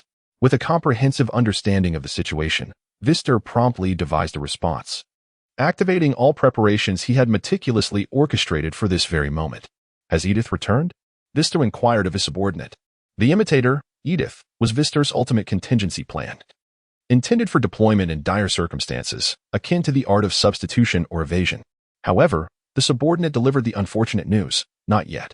Nearly an hour had elapsed since Vistor last communicated with Edith. Surely, even if she were to crawl, she should have returned by now. It appears that something has befallen Edith. I never anticipated that Yiven and his cohorts could even see through the powers of the imitation fruit. Now, all that remains is to hope that Tennyson succeeds. Is there any food? Give me something. I am utterly exhausted after this prolonged ordeal. Upon returning to the ship, Yiven sat in a rather ungraceful manner, addressing Tina and Smoker. However, from the expressions on Tina and Smoker's faces, he discerned a glimmer of doubt, indicating that they had encountered the imposter Yiven. Please, do not regard me with such skepticism. That charlatan has been dealt with, Yiven said with a hint of exasperation. Upon hearing this, Tina and Smoker felt a wave of relief wash over them. If this Yiven were indeed a mere masquerader, he would have truly reached the 5th level of this game. How could I not know? Smoker remarked with a peculiar, bashful smile. From the very first moment I laid eyes on him, I recognized his falseness. I was merely indulging him in his little charade. Hearing Smoker's audacity, Tina could not help but roll her eyes. Who was it, after all, that nearly exposed their own childhood embarrassment of wetting the bed at the tender age of 5? All under the influence of another's words? Yiven chuckled softly, choosing not to seize the opportunity to mock Smog. His awareness of a mimic fruit user masquerading as himself stemmed from the fact that he did not immediately depart from Vist's castle. After being seen off, Yiven employed cutting-edge technology to disguise himself, returning to the castle for reconnaissance without detection. This camouflage skill, belonging to the mechanical category, operates on the principle of advanced optical camouflage, rendering him invisible. It is, in essence, not true invisibility. Should any of Vist's subordinates possess the awakened observation Haki, his presence would undoubtedly be revealed. Yiven is indeed taking a gamble, though it is not without its foundation. During his recent encounter with Vistor, he subtly assessed the formidable individuals within the castle and found no particularly powerful figures. Initially, Yiven aimed to ascertain the layout of traps and the distribution of forces within the castle, but unexpectedly overheard a conversation between Vistor and Tennyson. Yiven ought to return to the ship at once, urging Edith to come back swiftly, for an unforeseen encounter would not bode well. Yiven had a fleeting recollection of a certain Edith, who had stood behind Vistor from the very beginning, insistently extending a hand for a handshake. This led Yiven to momentarily suspect that this individual possessed the lethal prowess of the Queen of Assassins, or perhaps the abilities of a user of the target fruit. However, through their subsequent conversation, Yiven discerned that Edith was, in fact, a user of the mimic fruit, masquerading in his form to glean information from Tina and the others. Concerned for his comrades and yet lacking comprehensive intelligence on the castle, Ivan hurried back, ultimately finding Edith just before his departure. "We have acquired the information we sought. Let us depart swiftly," Tina expressed with a hint of anxiety. Ivan shared her sentiment, yet he feared that Vista would not permit their escape so easily. Their vessel was likely ensnared in a web of surveillance. For the time being, let us not exhibit any signs of distress. We must find a way to relay the information to Vice Admiral Crane, and then we shall act according to the circumstances. Is using the snail phone not an option? Evan shook his head and remarked, "I suspect our phone bug is being monitored. I fear that before the intelligence reaches General Crane, those surrounding us will burst in. What should we do? Tonight, we must find a way to send one person to relay the information, while the other two will adapt to the circumstances here. This is a last resort, as the difference between leaving 3 of us and 2 of us is negligible. I will stay." Tina and Smog echoed in unison. Evan gazed at Tina for an extended moment before he spoke with deliberation. "You may label me as a chauvinist or whatever else you wish, but I firmly believe that the most perilous tasks should be entrusted to us men." After uttering these words, Evan handed Tina a device, the optical camouflage generator, capable of rendering the entire vessel invisible at maximum power. Use this to depart from Devil's Island. However, Tina seemed poised to respond. Yet, Evan interrupted her, asserting, "This is an order. Obey the command." Chapter 55, M18 Broadblade Mine. Tina should have already vacated the waters surrounding Devil's Island by now. As the walkie-talkie had ceased to receive her signal, Evan estimated the passage of time. She ought to be safe by now. It was time for us to take action as well. A cold smile curled at the corners of Ivan's mouth. He had prepared an extravagant welcome gift for Vister and Tannison aboard this vessel. Smog was equally exhilarated. After being away from headquarters for so long, he was finally ready to engage in a proper battle. The sails unfurled, the anchor was hoisted, and the brisk wind caused the Grey Seagull pirate flag to snap and flutter. Ivan and Smog set the pirate ship in motion once more. "Captain, they are attempting to flee. Rest assured, they shall not escape." Evan's choice to flee did not astonish Tennyson. It was, after all, a foregone conclusion. Although the certainty that Evan was an undercover agent sent by the Navy remained elusive, the mere suspicion was sufficient to condemn him to death. Nevertheless, Vester was still tempted by the grand vision that Evan had painted, which was why he insisted on capturing him alive. Tennyson let out a sharp and resounding whistle, rousing the pirates throughout the harbor. This was one of the rules of Devil's Island. The sound of that whistle signified that the entire island was on high alert, forbidding any person or vessel from entering or departing. Anyone daring to breach this rule would face the wrath of all the pirates. What was happening? Was the Navy making a move? The pirates hurriedly assembled on deck, some barely dressed. Suddenly, a blinding beam of light shot down from the lighthouse, locking onto Evan's pirate ship. At that moment, it dawned on everyone that this vessel was the root of the turmoil. The pirates were electrified with excitement. This was a once-in-a-lifetime opportunity. Those who participated in the battle would be rewarded by Vester, with particularly outstanding crews receiving special accolades. This was the very reason why these pirates were willing to defend Devil's Island. Not only could they expect appropriate compensation, but they could also safeguard their paradise, a truly splendid affair. However, had they known the monstrous adversaries they would face, their enthusiasm would likely have waned. It seemed they had become the targets of collective ire. Within the cockpit, Evan too observed the lighthouse's beam and the swarm of approaching pirate ships. Rather than waiting passively for their fate, why not take the initiative? Smoker proposed. After all, this ship was not theirs. They would not mourn its destruction. Moreover, being only 2 in number, their targets were not easily discernible, making a strategic abandonment of the ship the wisest choice. Another crucial point was that most pirates were unaware they were the intended targets. They simply knew they were to attack this particular ship. All right. Let us split up and await Tina's reinforcements. Evan concurred with Smoker's suggestion. It should be noted that Tina's departure was not solely to relay information. She was also on a mission to bring aid for Rear Admiral Crane. The previously scheduled full-scale assault was no longer timely, as Vester had begun to exercise caution. However, Evan and Smoker's interference could delay Vester's arrangements, providing enough time for Rear Admiral Crane's support to arrive. Boom, boom, boom. Pirate ships had already commenced bombardment against them. If they did not act swiftly, their vessel would soon sink. To the Flower Street we go. After Smoker finished speaking, he transformed into a swirling mass of white smoke, soaring towards the nearest pirate ship. Flower Street was the rendezvous point agreed upon by Ivankov and Smoker. They were acutely aware that their chances of escape were slim. Hence, they had previously established a plan for a reverse breakout. Their choice of such a location was not motivated by Ivankov's lasciviousness. Rather, it was due to the chaotic mix of individuals, making it easier for two robust men to blend in. Boom. Another cannonball struck the deck, and the cabin was already taking on water in multiple places.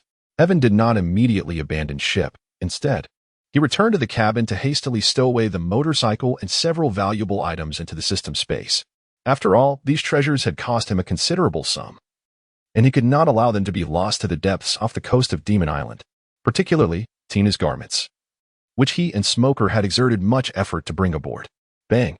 Just as Evan finished organizing his belongings and prepared to exit the cabin, a tremendous explosion erupted on the deck.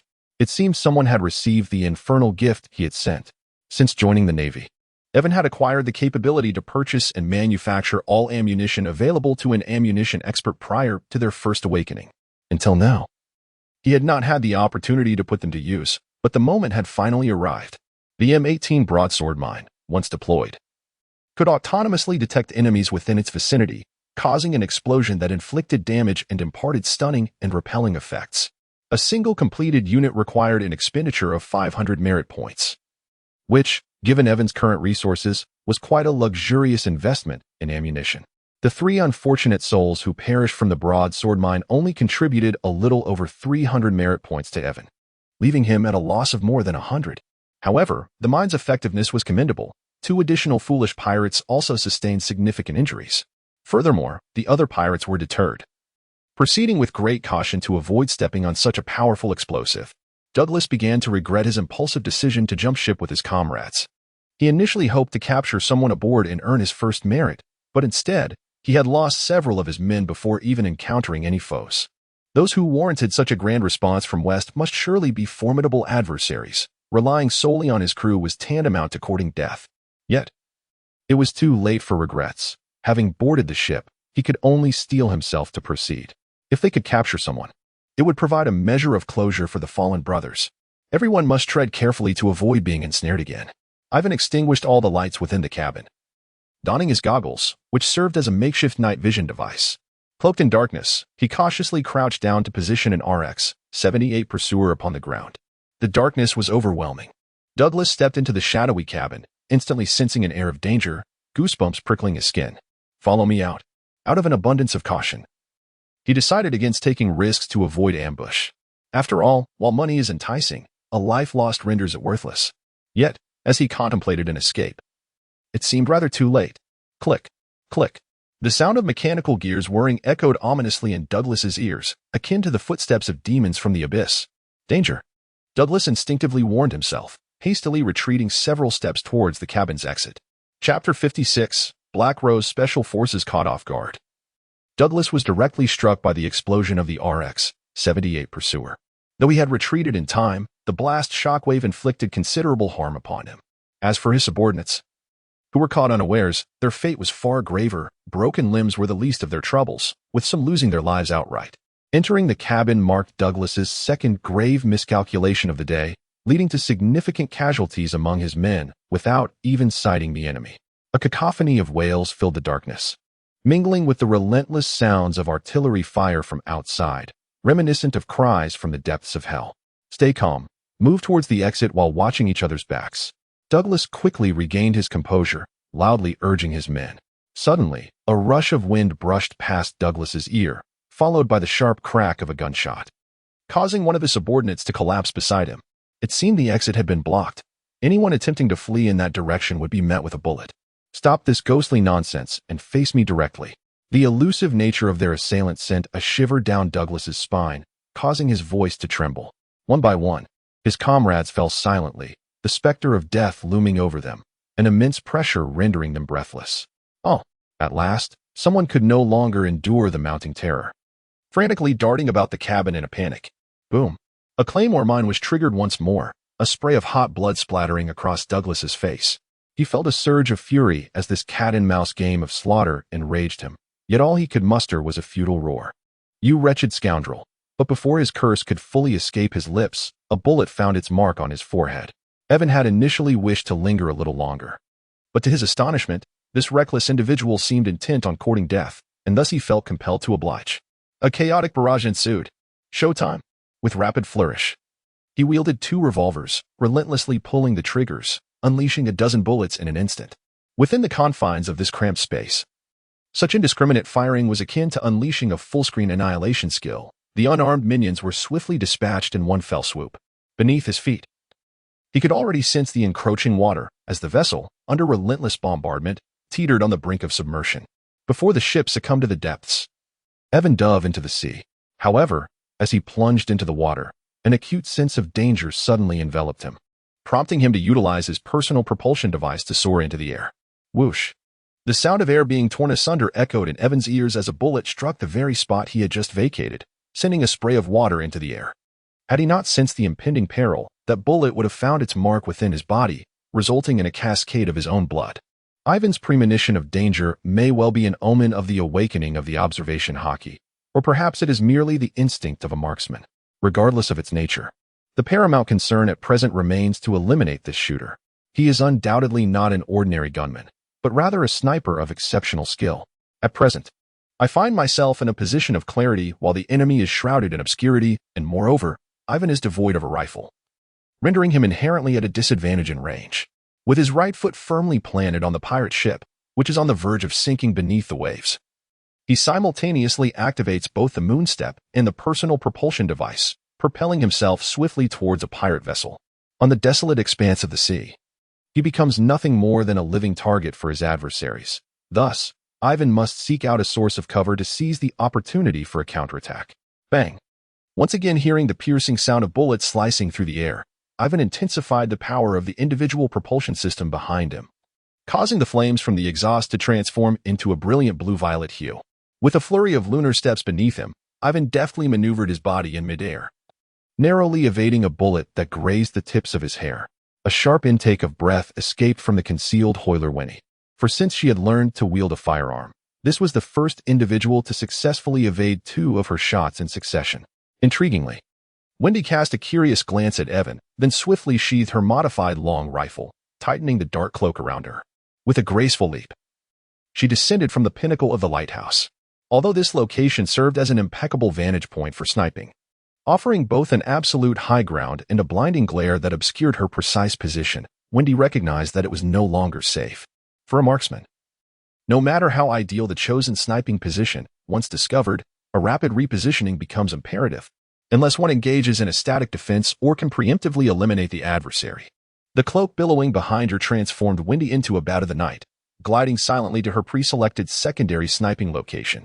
However, upon securing her concealment, she had already lost sight of Evan. "Are you searching for me?" A soft chuckle echoed from behind, causing Wendy to spring up like a startled cat. She grasped her gun tightly and executed a sweeping kick backward. Although Evan had not intended it, he was nonetheless haunted by an indelible image in his mind.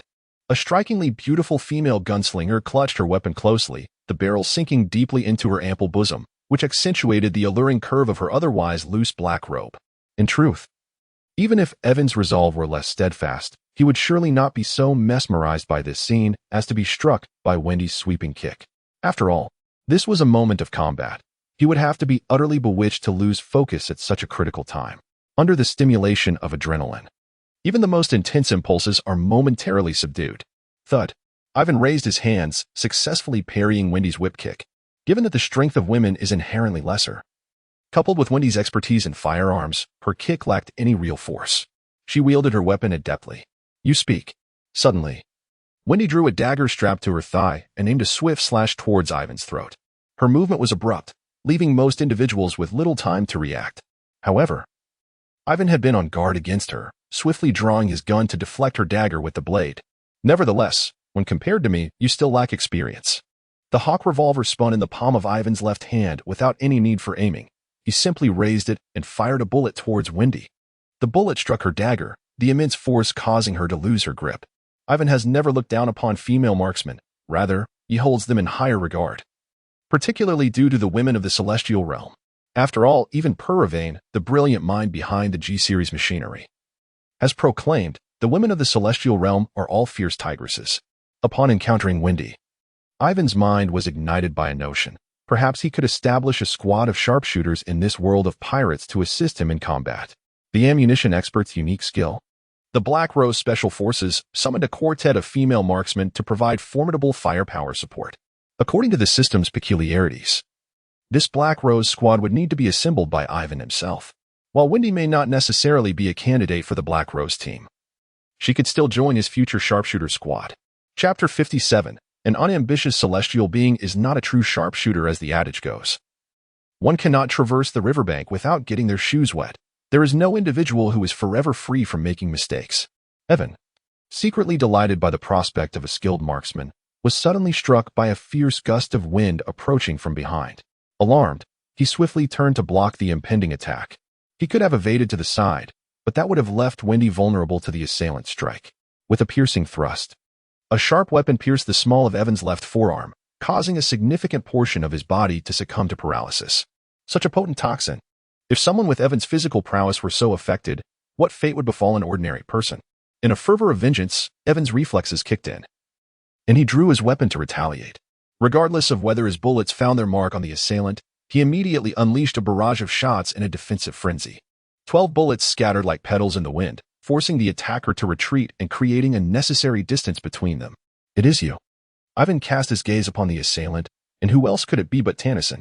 At that moment, Tennyson resembled a venomous scorpion, his fingernails radiating a ghostly blue luminescence. And a peculiar, swaying stinger protruded from behind him. Judging by Tennyson's appearance, he had undoubtedly consumed the animal-type devil fruit, the insect fruit, scorpion variety. Although his form differed from that of typical animal-type users, it still resembled a hybrid of human and beast. Upon experiencing Tennyson's fruit abilities firsthand, Yiven comprehended why Morris had previously exhibited a strength that surpassed his own limitations.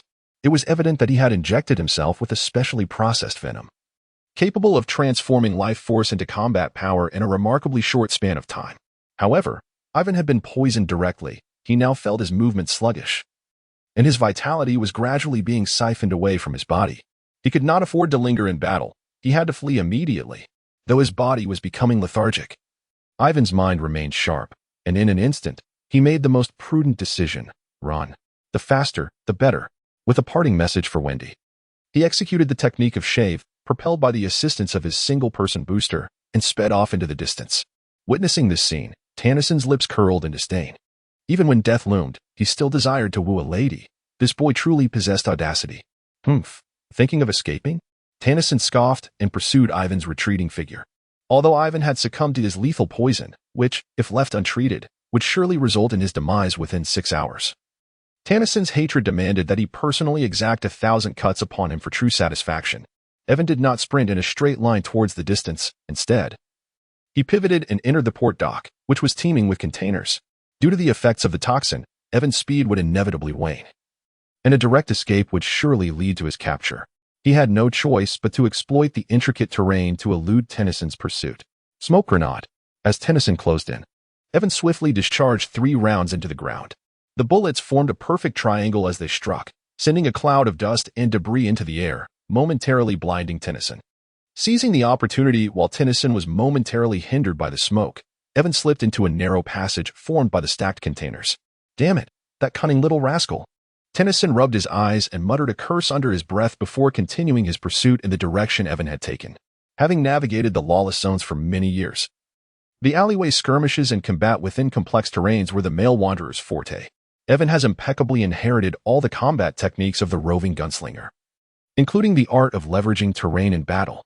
However, Evan possesses a slight edge over the pure roving gunslinger, as he also wields the abilities of 3 additional professions. M18 Broadsword Landmine. Evan retrieved a pre-exchanged broadsword mine from the realm of the system and strategically placed it against the wall of the container behind him.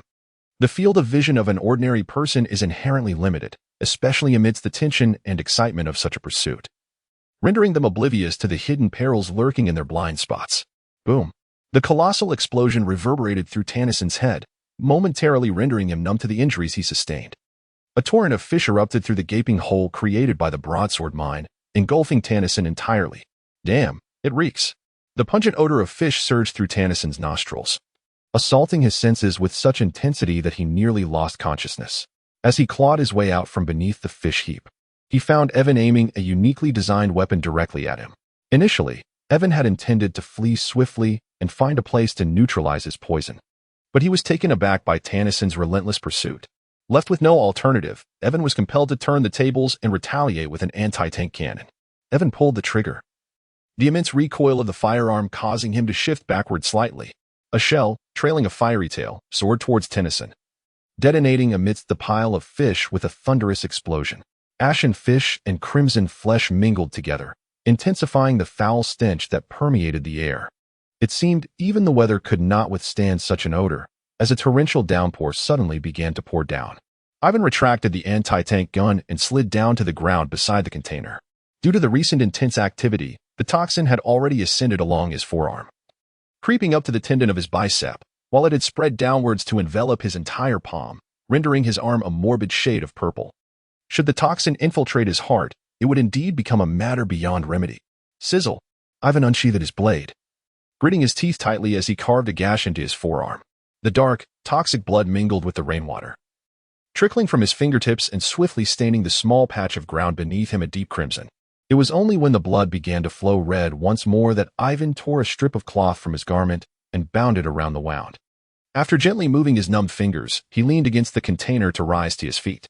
Though he had tended to the injury with a rudimentary bandage, the venom remained unmitigated. There was little hope of finding an antidote on Tennyson. Even if one existed, he had no means to procure it.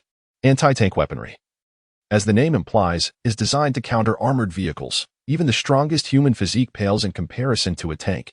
How he wished for a healer to alleviate his affliction or, at the very least, provide a gradual healing effect to restore some vitality.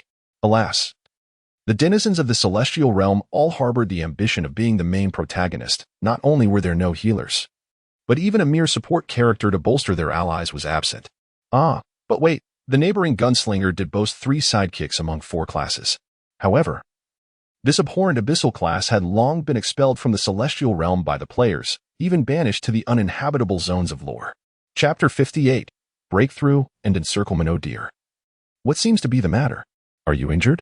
In a certain establishment of frivolity in Flower Street, Smog caught sight of the bandage on Ivan's arm and seized the opportunity to mock him sharply. It is quite rare to witness Ivan at a disadvantage. Should this opportunity be missed, one might wonder when the next will arise. If someone like me has emerged unscathed, just how formidable must your opponent be? Ivan paid no heed to Smoker, continuing to speak at length, seemingly lost in his own thoughts. Smoker quickly discerned something amiss with Ivan, under normal circumstances. Even a mere word from Smoker would have elicited a sharp retort, yet today, Ivan's unusual silence was striking. Upon noticing Ivan's somewhat pallid complexion, Smoker promptly closed his mouth, his expression shifting to one of grave concern. Where else are you injured besides your arm? Smoker inquired, hastening to Ivan's side in an attempt to assess his wounds.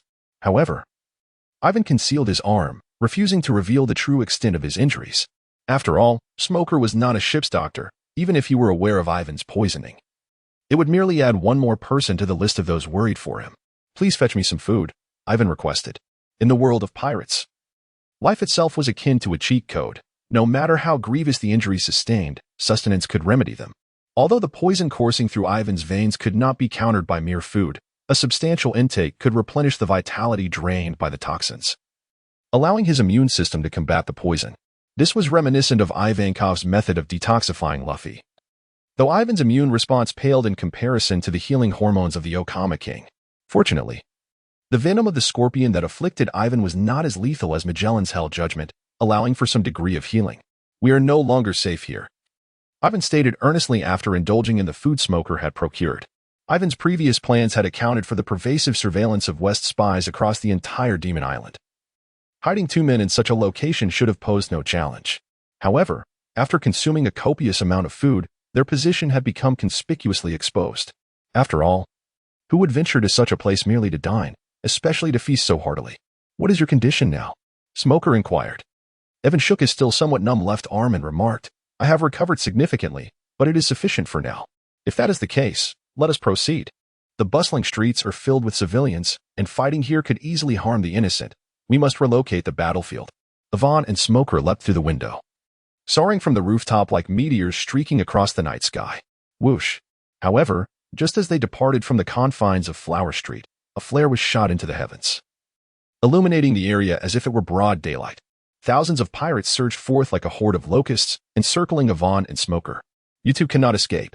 The leader of these pirates was someone Yvonne recognized well, Basil, the one who had previously introduced him to Vistor.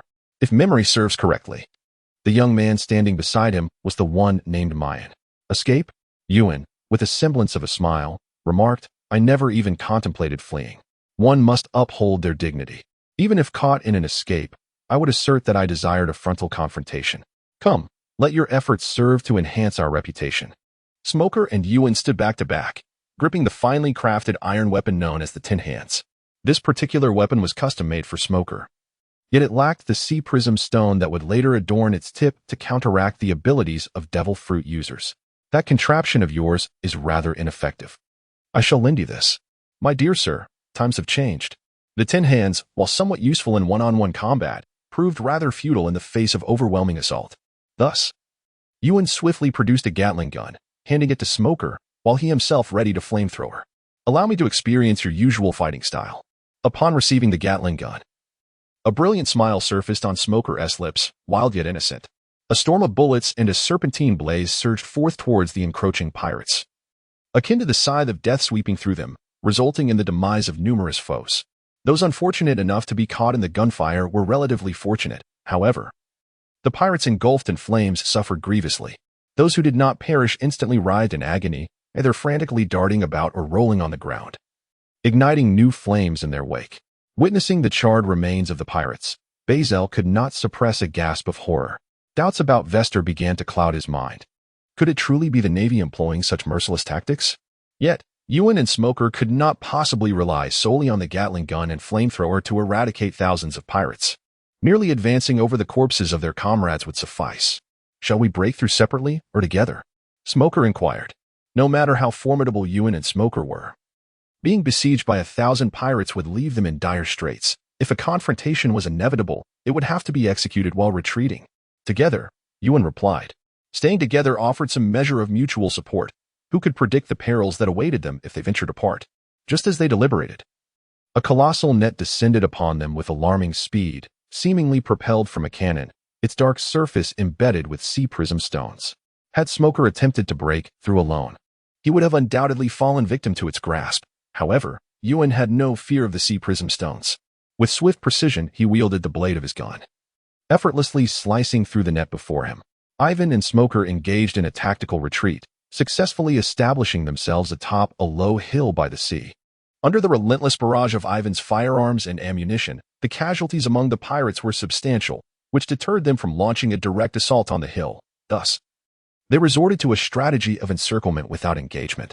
However, being surrounded in this manner was not a sustainable situation. Within a watchtower at the summit, Smoker addressed Yiven, remarking that this structure was originally a fortified installation on Devil Island, now repurposed as their stronghold. Rest assured, they will not simply encircle us without taking further action. Before Yvonne's words had entirely faded, the sound of cannon fire erupted from outside. It turned out that the pirates had not driven them here out of necessity, rather. They sought to capture the two with minimal cost. Yvonne, are you not the most proficient in the use of firearms? Now, you find yourself amidst the very barrage you excel in, leaving us to ponder what options remain. What shall we do now? Smoker inquired with a hint of urgency. Yiven shrugged and replied, what else can we do but hope our comrades arrive soon? He had exhausted all his ammunition except for a few bullets, and even his flamethrower was out of fuel. With Smog present, Yiven felt it unwise to retreat into the system's space for a resupply. He could hardly expect a mere gunman to engage in close combat against such a multitude. Chapter 59, Counterattack. From this moment on. Listen. The sounds of cannon fire seemed to have diminished slightly. Evan lifted his head and strained to listen, noting that the sounds from outside had indeed diminished considerably. However, this was not a fortunate development for them. It was likely that the pirates had lost their patience and were preparing to close in directly. Basil pointed at Mean beside him and instructed, you, take a team and check if those two have perished. After bombarding the solitary structure atop the mountain for so long, he surmised that at least one of them must have succumbed. Sending everyone in at once could result in catastrophic losses. Instead, it would be prudent to dispatch a small squad to assess the situation first, and if feasible, then advance with the full force. Me? Mean exclaimed incredulously, pointing to himself. How could he, with over 1,000 men unable to deal with those two, be expected to lead a small team into such peril? It seemed akin to a death sentence. Yet, under the weight of Bazel's threatening demeanor, Min had no choice but to comply, lest he find himself on the receiving end of a brutal reprimand. His only hope for survival lay in fervently wishing that both adversaries had been obliterated. Alternatively, he might stumble upon a stroke of luck, finding both incapacitated from the blasts, allowing him to claim the accolades for their defeat. However, such thoughts were indeed wishful thinking. After all, Evan possessed the skill of long-range blocking for protection, while Smoker was a natural devil fruit user. It was not merely the bombardment that posed a threat. Even a shower of bullets would hardly trouble them. Ivan and Smoker emerged from the bombardment unscathed, their physical and mental reserves barely diminished. Someone's approaching. Should we eliminate them? Smoker remarked, casting a glance towards Ivan, who was observing another direction, as he noticed Min cautiously making his way up the slope. How many? Ivan inquired. After a brief count, Smoker replied, just 5. They must be scouts. Let them ascend. While dispatching these individuals could instill fear in the pirate forces, it would undoubtedly alert them, leading to another barrage of cannon fire. It would be wiser to descend the slope and catch them off guard. Min, upon reaching the summit, remained oblivious to any anomalies, yet his vigilance was unwavering. Everyone must proceed with caution. Ahead lies the only concealed position on the summit, the gun tower. If those two are still alive, that is where the true danger resides. Min was unsure of Smoker's combat prowess, but he had faced Ivan directly. The latter's extraordinary marksmanship and martial skills were etched into his memory. However, Min's confusion deepened when he found no trace of life within the nearly obliterated gun tower. This was not surprising. On this barren peak, the solitary structure stood out as the most conspicuous target, making it even more likely to be struck by artillery. Suddenly, an alarm blared in Min's mind. Sensing impending doom, he intended to warn his subordinates to retreat, but a chilling sensation pressed against his temple. Turning mechanically, he beheld Ivan, each hand wielding a pistol, aimed at him and one of his men, while his foot rested on another subordinate's chest. The remaining 2 of his crew were lifted into the air, their throats gripped by 2 wisps of white smoke. In an instant, Ivan had subdued all 5 of them. Indeed, their team had come to meet their demise. I say, listen closely, do not utter a sound. Otherwise, I cannot guarantee these guns will not discharge. Do you understand? Faced with Ivan's menacing ultimatum, Min could only nod stiffly, suppressing even a whimper. Before the specter of death, fear is a universal response, most pirates, being self-serving and cowardly, were no exception, and Min was no different. Go tell them we are both injured but still capable of resistance. Your comrades have all fallen. Let them come up to clean up the mess. Min nodded fervently, recognizing this as his only chance for survival and an opportunity to save his remaining subordinates. Go. Yiven holstered his revolver and gestured for Min to descend the mountain. Then my brothers will be treated as hostages. Min gritted his teeth, ultimately beginning his descent. Reaching the midway point, he paused and glanced back, vaguely sensing the threat of a gun barrel aimed at him, compelling him to press onward with a heavy heart.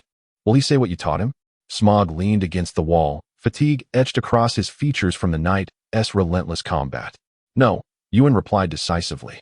The lives of 4 men weighed far less than that of hundreds.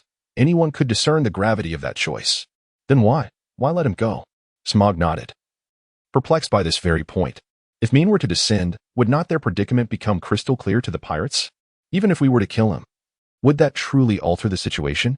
Min's life held almost no bearing on the outcome, yet it could inflict a considerable psychological blow to the pirates. Why not seize such an opportunity? When Bazel learned that Yiven and his group were still alive and had captured Min and his team, he was incensed. How dare you still draw breath? He bellowed at Min before commanding, continue the bombardment, but widen the range. Min rushed to position himself in front of Bazel, desperately pleading. Captain, my team is still up there. You cannot shell the area. Please, allow me to lead a charge. To perish beneath the fire of one's own comrades would be a most ironic fate. Bazel struck Min down with a fierce blow, his voice laced with fury. You have no authority here. Min's team had been sent as sacrificial pawns. Although the circumstances had diverged from expectations, the outcome remained unchanged. Permitting him to ascend once more would only lead to further casualties. Bazel's decision was undeniably prudent, albeit harsh for Min. I told you so. They are indeed continuing the bombardment. Evan, brimming with self-satisfaction, spoke to Smog, his demeanor suggesting that he was not the one bombarded, leaving one to ponder whether his attitude stemmed from confidence or a lack of awareness. After effortlessly deflecting a falling cannonball, Evan turned to the captured pirates and proclaimed, "You are free now, flee for your lives."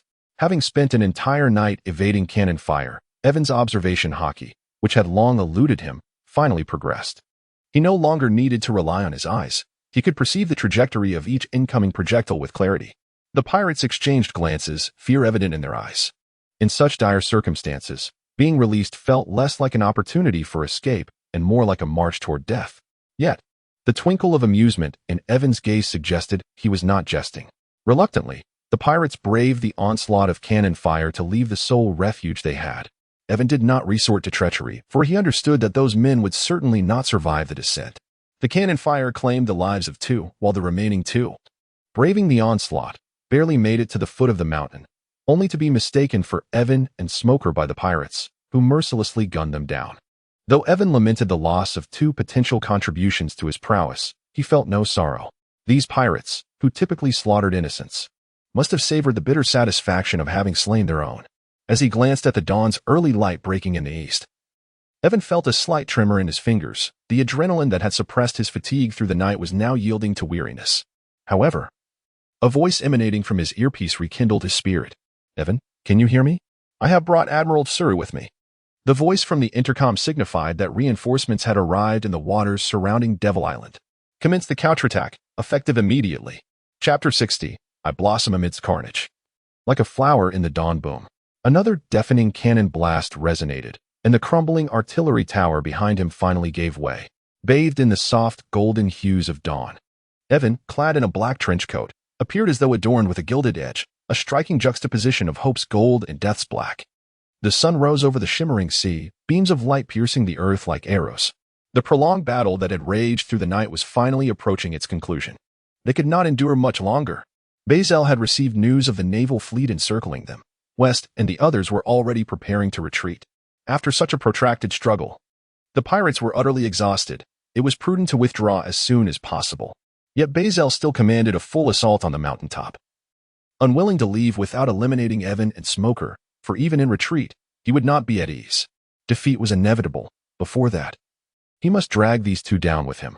Evan, likewise eager to hasten the end, plunged toward the base of the mountain, skimming close to the ground. The black trench coat billowed in the fierce wind as Evan resembled a predatory eagle in flight. Silver blades of light. A descending slash charged with power cascaded from the mountaintop, a force Evan had not anticipated. The swinging blade cleaved through the air, stirring a tempest that sent clouds of dust swirling into the air. Bazel's pupils dilated in shock as the whistling sword energy amplified in his vision. Was this a flying slash? Any sword energy that could escape the blade was termed a flying slash, a hallmark of a true swordsman. It was unexpected to witness a realm that some swordsmen could never attain manifested in the form of a mere gunslinger. However, Bazel's astonishment lasted but a fleeting moment. The slicing sword energy swiftly traversed his neck. His massive head was severed, and crimson blood gushed forth like a spring from the severed stump. Not even a scream escaped his lips as the robust Bazel collapsed to the ground. Amidst the shocked gazes of countless pirates, Yiven gracefully pivoted, landing steadily among the crowd. The chaotic barrage? To Yiven, sword energy was merely an incidental phenomenon. It was his marksmanship that constituted the foundation of his existence in this world. A dense hail of bullets radiated from Yiven, centered upon him, and upon mere contact, numerous pirates fell in droves. At that moment, sunlight cascaded down upon Yiven. Evan's exquisite visage radiated a brilliant smile, as if he were enveloped in a soft golden glow, creating a stark contrast to the gruesome and bloody scene that surrounded him. I blossomed amidst the carnage, much like a flower in the dawn. Yet, this was merely an illusion in the eyes of these pirates. Evan resembled a devil emerging from the depths of hell. Evan moved with an agility that resembled a startled swan, his black trench coat and silvery hair shimmering amidst the throng.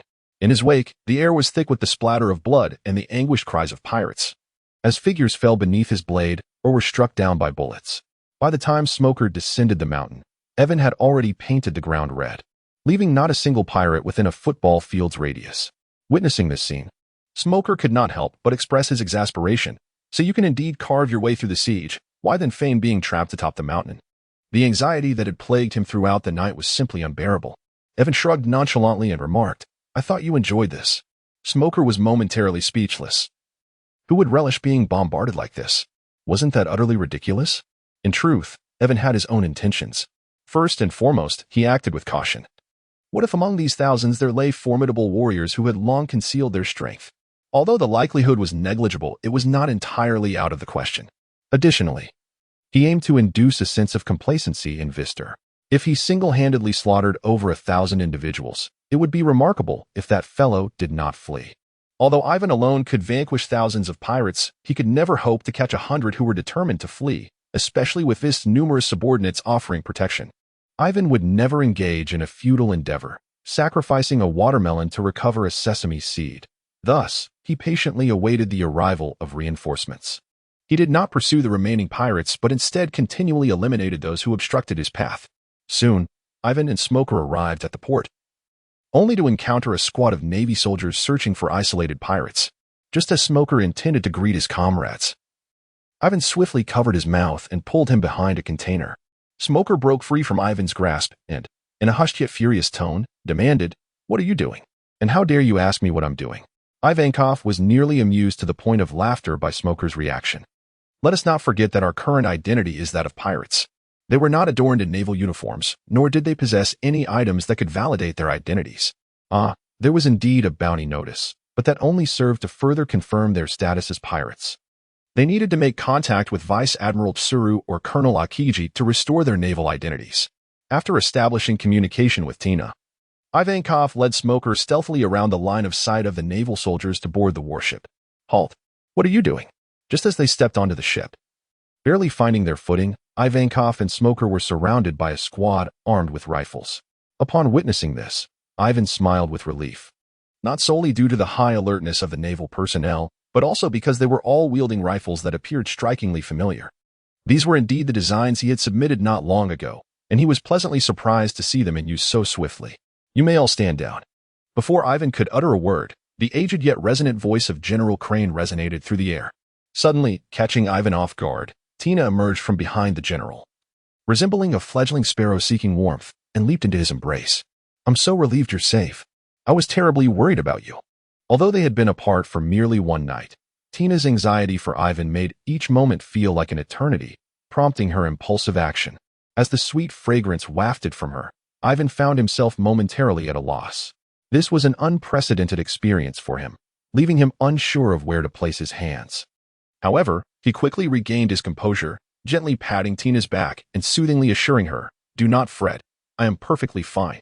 Smog, observing from the side, felt a pang of bitterness in his heart. Why, he wondered, was he not afforded the same concern despite facing perilous situations? After a prolonged moment, a gentle cough from the Crane finally roused Wynne and Tina from their tender reverie. "Have you embraced each other sufficiently?" Tina promptly released Ivan. Her cheeks slightly flushed as she returned to the side of Admiral Crane. She had never been one to exhibit bashfulness. Having clarified her feelings, she resolved to express them with utmost candor. Chapter 61. I came, I saw, I conquered due to the uproar caused by Ivan and Smog at the port. Most pirates had already vacated the area, allowing the Navy to ascend onto Demon Island with minimal resistance, aside from a few pirates with interests on the island. The immediate reaction of others upon witnessing the Navy's arrival was to flee hastily, with little inclination to futilely resist. Admiral Crane did not impede the escape of these pirates, for her sole objective had always been Vestor. After all, Vestor was the most significant blight upon these waters, once the pirates distanced themselves from him. They were merely a scattered, insignificant force, hardly worth concern.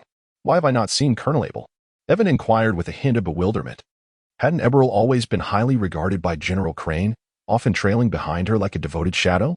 Why then, was he conspicuously absent today? Did he have other tasks? Or was it something else? Noticing the rather unpleasant expression on General Crane's face, Ivan realized he had perhaps asked the wrong question. "Eber has other arrangements," she replied, her tone tinged with disappointment, clearly reluctant to elaborate on the matter. Tina leaned close to Ivan's ear and whispered, "I've heard that Eber is a spy planted in the Navy by West. As for the specifics, I'm not entirely sure." It was no wonder that General Crane was in low spirits. Discovering that her most trusted ally was a traitor would dishearten anyone. "General Crane, have all our soldiers been outfitted with the new gear?" In order to alleviate the awkwardness and address the questions swirling in his mind, Ivan forcibly shifted the topic of conversation. "You mentioned that." General Crane, she adjusted her emotions and glanced at the standard issue rifle held by a common soldier. Rather than immediately answering Ivan's query, she retorted, "This technology is your contribution, isn't it?"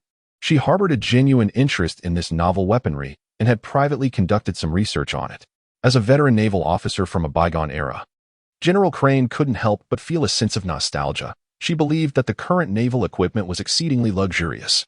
In their time, the Navy's armament was hardly superior to that of pirates, and each mission necessitated a resolve to face death. Had such advanced weaponry existed then, they undoubtedly would have curtailed the rampant piracy seen today. Thus, individuals like Ivan, who could both develop weaponry and engage in battle, were highly regarded by the upper echelons of the Navy. Indeed, Ivan nodded. This matter had already circulated among the naval hierarchy, so he felt no need to deny it. Given the scale of our current operation, this batch of weapons was hastily produced by the armory, making us something of experimental subjects.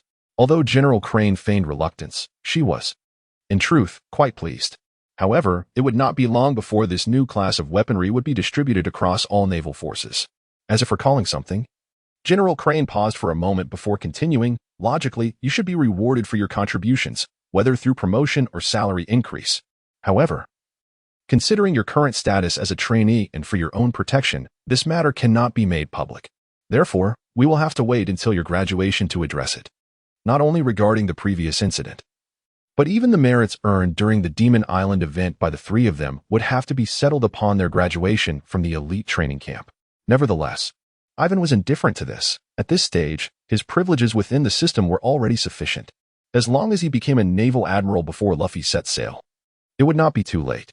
Under the guidance of Ivan and Smoker's intelligence, the Navy swept through the pirate strongholds on Demon Island with remarkable efficiency, rescuing the abducted civilians and merchants who had been conducting business there, relocating them to safety. "Do you not find this situation a tad too smooth?" Ivan inquired. "Even the gunpowder from Pirate Street has been cleared away. Once we capture the castle before us, the malignant presence of Demon Island will be entirely eradicated." However, the ease of this operation was indeed suspicious. Since the Navy had landed on the island, they had not encountered any significant resistance.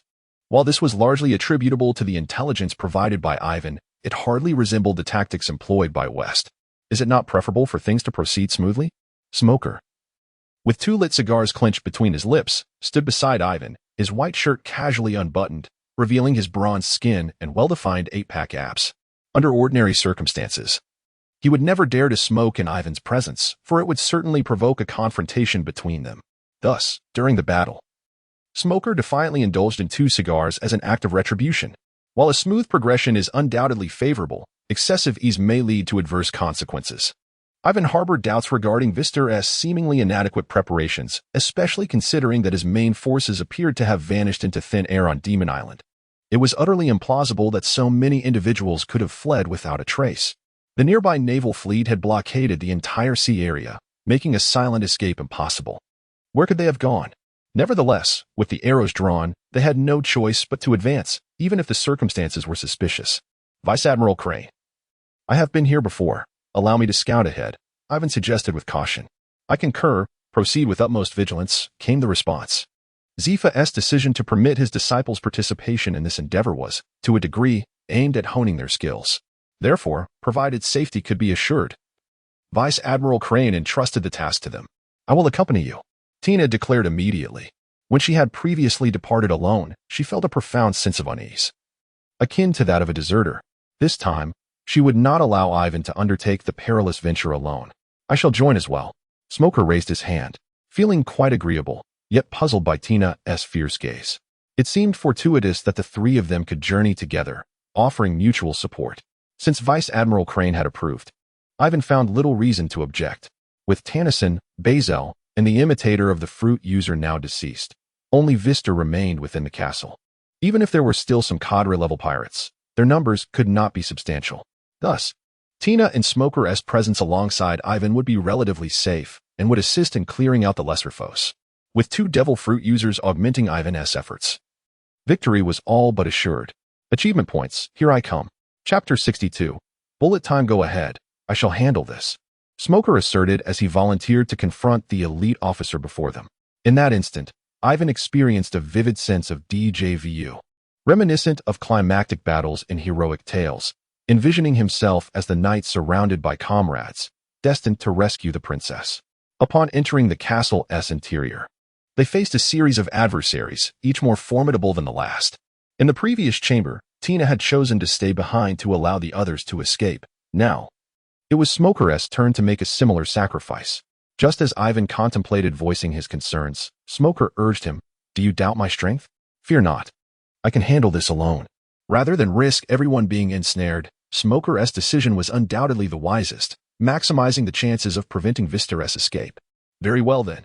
Since Smog had already expressed his thoughts, Yiven could no longer afford to be coy and had no choice but to delve deeper. Smog's opponent did not impede their progress. As he was not the final guardian, there were others stationed ahead, and their task from Vister was to exhaust the stamina of these individuals as much as possible. As Yiven pushed open the door to this chamber, a lengthy corridor came into view, with a solitary figure standing in the shadows at its end. Due to the structure of human retinas, one cannot immediately see in darkness after being in bright light for an extended period. I advise you not to proceed any further. The figure spoke. Evan found the figure and voice somewhat familiar, as if he had encountered this person before. It was only after a moment, having acclimated to the dark surroundings, that he recalled this individual was the sharpshooter he had seen previously. "Hello, it seems we meet again." Evan revealed what he believed to be a warm smile, greeting Wendy with a wave. However, in Wendy's eyes, that smile carried a different connotation. Aware that she could never surpass Evan in strength, Wendy pursed her lips and warned, "I caution you once more, do not proceed any further." To which Evan replied, "What if I choose to advance?" Wendy's statement seemed somewhat blusterous, and rather than taking it seriously, Evan took 2 steps forward. Whoosh, whoosh, whoosh. As Ivan's foot touched the floor, a myriad of arrows swiftly shot towards him from all directions. Without the need for Wendy to explain, Yiven understood her words. This was indeed a corridor laden with traps. Furthermore, Wendy raised her firearm, aiming directly at him. Had it been the Yiven prior to awakening his observation Haki, such a sudden onslaught of projectiles would undoubtedly have posed a significant challenge, as his ranged defense could only withstand a single attack. The instant the crossbow bolts were unleashed, Yiven sensed their approach, even visualizing their trajectories in his mind. Yiven soared into the air, his toes lightly touching the void, employing the technique of the moonwalk to elevate his form yet again. Bang! When he had anticipated Ivan's evasion of the crossbow bolt, thus she had already prepared for a follow-up shot. The black bullet magnified within Ivan's pupils, yet in his perception, it seemed to decelerate infinitely. Was this bullet time? Bullet time, an effect depicted in both games and cinema, finds its most iconic representation in the scene from The Matrix where the protagonist, Neo, leans back to dodge bullets. In essence, bullet time slows the flow of time, even to the point of stasis. However, while time's pace slackens, spatial movement remains unrestrained. This asymmetry of time and space bestows an unprecedented visual experience. Yet, the phenomenon occurring with Yiven diverged slightly from his understanding of bullet time. Although time appeared to slow for Yiven, his movements did not become more agile. Rather, they also transitioned into slow motion. This was merely a manifestation of his observation Haki, akin to someone who has cultivated the ability to foresee the future. The capacity to perceive attacks, predict an opponent's next move, gauge the strength of beings, sense their emotions and thoughts, and discern the location and number of objects beyond one's field of vision are merely fundamental abilities of observation Haki. With a clear view of the bullet's trajectory, Yiven promptly activated the personal booster behind him, shifting his body horizontally just in time. The bullet once again grazed past Yiven, leaving Wendy in a state of frenzied frustration. Such relentless setbacks were exceedingly challenging for a marksman to endure. It was precisely because Yiven was a sharpshooter that he understood the greatest vulnerability of his kind: confidence. If a marksman loses all confidence, even a stationary target could become elusive. The corridor was filled not only with crossbow bolts but also with pit traps, flames, and falling stones, everything Yiven could conceive and even what he could not, he had encountered. Yet, ever since the first shot had been evaded, when he had kept her weapon trained on Yiven, refraining from firing a second shot, beads of sweat dripped from her forehead, her finger trembled on the trigger. Yet she could not bring herself to pull it. People's mindsets vary. Otherwise, the notion of risking one's career would be non-existent. Not everyone possesses a heart as resolute as Yiven's. When he closed her eyes, inhaling deeply, and finally resolved to act, having already lost her confidence, she believed that only by landing a shot could she reclaim it. However, when she reopened her eyes, Yiven had vanished from her sight. If she could not shoot, then perhaps it was best not to shoot at all. Wendy was astonished when Yiven reappeared and seized her wrist from behind. It was merely a fleeting moment. Yet this individual possessed such remarkable speed. Based on the information previously gathered, Yiven was supposed to be a marksman. How could he exhibit such extraordinary physical prowess? Was it necessary for a marksman striving for the pinnacle of skill to amalgamate marksmanship with physical combat? Yiven's presence led Wendy to question her own training thus far. Noticing Wendy's interest in his gunfighting techniques, Yiven smiled and said, "Would you like to learn? I can teach you. Don't be ridiculous. Who wants to learn?" It seemed her inner thoughts were laid bare, and Wendy's anger flared. Without further ado, she launched a kick at Yiven. Such a propensity for conflict at the slightest provocation certainly bore the hallmark of someone from the celestial realm. As long as Wendy was not an irredeemably wicked individual, Yiven was willing to offer her a chance. However, if she were indeed a ruthless pirate who indiscriminately slaughtered the innocent, no amount of admiration from Yiven would lead him to forgive her. Chapter 63, Gunpowder and Volcanoes in Any Realm. Not everyone is fortunate enough to enjoy a carefree childhood. Wendy Hoya was born in a slum of a certain nation along the Grand Line, where it was nearly impossible for a girl, especially one of remarkable beauty, to lead a normal life. To shield young Wendy from the bullying of others, her father, a scavenger, gifted her a makeshift firearm on her 12th birthday. To call it a gun would be an overstatement. It was merely a crude assemblage of parts resembling a fire stick. Yet, it was on this occasion that Wendy unveiled her extraordinary talent for marksmanship, striking an apple atop a tree 50 meters away with her very first shot. From that moment forth, her passion for firearms spiraled into an uncontainable obsession. With her increasingly refined shooting skills, Wendy eventually became a bounty hunter, thus avoiding the fate that befell many girls her age, who succumbed to the temptations of the streets. Half a month prior, Wendy had ventured to Strees Island in pursuit of a high-end modified rifle. After agreeing to perform 3 tasks for Vister that were within her capabilities and did not cross her moral boundaries, she obtained the coveted firearm. Boasting an effective range of 800 meters, with precision and lethality surpassing all available models. The first 2 tasks had been a breeze for Wendy, and she was eager to complete this final undertaking so she could depart Strees Island and pursue her own aspirations. However, the individual before her was proving to be exceedingly formidable, even managing to undermine her confidence. With a heavy heart, Wendy cast a fond glance at the rifle that had accompanied her for the past 2 weeks, gritted her teeth, and resolved to discard it. "You can go. I am not your match." Entrusted by others, one must be loyal to their tasks. Having failed to fulfill Vest's commission, Wendy could not help but feel the weight of the firearm in her hands, no matter how fond she was of it. A gun is akin to a second life for a gunslinger. Even in death, one cannot relinquish their grip. Observing Wendy's actions, Yiven stooped to retrieve the weapon. With deft precision, he chambered a round, sending a bullet into the firearm's depths. Aiming at the crossbow bolt embedded in the distant wall, Yiven gently squeezed the trigger, shattering the fletching with a sharp report. Indeed, it was a fine gun. The rifling must have been adjusted by your own hand, enhancing its accuracy significantly. After casually remarking on the weapon, Yiven returned it to Wendy's embrace. "Although it was a prize of mine, I now bestow it upon you." Before Wendy could decline, Yiven continued, "If I were to take it away, it would only gather dust among a disarray of other items in the warehouse. I doubt you wish to see such a gem tarnished, do you? Compared to the firearms in the pirate world, this one is indeed quite remarkable." Yet Yiven held it in little esteem, feeling no pangs of regret in returning it to Wendy.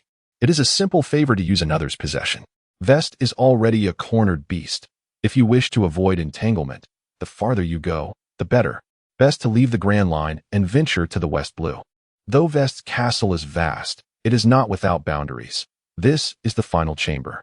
Extending his observation Haki, Yiven discerned that only Vest occupied the room, seemingly awaiting someone. Drawing on past experiences, Yiven cautiously pushed open the grand door, revealing a spacious, dimly lit hall where Vest sat, chin resting on his hand atop the lofty throne. "At last, you have arrived. I have awaited your presence for quite some time." Vest's expression bore no semblance of feigned calmness. Rather, it conveyed a sense of complete control over the situation. "You have no escape left, Vest." Evan raised his head at a 45-degree angle, gazing directly into West's eyes. "Escape?" This time, the thought of fleeing never crossed my mind. West let out a chilling laugh, his demeanor instilling a sense of dread. "You shall descend to the abyssal depths of the sea along with this island." As he uttered these words, West rose from his throne, arms outstretched and flailing, in a state of utter madness. Upon hearing his proclamation, Evan could not help but furrow his brow. Evan did not believe that Vester spoke these words out of madness. Rather, his utterance undoubtedly contained certain messages that Evan could not comprehend. What do you mean by this? Haha. Vester did not respond to Evan's inquiry, but instead burst into an uproarious laugh, inviting speculation and reveling in the profound despair of helplessness. Haha.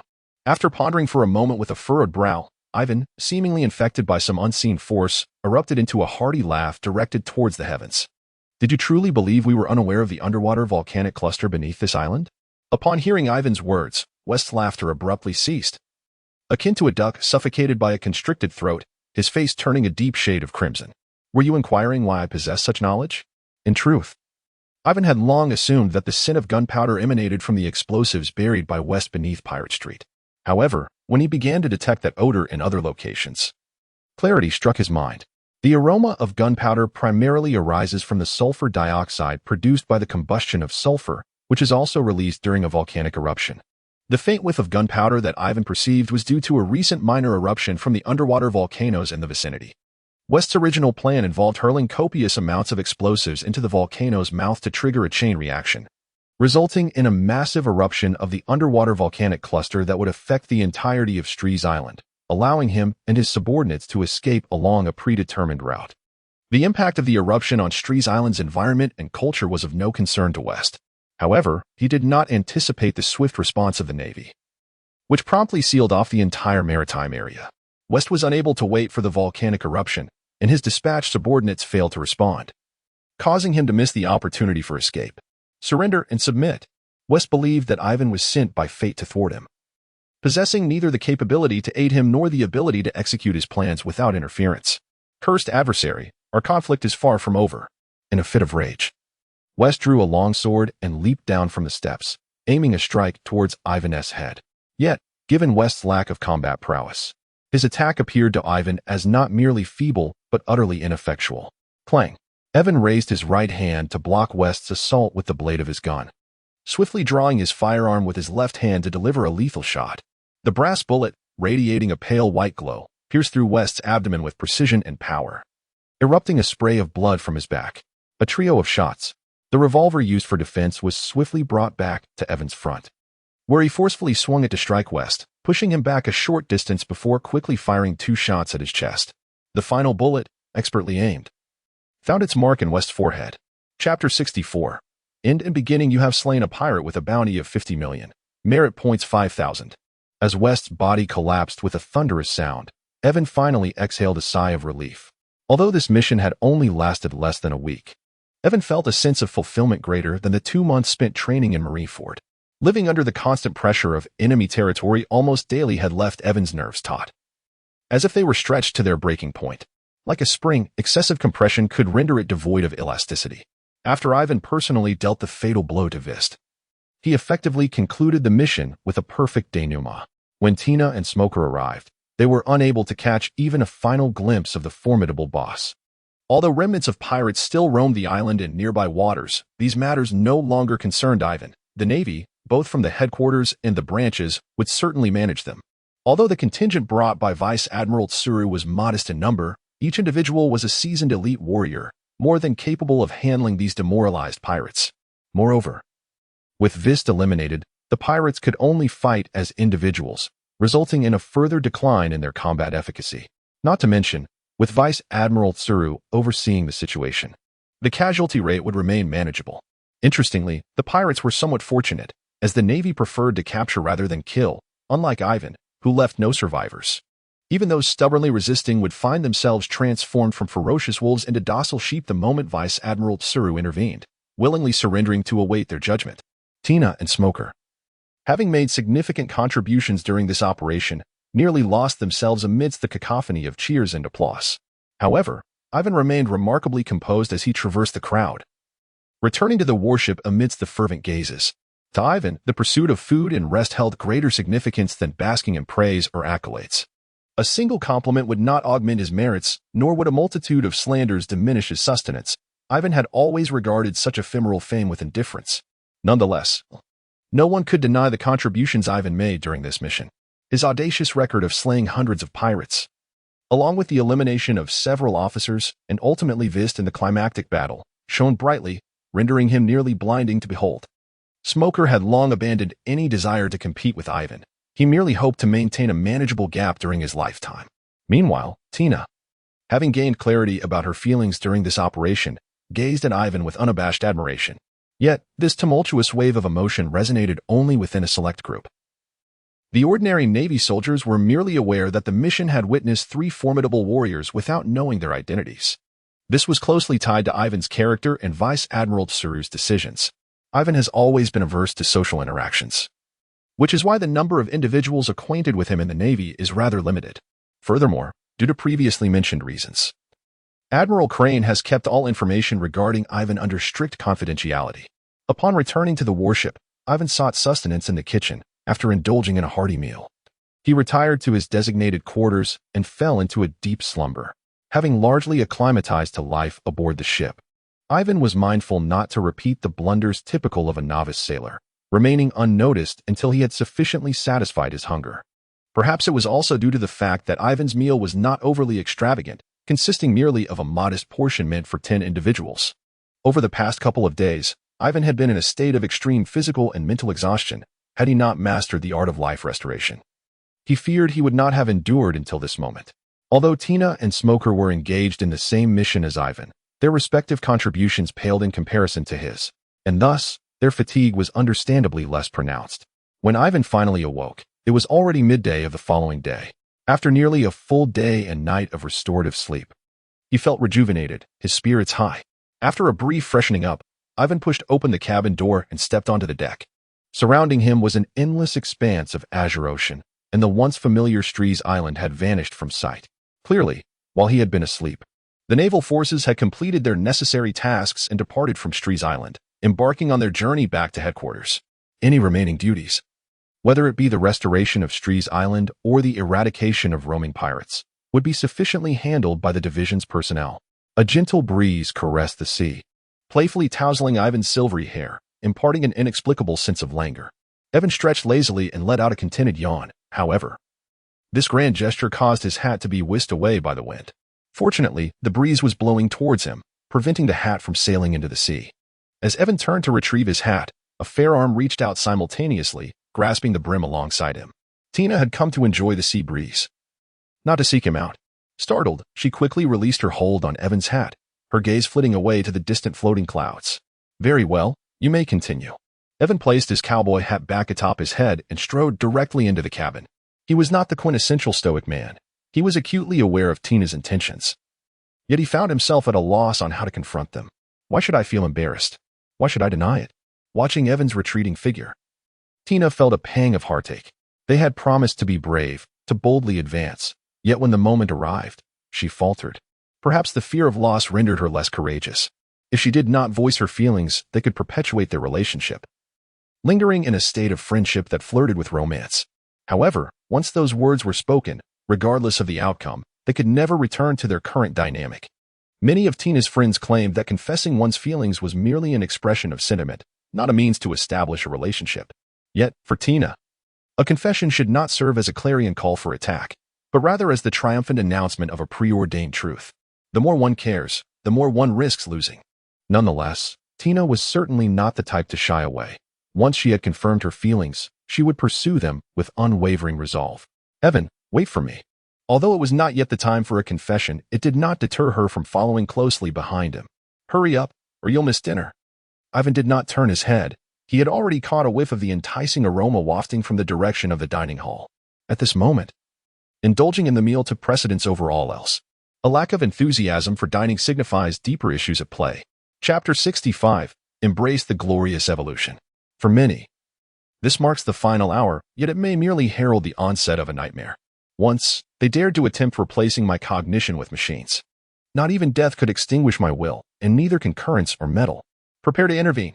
Let my firepower bring an end to this nightmare. Evan experienced a vivid dream in which his body was transformed into a formidable weapon, a flawless mechanical form crafted from cutting-edge technology. He transcended the limits of humanity, becoming an alloy warrior, commanding the battlefield with his augmented physique. Suddenly, he was jolted awake, sitting on his bed, gasping for breath. Goodness, he exclaimed, the frailty of flesh. While the ascendance of machinery beckons, Evan was reluctant to part with his corporeal form, unwilling to forsake his physical body for a mere transient enhancement in combat prowess. It is essential to understand that he resided in a world of pirates, a realm where the existence of devil fruits and Haki introduced abilities that defied conventional logic. While the baseline for becoming a cyborg was indeed elevated, the corresponding upper limits were considerably diminished. The prospect of transforming from one of the foremost powerhouses in the pirate world into a mere augmented version of Frankie was an idea Evan found utterly intolerable. What had transpired, and why was he plagued by such a peculiar dream? Ivan seldom dreams. Even when he does, they are not of such bizarre nature. And his recollections upon waking are never as vivid as they are now. Could it possibly be related to the system?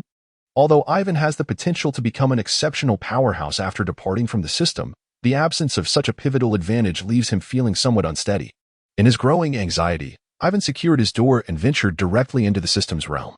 Every time he ascended to the deck of the Celestial Noble, he was enveloped by a sense of awe, a feeling that served as one of his motivations during his tenure in the Navy to accumulate military merits. The mere thought of being promoted to admiral and genuinely possessing this warship filled his heart with fervor. As he descended the staircase, he arrived once more before several familiar rooms. However, he noticed something rather peculiar. A locked chamber had mysteriously appeared. A modified laboratory? Evan murmured the inscription on the door. A peculiar sensation stirring within him. Could it be that, akin to his dreams, the pathway to his enhancement now included the modification of his own body?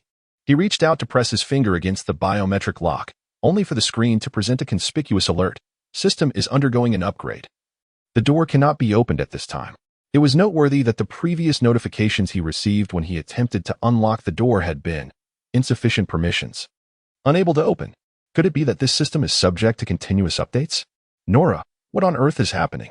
In a state of profound confusion, Evan called upon his intelligent assistant for clarification. The modification laboratory is part of the Celestial War Eagle system's hot patch updates, which can provide users with an alternative means of enhancement. Nora offered a very official response, from which Evan could glean no useful information. On what basis are these updates conducted? How many patches remain to be deployed in the future? Will there be instances requiring a shutdown for updates? Evan posed a series of 3 inquiries, yet Nora continued to recite in a monotonous, emotionless tone. I apologize, but Nora lacks the authority to answer your questions. Is it truly your lack of authority, or is it mine? Ivan was exceedingly dissatisfied with Nora's response, yet he found himself powerless to alter the situation. Despite feeling helpless in regard to Nora, Ivan discovered his own means of release. Within the confines of the training room, he relentlessly engaged in erratic shooting and practiced his gun choreography, pouring forth his sweat and striving to exhaust himself to the point of being incapable of contemplating these unanswered questions. Time spent in training always seemed to pass swiftly. When Ivan emerged from the system's realm, twilight had already descended. Outside, the sun was sinking in the west, and the remnants of its glow spilled through the porthole onto the floor, evoking a sense of serene languor. Ivan has spent a considerable 20 to 30 hours within the training space, which translates to over 10 hours in real time. If he does not emerge soon, it may raise suspicions among others. I haven't seen you all day. Has something occurred? Shortly after Ivan entered the restaurant, Tina hurried over as if drawn by an enticing aroma. One cannot conceal affection. Even if one attempts to cover their mouth, emotions inevitably escape through the eyes. Nearly a day without seeing Ivan left Tina with an emptiness in her heart, as though something of great significance had vanished. This. Ivan was oblivious to the extent of the concern directed towards him, momentarily rendered speechless and unable to conjure an excuse. He had awakened that morning feeling somewhat unwell, which prompted him to remain in bed until now. Upon hearing this, Tina immediately became anxious, rising to her feet and gently placing her hand against Ivan's forehead. Have you consulted the ship's doctor? She inquired. Generally, individuals like them, who engage in regular exercise, seldom experience health issues unless afflicted by significant ailments. Such conditions could include scurvy, resulting from prolonged voyages with inadequate vitamin intake, or rheumatism, which may arise from extended exposure to damp environments. Nevertheless, a higher level of physical fitness often serves to mitigate these concerns to some extent. Ivan possesses the remarkable ability of life restoration, and logically, he should not experience any physical ailments. It should merely be fatigue and stress, and after a day's rest, he felt significantly better. Tina evidently believed Ivan's words and harbored no doubts, yet her expression still bore a hint of concern. Women in love often exhibit a diminished capacity for rational thought. Even if Yiven were to claim that salt is sweet, she might feel compelled to taste it before contesting his assertion, while Tina may be easily swayed. Admiral Crane is not so easily deceived. During the day, Admiral Crane had sent someone to search for Yiven in his quarters, but after several attempts, he was nowhere to be found. Consequently, Admiral Crane employed his observation Haki to scour the entire warship, yet Yiven's whereabouts remained elusive. At that moment, Yiven was deeply engrossed in the bliss of his training, instinctively disregarding Nora's reminders and thus remained oblivious. Each individual harbors their own secrets, and while Admiral Crane could ascertain Yiven's loyalty to the Navy, along with his intrinsic sense of justice, he chose not to pry into that mystery. When dawn broke the following day, the victorious warship traversed a unique ocean current, passing by Judicial Island and advancing toward Marineford. They encountered no adverse weather conditions along the way, but a rather amusing episode did unfold. A pirate ship, likely new to the Grand Line, spotted the warship, which resembled a merchant vessel, and recklessly approached. Presumably, their captain had boisterously declared, "Who do you think I am? Bring the ship closer." The tragic fate of those pirates requires little elaboration. There was no need for Admiral Crane to intervene, nor did the ship's cannons even fire. Yiven single-handedly dispatched all the pirates aboard. The audacity of these pirates to appear before Yiven warranted their transformation into mere statistics within the system. Upon reaching headquarters, Yiven and his companions did not accompany Admiral Crane to report on their mission, but instead made their way directly to the training camp. The personnel who were to receive them had already been apprehended and would likely be taken to Judicial Island for trial in due course, leaving the trio to walk to the training camp in a rather somber manner. However, to Yiven's surprise, Zephyr was personally waiting at the entrance of the training camp to greet them. Zephyr was quite pleased with the performance of his 3 disciples during this mission, particularly appreciating the surprises Yiven had brought him. He refrained from excessive praise, maintaining a stern demeanor to remind them to remain humble and diligent, yet inwardly, his heart was already brimming with joy. Yiven's performance was truly remarkable. Even his 3 disciples, who were renowned as naval monsters, lacked such formidable combat prowess at his age. Chapter 66. Sherry Wine. Upon returning to the long-missed naval headquarters, it felt as though Yiven had rejuvenated himself, akin to a low-health character returning to a fountain, fully relaxed. However, this relaxation was merely psychological, as his body did not experience a moment's respite. By the very next day, he resumed his regular routine. After the physical training session concluded, Zifa pulled Yiven aside and remarked, "I hear your performance during this mission was exceptional." It was needless to guess. Whenever Zifa made such statements, it was invariably a precursor to offering him private guidance, and this occasion proved no exception. Indeed, Zifa continued, "Come with me to the training ground. Let me assess your progress." Since Zifa intended to evaluate Yiven's mastery of physical combat and Haki, the use of firearms was not permitted. The outcome was evident. Apart from a few strikes on Zifa, who stood immobile, Yiven had no opportunity to counter. "Your physical attributes and the strength of your 3 types of Haki are commendable," Zifa noted, "yet your application of techniques remains excessively crude." Undoubtedly, Zifa was a competent mentor, capable of swiftly identifying his students' deficiencies and offering suggestions for their subsequent training. At your age, mastering all 3 Haki types is indeed a rare achievement. Thus I will hold you to higher standards. Zifa regarded Yiven with a serious expression, his tone grave, as if he were conveying something of great importance. However, do not be overly impatient in your training. Remember that all things must be approached step by step. Haste will yield no fruitful results. The reason Zifa imparted this wisdom to Yiven and painstakingly involved him in Admiral Crane's mission was due to imminent personnel changes within the Navy. Steel Bone Kong had been confirmed for promotion as the Supreme Commander of the World Government's 3 armies, which meant that the position of Fleet Admiral would be assumed by the current Marine Admiral Sengoku. Following Sengoku's elevation, all Admiral positions within the headquarters would become vacant. Unless unforeseen circumstances arise, the 3 admirals will likely be Akainu Sakazuki, Akiji Kuzan, and Kizuru Borsalino for the foreseeable future. These 3 will serve as the backbone of the Navy. Whether they lead the Navy towards greater glory or into gradual decline will depend on their actions. Zifa harbored reservations about these 3 disciples. Sakazuki was excessively aggressive, a true hawk within the Navy. While his ruthless methods may suffice for eliminating pirates, they are ill-suited for military governance and diplomacy. On the other hand, Borsalino's approach was marked by lethargy, rendering the label of Dove somewhat inadequate. If entrusted with the Navy, it would be doomed. Kuzan was once the most favored disciple of Zephyr, yet since the O'Hara incident, he has seemingly transformed into a different person. increasingly apathetic in his endeavors. Fortunately, Zephyr discovered Ivankov. Despite his character exhibiting certain flaws, his youth allows for timely correction. Zephyr has placed all his hopes for the Navy upon Ivankov. It was not until the sun began to set that Zephyr concluded his intense training session with Ivankov. Observing Ivankov's palpable mastery of armament Haki, Zephyr felt a wave of relief wash over him, dispelling the discontent that had lingered in his heart.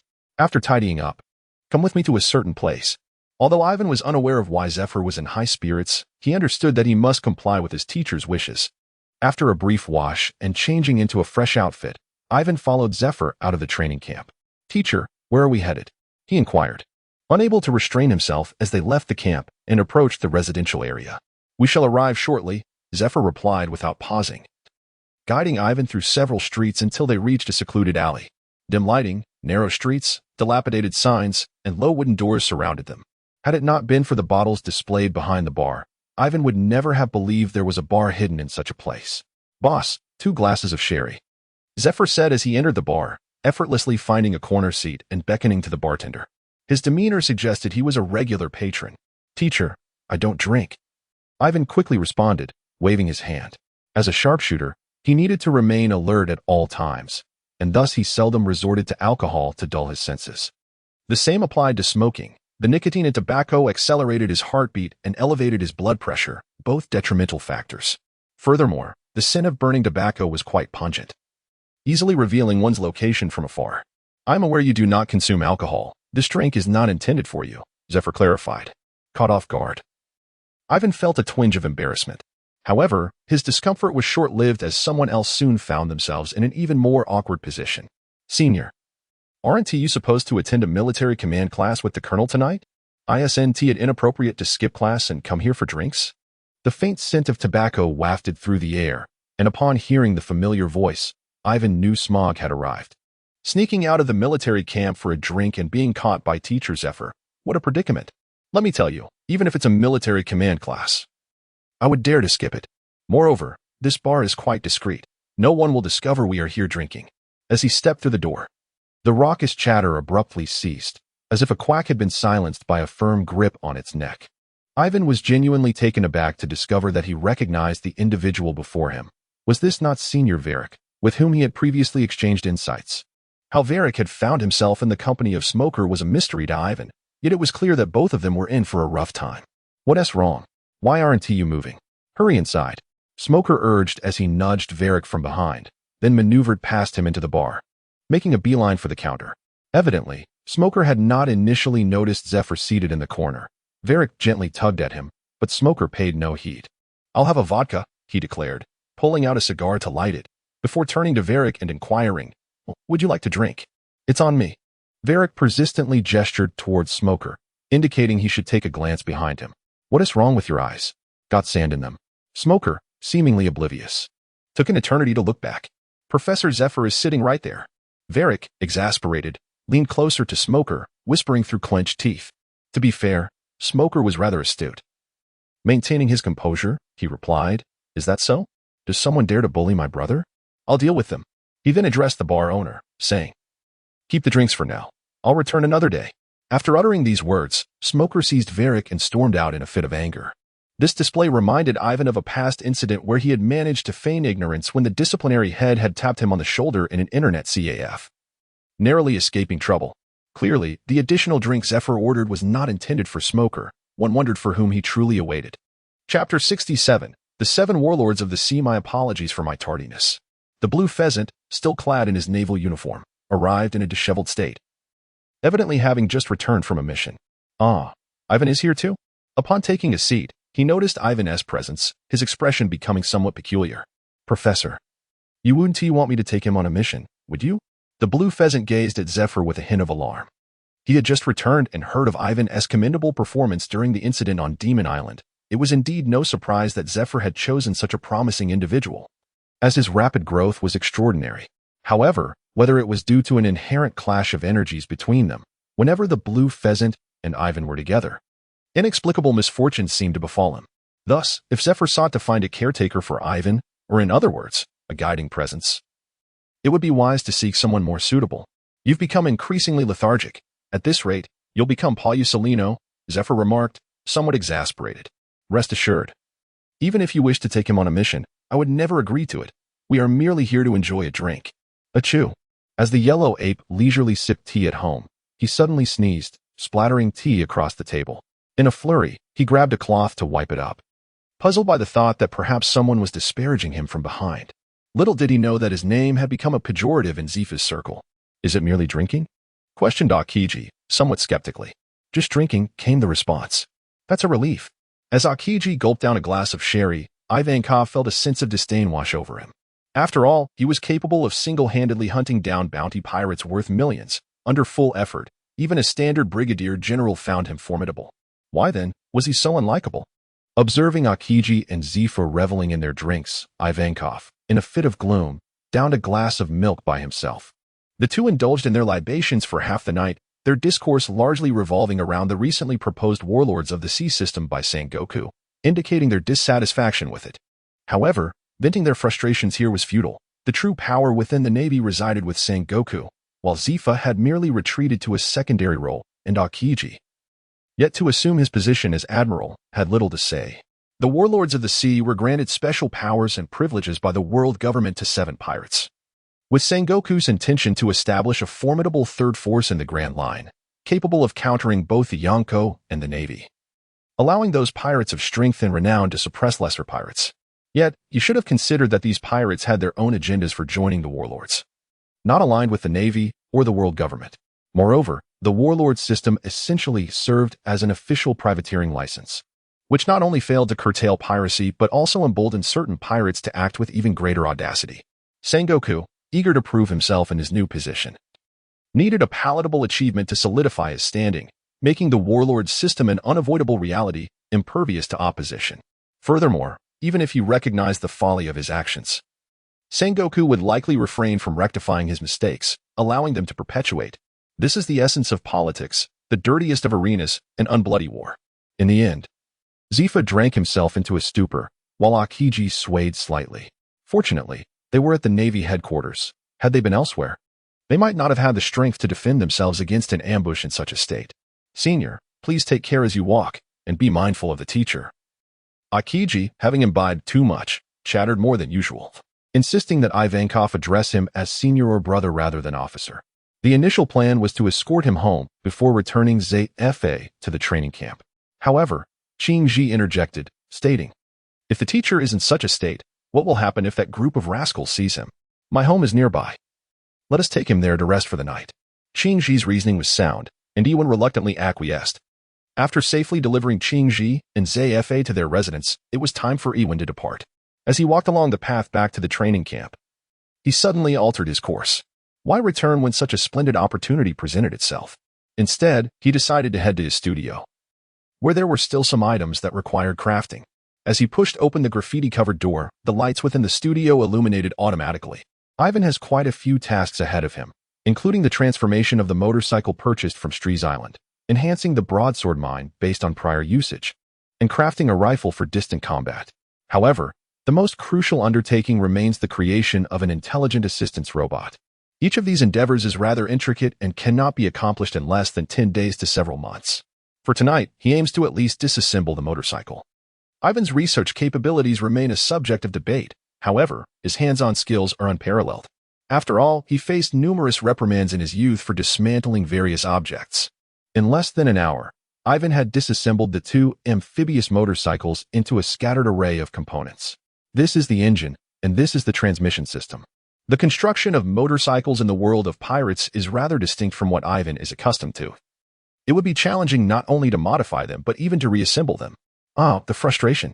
Yiven, feeling irritable, ran his fingers through his hair, only to realize that his hands were smeared with grease, which deepened his sense of frustration. Is there anyone who can assist me? How I wish I had a system. The system. Evan experienced a sudden flash of inspiration. He was indeed a man of methodical disposition. The system allowed for the expenditure of merit points to enhance weapons, and upgrading a motorcycle would surely be a trivial task. Nora, I have an inquiry. Upon entering the system's domain, Evan eagerly called out to his artificial intelligence assistant. Please proceed. Could you assist me in modifying my motorcycle using the system? Certainly. Splendid. Let us commence. However, you must first grasp the fundamentals of mechanics. Evan found himself at a loss for words. If he could master the fundamentals of mechanics, what need would there be for him to expend merit points? The study of mechanics is a passive skill essential for a level 15 mechanic, serving as a pivotal criterion for Evan's career transition into this profession. The prerequisites for becoming a gunslinger or a gunner are relatively straightforward. One requires merely to meet physical standards or to possess proficiency in heavy weaponry, both of which are easily attainable goals for Evan. The transition to an ammunition specialist merely necessitates enlisting in the Navy, and after navigating a series of challenges, Evan has managed to fulfill this condition. However, the requirements for becoming a mechanic pose the greatest difficulty, which is why he has yet to achieve this transformation. The fundamentals of mechanics encompass not merely a simple skill, but rather a comprehensive theoretical understanding of machinery that Evan must fully grasp to become a mechanic. It is worth noting that Evan is merely a high school graduate, even with a rote learning approach. It is not feasible to assimilate the intricate mechanical knowledge from the celestial realm in a short span of time. Nevertheless, even with only a superficial understanding, Evan has already begun to autonomously design and modify firearms, indicating that the mechanic's role is indeed invaluable. Thus, even if it requires additional time, he is determined to master this knowledge. In the following lengthy period, Evan frequently traversed between the training camp and the workshop, tinkering with what Zephyr deemed trifles. Through the process of repeated failures and recoveries, his comprehension of mechanical theory deepened significantly. Were there a progress bar for theoretical learning, he would have surely reached at least 85% mastery. The small robot RX-78 Pursuer, which he previously relied on purchasing from the system, he could now construct independently from design schematics. Furthermore, his motorcycle has undergone significant modifications, drawing aesthetic inspiration from the striking Fenrir of Cloud in Final Fantasy VII, Advent Children, exuding a distinct steampunk allure. However, while Cloud utilized the space for his fusion sword, Evan repurposed it for storing firearms and ammunition, facilitating more convenient engagement in combat during high-speed chases. Ivan anticipated that the likelihood of this vehicle becoming relevant later on was quite minimal. Everyone else seemed to be soaring through the skies, leaving little room for its utility. Take Smoker's motorcycle, for instance, which was only utilized once in the original narrative. However, akin to Akiji's SC bicycle and Ace's fire-powered sailboat, as means of transportation, the essentials are merely efficiency and flair. After all, what man isn't captivated by motorcycles? Yet, Ivan had not consumed a devil fruit and, unlike Smoker and Ace, could not harness smoke or flames for propulsion. Temporarily, he also lacked the ability to employ cola as energy, as Frankie did, thus he pondered on alternative power sources. The profession of mechanic later introduced a passive skill known as the arc reactor, which bore a name and function strikingly similar to Iron Man's power source in Marvel, albeit with slight variations in principle. Iron Man's arc reactor utilized palladium for cold fusion, whereas the arc reactor crafted by mechanics relied on a unique mineral known as demon crystal, sourced from an energy center. Although demon crystal did not exist in the world of pirates, Ivan discovered that sea stone contained a comparable amount of latent energy, capable of entirely substituting for demon crystal in the arc reactor. While a solution to the power source dilemma emerged, it ushered in a cascade of challenges for Ivan. The arc reactor was indeed commendable, yet Ivan was incapable of crafting one. He struggled even to create a smart assistant robot, let alone manually assemble a reactor. Learning? What a futile endeavor. Ivan swept all the disordered components scattered across the desk to the floor, reclined in his chair, and closed his eyes, surrendering to apathy. The intricate discipline of mechanics, shrouded in complexity, eludes even the most seasoned experts who have devoted their lives to its study. It is a daunting challenge for Ivan, a mere high school graduate with little aptitude for self-directed learning. The nature of theoretical knowledge is such that the deeper one delves, the more obscure it becomes, amplifying the sense of insignificance one feels in the face of scientific inquiry.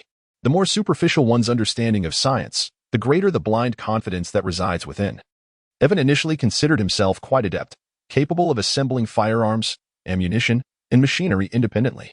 However, he increasingly found himself engulfed by self-doubt.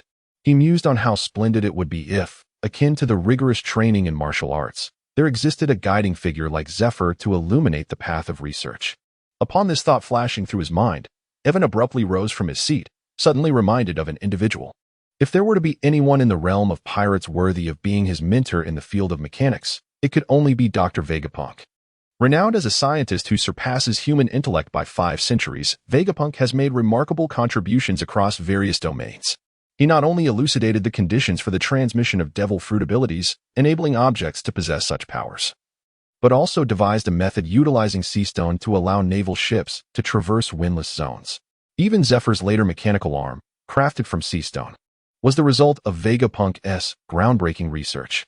The mere presence of a few laboratories left by Vegapunk in the future nation has significantly elevated Frankie's scientific prowess, attesting to Vegapunk's extraordinary mastery of mechanics. Evan did not aspire to become a second Vegapunk. He merely sought a mentor to guide him through the gateway of mechanics. As for how far Evan could progress along the path of the mechanic, it would ultimately depend on the extent to which he could acquire celestial knowledge from the system. Ivan is a man of action, one who believes in translating thought into deed. Once he resolved to learn mechanics from Vegapunk, procrastination would not be an option. However, it was imperative to keep this endeavor hidden from Zephyr, who harbored a disdain for pursuits he deemed distractions from training. Without even tidying up the scattered components, Ivan locked the door and hastened towards the headquarters office building. Knock, knock, knock. Enter.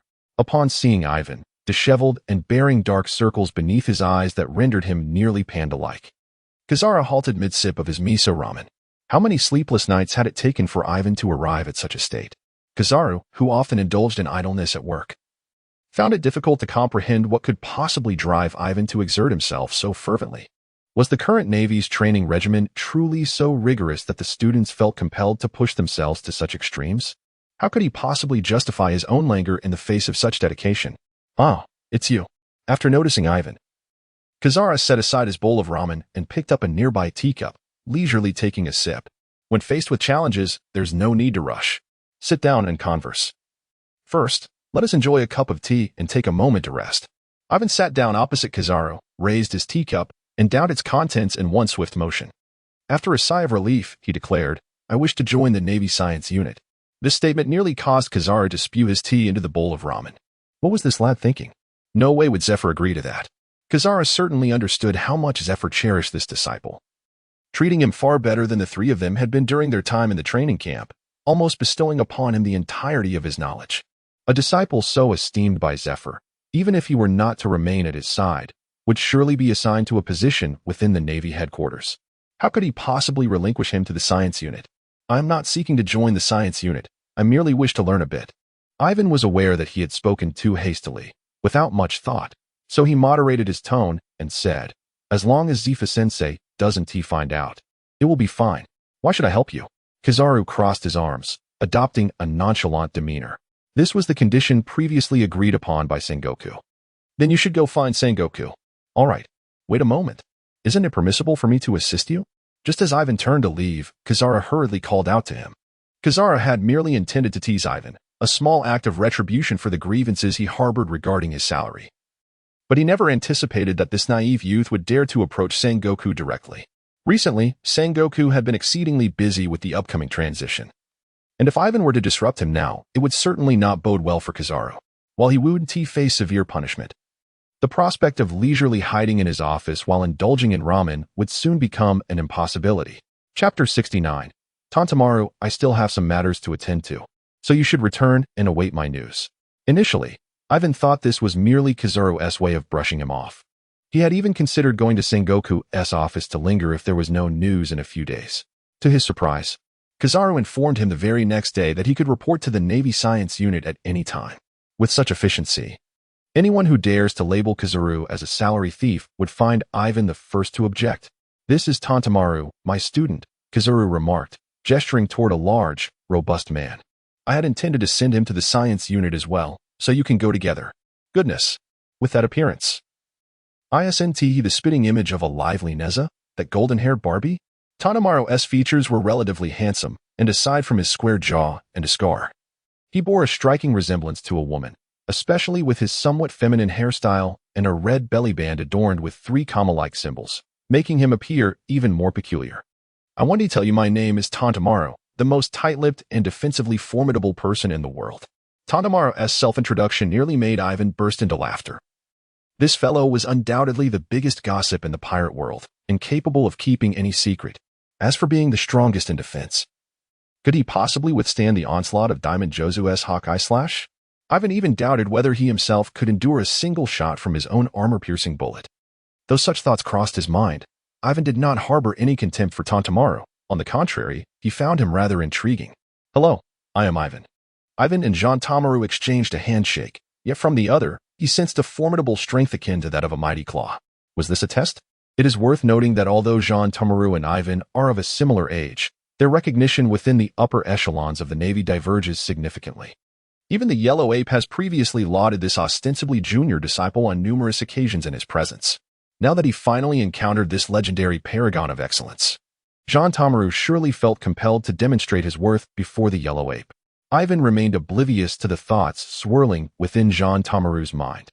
He merely offered a faint smile while simultaneously exerting his strength, matching Jean Tamaru's escalating force. It was akin to boiling a frog in warm water. Soon, Jean Tamaru sensed something amiss. He was straining with all his might, his face reddening from the effort, yet Ivan continued to smile unperturbed. If not for his respect for Kuzan, Ivan could have easily defeated Jean Tamaru with a mere application of his Haki. What a formidable creature this young man is. Jean Tamaru mused in alarm. Among his peers, he was already considered exceptionally talented, which was why Kuzan had taken him as a disciple. He had assumed that even if Ivan were stronger, it would only be to a limited extent, yet he had clearly surpassed the bounds of his contemporaries. At this moment, however, Jean Tamaru was like an arrow on a bowstring, unable to withdraw his strength. He had no choice but to push himself to unleash even greater power to contend with Ivan. "Well, I see you two have become quite familiar. But do be mindful of your surroundings," Kuzan remarked with a smile, gently grasping the wrists of both young men to separate them, making no mention of their clandestine contest. Such was his nature, one inclined to smooth over tensions, even adhering to a rather ambiguous sense of justice. Released from the tension by Kuzan's intervention, Jean Tamaru exhaled deeply, rhythmically shaking his right hand behind his back to alleviate the pain. After their earlier encounter, Jean Tamaru had to concede that Ivan's display of terrifying strength surpassed that of many brigade commanders. Following this inconsequential yet revealing episode, Kuzan led Ivan and Jean Tamaru to the port. Evan, somewhat perplexed, inquired, "Are we setting sail?" "Of course." Before Kuzan could utter a word, Bartolomeo eagerly interjected. "Marineford is quite close to the Holy Land, myriad. The scientific division is engaged in the research of formidable weaponry. How could they possibly conduct their studies here?" "You certainly seem well informed," Kuzan remarked, casting a sidelong glance at Bartolomeo. He began to question whether sending this impetuous youth to the scientific division was indeed a prudent decision. However, with their vessel already docked, it was too late for him to reconsider. Once you arrive, refrain from observing what you should not, avoid listening to what is inappropriate, and do not inquire about matters that do not concern you. "I understand, and I shall also refrain from speaking where silence is warranted," Bartolomeo interrupted. "Old man, you've reiterated that several times. I have already committed it to memory. Rest assured, I will keep a close watch on Evan and prevent him from speaking out of turn." "My concern lies with you speaking out of turn," Kuzan retorted. "Moreover, I am merely 39 years of age. Do I truly appear so aged?" Kuzan felt an overwhelming urge to vent his frustrations, yet, mindful of his dignified image in front of Evan, he suppressed his irritation.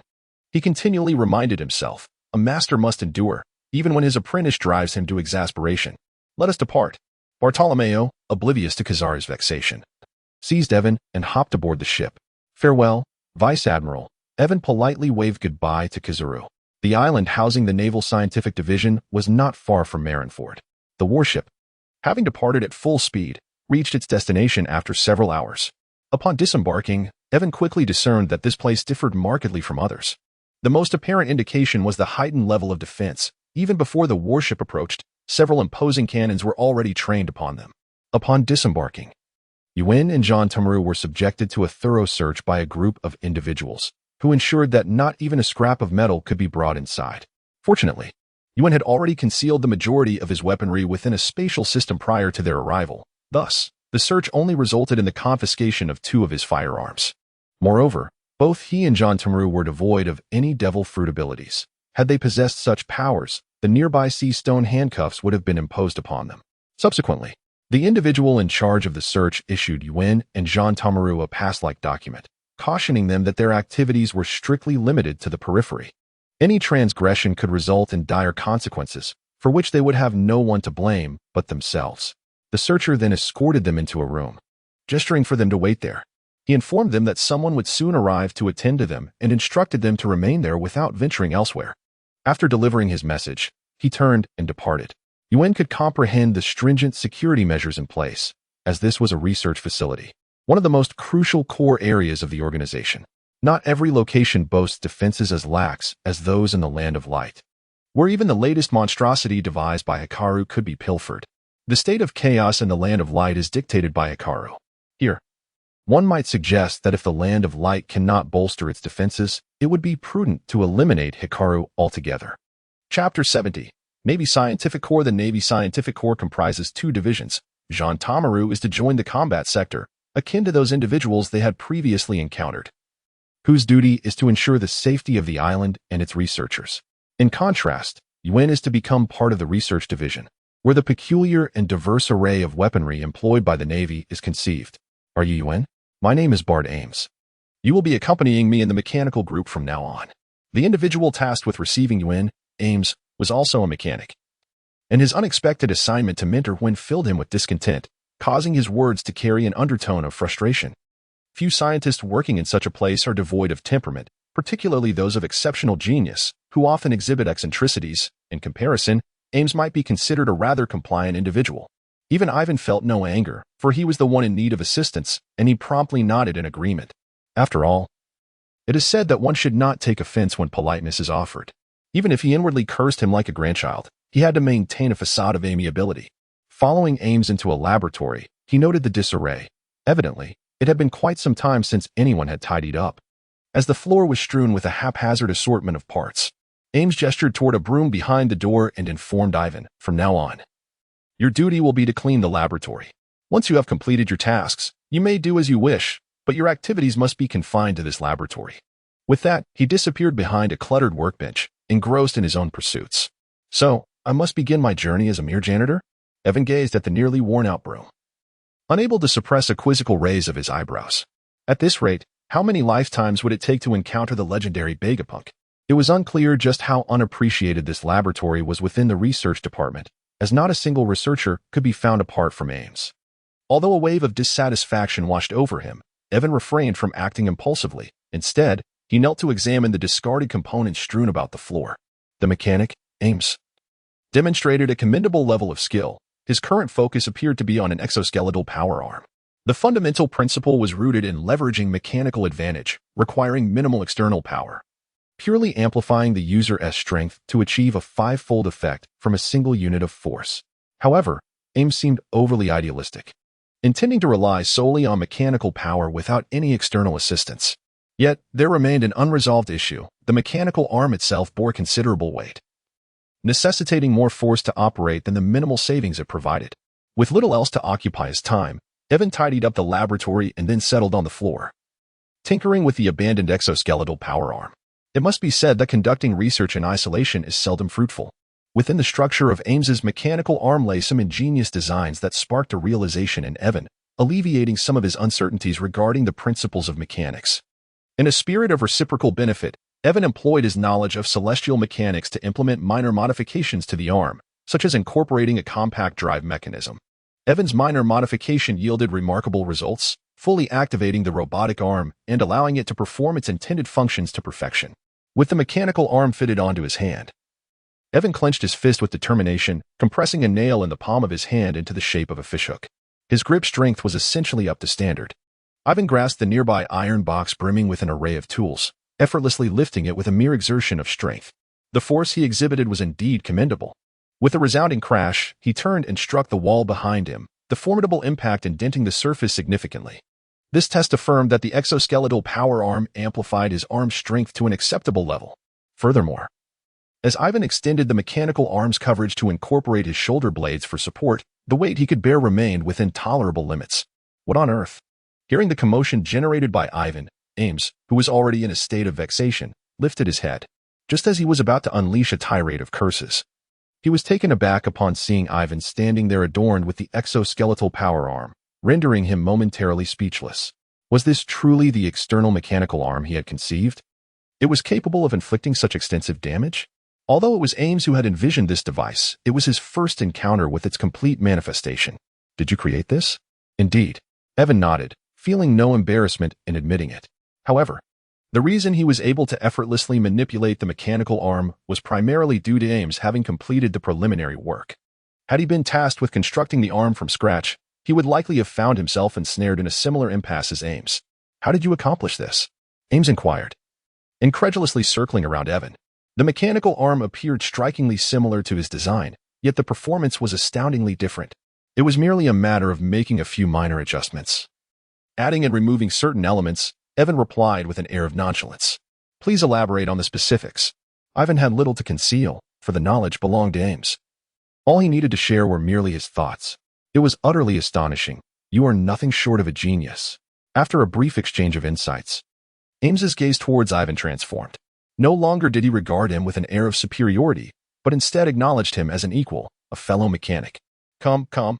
I have more to share. Let us delve into discussion together." Scientists tend to possess a certain purity of spirit, and once Ivan demonstrated his prowess, Ames naturally came to respect him. For an extended period thereafter, the two remained ensconced in the laboratory, so absorbed in their work that they even forgot to eat and sleep.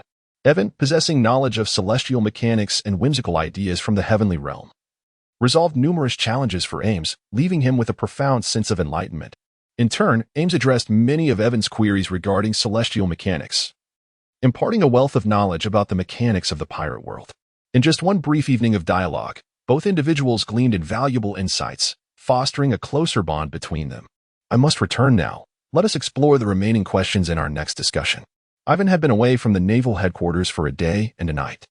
If he lingered any longer, there was a possibility that Zephyr would discover his absence, so he had to return for a brief appearance. Where to return? Upon hearing this, Ames immediately grew anxious and hurriedly stopped Ivan, exclaiming, "Who is your superior? I will seek him out, and you can remain here without worry. Listen to me, my friend. If you stay with the scientific division, with your talent, it won't be long before you are learning at the side of Dr. Vegapunk. In time, you will undoubtedly become a renowned scientist." Though Ames was exceedingly excited, a single statement from Ivan brought him back to a state of calm. "My mentor is Zephyr." Ames was momentarily taken aback, and after a prolonged silence, he finally spoke. "If it is Admiral Zephyr, then that changes everything. The reputation of Black Arm Zephyr is not mere bluster. It is built upon his genuine accomplishments in eradicating pirates. In this place, the only one qualified to request his attention would likely be Dr. Vegapunk.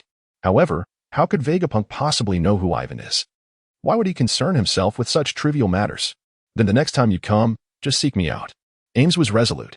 He was determined to introduce Ivan to Vegapunk, ensuring that this research talent remained within the Naval Scientific Division. It would be a grievous waste for such a genius scientist to be molded by Zephyr into a mere muscle-bound warrior. Chapter 71. Year-end assessment. After returning from the Naval Scientific Division, Ivan remained compliant in the elite training camp for an extended period. This was not due to Ivan feeling that his knowledge of mechanics was sufficient, but rather because the year-end assessment of the training camp was about to commence. This was a yearly tradition of the elite training camp, serving both as an appraisal of the learning outcomes for the year and as a foundation for the instructors to formulate new learning plans for the upcoming year. This reminded Ivan of the dread he experienced in his previous life, dominated by the fear of final examinations. In the lead-up to such tests, many would even have nightmares at night, fearing they would perform poorly. The assessments in the elite training camp were somewhat different. They did not segregate students by grade level, but instead conducted assessments collectively. As Zephyr would say, on the battlefield, will the enemy show mercy simply because of your youth? However, when it came to rankings, they would indeed be categorized by grade. Indeed, the duration of learning within the training camp varies for each individual, and it is entirely natural for results to differ, much like the final assessments conducted during the selection of participants. The year-end evaluation of the training camp integrates both theoretical knowledge and practical examinations. The cultivation of comprehensive skills necessitates consistent effort over time. Thus, even with diligent endeavor during this period, significant improvement may not be attainable. In fact, overexertion could lead to physical exhaustion, causing a steep decline in assessment performance. Consequently, many individuals opt to intensively study theoretical concepts, with Yiven, who typically pays little attention in class, exemplifying this tendency as he drags Tina and Smoker to the reading room. Perhaps influenced by his recent studies in mechanics, one perceives a marked enhancement in his memory capacity, the exhilaration derived from accomplishing a task, combined with the dopamine released within his system, invigorates both his mind and body, thereby amplifying his motivation to pursue that endeavor. This phenomenon holds true for learning as well. With his newfound memory prowess, Yiven finds himself deriving unexpected enjoyment even from the maritime knowledge he once detested. In stark contrast, Smoker exhibits an entirely different demeanor. He gnaws on two pins as if they were cigars, his short white hair nearly disheveled from anxiety. In a state of utter agitation, he incessantly flips through the pages of the book in his hands, the sound of rustling paper punctuating the silence. He has never been fond of studying. He would rather spend this time indulging in a smoke. Were it not for Tina's presence, Smoker would likely have refrained from attending altogether. Yiven merely glanced up at Smoker before burying his head back into his book, fully immersed in his reading, oblivious to the cacophony of the outside world. However, Tina, visibly displeased, admonished Smoker, "Could you quiet down for a moment? I can hardly concentrate on my reading." Smoker shot a glance at Tina, then momentarily at Yiven beside her, retorting with a tinge of jealousy, "Your inability to focus on your book is your concern, not mine." Despite his verbal irritation, Smoker gathered his belongings and departed from the reading room. Learning? What a farce. I joined the Navy to capture pirates, not to indulge in this nonsensical drivel, nor to watch others flirt in my presence. The agony of unrequited love is profound, particularly when the object of affection belongs to another. "Hey, big guy, care to spar?" Smoker bellowed as he exited the reading room, spotting Atli lost in thought beside the training ground. As a special recruit of the giant race, Atli was not burdened with the need to assimilate vast amounts of foundational knowledge. His sole requirement was to lead his kin in battle. Thus, while others toiled for assessments, Atli found himself engulfed in boredom, as if he were the only one in the world idling away. Coincidentally, Smoker sought a sparring partner, and the two quickly struck a chord. "Oh," Atli responded, rising to his feet, his towering stature of over 10 meters exuding an overwhelming presence. Atli's combat prowess within the training camp was unmatched, particularly in terms of sheer destructive capability. Even Yiven, who eschewed heavy artillery and potent munitions, could not contend with him. Consequently, few would dare to challenge Atli in single combat. Throughout his tenure in the training camp, he had only ever succumbed to Yiven. Smoker, who always regarded himself as Yiven's equal, had never triumphed over Atli. This occasion was no exception. Although Smoker nearly claimed victory, Atli seized the opportunity to defeat him. As Yiven's nominal underling, Atli had acquired numerous combat-related treasures from him, one of which was a sea stone ring. To an ordinary person, this ring could easily serve as a hula hoop. Gripping Smoker's leg with a ferocious strength, Atli slammed him into the ground repeatedly, reminiscent of the Hulk tossing Loki. Lying supine on the outdoor training ground, Smoker gazed up at the cloudless azure sky, his thoughts drifting far beyond the horizon. Why should I torment myself so? Atreali, under the auspices of Yiven, is destined to evolve into a humanoid mobile fortress, equipped with means to counteract those possessing the abilities of nature-based devil fruits. During a serendipitous conversation, Smoker overheard Yiven express his ambition to create a humanoid weapon, fully armoring Atreali from head to toe. Imagine Atreali clad in armor, wielding heavy artillery, an embodiment of a humanoid fortress, indeed. Yet, Yiven and Smoker spoke conservatively. Yiven's true intention was to equip Atreali with laser weaponry, specifically the advanced version of the electric laser cannon, a skill reserved for the third-level artillery masters. Before long, the time for the assessment arrived. During the morning theoretical examination, most participants exited the arena with long faces. As Ames remarked, they were a cadre of muscle-bound warriors, with only a select few, like Yiven and Tina, embodying both martial prowess and intellectual acumen. However, the atmosphere shifted dramatically during the afternoon's comprehensive assessment, as excitement surged among the participants. The first-year students, in particular, were eager to showcase their skills, each itching to prove their worth in this competitive environment. In the realm of academics, there is no first, and in martial arts, no second. None wished to concede superiority to others. Of course, this sentiment was predicated on the exclusion of Yiven, while some might dare to claim superiority in theoretical knowledge. None would assert their martial strength surpassed his. The expansive training ground was segmented into several distinct zones, with numerous instructors simultaneously conducting evaluations, resembling a grand athletic meet. Evan's first test was speed, and it was uncertain whether Zephyr had orchestrated this, as all his companions in the assessment were familiar faces. It goes without saying that Tina and Smoker were present. The trio had rarely been apart, even including Warwick and Sherwood among them. Sherwood, the Zoan-type natural fruit user who had been eliminated by Evan during the selection process, eventually joined the elite training camp as well, thanks to his innate strength and the influence of a distinguished father. In truth, Sherwood was reluctant to associate with Evan, However, after receiving a stern reprimand from his father upon returning home, he was compelled to attend. The notion of striving to regain victory after defeat is sound. Yet there are always individuals who render the prospect of triumph utterly elusive. Chapter 72. The Naval King Bang. With the sound of the examiner's gunshot, the poised candidates surged forth like arrows released from a bow, racing toward the finish line. In the martial spirit of the Navy, the signal gun was, indeed, a genuine firearm. The piercing shot and the acrid scent of gunpowder heightened Evan's senses, compelling him to unleash his full speed, which he had intended to conserve. The wind howled past his ears, the white naval uniform billowed fiercely, and his silvery hair danced wildly like a tempestuous serpent in that moment. Evan's world was reduced to himself and the finish line. As Evan crossed the finish line, arms outstretched to embrace the cheers of his classmates, he was met instead with expressions of sheer astonishment. Even the examiner stood frozen in disbelief. It was not until Smoker reached him 10 seconds later that Evan comprehended the source of their bewilderment. On the 1,000-meter track, Evan had astonishingly left the others trailing by 800 meters. Only through sheer exertion did Smoker manage to complete half the distance by the time Evan crossed the finish line. People typically regard a slight lead over peers as a mark of genius, much like Smoker and Tina, who are admired wherever they go. However, those who maintain a significant lead become perceived as monsters, eliciting only looks of trepidation from onlookers. The individuals previously labeled as monsters in the elite training camp were poised to become the future admirals of the Navy. Yiven wished to express that his remarkable achievement was a result of his tireless efforts, for had he not exerted himself, others would have been unable to even catch a whiff of his exhaust. Ultimately, he shattered the long-standing speed test record of the elite training camp, securing the prestigious title of first place. Yet, this was merely the beginning. In the subsequent evaluations, Yiven continued to shine brilliantly. For instance, during the strength assessment, he astonishingly recorded an incredible score of 5,000 combat power without even employing Haki. In contrast, an ordinary naval soldier possesses a mere 10 combat power, and surpassing 500 is considered superhuman. Even Lucci, from the Judiciary Island arc, only achieved a combat power of 4,000. The instructor responsible for the strength assessment initially suspected a malfunction in the testing apparatus. However, this equipment was crafted by the esteemed Naval Science Corps, leaving no room for doubt. Should the scientists become aware of such skepticism regarding their machines, they would undoubtedly storm over with the combat division to address the issue.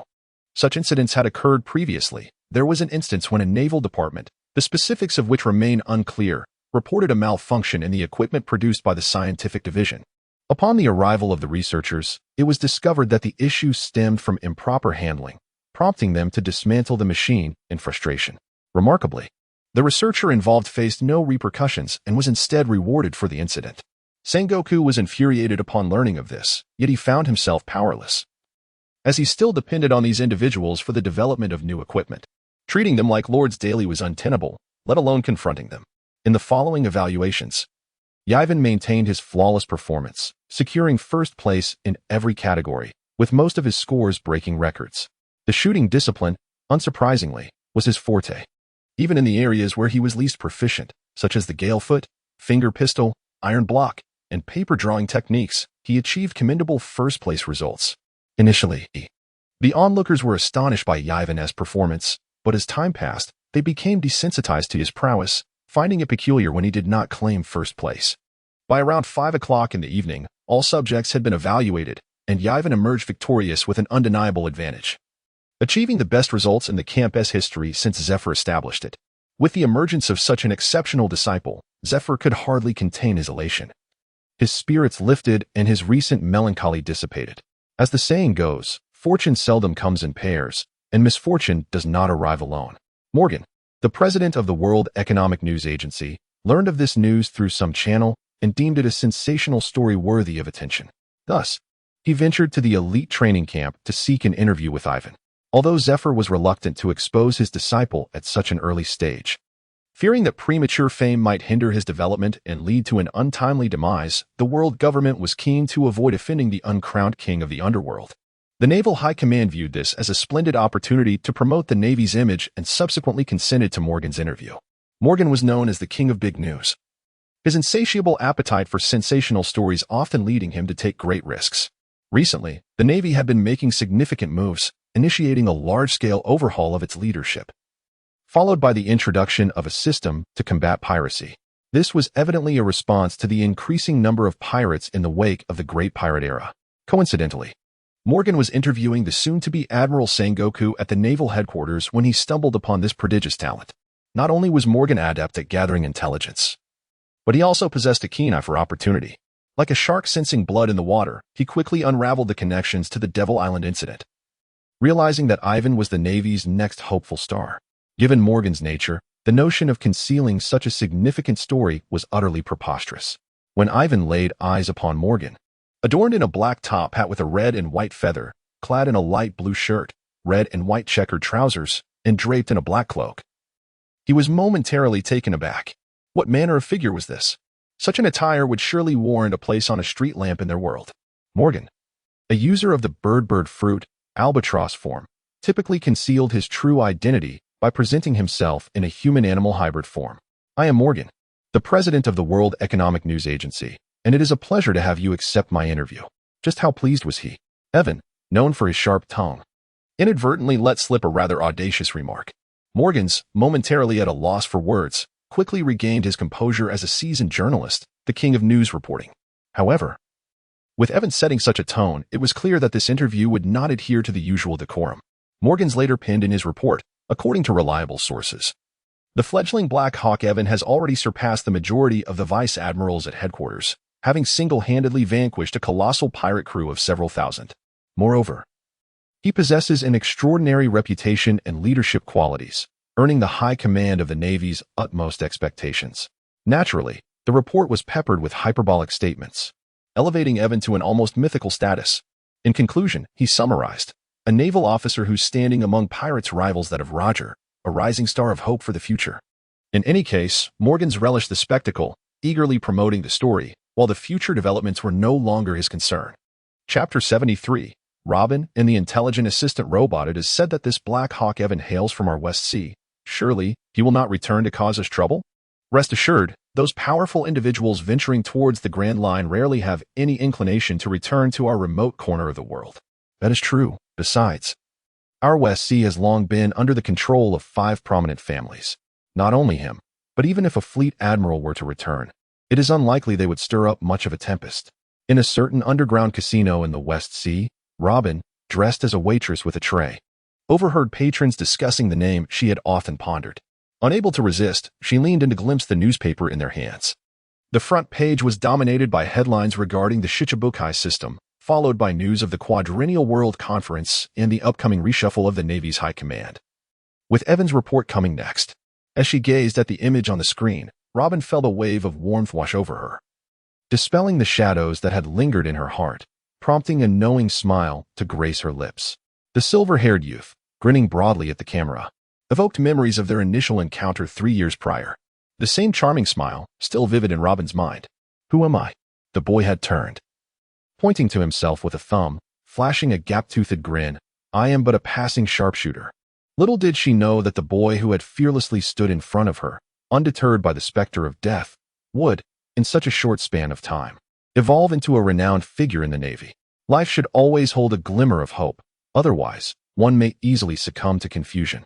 Yiven has always been the ethereal light in Robin's heart, a beacon of hope illuminating her path through darkness, and has now become the direction she fervently pursues.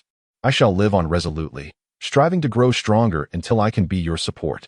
Unbeknownst to Yiven, a seemingly casual act of his not only saved Robin's life but also ignited within her the will to persevere.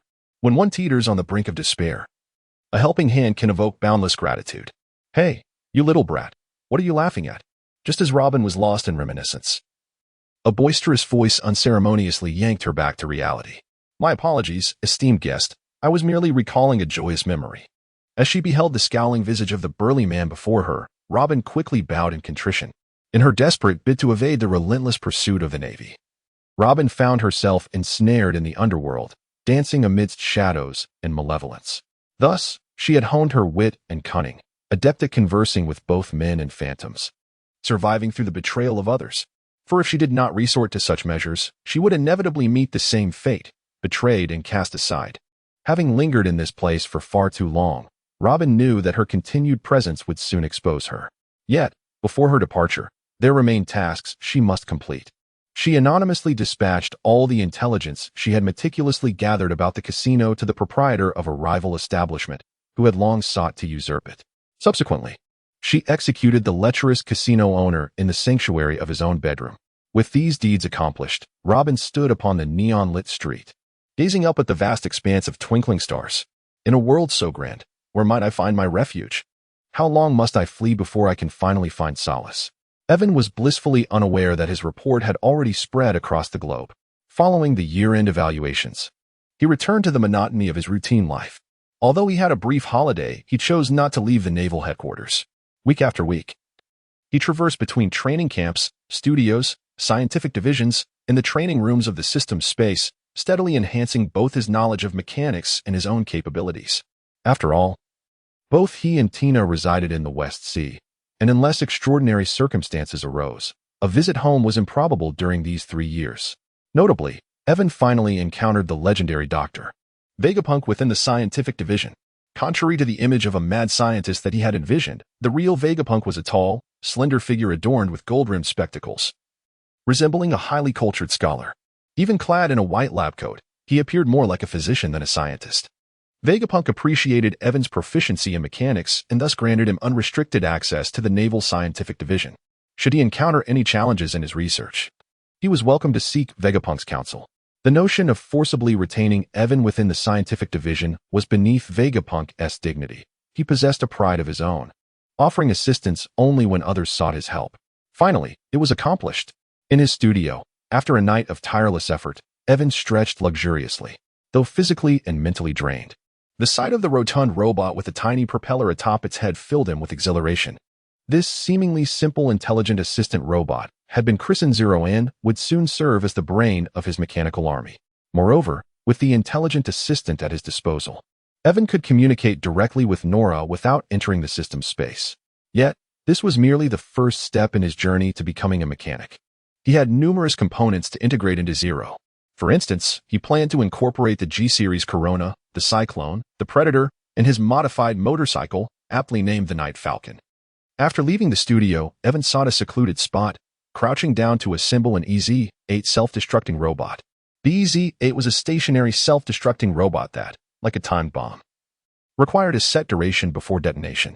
The reason Evan chose to assemble such a seemingly superfluous contraption was to test the capabilities of his intelligent assistant. Zero, initiate mechanical detonation. Evan snapped his fingers and addressed Zero, who hovered nearby. Instantly, Zero's electronic eye transformed to a vivid crimson, flickering twice before issuing a command to the EZ-8 self-destructor. The once stationary EZ-8 abruptly sprang into action, leaping toward the direction Evan indicated. Boom! The self-destructor erupted in a thunderous explosion, creating a vast crater in the ground. Although the distance it traveled was not considerable, in the event of a surprise attack or with a sufficient number of robots, it could undoubtedly catch the enemy off guard. Ivan stroked his chin thoughtfully and retrieved a small notebook from his pocket, jotting down the following observations. 1. The response time is excessively prolonged, potentially due to issues with the communication protocol or the sensors. 2. The system lacks sufficient intelligence. Although the nascent intelligent assistant still harbors numerous minor flaws, it fundamentally meets Ivan's needs, and he cannot reasonably demand more. Chapter 74. The Traveler and the Child of the Dimension. What an absurdity the warlords of the sea system is.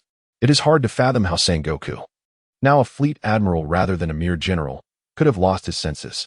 How could he possibly entertain the notion of governing pirates with a cadre of fellow pirates? Upon reading this news in the newspaper, Smoker erupted in a furious tirade within the restaurant, wreaking havoc and smashing nearly everything within reach. In his unrestrained fury, he did not hesitate to lambaste the newly appointed Fleet Admiral Sengoku with scathing words.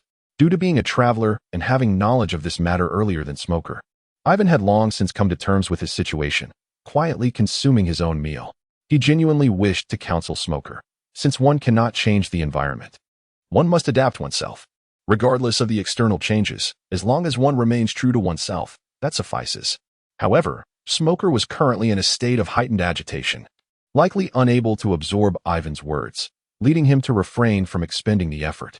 Lower your voice and cease your words. Tina regretted bringing up this matter in Smoker's presence. This young man was a fervent idealist. If not restrained, he might utter even more reckless statements. Do not hold me back. I must speak. Smoker declared, standing resolutely, filled with righteous indignation. If the higher-ups dare to act, they should not fear my words. Allowing those pirates to possess legal rights to plunder, where does that leave the dignity of the Navy? Let it all be cast to the dogs. How I once longed for that white cloak. In a moment of extreme agitation, Yiven feared that Smoker might speak indiscreetly, leading to disastrous consequences. Thus, he hastily stood up to cover Smoker's mouth and pressed him back into his chair. Smoker, however, struggled fiercely, yet he could not escape the vice-like grip of Yiven's arms. After finally managing to restrain Smoker, Yiven cast a sidelong glance towards the entrance of the dining hall, where Sengoku had just swept away in displeasure. And Zephyr stood there with a grim countenance. Sengoku, having recently assumed the role of admiral, intended to inspect the elite training camp nurturing the Navy's hopes. But the jarring noise he encountered dampened his spirits considerably. Had it not been for his respect for Zephyr, Sengoku would have undoubtedly relegated Smoker to some far-flung corner. In truth, Zephyr was not fond of the system Sengoku was implementing. Yet that did not mean he wished to witness his students clamoring in public, especially when it was audible to Sengoku. If you all have no desire to eat, then you might as well run a few laps on the playground. To Zephyr. The students' idle chatter indicated an excess of energy that necessitated a more rigorous training regimen. Yiven, Smoker, Tina, come with me. When all the students were on the verge of exhaustion, Zephyr approached and summoned the three. He closed the office door behind him and addressed the trio. Do you harbor any grievances regarding the punishment I have imposed today? Yvonne and Tina shook their heads, while Smoker stood there defiantly. Typically, Zephyr was known for his balanced approach to reward and punishment, yet this time, he appeared to be venting unbridled anger. Nevertheless, Zephyr was compelled to impose discipline upon them, as it served to protect their futures. If he failed to placate Sengoku, Smoker's career prospects could be severely jeopardized.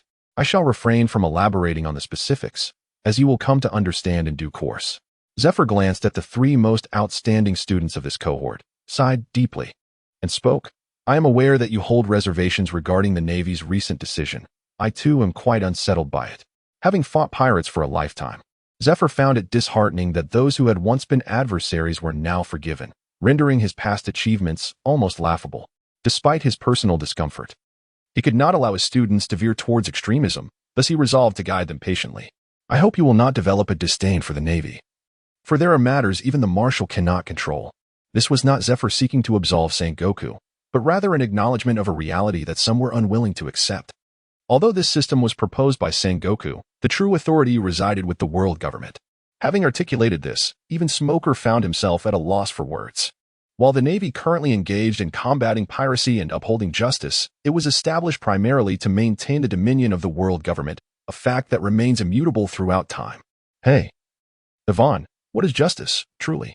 On their way back to the dormitory, Smoker shielded his eyes from the glaring sun, gazing up at the sky at a 45-degree angle with a look of bewilderment. Enough of this. Think for yourself, Yvonne retorted, unwilling to spend the midday hours pondering the meaning of life under the scorching sun. Surely, he could better utilize this time studying mechanics. Yet, noticing Tina's similar contemplative demeanor, Yvonne gently patted her shoulder and spoke softly. Do not overthink it. Just focus on being your best self. In this capricious world, as long as you remain true to your heart and pursue what you genuinely desire, you will embody your own sense of justice. Tina understood. She responded with a bright, cheerful tone, her earlier confusion dissipating somewhat. Hey, Yvonne, you're too focused on appearances and neglecting friendship. Why do you ignore my questions? Smoker, witnessing Yvonne's clarification for Tina, felt a pang of displeasure and charged toward him. After running around all afternoon, you hardly ate. Don't you feel tired? Evan spoke with bravado, yet swiftly increased the distance between himself and Smoker. In terms of sheer speed, Smoker could not hope to match Evan, even with his ability to propel himself through the air using his devil fruit powers. You better not let me catch you, Smoker warned. Rest assured, you will never lay a finger on me, Evan retorted confidently. Even if I do catch you, you will find yourself powerless against me. Yiven and Smoker engaged in a relentless game of chase, darting about the training camp, a spectacle that had become a recurring event within the confines of their training grounds. Smoker, thoroughly exasperated by Yiven, found himself unable to match wits or speed, and certainly not a match in combat. Yet, such was Smoker's nature, both inexperienced and playful. He possessed an innate fondness for trailing behind others. Nevertheless, under Yiven's daily encouragement, should they encounter the Straw Hat crew once more, Smoker would undoubtedly ensure that they did not escape so effortlessly. However, Monkey D. Luffy, being a child of destiny, always managed to turn peril into opportunity. Whether through a gust of wind, a downpour, a clap of thunder, or the roar of the sea. Evan, the time traveler, possesses a unique ability that renders him fearless in the face of adversity, yet he harbors a profound trepidation towards the progeny of this world. Thus, he resolves to cultivate extraordinary strength before the departure of Luffy on his voyage, aspiring to attain a level of power impervious to outside influences. In Chapter 75, Double Eagle Spiral, despite the myriad dissenting voices within the Navy, the system of the 7 warlords of the sea was ultimately implemented. The first individual invited to join this cadre was the renowned swordsman, Dracul Mihawk, known as the greatest swordsman in the world. It is rumored that this solitary figure reached a certain accord with the Gorosei, thus facilitating his entry into the warlords. The inclusion of Mihawk in the 7 warlords sent ripples of astonishment throughout the pirate community, leading some to feel as though their very faith had been shattered. Many pirates idolized Mihawk, viewing him as the epitome of freedom upon the seas. A lone figure with a sword and a raft, his grace and ease were akin to that of a celestial being. The fact that such a free-spirited pirate would willingly align himself with the world government was nothing short of astounding. However, the external clamor failed to perturb Mihawk, who continued to seclude himself on a desolate island, instructing monkeys in the art of swordsmanship and leisurely drifting upon his small raft. The second to join the warlords was Bartholomew Kuma, the former king of the Sorbet Kingdom, notorious for his tyrannical reign. His induction appeared closely tied to the influential Dr. Vegapunk. In truth, only a select few were aware of Kuma's connections with the recently ascendant Revolutionary Army. With Mihawk's precedent in mind, Kuma's enlistment in the warlords elicited considerably less astonishment. It was not until the world government proclaimed that Gecko Moria, who had previously suffered defeat at the hands of the beast pirates Kaido in the New World, would become the 3rd warlord, that the pirates had become utterly desensitized. Renowned pirates across the seas had succumbed to subjugation. What rationale remained for these individuals to persist in their defiance? Fortunately, there remain a few maritime emperors in the New World to rely upon. Otherwise, the Navy would truly eradicate the pirates. In truth, Moria's decision to join the 7 warlords was driven by his own ambitions. He sought to take refuge beneath the towering authority of the world government, allowing him to recuperate in the treacherous waters of the Devil's Sea while quietly expanding his influence, all in pursuit of a chance to defeat Kaido once more. However, once one becomes ensconced in a state of comfort, it becomes exceedingly difficult to muster the spirit required for a resurgence. Concealed within the Devil's Triangle, Moria, let alone vanquishing Kaido, would be fortunate merely to avoid becoming a disgrace among the 7 warlords, a blessing from Oda indeed. What was most unexpected was that the first pirate to proactively join the 7 warlords without an invitation was none other than Crocodile, the Desert King, who had recently surged into prominence across the seas. No one anticipated the motives of this audacious individual, who had brazenly declared from the outset that he required no subordinates. The only reaction was a lament that yet another formidable force had diminished within the ranks of pirates. Evan, well versed in the narrative, understood Crocodile's ulterior motive, the pursuit of the ancient weapon, Pluton. Whether it was his subsequent challenge to Edward Newgate, the Whitebeard, or his later schemes to assume the role of a national hero in Alabasta, Crocodile's ultimate goal remained the same, seeking the ancient weapon, Pluton. Although outwardly Crocodile posed no threat to Alabasta, his actions were indeed reprehensible. While he targeted pirates, the very reason those pirates attacked Alabasta was intricately linked to him.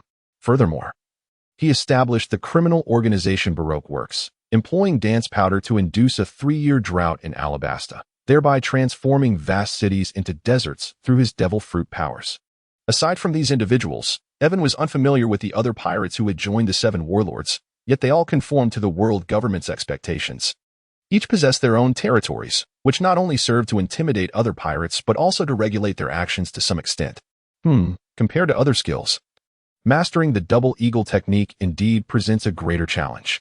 Within the confines of the system's space, Evan wiped away the bloodstains on his cheek, remnants of a bullet's graze, and muttered to himself in trepidation.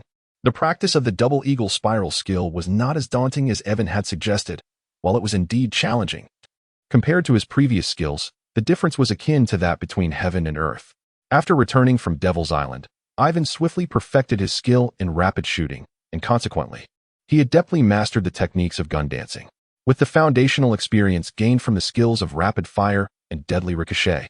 Ivan found it relatively effortless to grasp one of the core outputs of the roamer class, multi-headshots. The independent skill of mobile shooting was even less challenging. It merely entailed firing off 30 rounds quickly without reloading. However, the final skill prior to the first awakening of the roamer marksman, the twin eagle spin, proved to be quite formidable in its complexity, as it required a complete departure from his previous firearm handling habits. Regardless of how ornate the prior skills were, the gun remained firmly in Ivan's grasp. With mastery over revolver techniques and flamboyant gunplay, the handgun became an extension of his arm, a mere extension of his will.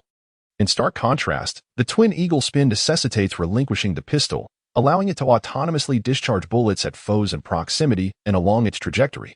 Yet, the challenge does not end there. The thrown handgun automatically returns to Ivan, who must then seize it once more before casting it anew. This scenario is akin to instructing someone accustomed to eating with their hands to suddenly wield chopsticks. The difficulty of learning aside, the adjustment to this new method of usage will undoubtedly require a considerable period of awkwardness. Ivan must not only regulate the velocity and angle at which the handgun is discharged, but also ensure that the automatically fired bullets do not strike him. Moreover, the revolver he frequently employs is equipped with a blade on top, posing a risk of severing his hand if he mishandles it while retrieving his dual pistols. Consequently, during his practice sessions, he resorts to using newly manufactured standard revolvers. Indeed, while the dual-wielding technique has its drawbacks, such as prolonged performance duration and challenging practice, it remains an essential core skill for any roving gunslinger. The rationale is quite straightforward. Dual-wielding represents the sole disengagement skill for male rovers, and for female rovers, it constitutes the highest damage-dealing skill aside from the three awakenings. The proficiency of a roving player can largely be assessed by the flair with which they execute dual-wielding. A top-tier roving gunslinger must master a series of combos centered around this technique, as it is the key to unleashing the most explosive damage. The reason male rovers often languish in obscurity is partly due to the clunky nature of the dual-wielding skill, which can lead to damage loss. In contrast, female rovers encounter fewer issues, allowing their career strength to oscillate between the top and secondary tiers consistently. As for reaching the pinnacle of mastery, which profession would dare to covet such heights without wielding a sword? Even if one were to ascend, it would be but a fleeting moment before being decisively thwarted. Once Ivan has mastered the skill of dual wielding, he can exploit the intervals while executing this technique to seamlessly incorporate other skills, creating an extraordinarily elegant series of combos through various combinations. Is the primary concern of a roving gunslinger merely damage? No, it is the gracefulness of their execution. Perhaps Ivan has grown accustomed to a life of comfort. It seems the time has come for him to seek an opportunity to embark on an adventure at sea. With a bandage covering a small wound on his face, Ivan deftly holsters all 4 revolvers into their respective holsters. Ivan felt that his current life had become excessively comfortable.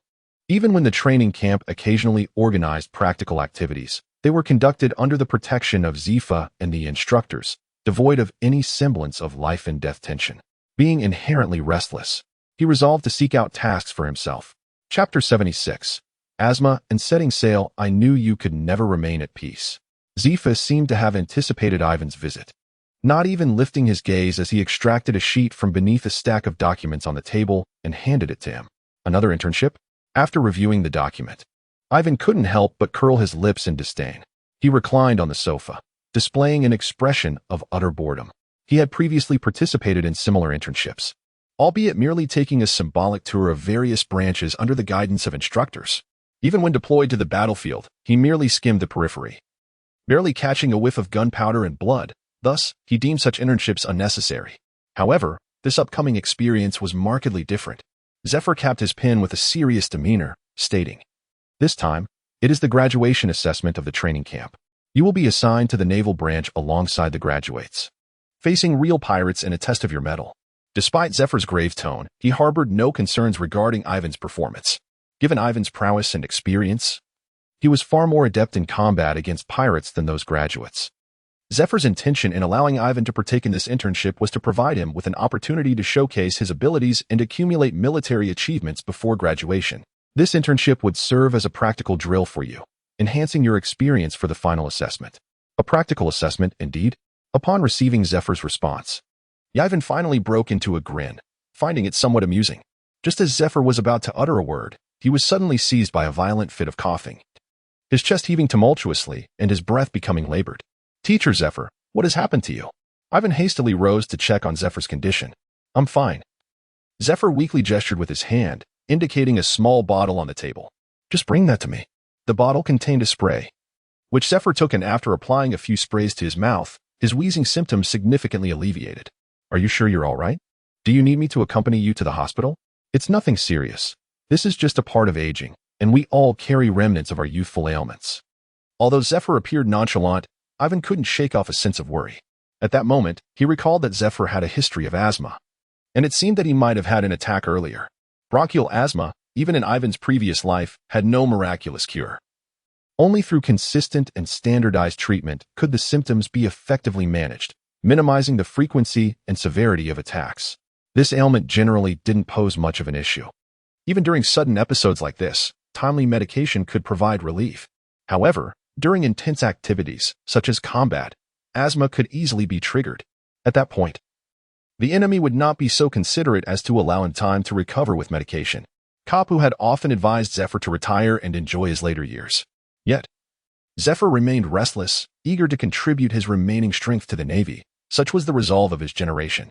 Although this current risk was not as great as that of the incident on Demon Island, only Ivan and the graduates participated in the practical assessment, while Tina and Smoker were left behind in the training camp.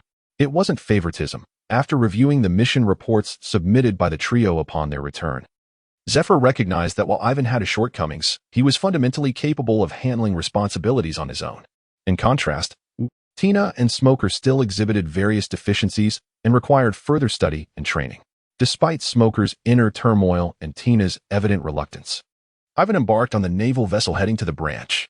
Accompanying them were Zephyr and his team of instructors, as it was imperative to ensure the safe transport of the students away from the headquarters. Once their respective assignments were completed, Zephyr would personally escort them back to the Navy headquarters. Since the tragic loss of his wife and son at the hands of pirates, Zephyr had come to regard his students as more precious than his own life. As long as they remained under his tutelage, he would exert every effort to ensure their safety. Yet, in the realm of real combat, sacrifices were unavoidable every year at this time. He faced the harsh reality of life and death, a sight he dreaded. Nevertheless, he aimed to cultivate naval elites, not delicate flowers that could not withstand the storms of life. Zephyr cannot shield them from every tempest. There will inevitably be storms he cannot withstand. The fledglings beneath his wings must ultimately confront the vast firmament on their own. I do not wish to witness you being posthumously awarded the Medal of Heroism. Rather, I yearn to see each of you return alive. As Zephyr spoke these heartfelt words, the warship laden with trainees set sail towards the various branches of the Grand Line's initial segment. Life at sea is inherently monotonous. Those breathtaking vistas that once captivated the eye eventually lose their allure. Thus, the crew learns to find diversions to pass the time during their protracted voyages. Some prefer to exercise, others to sleep, while Ivan finds solace in polishing his weapons. Regular maintenance during leisure ensures they resonate with greater clarity in times of conflict. The act of caring for his firearms becomes a familiar ritual, enabling him to wield them with proficiency when battle ensues. "Junior, are you cleaning your gun?" Varric, seeking conversation to alleviate the tedium, approached Ivan, who was alone, polishing his revolver while gazing out at the sea. Even from a distance, Ivan sensed Varric's approach. With his current mastery of observation Haki, coupled with his innate intuition as a marksman, he could effortlessly detect any movement within a 50-meter radius, expanding to 100 meters if it posed a threat. When focused, he could accurately perceive sounds and motions within 500 meters, though this range would diminish during combat. Ivan responded with a non-committal grunt. "Are these firearms custom-made? They appear distinct from ordinary handguns." Yet Varric felt no embarrassment and continued to engage Ivan in conversation. Indeed, Ivan nonchalantly uttered a brief remark before meticulously loading each golden bullet into the chambers of the Falcon and Black Hawk. Once the ammunition was fully secured, he elegantly twirled both firearms in his hands, affixing the blades with precision. Even as Ivan exuberantly expressed himself, no matter how fervent Warlick's enthusiasm was, he found it somewhat difficult to accept. Thus, he candidly articulated his intentions. "Both of us had been assigned to the G2 division, and since you will not be receiving a promotion this year." Warlick's meaning was unmistakable. He wished for Ivan to refrain from being overly conspicuous and to reserve the opportunities for merit for himself. If possible, it would be even more advantageous to assist him in his evaluations. Evan did not provide the eagerly anticipated response that Warwick longed for. Instead, he looked up and proposed. "Let us engage in a match." "What? A match?" Warwick was momentarily at a loss for words, bewildered by Evan's erratic thought process. Moreover, Warwick had no desire to spar with Evan. He vividly recalled being utterly overwhelmed when he first enrolled, and now, uncertain of the extent of Evan's enhanced abilities. He feared he would be subjected to an even more humiliating defeat. An unequal contest could hardly be called a sparring session. It would simply be a one-sided thrashing. Warwick was acutely aware that he was far from being Evan's equal, which is why he had set aside his pride to seek Evan's assistance. If he were to be brutally vanquished without securing Evan's promise first, it would result in both a loss of face and no gain for him.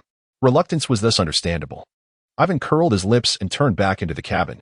He had initially hoped that if Warwick could accompany him in a thrilling battle, he might consider holding back a bit, depending on the situation. Of course, this was predicated on Ivan matching his strength to Warwick's level. Otherwise, it would merely be an unidirectional display of brutality. Since Warwick was unwilling to accept a handout, the achievements he could attain would depend solely on his own efforts. Moreover, Ivan could not guarantee that he would be able to maintain his composure in the heat of battle. Chapter 77, The Lethargic Kizaru and His Diligent Subordinates, the G2 Branch. A notable entity within the Navy was not situated on a populated island like ordinary branches, but rather established as an independent military fortress. While the various structures could not rival the grandeur of Marineford, they exuded an air of solemnity and intimidation. Within the harbor lay several large warships, and the number of smaller vessels was beyond enumeration, sufficient to form more than 10 substantial fleets. With such a vast number of warships, the quantity of naval personnel stationed at the base was also considerable, with over 12,000 combat troops alone. When including logistics and other ancillary units, the base could accommodate and support over 30,000 personnel. The extensive scale of the G2 branch was due to its responsibility for the security of multiple maritime regions rather than merely defending a single island. To oversee such a significant naval base, at least 2 or more vice admirals were required to be stationed there. And the individual serving as commander would undoubtedly possess extraordinary capabilities. In fact, when Zephyr learned who the new commander of this branch was, he seriously contemplated turning back with his students. However, unable to find a more suitable location in a short span of time, he reluctantly decided to dock. "Zephyr-sensei, it has been quite some time." Kizaru, a middle-aged man with a rather disheveled appearance, greeted him with a broad smile as Zephyr disembarked with his students. Zephyr did not return Kizaru's joviality, suppressing his displeasure as he remarked, "Borsellino, I leave these children in your care. I trust you will not lead them astray." The arrangements for the students' internships had already been coordinated between the headquarters and various branches, so Zephyr felt no need to elaborate further. "Are you still concerned about me, Zephyr-sensei?" Kizaru, accustomed to Zephyr's demeanor, continued to smile as he assured, "I will ensure that the little disciples are safely returned to you." Not only Kizaru, but many at the G2 branch had once been Zephyr's disciples, including Vice Admirals Gumi and Stollerberry. Upon seeing Zephyr, they were elated and wished to invite him to dine with them. "I shall forego the meal. I still need to escort my students to other branches," Zephyr replied. He cast a glance at Kizaru, expressing a hint of concern to the other vice admirals. "I trust you will take good care of these young ones." "Zephyr-sensei, what are you saying? We will certainly look after them well," came the reassuring reply. "They have all come through this stage themselves and know how best to treat these recruits." After Zephyr departed, the high-ranking officials took turns showing their concern for the trainees, subsequently assigning them various roles. "Korea, integrate them into your unit, assigning each a squad to command." Colonel Korea, referred to by Kizaru, stood momentarily taken aback. Right from the start, they are to command a unit? Korea, having risen through the ranks from the very bottom, held a disdain for these academy-trained individuals, believing them to be merely skilled in rhetoric. A naval squad consists not of a mere handful of men, but rather 3 full ordinary platoons and a complete musket platoon, totaling 54 personnel including the captain and vice-captain. While assigning each of them a platoon of 13 for training seemed inconsequential, a squad command felt excessive. These recruits were elite selections from various branches, all having undergone systematic military education. Not to mention, they could command even a company, let alone a mere squad. The headquarters offered substantial support to the training camp recruits precisely because these individuals were destined to become mid to senior level officers in the future, the backbone of the Navy. Korea failed to grasp the headquarters' intentions, and Kizaru was utterly disinclined to elaborate. It was Vice Admiral Gomir who stepped forward to vouch for the trainees. At their age? When I had just emerged from the training camp, there was an occasion when the squad leader perished during a mission, and I directly commanded the squad. Gilmer's words ignited a fervor within the trainees, each envisioning a similar scenario unfolding for themselves, perhaps leading them to ascend to the rank of vice admiral at headquarters. With their superior's endorsement, Korea had little choice but to comply with orders. Oh, and one more thing, Kizaru exclaimed, as if struck by inspiration. Pointing at Yiven, this young man is the exception. Was this an act of retaliation? As a newly appointed admiral at headquarters, was it truly appropriate for Kizaru to overtly target a mere cadet, yet to graduate? Before Yiven could voice his objections, Kizaru continued, he may freely participate in all our operations and possesses command over a squad. Such a level of support was indeed remarkable. Even the usually aloof Admiral Stalavari could not help but cast a glance at Kizaru. However, recalling that this young man had recently gained renown as a rising star within the Navy, even before leaving the training camp, Stalavari found himself at ease. Yiven is regarded as a promising candidate for future leadership by the headquarters, so it would indeed be peculiar if he were not afforded such special treatment. Once everyone was assigned their roles, the group dispersed to report to their respective units, while Yiven remained in the administrative building. The accommodation at the branch, compared to the training camp, exhibited certain disparities. However, it was relatively clean and consisted of single rooms assigned according to the standards for officers. After a deep slumber until dawn, Yiven eagerly refreshed himself and made his way to the staff office within the base's administrative building. The staff is responsible for coordinating the operational tasks of the various fleets at the base and, to some extent, participates in command operations. Since Admiral Kizaru had stated that he could freely engage in all operational tasks at the base, Yiven naturally felt no hesitation in doing so. Perhaps Yiven had arrived too early. Apart from a yawning major sipping tea, the staff office was devoid of any personnel. The saying goes, a soldier reflects the quality of his leader, and with someone like Kizaru at the helm, it was no surprise that his subordinates mirrored that laxity. Upon noticing Yiven, the major set down his teacup and inquired, "Is there something you need? You just starting your shift?" Yiven tentatively responded, "Not quite. Are you finishing up?"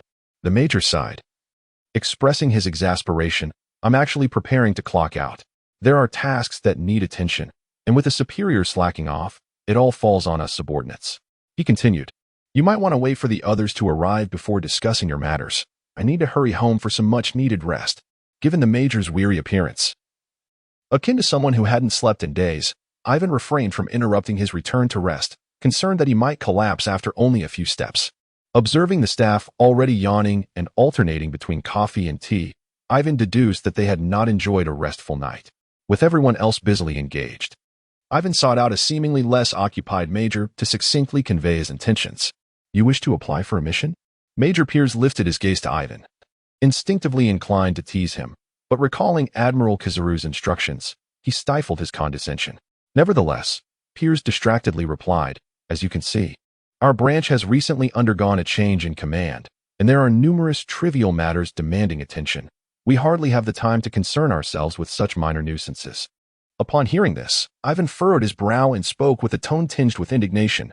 "Pirates must be eradicated at all costs. There is no room for leniency."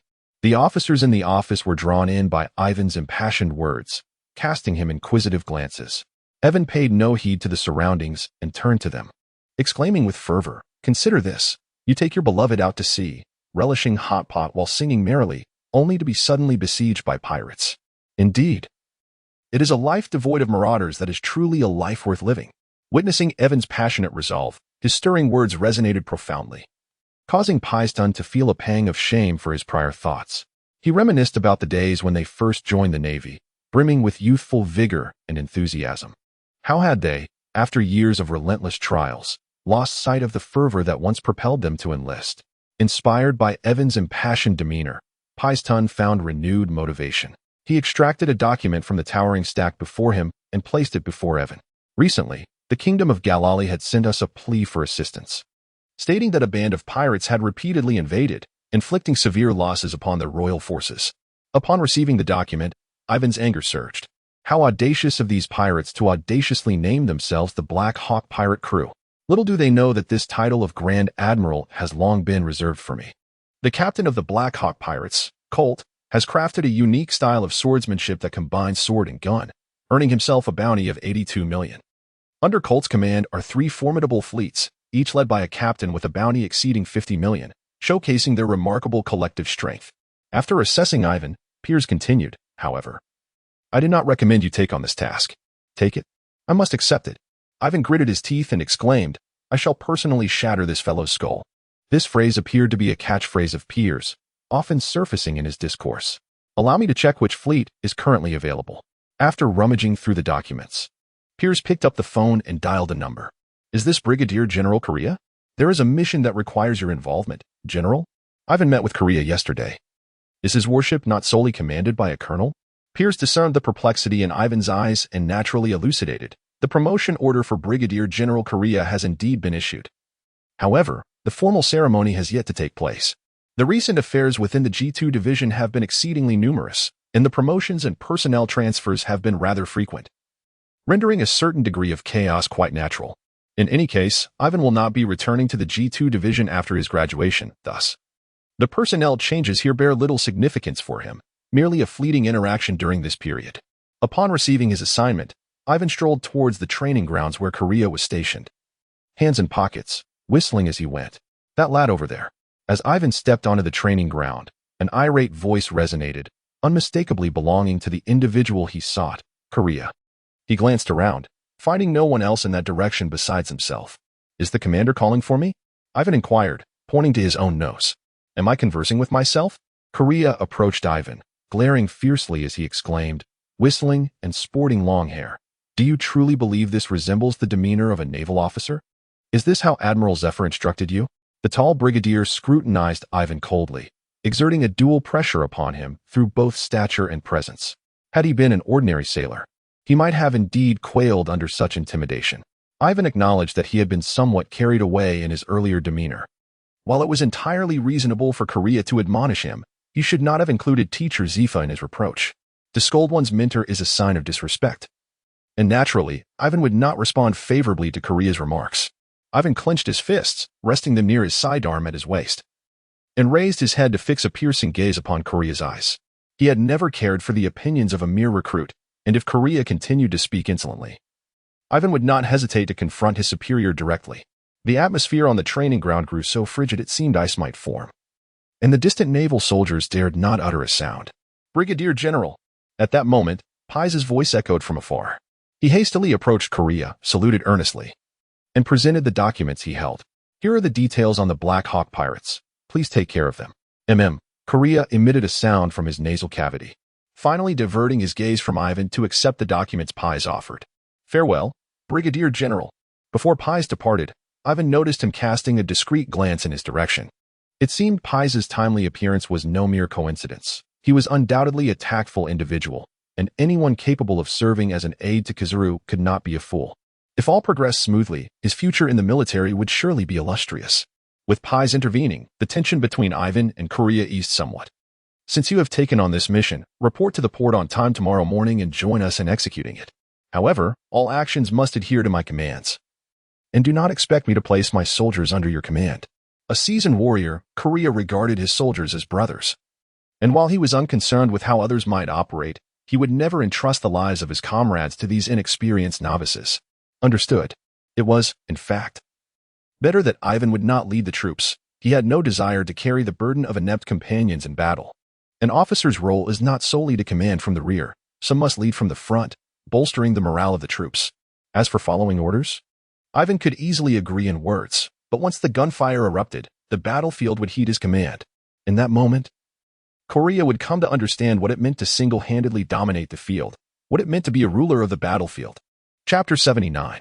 Yiven and the Royal Army. It must be said that, apart from Kuzan, the rest of the G2 branch exhibited remarkable enthusiasm in their duties. At 6 o'clock in the morning, before the first light of dawn had graced the horizon, the naval vessels at the port were fully prepared and ready to set sail. In truth, Yiven had not arrived late. Rather, they had simply arrived too early. Board the ship, prepared to depart. Although Korea had little fondness for Yiven, he would not allow personal feelings to interfere with the mission, and thus refrained from causing a scene in such a setting. Yiven leaped gracefully, treading upon the air before delicately landing on the deck. A moonwalk? Witnessing Yiven's remarkable display, Korea's expression softened slightly. The disdain Korea held for Ivan stemmed from an inherent bias against the academic elite. Nevertheless, he harbored profound respect for those of genuine prowess. The commander's attitude inevitably influenced his subordinates. Thus, with Korea's dismissive view of Ivan, his soldiers bore no amiable demeanor towards him.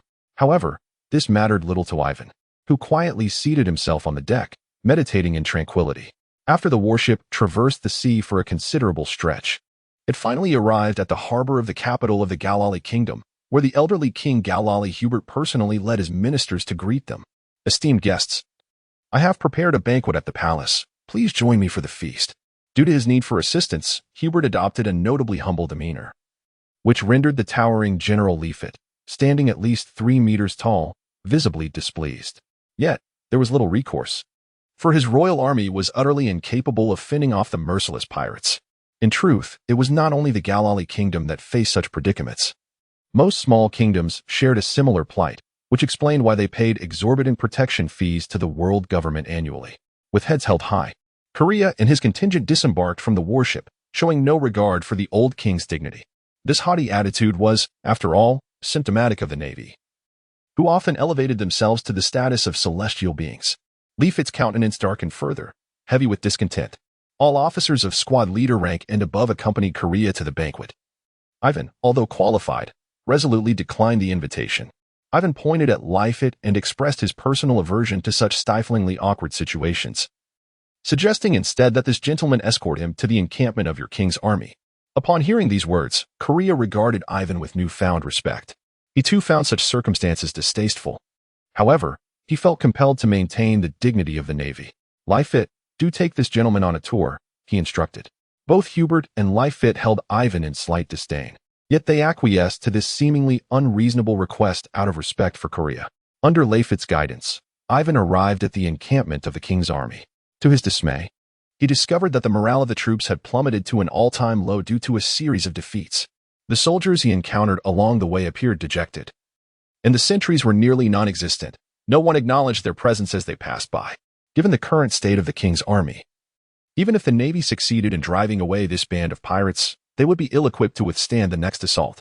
Logically speaking, as a member of the Navy, Ivan should have felt indifferent to the future of the Galali Kingdom. In fact, he might even have preferred that they entrust their national defense entirely to the Navy.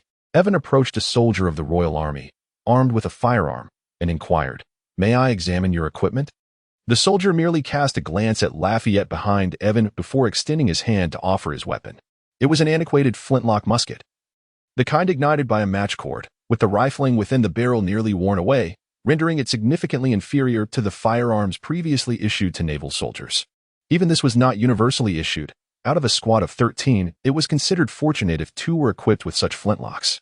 The situation with their muskets was already dire, and one could hardly expect any better from their artillery, which amounted to a mere 10 pieces, half of which were in disrepair. The dismal morale and outdated equipment left Evan's brow perpetually furrowed. Indeed, naval forces could operate without the assistance of the Royal Army. Yet how could they protect the common folk in their current state? Having chosen to serve as the Royal Army, even facing death could be deemed honorable. However, what transgressions had the ordinary citizens committed to warrant such dire consequences? Commander, there are several matters I wish to discuss with you. What is it? After witnessing Evan's interaction with the ordinary soldiers of the Royal Army, Lafayette perceived a shift in his demeanor, prompting a corresponding change in his own attitude. First, collect all the muskets. What? The first matter greatly displeased Lafayette, as he was acutely aware of the king's army's woeful equipment. This was, after all, the lifeblood of the soldiers. The nation's economy was hardly prosperous, aside from the annual fee payable to the world government. The funding allocated to the king's army was scant at best. Having such equipment was already a considerable achievement. Moreover, Lafayette had often heard the old king express intentions to disband the king's army in an effort to economize, entrusting the nation's security entirely to the Navy. It was only through Lafayette's fervent objections that the old king had temporarily shelved this decision. However, following this incident, the future of the king's army was now uncertain. Disregarding Lafayette's discontent, Ivan continued, "It's not merely the muskets of the king's army. Even the noble's own guards and the hunter's firearms are included. I do not care what means you employ to secure the king's consent, but it must be accomplished within 3 days. For in 5 days, the Black Hawk pirates will invade, And if we delay any longer, I will be left with no recourse. What else? Lafayette, his expression shifting, ultimately wished to hear more of Ivan's strategies. Secondly, rouse all the blacksmiths and those proficient in firearm construction. Thirdly, restore the training of the king's army. Fourthly, procure gunpowder for me, as much as possible. Upon hearing this, Lafayette began to comprehend Ivan's intentions and felt a surge of excitement. You mean for us to fight alongside you against the pirates? If that is the case, the populace will not be utterly disillusioned with the king's army and will possess greater confidence in the Galali kingdom's regime. Lafayette believed that given a few more years, under the leadership of the young prince, they would once again bask in glory. No, Ivan shook his head, and Lafayette's heart sank. After all, these were divine warriors from the navy. How could they deign to fight alongside such as them? Just as Lafayette was on the verge of complete disillusionment, Ivan spoke again. I intend for you to engage in battle independently. Chapter 80. Surrounded on all sides, Lafayette proved to be exceedingly efficient by the following day. He had assembled all the personnel and materials Ivan requested. As long as it aids in preserving the king's army, I shall cooperate with whatever you require. Though he had harbored doubts about Ivan, the situation had reached a critical juncture, and he could only gamble on a dead horse in hopes of a miracle. With the support of the king's army's leader, Ivan could boldly implement his plans. Next, I will instruct you on how to modify the muskets. You must learn swiftly and complete the transformation of these 3,000 firearms. With over 10,000 soldiers in the king's army, the addition of 3,000 firearms would undoubtedly amplify their combat effectiveness exponentially. It is said that sorrowful soldiers are destined to triumph. They had little left to lose, and only their righteous indignation and heartache would propel them into a desperate fight. Ivan imparted his teachings with great diligence, and those under his tutelage approached their studies with remarkable earnestness, completing the transformation of all firearms within a mere span of 3 days. Moreover, Ivan dedicated additional effort to assist them in refurbishing several cannons. The gunpowder procured by Lafayette was not only fashioned into bullets and shells, but was also entirely converted into rudimentary hand grenades and landmines. When these newly crafted weapons were redistributed to the soldiers of the king's army, their excitement was palpable, with many on the verge of tears. It is likely that only those soldiers with a lengthier tenure of service could truly comprehend the profound experience of once again being equipped with new armaments. Ivan casually picked up a map and, pointing to a valley to the east of the royal capital, said to Lafayette, "When the pirates strike tomorrow, you shall lie in ambush here, and I assure you, victory will be yours." This strategic plan not only took into account the comparative strengths of the royal army and the Black Hawk pirates, but also meticulously considered the potential maneuvers of the navy. Lafayette glanced at the map, somewhat perplexed, and remarked, "To the west of the royal capital lies an expansive plain. Even if your navy blocks their retreat, they would not willingly venture into such a small valley." Ivan cast a mysterious smile at Leifert, revealing a set of exquisite teeth. "For I shall intercept them there." After meticulously refining their battle plan alongside Leifert, Ivan returned to the naval encampment. Korea, who had been anxiously waiting in the courtyard, warned him with a grave expression. "I do not care what you have been up to these past few days, but once the battle commences, it would be prudent for you not to cause me any trouble." For the last few days, Korea had been preoccupied with surveying the terrain and formulating strategies, leaving him no time to ponder Evan's daily comings and goings. However, he was indifferent to Evan's activities, having never considered him part of the combat sequence. As long as these ineffectual scholars did not meddle, he could effortlessly annihilate the pirates. "Fear not," Evan replied with a grin. "When the battle begins tomorrow, the forces you underestimate, including myself and the royal army, shall give you quite a fright." Korea sensed an ominous undertone in Evan's smile. Yet his arrogance and prejudice led him to dismiss it instinctively. A ray of sunlight pierced through the crevices of darkness, as the crimson sun surged forth like a torrent of molten steel, igniting the sky with a sea of vibrant red clouds and orange waves. In the distance, a small silhouette of a ship emerged on the horizon, gradually coming into view through the telescope, revealing the ominous black pirate flag. "Lord Korea, you must save us. The Galali kingdom. Rescue those unfortunate civilians." The aged King Hubert, standing atop the city walls, trembled at the sight, his legs weakening as he implored Korea with a quivering voice. He had witnessed the devastation wrought by pirates in previous assaults on towns where corpses littered the ground, and the anguished cries of bereaved civilians echoed everywhere. In this era plagued by piracy, he could only lament his own powerlessness, unable to safeguard the safety of his subjects. Korea disregarded Hubert's pleas, fixated instead on the approaching pirate vessel. Soon, he no longer needed the telescope to discern the flag waving atop the ship. The ghastly white skull imparted an unmistakable sense of dread. "Lord Korea, is it not time for you to act?" Hubert suggested that the Navy should strike before the pirates reached the shore, driving them away to restore peace. "There is no rush. Let them come ashore." Korea thought differently. He understood these ruthless pirates far better than Hubert did. If they were merely driven away, they would inevitably return once the Navy departed.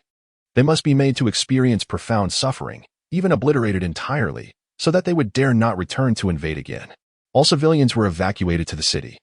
The royal capital would be the battleground for their ultimate confrontation. "Boss, we haven't seen a soul along the way. Could there be an ambush?" Captain Harley, one of Colt's subordinates, found the situation rather peculiar and could not help but whisper a warning in his ear. Upon hearing Harley's timid remarks, Barrett, the second in command, could not restrain his laughter, exclaiming, "Surely that group is aware of our approach, and they have fled with their families." Both Barrett and Harley were Colt's most distinguished subordinates, and their rivalry was palpable, often leading to disputes where they would vehemently oppose each other's opinions. "Enough," Colt commanded sternly, silencing the quarrel between Harley and Barrett. "As the formidable Black Hawk pirate crew, we shall not fear their ambush, for we have issued our ultimatum." With that, Colt drew forth a slender, elongated blade from his waist and bellowed, "Brothers, charge." After breaching the city, indulge in plunder for 3 days. In towns previously besieged by the Black Hawk pirate crew, not only were all treasures seized, but any woman of allure faced unspeakable fates, and those who dared to resist were ruthlessly executed and hung upon the city walls. These men were not the romanticized adventurers sailing under the pirate flag, espousing ideals of freedom. They were true pirates, devoid of any moral compass, roaring with feral enthusiasm. The pirates, having received Colt's promise, glinted with wild fervor in their eyes, emitting inhuman growls. Hubert, upon faintly hearing their roars, turned pale and glanced at his companion, Korea, asking, "My lord, is it time to strike?" "Wait." Korea's eyes burned with indignation, but to ensnare these pirates completely, he needed to draw them in further.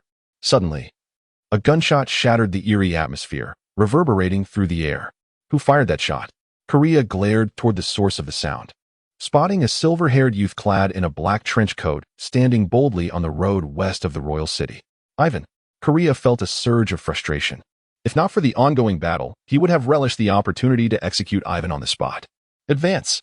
With Ivan's revelation of their position, Korea could no longer afford to conceal their intentions. He waved his hand, and 2 squads of soldiers in blue and white naval uniforms surged forth from beneath the royal city. From the distant harbor, Navy warships began to sail out. Initially, Korea had planned to surround them from all sides, but with the limited soldiers at his disposal, he opted for a frontal assault to minimize casualties. Now, the Black Hawk pirate crew found themselves completely encircled, with no means of escape. Chapter 81, Run. Upon witnessing the presence of the Navy both ahead and behind, Colt's heart sank with foreboding. An impending battle was undoubtedly inevitable. Although the nature of combat remained consistent, the sequence of events was markedly distinct. The Navy's proximity, both in front and behind, was not negligible. If they could swiftly eliminate that audacious young man, perhaps they might still seize an opportunity to escape. As long as they could traverse the endless expanse of plains behind him, they would find themselves in familiar territory, where urban warfare awaited them. At that juncture, even if more Navy forces arrived, they would pose no threat. "Brothers, let us first vanquish that insolent youth," Colt proclaimed, brandishing his long sword with fervor. Evan was undoubtedly aware of Colt's intentions. His audacity to challenge an entire pirate crew stemmed from his own formidable resources. 0. Shift to combat mode. At his seemingly self-directed command, the diminutive robot that had been floating beside him underwent a remarkable transformation, evolving into a battle-assist robot named Corona, capable of launching energy projectiles. The G1 Corona ability was originally designed to operate as a standalone robot, but Evan found this approach overly cumbersome and ingeniously integrated it into 0, yielding unexpectedly favorable results. After all, the entire G-series consisted of various forms of a single robot. He merely needed to continuously augment it with additional components. Modification: Cyclone Thunderer. Evan snapped his fingers, issuing yet another command. The Corona behind him instantaneously divided into 3 rotating thunder strikers, ceaselessly spinning before him to amass electrical energy. Having completed this task, Evan swiftly crouched down and hastily positioned the fire support robot, the XS Viper cannon, upon the ground. Once the Viper cannon was set up, its ominous barrel began relentlessly firing vibrant orange energy projectiles at Colt and his band of pirates. Before Colt could rush to Evan's side, the anguished cries of his subordinates reached his ears. In shock, he turned his head, only to witness a scene of devastation behind him, where a multitude had already fallen in mere moments. When he turned back again, he beheld Evan drawing forth a weapon of strikingly futuristic design from seemingly nowhere. The scope had already locked onto Colt's position, and without hesitation, Evan squeezed the trigger, unleashing a laser cannon that erupted with a resounding boom as its power surged forth. A laser, thicker than a human waist, surged forth from the cannon's mouth, its blue and white beams interwoven with a striking touch of red at its core. The energy-charged laser cannon is an enhanced skill developed by Yiven after modifying the laser cannon. Essentially, it allows the cannon to unleash a more potent beam of energy upon full charge, thereby augmenting both its range and destructive power, while its might has significantly increased. So too has the recoil, which has caused even Yiven, despite his formidable physical prowess, to take a step back. It is perilous. Recently, Colt has awakened his observation Haki. The moment the laser cannon was unleashed, he sensed a life-threatening peril. When confronted with the imminent danger to one's life, individuals often unleash unprecedented potential. Moreover, under the influence of adrenaline, cognitive abilities can become impaired. At the instant the laser cannon fired, Colt instinctively dodged to the side. Yet the pirates behind him faced dire consequences. While Hale and Barrett were relatively unscathed, some of the lesser foes didn't even have the chance to utter a scream. Instantly reduced to ashes beneath that searing beam of light. You scoundrel! A mere encounter has resulted in the loss of so many subordinates. This marks the greatest blow to Colt since his debut, turning his eyes a blood-red hue. The Viper cannon continues to relentlessly unleash its projectiles, while Yiven has once again raised his laser cannon, poised to charge up once more. It is imperative that he must not be allowed to complete his charge. This was the sole thought occupying Colt's mind. Having witnessed the formidable power of the charged laser cannon, he realized that if Yiven were to unleash a couple more shots, his pirate crew would undoubtedly be rendered utterly incapacitated. Bang, bang, bang.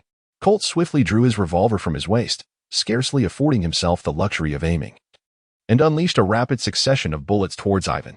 This firearm had been meticulously modified, boasting a range that far exceeded that of conventional rifles, and its power rivaled that of standard artillery, though it was, of course, no match for a charged laser cannon. Long-range block. Yiven immediately abandoned the idea of continuing to charge his laser cannon, positioning it horizontally in front of himself to deflect the barrage of bullets that came flying toward him. During his training sessions, he had discovered that the range for blocking with a handgun was somewhat limited. Consequently, he mastered the art of utilizing various firearms for long-range deflection. Seizing the moment when Yiven was engaged in blocking, Colt swiftly closed the distance, raising his slender sword to strike at Yiven's neck. In his estimation, Yiven's formidable long-range damage implied that he must be exceedingly fragile, much like the fragile marksman in a MOBA game, who shatter upon the slightest touch from a warrior. However, in the world of pirates, individuals are inherently endowed with low attack power but high vitality, making even marksmen resemble resilient tanks. Take Usopp, for instance. The injuries he sustained along his journey would have claimed the lives of ordinary warriors countless times over. Upon witnessing Colt's approach, Yiven exhibited no signs of panic. Rather, a joyful smile graced his face. Just as I anticipated. At that moment, the electric energy of the 3 thunderstorm machines surrounding Yiven was fully charged, and a surge of static electricity erupted forth. The electric wave struck Colt with tremendous force, propelling him backwards several paces and briefly rendering his body incapacitated. A multitude of headshots. Evan casually placed the laser cannon behind him, swiftly drawing 2 revolvers from his waist. He unleashed a barrage of 5 shots towards Colt's vicinity, delivering a total of 10 bullets aimed at lethal headshots. Should Evan's multiple headshots find their mark, even Colt's robust health would not save him from demise. Fortunately, Colt had a fiercely loyal subordinate. Harley, at the moment Colt was launched into the air, surged forth with remarkable speed, positioning himself protectively in front of his leader. The 10 bullets struck Harley, creating gaping wounds the size of bowls that erupted from his back. Harley. Colt's rage ignited, his eyes reddening to the point of threatening to bleed. Boss, we must flee. We stand no chance against him. Harley coughed up blood, his vitality rapidly waning. Yet in his final moments, he still prioritized Colt's safety. However, Colt hesitated. With so many of his men slain by Evan, would it be dishonorable to retreat so shamefully? Go. Harley insisted urgently, blood pouring from his mouth and wounds. If we don't leave now, it will be too late. The Navy will encircle us from behind, and we will have no chance at all. Clenching his teeth, Colt rose and commanded, all of you, turn back. Casting a deep, lingering glance at Harley, Colt led his men in a retreat westward. Once assured of Colt's escape, Harley forced himself to stand, glaring at Evan with a murderous intensity. Chapter 82, 2 minutes. Observing the 10 gaping wounds on Harley's chest, ceaselessly bleeding, and the man teetering precariously before him, Evan felt a profound sense of reflection. In this era, pirates exhibited camaraderie that surpassed that of ordinary folk. Witnessing Harley's unwavering loyalty to Colt even in such dire circumstances revealed that he too was a person of deep emotions and attachment. Yiven has always held great respect for such individuals, even if they were once notorious pirates. Out of reverence, Yiven resolved to personally escort him on his final journey, sparing him the agony of experiencing life's slow dissolution. I wager my very existence, Haller declared, his arms outstretched, his entire form radiating a perilous crimson glow, accompanied by a deafening roar. I shall not permit you to advance even a single step. Observing his demeanor, it appeared as though he intended to detonate himself. Evan had once perused the most comprehensive catalog of devil fruits within the archives of the Navy's Vegapunk. Thus, upon witnessing Harley's predicament, he was instantly reminded of an annotation in the catalog regarding the Paramecia-type explosion fruit. The wielder of the explosion fruit, in their most desperate hour, possesses the ability to detonate themselves, unleashing a power that transcends their own capabilities by countless magnitudes. However, such a formidable power comes at a grievous cost, their own life. Typically, an ordinary person would never resort to such a self-destructive act, as death is inevitable. Why would one choose to leave no trace behind? If Harley, who had just consumed the explosion fruit, could not fathom the circumstances under which he might choose to self-detonate, he certainly did not believe he would ever utilize this ability. Nevertheless, with no chance of survival that day, he unhesitatingly opted to sacrifice himself to ensure Colt's escape. Boom. As Harley's form swelled to a critical mass, the flickering ceased, and he erupted with tremendous force. The shockwave and heat generated by the explosion melted the earth beneath him, and a colossal mushroom cloud soared into the sky. In the distance, a corner of the royal city's walls crumbled, and Navy soldiers were sent reeling, some with perforated eardrums from the sheer impact. The reverberations reached even this far, and had Evan not foreseen the danger and retreated into the system's space, he might have become part of the mushroom cloud himself.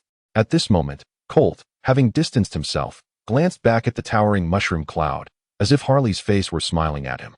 He had always known of Harley's unwavering loyalty, but he had never anticipated that Harley would be willing to lay down his life to cover his retreat. The explosion not only immobilized Evan but also hindered the Navy soldiers, preventing them from pursuing immediately. Contemplating this, tears streamed down Colt's cheeks as he stood frozen, silently mourning. Barrett had long been vying for Harley's favor, competing fiercely for Colt's recognition. Yet, upon reflection, he realized he might not have made such a choice himself. To shield Colt from gunfire and then sacrifice one's life in the process, what kind of loyalty must one possess to do so? Boss, do not grieve. We must first evade the Navy's encirclement to avenge Harley. Barrett reasoned wisely, emphasizing the necessity of preserving their strength for the battles to come. While the Green Mountains remain, there is no fear of a lack of firewood. With gritted teeth, Colt declared fiercely, I shall ensure that before these bastards, this nation runs red with blood. In tribute to my brother's spirit. After delivering his fierce words, Colt continued to flee with his comrades. Upon traversing a modest thicket, the group arrived at the mouth of a valley where the king's army lay in ambush. At that moment, Colt faintly heard a voice whispering in his ear, Boss, the terrain ahead is treacherous. There may be an ambush. However, as he glanced around, he noticed his subordinates were all downcast, none daring to utter a word. Could it be that the spirits of my fallen brothers linger, urging me to heed the warning of an impending ambush? Whether it was a figment of Colt's imagination or a genuine phenomenon, he indeed grew cautious. Everyone, stay vigilant and watch each other's backs to prevent any surprise attacks. Experience teaches wisdom. One cannot simply remember the feast and forget the beating. Or else Colt would not have achieved the status of a notorious pirate with a bounty in the millions. As he unleashed his observation Haki, Colt indeed sensed that 2 squads of ambushers were concealed above in the valley. Bang! Colt raised his left-hand firearm, and a chilling scream echoed as a body tumbled down from the ridge. Many believed Colt had been easily bested by Yiven upon their first encounter, but little did they know he was a formidable pirate, capable of silencing even the cries of infants at night. "Commander, we've been discovered," exclaimed a dashing youth clad in resplendent garments and glimmering silver armor, standing beside Lafayette. This young man was Galali Hermann, the Prince Lafayette had mentioned, who, in a bid to safeguard his subjects and to hone his own abilities, had insisted on joining the perilous ambush against the Black Hawk pirates. "Is it not evident that we've been found? Look, our comrades are already falling." With that realization, Lafayette no longer concealed himself. He rose, drew his sword, and bellowed, "For the kingdom of Galali!" The soldiers, hidden amongst the grass at the valley's summit, rose as well, echoing his fervent declaration, "For the kingdom of Galali." This was a rallying cry that Ivan had once uttered to bolster the morale of the king's soldiers. "If our navy cannot prevail, we may retreat with our tails between our legs, but you cannot. Behind you stand your wives and children. You must fight for the kingdom of Galali. For those who cannot bear arms." Lafayette transformed this sentiment into a battle cry, invigorating the king's forces to unleash their full combat potential. 10 cannons, meticulously adjusted, fired simultaneously, while the musketry squad pulled their triggers in unison and others hurled boulders and logs down the slope. A well-known adage states, "Strike from above to confound the fool." Although Colt had detected the ambush, he could only watch helplessly as his men fell one by one. Those who perished under cannon fire and bullets were somewhat fortunate. Those crushed into pulp by the rolling boulders met a far grimmer fate. At this juncture, Colt could no longer lead his men in retreat. Had they confronted the Navy head-on from the beginning, they would not have suffered such heavy losses without ever laying eyes on the enemy. "Everyone, charge up the hill." The only way to break the deadlock now is for him to ascend the mountain using his personal prowess, eliminating all those who lie in ambush, and then seizing this defensible yet challenging territory with his subordinates. At that point, the Navy, suffering heavy casualties, would have no choice but to retreat, allowing them the freedom to advance or withdraw as they please. Ivan and Lafayette had already contemplated such a scenario while strategizing, and they too had devised a solution. "If only you can delay for 2 minutes, I assure you I can arrive in time." After all, it is merely 2 minutes. Lafayette possesses the ability to keep Colt at bay for that duration without difficulty. Chapter 83. The protagonist often appears at the final moment should Colt ascend to the summit of the valley. It would be akin to a wolf infiltrating a flock of sheep. Lafayette wished to avert such a gruesome spectacle, thus resolutely obstructing Colt halfway up the slope. Bang! Fortuitously, Lafayette made such a decision. Had he remained stationary, he would undoubtedly have been pierced by a stray bullet. Barrett lived up to his name. He was the sharpshooter of the Black Hawk pirates, wielding a heavy sniper rifle like a demon from the depths of hell. 2nd Musketeer Squad, 100 meters southeast. Commenced suppressive fire. After Lafayette charged down, the young Prince Hermann took command of the King's army, ordering a squad of musketeers to unleash a concentrated barrage in Barrett's direction. This tactic was, of course, imparted by Ivan, following his tactical enhancements. The lower-tier combat effectiveness of the King's army witnessed a marked improvement, though their upper-tier capabilities still exhibited significant shortcomings. The baseline combat effectiveness of a unit is determined by the overall quality of the ordinary soldiers, whereas individual prowess dictates the upper limit of combat potential. Just as no number of Navy soldiers could hope to defeat Whitebeard, the might of a royal-class combatant can play a decisive role in warfare. Thus, the importance of tactics is underscored. If the King's army were to engage the Black Hawk pirates in open battle, not only would they fail to achieve such a significant casualty ratio, but merely escaping annihilation would be a testament to their ancestors' virtue. Under the relentless barrage of gunfire, even Barrett had no choice but to momentarily retreat from the fray, unable to continue sniping at Lafayette. Maintain suppressive fire. After all, it was merely a matter of buying time. Hermann had resolved to hold for a quarter of an hour. By that time, even if Ivan could not arrive promptly, the naval forces should be in position. Then let your head be the offering to commemorate my fallen brothers. Colt, witnessing Lafayette daringly charging down, gritted his teeth and brandished his sword to meet him. Clang! The clash of the single-handed sword and the double-handed blade revealed an equal display of strength, with Lafayette finding himself somewhat strained. Humph! With a cold snort, Colt raised his left-hand pistol and fired a shot at Lafayette's abdomen. This was the essence of Colt's sword-gun style, essentially a cunning tactic of exploiting an opponent's momentary distraction during a duel to unleash a surprise shot. Some prefer blades, others firearms. Why not wield both? Lafayette swiftly dodged, narrowly evading the bullet, but Colt's sword struck his shoulder with force. The onslaught was far from over. Colt fired another shot aimed at Lafayette's head, then swung his blade toward Lafayette's midsection. Weighing the severity of injury against death, Lafayette remained resolute. enduring yet another cut to his abdomen. As a master swordsman wielding a two-handed sword, Leophyte embodied the righteous path of valor and strength, utterly unprepared for such underhanded tactics.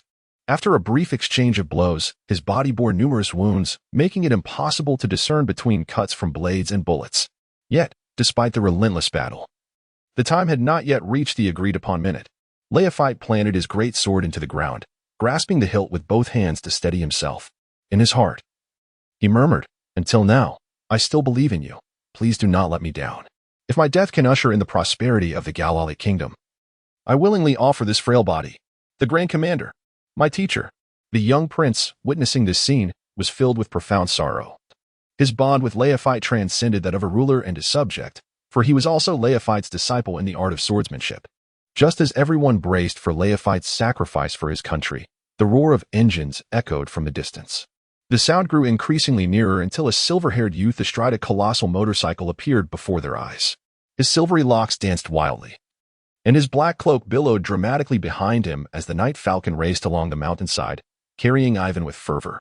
Even as the motorcycle hurtled toward Leophyte and Colt, Yiven showed no sign of slowing down. Instead, he abruptly lifted the front of the bike. With the slope's assistance, the Night Falcon soared into the air, and Yiven stood upon the motorcycle, launching himself forward into the sky. Zero combat mode. In an instant, the Night Falcon transformed mid-air, becoming the Corona robot that hovered behind Yiven. Silver light blades. As Yiven soared above Colt, he deftly tapped his toes in the air. And with the combined force of his waist and the personal thrust device, he dove downward with tremendous speed. Two revolvers, each equipped with blades, were drawn and slashed towards Colt's neck. Colt was taken aback, abandoning his assault on Leophyte, and clashed his sword against Yiven's blades. The impact between sword and gun blade erupted in a shower of sparks, forcing Colt to stagger backward, his wrist throbbing from the force of the collision. Yiven appeared far more composed as he gracefully descended before Lafayette. "How do you find me? I trust one am not late." Although protagonists often make their entrance at the final moment, Yiven had exerted every effort to arrive here promptly after emerging from the system space. "No, you were quite timely," Lafayette replied with a cheerful smile, inadvertently straining his wound, which caused him to grimace in pain. "Now, allow me to take over. You should return and tend to your injury." After uttering these words, Yiven turned his gaze towards Colt. Their enmity was palpable. Upon seeing Yiven, who had forced Harley to self-destruct, Colt's grip on his sword tightened, causing his knuckles to turn pale. Meanwhile, upon noticing Colt's gun in his left hand and knife in his right, Yiven couldn't help but chuckle without regard for the situation. "What is so amusing?" Yiven spun the revolver in his hand and declared, "Open your eyes wide and observe closely, for I shall now demonstrate the divine gunfighting techniques from the celestial realm. In your next life, should you have the fortune to be reborn as a human, it would be wise to wield a singular weapon with utmost sincerity." No one remains unperturbed when ridiculed in their area of expertise, and upon hearing Yiven's words, Colt raised his left-hand firearm and fired several shots in quick succession.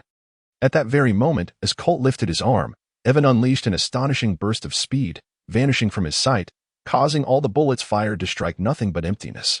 Such velocity! Colt was struck with terror, and having awakened his observation Haki, he sensed a faint chill creeping up from behind. Before his mind could fully process the situation, he swiftly turned and swung his blade to block the impending attack. Clang! A flash of cold light flickered, and Colt's blade shattered into two pieces. Yiven, having once executed a soaring strike with his blade, could easily cleave through iron with unwavering resolve. Yet, Colt felt a profound sense of dread.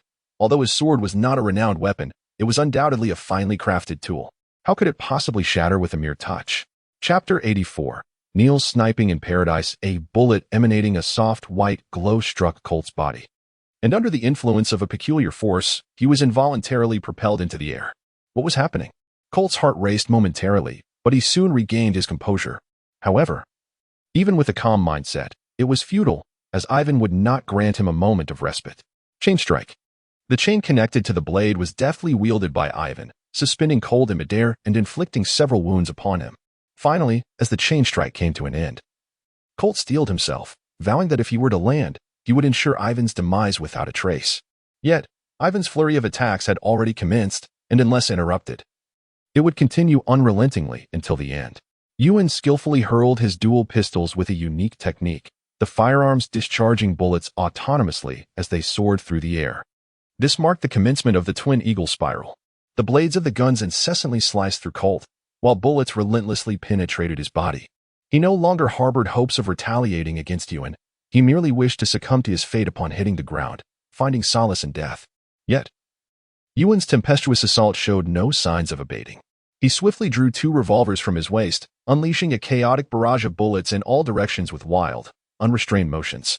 Notably, since mastering the twin eagle spiral, Yiven frequently donned 4 firearms at his waist, 2 regular revolvers equipped with blades, and 2 others specially designated for the twin eagle technique.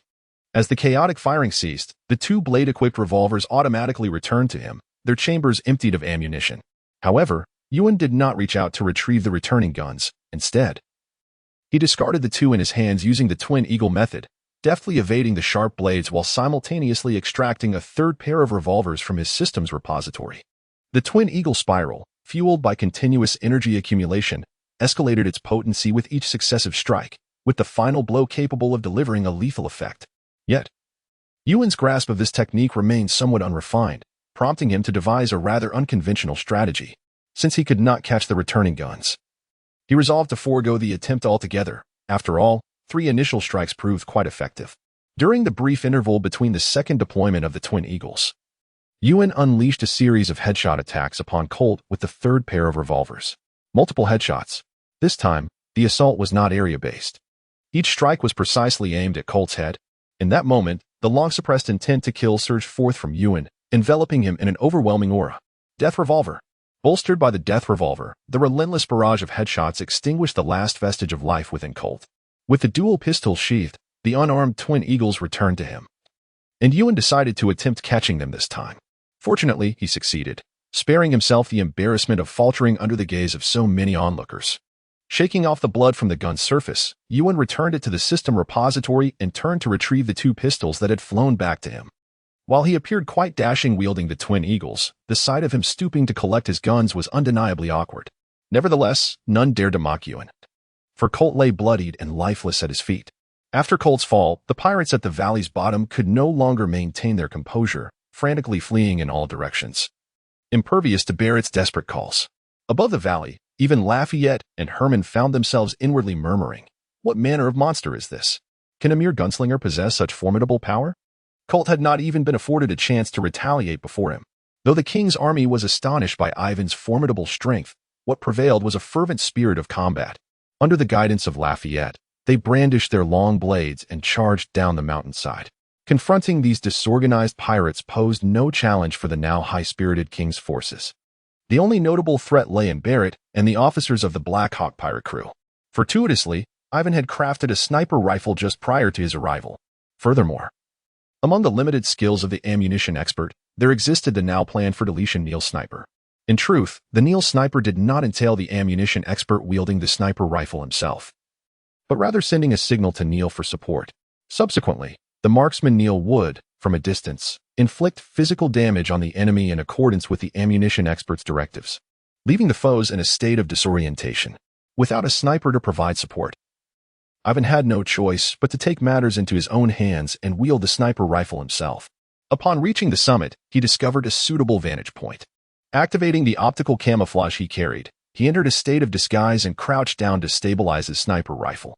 Through the scope, he quickly locked onto Barrett's position. After regulating his breathing and adjusting for wind speed and humidity, he calibrated the weapon and gently squeezed the trigger. Bang! The slender brass bullet spiraled out of the chamber, tearing through the surrounding air with a sharp crack. Sniper rifles are rarely equipped with silencers, as they not only affect the trajectory but also do not perform as effectively as one might imagine. Most critically, the speed of sniper rounds exceeds the speed of sound, meaning the target is often struck before the sound of the shot reaches them. Barrett, an experienced sniper, sensed the impending danger the moment Ivan had him in his sights, instinctively lunging forward. However, no amount of speed could outpace the bullet. His right leg was brutally pierced, shattering the bone, leaving only a semblance of flesh and sinew to hold them together. Influenced by films and video games, many hold a misconception regarding the power of sniper rifles, believing they merely create a wound. In truth, Barrett's survival with half a leg intact was due to his presence in the pirate world, where physical resilience was in. The sniper rifle, dubbed the Neil, wielded by Ivan, is indeed an anti-material weapon, capable of inflicting devastating effects upon human targets. Remarkably, he has yet to employ armor-piercing rounds, otherwise, its lethality would escalate to another echelon. The sniper concealed in the shadows could have easily eliminated himself with a second shot. Yet why would he consider such an action? After a moment of contemplation, Barrett swiftly grasped the adversary's intent. This is a classic sniper tactic of engaging the enemy while remaining hidden, aiming to leverage his own position. The sole method to counter this strategy is to locate the sniper lurking in the dark. Clutching his sniper rifle, Barrett's gaze incessantly scoured the mountaintop for potential vantage points. Yet he failed to discern Yiven's location. Evidently, this sniper possessed a wealth of experience, revealing not a single flaw.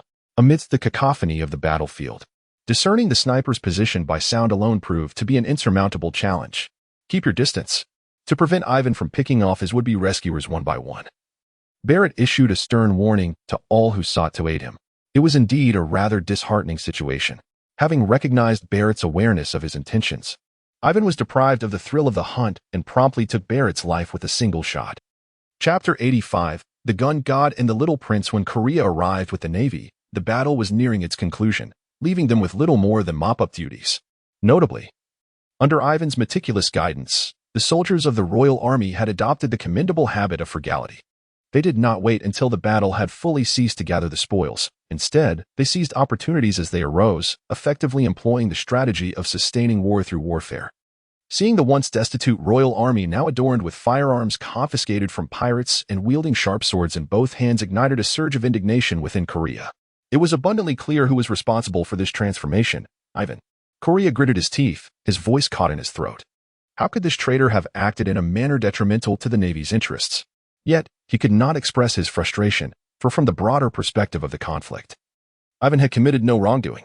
Regret welled up in Korea's heart. Had he realized this outcome sooner, he would not have been so harsh towards Yiven. If he had entrusted Yiven with a squad, regardless of the chaos he might have unleashed below, the ultimate accolades would still have been attributed to Korea himself. Now, it turns out that Yiven single-handedly led the king's army to vanquish the Black Hawk pirates, leaving nothing but bones and scraps in their wake. He returned with an entire fleet, barely managing to salvage a drop of broth. The only solace for Korea was that none of his soldiers perished. Though 3 sustained minor injuries from Harley's self-detonation, and 1 unfortunate soul was gravely wounded by a falling rock. The king's army, however, suffered considerable losses, with dozens of lives claimed and hundreds more injured, both severely and lightly. Yet, each soldier wore a smile, while the distant navy appeared as though they had faced defeat. In the aftermath, the old king intended to host a banquet at the palace, but Korea felt too embarrassed to attend. As the chief architect of the Black Hawk pirates' demise, Yiven chose instead to revel in a bonfire celebration with the king's men. "Brother," he called out affectionately, as Lafitte, still bandaged and somewhat inebriated, clung to Yiven's shoulder, his words becoming increasingly incoherent. Yiven discreetly lowered his hand, leaning in to listen intently to the heartfelt words that Lafayette, under the influence of alcohol, continued to express. "Yiven, my brother, I must confess that when I first laid eyes on you, I truly held you in disdain." At this moment, the young prince, hearing these words, quickly tugged at Lafayette's sleeve, anxious that he might utter something unpleasant that would provoke Yiven's ire.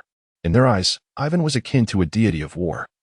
Some soldiers privately referred to him as the god of guns, reverently worshipping him as a divine figure. However, the little prince observed that Yiven's expression did not convey anger, and Lafayette found himself powerless to intervene, compelled to allow Yiven to continue his discourse. "Even when you devised a strategy for our participation in the battle, I merely regarded it as your means of manipulation." Yiven smiled and nodded, refraining from voicing any objections. The truth was indeed as such, and he had little to deny. He was merely exploiting the king's army to achieve his own ends, seeking to seize military glory for himself and leave Korea at a disadvantage. However, the king's army willingly allowed themselves to be utilized by him, and in doing so, they reaped their deserved rewards, the honor of victory and abundant spoils of war. Yet, when those words were uttered in the presence of the soldiers, the seasoned veteran Lafayette unexpectedly found himself in tears. Even a man of iron possesses a tender side. And Yiven silently offered him a handkerchief. It was only after Lafayette had wiped his tears that Yiven remembered it was the unwashed cloth he used to clean his firearm, still stained with grease. Yiven resolutely refused to acknowledge that this was a deliberate act on his part. It was merely a series of fortuitous events. Observing Lafayette smearing himself like a painted cat, Yiven felt a chuckle bubbling within, yet he maintained an outward demeanor of tranquility. Your assertion that we fight for dignity and for the countless commoners behind us profoundly resonated with me. How could one articulate such sentiments without a heart filled with compassion? Lafayette, too, was overthinking. At that moment, Ivan had merely spoken in the heat of the moment, recalling the rhetoric from military promotional videos of his past life. And it slipped from his lips.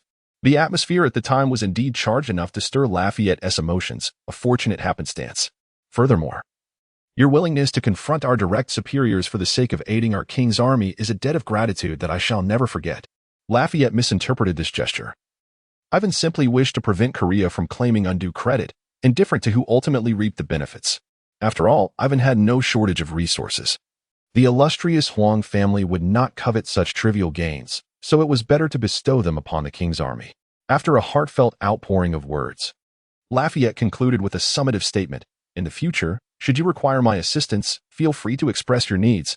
I shall spare no effort to fulfill them. Very well. I shall certainly do so. Although Ivan verbally acquiesced, he remained utterly unconvinced in his heart. With Lafayette's meager abilities, if Ivan were to provoke any unwarranted trouble, he would find himself utterly incapable of providing assistance. It was not only Lafayette, even the future heir of the Galali kingdom, young Prince Herman, stood up with a goblet in hand. My lord Ivan, you have aided us in vanquishing the Black Hawk pirates and preserved our royal army, which is tantamount to saving the Galali kingdom. While I may not partake in spirits, I raise this cup in your honor. Should you require anything in the future, simply express your need, and I shall do all within my power. After delivering his words, Herman downed the contents of his goblet in one swift motion. Though they were not consuming strong liquor, it was Herman's first encounter with alcohol, and he was left flushed, nearly sticking out his tongue in surprise. How could something so unpleasant exist? Is it any wonder I only drink milk? Ha ha. The soldiers, amused by the exchange between the young prince and Ivan, erupted into laughter, filling the camp with an atmosphere of joy. Herman's pledge bore far greater weight than Lafayette's, for he was, after all, an heir to a kingdom. Moreover, Ivan had overheard the soldiers discussing that the old king was contemplating abdication following recent events, and soon Herman would ascend the throne. One could only hope that this young prince would indeed grow to be a wise and enlightened ruler, leading his subjects to a life of abundance and prosperity. In any case, Ivan had already done all he could. The future of this nation's people now rested in their own hands. Chapter 86, Rising Fame holding 2 battle reports.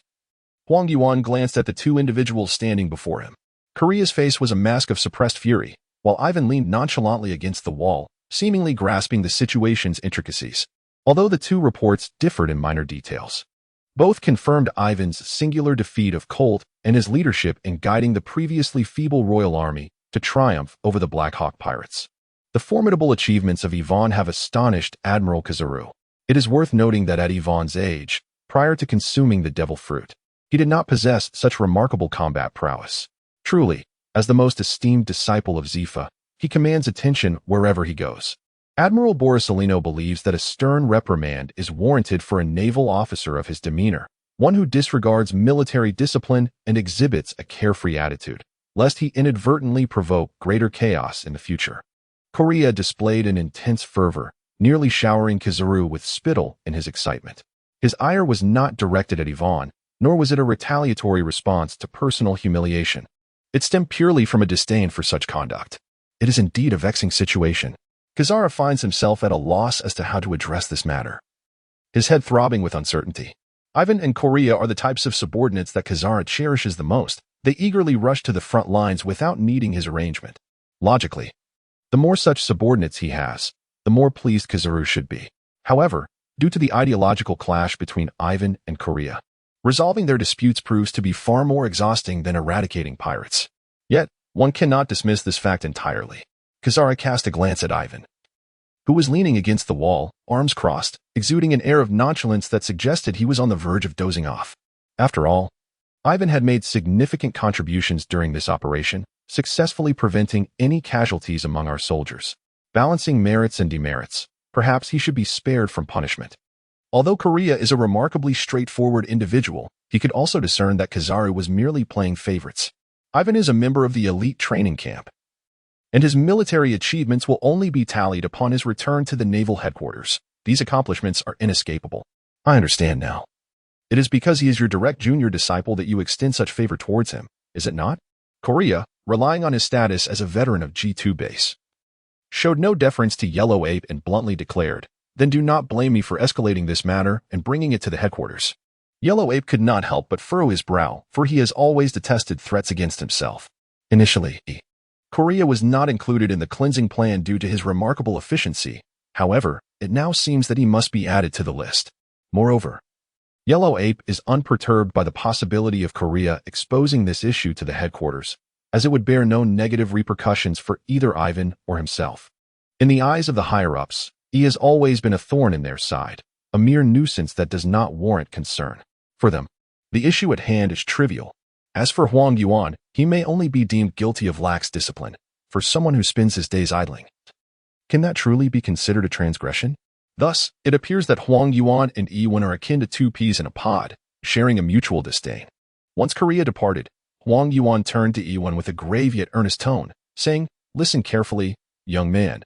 Having your own thoughts is commendable, but do not constantly seek to create trouble for me." Understood. Ivan's attitude towards admitting his mistakes was quite straightforward.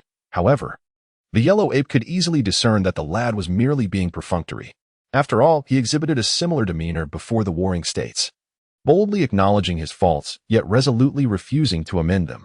"Very well, you may leave," the Yellow Ape remarked, unwilling to dwell on the matter with Yiven, especially as it was already time for him to conclude his shift. In the ensuing days, Yiven scarcely found a moment's respite, tirelessly accepting assignments from peers and engaging in the rigorous pursuit of merit points.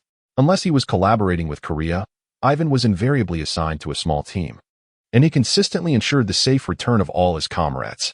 Moreover, Ivan's combat style was characterized by his willingness to lead from the front, often concluding battles before the commanding officers had even fully grasped the situation. Before long, Ivan's reputation spread throughout the entire G2 branch, with all the junior sailors eager to undertake missions alongside him, for who would not desire a greater assurance of their own survival? Ivan's remarkable diligence even prompted Kuzan to engage him in conversation. "Pirates are inexhaustible. You must not jeopardize your own health." Kuzan, wary of being perceived as exploiting the remaining value of his subordinates, especially dreaded the thought of Zephyr entertaining such notions. Otherwise, his future would be fraught with difficulties. Following their discussion, Yiven did exhibit a modicum of restraint, though the impact was far from substantial. All persuasive attempts had been exhausted. Kuzan could hardly enforce a prohibition on Ivan's involvement in missions, thus allowing him to proceed as he wished. Not only within the Navy, but even among the nearby pirate factions, word had spread of a young dual-wielding gunslinger emerging from Marineford, having claimed the lives of 5 notorious pirates with bounties exceeding 50 million berries. Have you heard? The Black Hawk Yiven has grown increasingly audacious. Several notorious pirates have perished at his hands. Bars have always been the prime venues for gathering intelligence, as patrons often divulge information while inebriated, eager to flaunt their knowledge. How could I possibly not be aware of such explosive news? Once someone casts the first stone, a cascade of related tidbits inevitably follows. I have even heard that a pirate intends to offer a devil fruit as a bounty for his head. No way. Does someone dare place a bounty on the Navy? What is there to fear?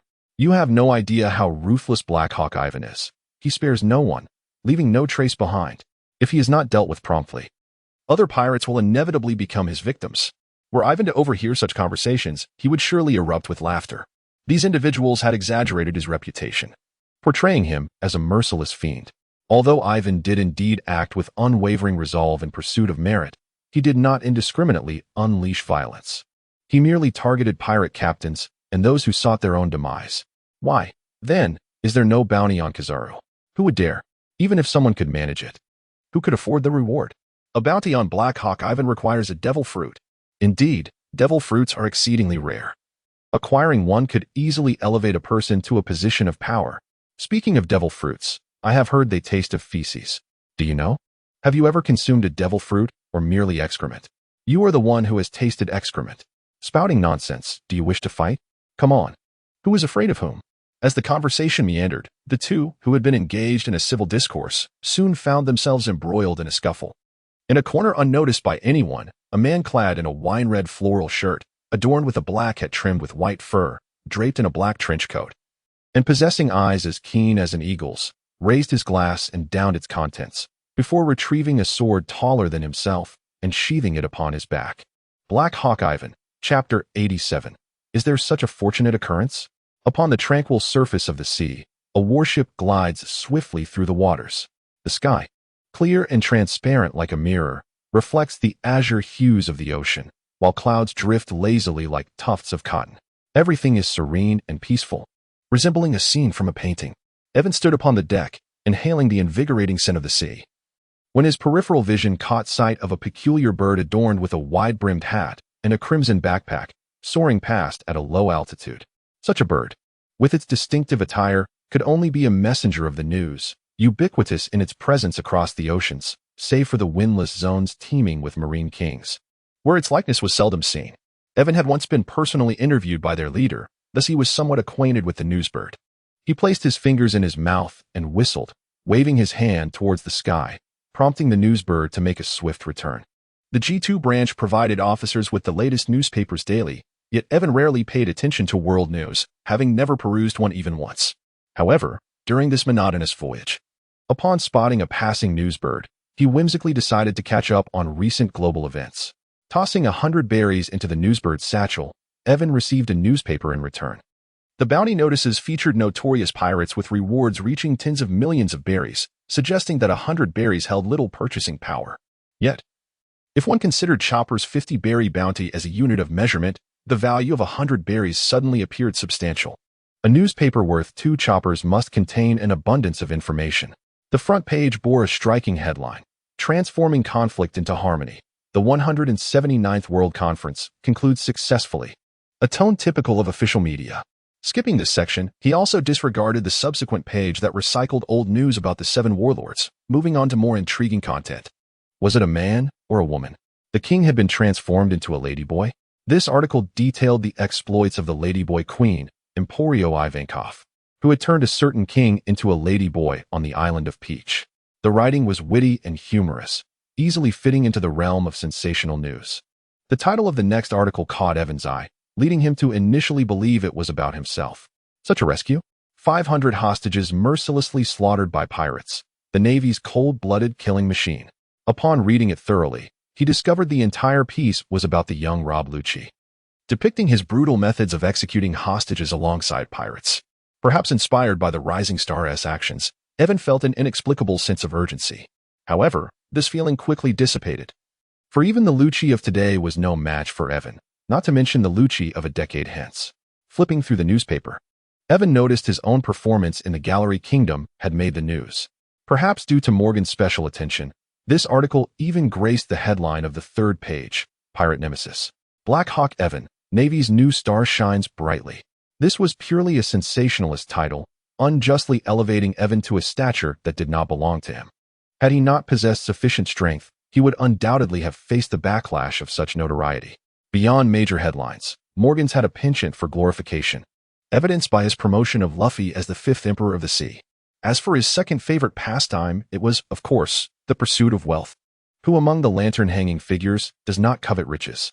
Morgan most desires to witness a prolonged dynamic equilibrium between the Navy and the pirates, allowing him and his newspaper to navigate the waters in between, thereby reaping substantial benefits.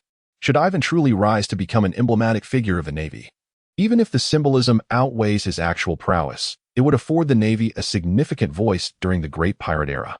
While engrossed in reading the news, a resonant voice suddenly echoes from behind him. Ivan turned his head to find Stolo Berry, draped in the Navy cloak of justice and clad in a green coat, appearing behind him. Stolo Berry's stature was notably imposing, with a cranial length that far exceeded that of an ordinary man. He typically squinted his eyes, his beard cascading down to his knees, and his penchant for wearing green garments rendered him an uncanny facsimile of the legendary warrior Guan Yu. Moreover, he was one of the 5 generals involved in the demon-slaying order of Judicial Island, which only fueled Ivan's disdain for him. Nevertheless, as Stolo Berry was considered his superior, Ivan refrained from expressing his inner aversion. Is there something you need, General Stolo Berry? Evan lifted his head, baring his teeth in what he presumed to be a cheerful smile. To be candid, this smile of Evan's was rather disingenuous. Stolberry could not fathom the source of Evan's animosity towards him. After all, he usually exuded an air of warmth towards everyone except for Korea. It was worth noting that he was Evan's direct senior. Even if he did not call him senpai, he certainly should not be viewed as an adversary. Stolberry never imagined that it was his appearance and past actions that had engendered such aversion in Yiven. Nevertheless, even if he were aware of this, Stolberry would harbor no particular feelings about it, as their interactions were destined to be limited. Yiven was still a trainee in the camp, and it would be many years before he ascended to Stolberry's level. The 5 pirate crews had converged with a singular purpose: to target you. Thus it is imperative that you do not stray far from my side during our endeavors. After enduring relentless slaughter at the hands of Yiven, the pirates finally could no longer contain their urge to retaliate. They audaciously provoked the Navy and explicitly declared their aim was Yiven. Given the Navy's penchant for preserving their pride at all costs, they would undoubtedly send Yiven on a mission to confront these pirates, fully aware of the risks involved. The pirates would then set up an ambush at the designated battlefield, eagerly awaiting Yiven's approach. Should they fail to execute this plan, they would have no choice but to vacate these waters and seek refuge in territories dominated by other pirates, leading to a veritable bloodbath. The pirates who ventured into the Grand Line were hardly of sound mind, and challenging the Navy was not an uncommon occurrence. These foolish pirates believed that by eliminating Yiven, they could revert to their former state, a notion that was, quite frankly, overly optimistic. Is my purpose truly to be their target? Upon hearing this, Yiven's eyes sparkled with excitement, his fingers twitching in a slight, erratic manner.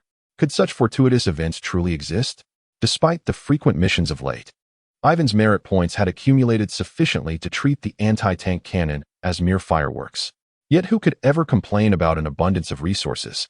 Stolberry, in a moment of exasperation, found himself pondering Yiven's peculiar mindset, as his emotional responses seemed utterly dissimilar from those of an ordinary individual. Wouldn't the typical reaction upon discovering one's being targeted be one of concern? How could he be so exhilarated? Chapter 88. FM 31 Grenade Launcher. As the warship navigated to the designated maritime area indicated by intelligence reports, the seemingly tranquil surface concealed a tumult of hidden dangers beneath, submerged reefs capable of capsizing even the most formidable vessels. Indeed, this was an ideal locale for an ambush, Stolberry mused. Fortunately, they were aboard a large warship, allowing them to disregard the treacherous rocks and forcefully approach the shore for disembarkation.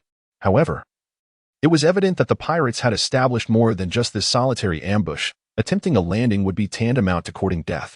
Boom. Just as the sound of cannon fire reached their ears, a barrage of shells descended from above. With keen eyesight, Yiven discerned that not all the projectiles were solid. A portion were explosive shells laden with gunpowder. Everyone retreated to the ship's cabin, while the gunners took aim straight ahead and were ordered to fire with vigor. The Navy's warship, forged from steel, would sustain minimal damage from the bombardment. Yet the sailors, being mere mortals, had to seek refuge below deck to evade the onslaught. Having calmly commanded his subordinates, Stolberry unsheathed his twin blades and, employing the technique of moonwalking, leapt into the air to deftly slice through several incoming shells, demonstrating his prowess. Yiven, of course, was not required to join the ordinary soldiers in retreating to the cabin. His eyes narrowed slightly, a captivating light flickering within them. Within moments, Yiven swiftly drew his revolver, pulling the trigger in rapid succession, unleashing a hail of bullets that detonated the explosive shells within range. Coincidentally, many of these shells were perilously close to Stolberry. Unbeknownst to him, he was caught off guard by a friendly fire, leaving him no time to evade the impending danger. The long beard was singed by the flames of the explosion, leaving it half-charred, while his pristine naval uniform had become tattered and ragged, rendering him a pitiful sight. Had he not been shielded by the protective aura of armament Haki, he might well have been the first admiral to be killed by a bomb detonated by his own allies. In the sky, Stolberry glared fiercely at Yiven, who appeared completely innocent, making it difficult for him to retaliate directly. Yiven had indeed acted with intention. Witnessing Stolberry's rather disheveled state brought him immense satisfaction. Amidst the cannon fire from the warship, the sounds on the island diminished significantly, as though everyone were seeking refuge from the onslaught. Yiven swiftly raised his weapon to deflect the incoming projectile, successfully intercepting the shell that had evaded his grasp. With a sudden force, he pressed his right foot firmly against the deck. In an instant, the accumulated speed from his relentless footfalls erupted forth, causing the steel deck to slightly indent under the sheer power of his assault. Yiven shot forth like a swift arrow, exploding with a terrifying velocity towards the distant island. Hey! Upon witnessing Yiven's reckless disregard for commands, Stolberry could not help but shout, "Boy, come back!" When it comes to Yiven's prowess, Every commander within the G2 branch would readily commend him with a thumbs up. However, his carefree demeanor often posed a considerable challenge. For a commander, such a subordinate is akin to a double-edged sword, capable of achieving remarkable feats if wielded correctly, yet potentially injurious if mishandled. These pirates were specifically drawn to Yiven. And with their cunning and ruthless nature, one could only speculate what traps awaited on the island. Charging ahead in such a reckless manner would surely play into their hands. Indeed, it seemed that strength and intellect were inversely related. This young man appeared to be blinded by hubris.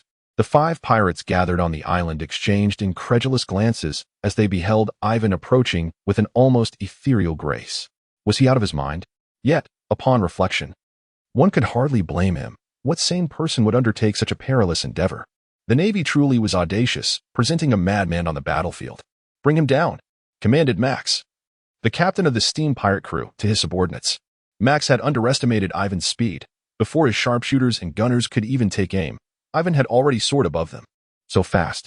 As the pirates remained stunned by Yiven's velocity, he deftly maneuvered his personal propulsion device to hover in midair, and from seemingly nowhere, produced a hefty weapon. Yiven wielded a formidable weapon this time, the FM-31 grenade launcher, capable of unleashing high-velocity projectiles with erratic trajectories, inflicting substantial explosive damage upon enemies within the vicinity. Due to an inherent fear of inadequate firepower, Yiven harbored a particular fondness for such devastating instruments of destruction, having set his sights on it since the moment this skill was unlocked. "Who are you aiming at from this distance? With your accuracy, my grandmother could push a stroller right over."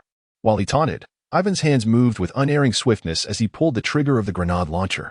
4 grenades soared towards Max's location, and the tremendous recoil propelled Yiven upwards once more. "I'm coming." Beside Max stood a towering behemoth, over 3 meters tall and rippling with muscle, who pounded his chest a few times before leaping into the air to meet the incoming grenades with his torso. Muscle hardened. This was a unique technique akin to the 6 styles of iron blocks, enabling the individual to temporarily enhance muscle rigidity and bolster physical defense.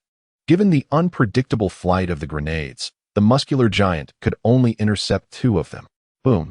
The first 2 grenades detonated against the man's chest, contorting his expression visibly as the reinforced pectoral muscles were reduced to a bloody pulp, and the ribs and sternum encased within the muscle were shattered, protruding grotesquely from his body.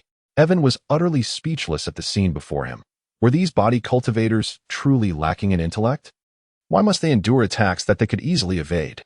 Max and the other captains, unlike the muscle-bound fools, swiftly sought refuge the moment Evan unleashed his grenade launcher. Yet, despite their efforts, they too bore the scars of battle. The FM-31 grenade launcher proved to be remarkably formidable. The mere detonation of 2 shells nearly upturned the ground, creating craters that resembled those formed by meteorite impacts. However, before Max and the others could catch their breath, Evan brandished yet another weapon, strikingly similar in appearance to the previous grenade launcher, from the sky above. A chill ran down Max's spine as he realized that his time was likely at an end. Yet, even in the face of impending doom, a singular question lingered in his mind. From where had such an enormous weapon emerged? And where had he concealed the previous one? Chapter 89. Hawkeye My Hawk. Yiven once again unleashed heavy artillery, this time in the form of the FM-92 Spike artillery, which was developed alongside the FM-31 grenade launcher and belongs to the same series. Like the FM-31, the FM-92 Spike artillery is a skill of the 35th level of the artillery master, characterized by its sleek form and formidable explosive power. The effect is the launch of a spike artillery shell that separates in midair, resulting in multiple spike-shaped explosive projectiles descending to the ground and causing a tremendous explosion. The unpredictable trajectory of the grenade launcher had already caused considerable distress to adversaries encountering it for the first time, and the splitting spike artillery proved even more bizarre, inflicting additional initial kill effects on unsuspecting foes. Beyond this fact, the FM-92 Spike artillery boasts unparalleled lethality. In Yiven's tests, it even pierced the armor of naval warships. Stolo Belly stood on the deck, his previously squinted eyes widening in astonishment. To him, Yiven had transformed into a humanoid weapon, capable of unleashing firepower equivalent to an entire fleet single-handedly. It is worth noting that their earlier volley had merely inflicted moderate damage on the pirates, toppling a few large trees and displacing some boulders. However, Yiven's 2 rounds of heavy bombardment turned the densely packed area of pirates into a scorched wasteland. The remnants of dismembered pirates mingled with the upturned earth, forming a viscous, reddish-black substance that exuded a charred odor. In the face of absolute power, all schemes and machinations become mere paper tigers. Max had made extensive preparations to ambush Yiven, but the aerial bombardment rendered nearly all of them ineffective. Struggling to emerge from the rubble, Max used several other captains as human shields, which allowed him to survive the onslaught of the spike artillery. In terror, he cast a fearful glance at Yiven in the sky and scrambled away toward the interior of the island. Attempting to flee, it was too late. Yiven casually tucked the FM-92 missile launcher behind him, where it was firmly held in place by the magnetic tactical vest he wore. In comparison to his proficiency in ammunition and mechanics, Yiven's mastery of firearms was notably adept, having even reached a level of expertise akin to comprehending the profound mysteries of heavy weaponry. Although the system's warehouse was remarkably efficient, retrieving items from it required nearly a second of preparation time, which was exceedingly difficult to endure in the heat of battle. Thus, Yiven devised the magnetic tactical vest, which served both as a bulletproof garment and a means to secure and used heavy weaponry to his back. This innovation allowed Yiven to seamlessly switch between two heavy firearms without suffering the frustrating delays associated with skill activation. After stowing the missile launcher, Yiven pressed close to his side, his toes barely brushing the ground as he engaged the single-person propulsion system at maximum power, diving towards the fleeing Captain Max. Strawberry and the naval soldiers had already disembarked, leaving Yiven unconcerned with the pirate grunts and the mediocre officers. However, Captain Max was not escaping this time. Not only was Max the mastermind behind the entire affair, but he also held the highest bounty on the battlefield. A staggering 75 million was at stake, equivalent to 7,500 merit points. That amount could procure 750 silver bullets or facilitate 7 training sessions within the system's confines. It was indeed perplexing how this individual provoked Yiven, the harbinger of doom, for no apparent reason. Aware that he could never outrun Yiven, Max understood that stopping to fight would be tantamount to seeking death, especially since he was the last of the 5 ambush captains remaining. Consequently, he plunged into the woods, hoping to exploit the complex terrain to shake off Yiven. The art of war teaches us, when encountering a forest, do not enter. When faced with water, do not cross. Yiven was oblivious to the preparations Max had made for him within the dense forest, thus he had no intention of pursuing him into the depths of the wilderness. Instead, he turned his form and descended from the sky to the ground, retrieving the enhanced version of the M3 flamethrower from the system's repository. Focusing the flamethrower, he noted that compared to the M3, the focused version was merely larger, with a correspondingly enlarged fuel tank. However, the external modifications did not fully encapsulate its performance. Only upon pulling the trigger could the distinction be truly appreciated. With the addition of a concentrator at the nozzle, the flames emitted from the focused flamethrower were less dispersed and boasted an increased range. More crucially, due to the differing ignition mechanism, the flames produced were significantly hotter, capable of incinerating materials that ordinary fire could not consume. A slender stream of fire erupted from the muzzle, instantly charring the trees it touched, while those nearby ignited due to the intense heat. As the focused flamethrower continued its relentless assault, the entire forest soon succumbed to a raging inferno, thick black smoke billowing into the sky. Damn. Just as the rumors suggested, this fellow would resort to any means to confront his pirates, setting fire to the mountains, digging his own grave. How could this fool not comprehend such simple logic? Realizing he could no longer remain in the woods, Max muttered a quiet curse, covering his mouth and nose with his sleeve as he altered his course and continued his swift advance towards the interior of the island. Upon witnessing Max being forced out, a smile crept across Evan's lips. Since Max had chosen to provoke him, he would now have to bear the wrath that Evan would unleash in response. Evan sprinted forward with remarkable agility, momentarily reaching the pinnacle of his speed. In the blink of an eye, he executed a slide tackle, embodying the force of a bulldozer racing at 200 miles per hour, hurtling towards Max with a whirlwind of momentum and an unstoppable power.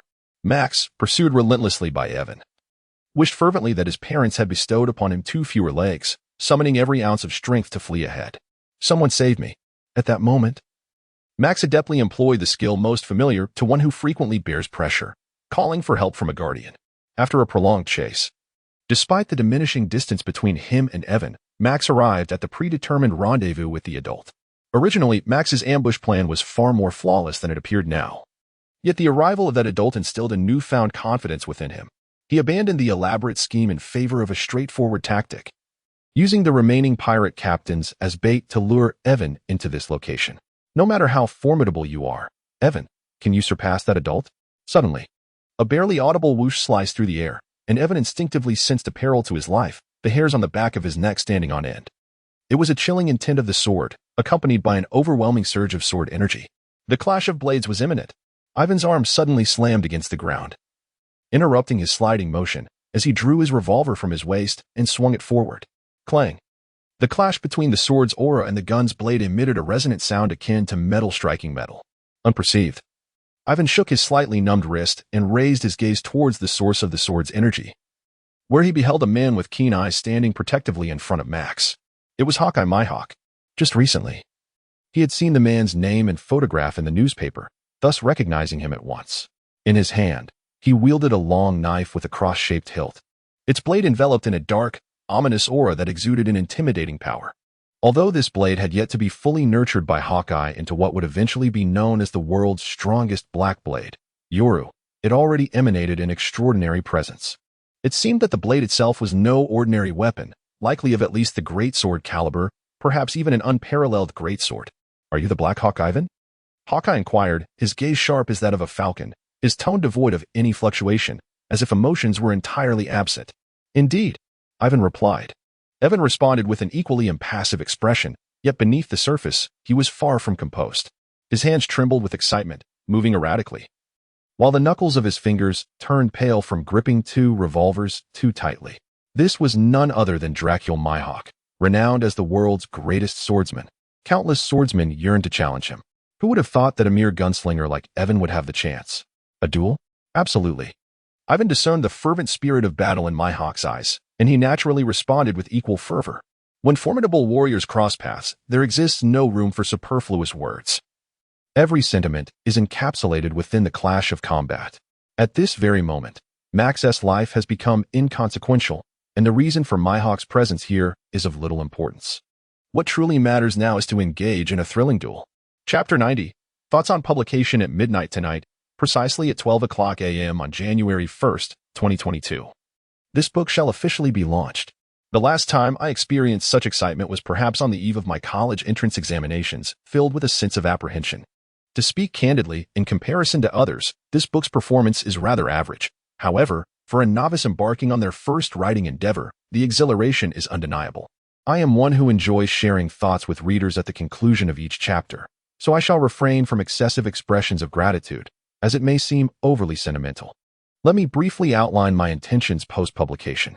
Firstly, those reading this are likely aware that this book is a light-hearted entertainment piece, with the protagonist essentially existing in an invincible state. In this fast-paced era, no one desires to burden themselves with distress while reading a novel. Regarding the matter of the protagonist's abilities, I prefer to focus on how they wield their power rather than how they acquire it, which may leave some readers feeling perplexed. The protagonist seemingly possesses equipment capable of countering crises. Did I perhaps miss something in my reading? The truth is, my writing may lack sufficient groundwork in the earlier sections. The process of writing has been one of continual trial and error, striving to craft a narrative that satisfies readers. Secondly, concerning the protagonist's romantic arc, some readers prefer harem dynamics, others enjoy stock trading, and some favor stories without a female lead. These are personal preferences. Personally, I am an advocate of pure love, with a decisive approach. Therefore, this story will feature a single female lead, though I shall not divulge her identity. Other female characters within the narrative will also serve their own purposes, rather than merely existing to flatter the protagonist. Lastly, I wish to address the update schedule following publication. On the launch day, I will provide a minimum of 5 updates, and thereafter, depending on performance, I may increase the frequency of updates. I will not delve into the specifics of additional updates, as I feel they may be unattainable. There have been interruptions prior to publication, and while I have not tallied the exact number of chapters affected, I will certainly make up for it in the future.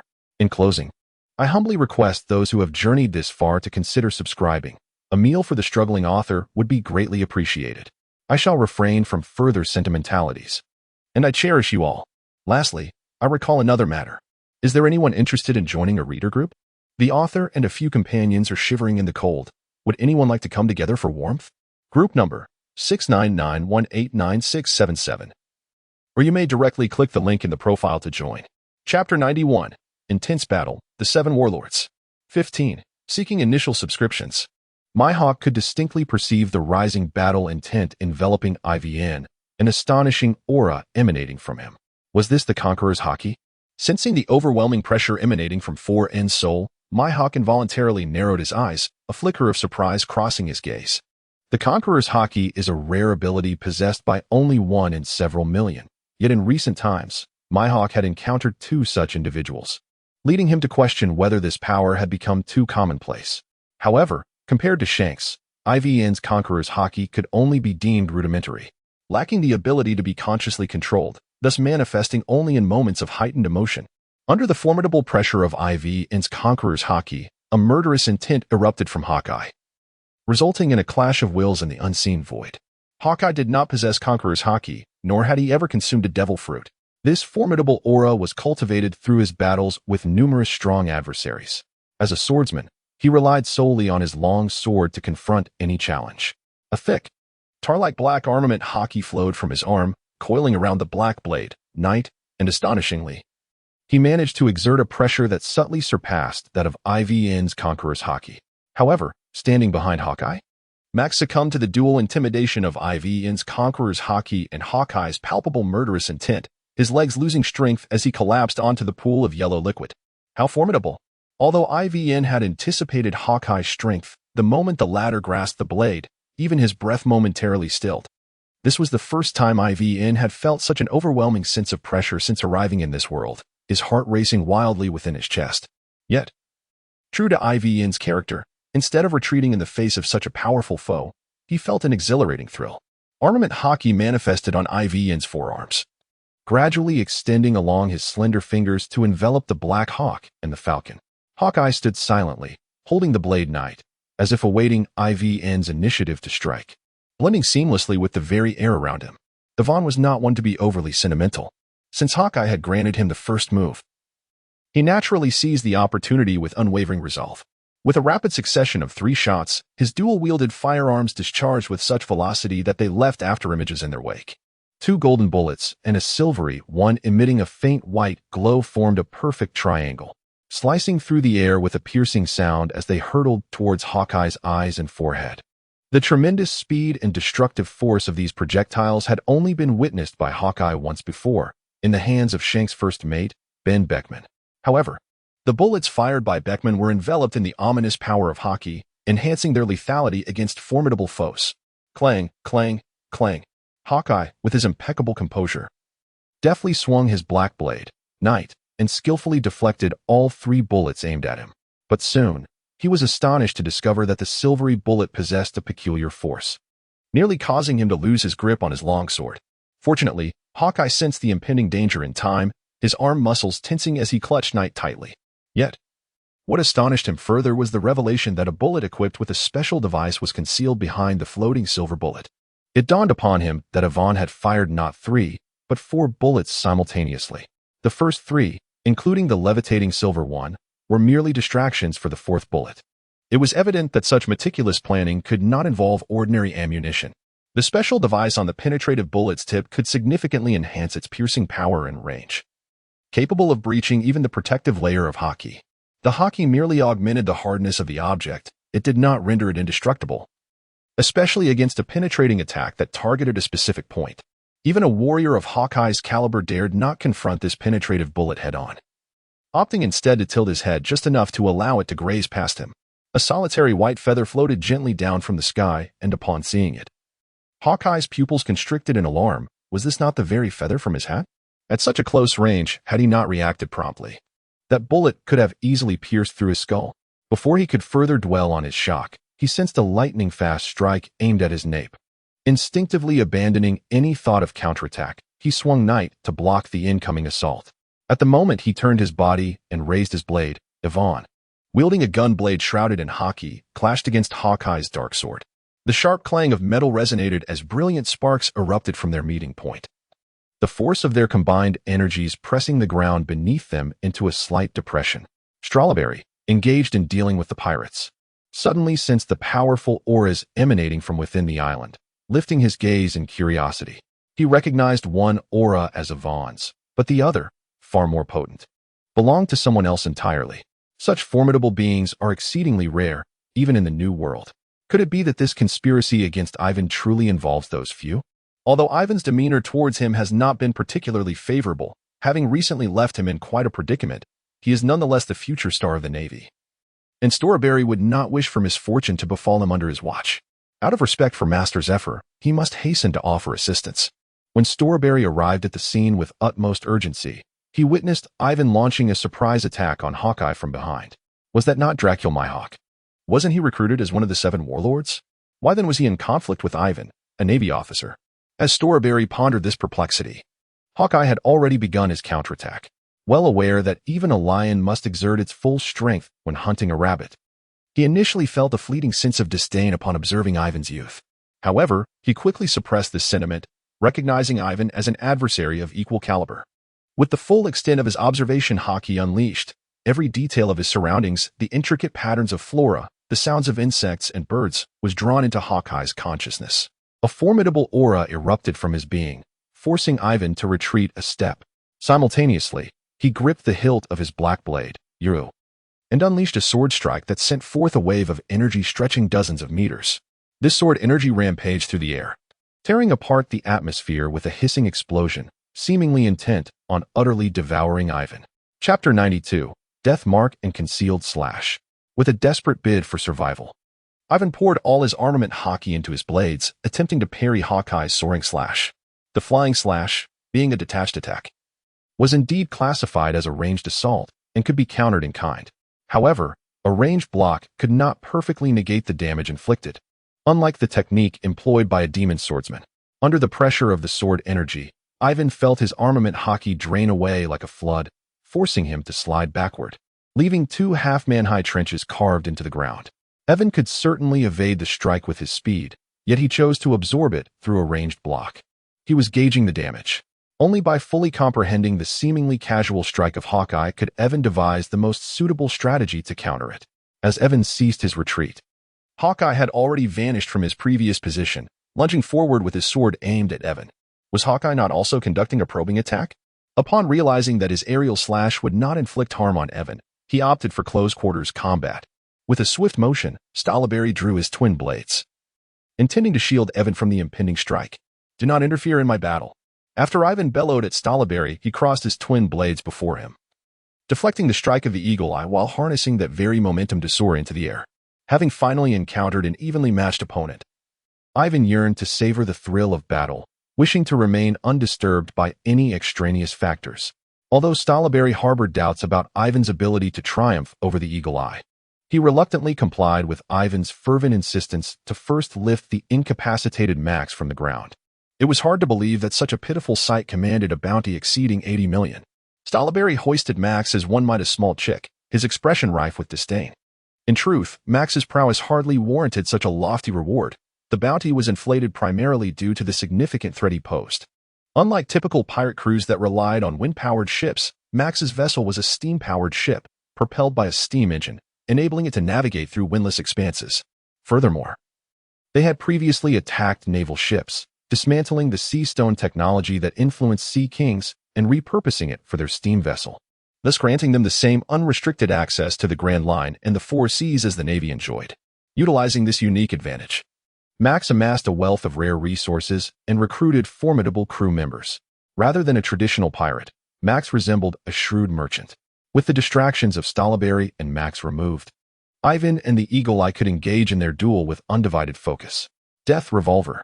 Under the watchful gaze of the Eagle Eye, Yiven's eyes ignited with a terrifying brilliance as he hovered in the air, dark red energy swirling around his twin guns, exuding an aura of death. In that moment, a new and unprecedented force, shimmering with a ghostly crimson hue of Haki, coiled around the blades of Yiven's guns, defying all conventional understanding. To Yiven's astonishment, within his line of sight, a shattered purple skull materialized above the Eagle Eye's head. Although this was Yiven's first encounter with such a state, he did not feel out of place. Was this not the prelude to the awakening of the gunslinger profession? The gun blade, glowing with a faint crimson hue, represented the awakened passive skill of the female gunslinger. The veiled cut, while the purple skull symbolized the male gunslinger's awakened passive skill, the mark of death. The veiled cut allows for a hidden blade to deliver additional slicing attacks against enemies, with a certain probability of inflicting a bleeding status. The mark of death brands the adversary, enhancing critical strike damage upon attack. What was happening? Hawkeye sensed the escalating aura emanating from Yiven, and even he, usually composed, displayed a look of incredulity. Now it was my turn. Silverlight blade. The clash between gun blade and sword blade resonated once more, yet this time Yiven did not get launched backward. Instead, he gracefully landed a short distance away. To Hawkeye's astonishment, he realized that Yiven's enhancement was not limited to mere aura. His strength had also surged. In their recent collision, Yiven's blade had actually sliced a gash through Hawkeye's sleeve. What a formidable opponent! Hawkeye had approached Yiven for a challenge solely due to his title, Black Hawk. Despite his seemingly righteous appearance with his prominent brows and bright eyes, he was quite vengeful. Should anyone witness him wielding the Black Blade, Night Fairy, he would pursue them relentlessly across thousands of nautical miles. However, after engaging with Yiven, Hawkeye excitedly discovered a worthy adversary. Though Yiven still appeared somewhat inexperienced, it would not take long before he emerged as one of the top-tier elite fighters. Yiven took a deep breath, his dual revolvers spinning gracefully in his palms. This was a long-awaited and exhilarating battle, during which he had unleashed the full extent of his formidable combat prowess. It was not that he was unwilling to employ his firearms and mechanical skills. Indeed, the damage inflicted by heavy weaponry and robots was substantial. However, in the midst of such a fierce confrontation, there was simply no time to deploy those resources. In a direct contest of raw power, Yiven was no match for Hawkeye. Thus, he had to rely on his finesse to secure victory. The twin eagle spin. Yiven hurled the twin pistols he held towards Hawkeye, simultaneously drawing two revolvers from his waist, advancing towards Hawkeye with remarkable speed. Hawkeye was genuinely taken aback by Yiven's audacity to launch his weapons as a means of assault. Although handguns are designed for ranged attacks, employing them as projectiles seemed fundamentally flawed. Regardless of his confusion regarding Yiven's intentions, Hawkeye had no choice but to wield his Black Blade, Night, in defense. A chaotic exchange of fire ensued. Yiven did not draw excessively close to Hawkeye. Rather, he merely approached the periphery of the chaotic barrage's maximum range. A tempest of bullets rained down upon Hawkeye, who, while parrying the dual onslaught, was compelled to fully utilize his Haki to fortify himself against the relentless projectiles. Hawkeye's Haki had traditionally been employed to nurture his Black Blade, Night, and was seldom utilized for defensive purposes. Even during his encounters with Shanks, he had never displayed such a lack of composure. This was indeed a result of Yiven's attacks being difficult to predict, exuding an almost whimsical essence. In an effort to save time, Yiven cast aside the two revolvers in his hands, swiftly catching the returning pair while deftly loading bullets into their chambers with remarkable speed. Double eagles, multiple headshots. As he launched the second pair of eagles, Yiven drew out two more revolvers, unleashing a barrage of headshot bullets in the direction of Hawkeye. The swirling blades and the explosive bullets, two fundamentally distinct forms of assault, rushed forth simultaneously, leaving Hawkeye in a predicament. No matter which attack he managed to deflect, the other would inevitably strike him. For the first time, Hawkeye found himself confronted by an adversary with such bizarre tactics, rendering him momentarily at a loss for how to respond. Evading was no longer an option, as the speed and range of the multiple headshots left no room for reaction. I am Dracul, my hawk. How could I possibly lose to a mere child? Although there was no discernible shift in Hawkeye's expression, an unvoiced roar of fury surged within him. Focusing intently, the piercing gaze of the eagle within him ignited with a captivating brilliance. The Black Blade, Night, in his grasp emanated an intense aura of Haki, its edge sharpening and solidifying. Hawkeye sensed the exhilaration of the long sword, as if it were expressing its eagerness to confront a formidable opponent. With a hum. In the next instant, Hawkeye raised his hand, unleashing a Tinjong long arc of black sword light. Unlike the previous flying slash, this blade of light was a direct manifestation of Haki extending from Night itself, not classified as a ranged attack. The clash of the sword light with the spinning blades produced a deafening metallic shriek, while the incoming bullets seemed to strike an invisible wall of air, falling harmlessly to the ground. As the rotation of the blade slowed, the black and red Haki enveloping the gun gradually dissipated. Once all the Haki was expended, the eagles abruptly redirected their course, returning to Yiven's hands. The collision had left the blades serrated and the bodies marred with several scars. Though Yiven's weapons were imbued with Haki at the moment of release, without his continuous replenishment, they would swiftly deplete. Moreover, despite numerous upgrades over time, The materials and craftsmanship of these guns still exhibited certain deficiencies. Under normal circumstances, these two revolvers would suffice for an extended duration. Yet, when faced with an opponent of Hawkeye's caliber, the disparity in weaponry became glaringly evident. With the blades no longer obstructing him, Hawkeye's strike surged forward with unstoppable momentum. Aimed directly at Yiven's head, Haki once again enveloped the twin guns as Yiven prepared to unleash the eagles for a third time. Meanwhile, Yiven leaped backward, evading the powerful slash that came at him head-on.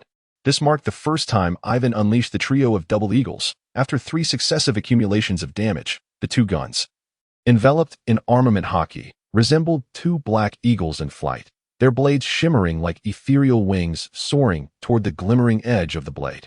With a piercing cry, the double eagles sliced through the air, producing a sharp sound that resonated throughout the expanse, echoing like the triumphant call of an eagle, imbued with a soul-rending force. The surrounding trees and gravel had been nearly obliterated, as the dust on the ground was forcefully lifted, clinging to the wings of the double eagles. As the blades collided with the bullets once more, the dust erupted, enveloping the entire space. Hawkeye retrieved the black blade, Knight, which had expended its slashing power, and expanded his observation Haki to its maximum range, striving to sense the direction where Yiven was located. After the trio of attacks, the double eagles did not return to Yiven's hands. Instead, they swept past his sides and deeply embedded themselves into a distant tree. These two guns, having accompanied Yiven through numerous battles, had finally reached their retirement. Camouflage? Activating the optical camouflage device, Yiven endeavored to suppress all his presence. Merging with the swirling dust around him, the desolate land of the wandering gunslinger, perpetually shrouded in winds and sands, was indeed the most suitable environment for their combat.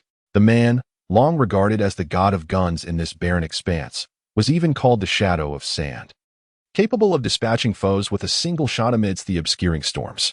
Hawkeye was astonished to find that his once unfailing sight and masterful observation Haki had lost their meticulous insight in this scenario. While he could ascertain Yiven's approximate location, the opponent's rapid movements rendered him incapable of truly locking onto his position. A lethal shot. Just as Hawkeye contemplated how to counter this situation, a bullet suddenly shot forth from an unseen corner. Clang! Hawkeye held his long knife upright as the brass bullet struck the blade, slicing it cleanly in half. Since he could not pinpoint the specific location, he decided to launch a sweeping attack. With a steely gaze, Hawkeye swung the black blade, Knight, in the general direction. Hiya! Before the strike was complete, Hawkeye pivoted the blade, slashing upward at an angle. Yiven initially ascended towards the heavens, utilizing the moonwalk and individual propulsion device, narrowly evading Hawkeye's sweeping strike. However, suspended in the air, he found himself utterly unable to escape the diagonal slash that approached from his right. From their earlier confrontation, Hawkeye had gleaned a profound understanding of Yiven's combat style. Although Yiven's offensive maneuvers were as unpredictable as a gazelle's leap, leaving no trace, his defensive instincts compelled him to avoid direct contact with his opponent's attacks. Consequently, Hawkeye discerned that when he executed a horizontal sweep with his sword, Yiven would inevitably take to the sky to evade, seeking an opportunity for a counterattack. Seizing upon this psychological insight, he launched a swift double slash. In an instant, Yiven unleashed the scant remnants of his Haki, enveloping his crossed twin pistols in a formidable shield to counter the lethal strike from Hawkeye. It is over. Hawkeye did not even need to gaze upon the final outcome to comprehend that the battle held no suspense whatsoever. Although one possesses considerable strength, there remains a subtle disparity when compared to him. This slight difference lies in the quality of weaponry, the intensity of armament Haki, and the wealth of combat experience. Were he willing to enhance even 2 of these 3 aspects, Mihawk could hardly claim he could effortlessly triumph over him. I hope that when we meet again, you shall surprise me. By the way, this is a gift for you. It serves me no purpose to keep it. Gazing at the 2 revolvers shattered into 4 pieces in his hands, along with the ancient box on the ground, Yiven fell into a contemplative silence. After a considerable pause, he exhaled a deep breath, breaking into a smile. Despite Mihawk's nonchalant demeanor upon his departure, his victory was not as effortless as it appeared.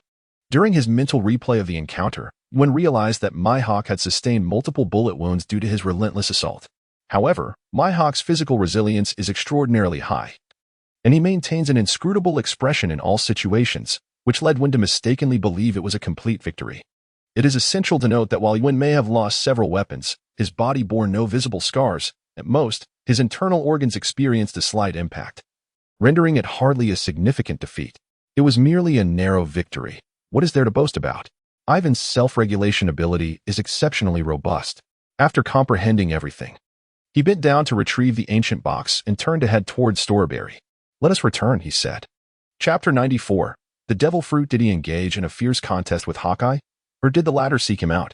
Upon hearing Storyberry's report, a rare expression of astonishment flickered across Kizaru's otherwise lecherous visage.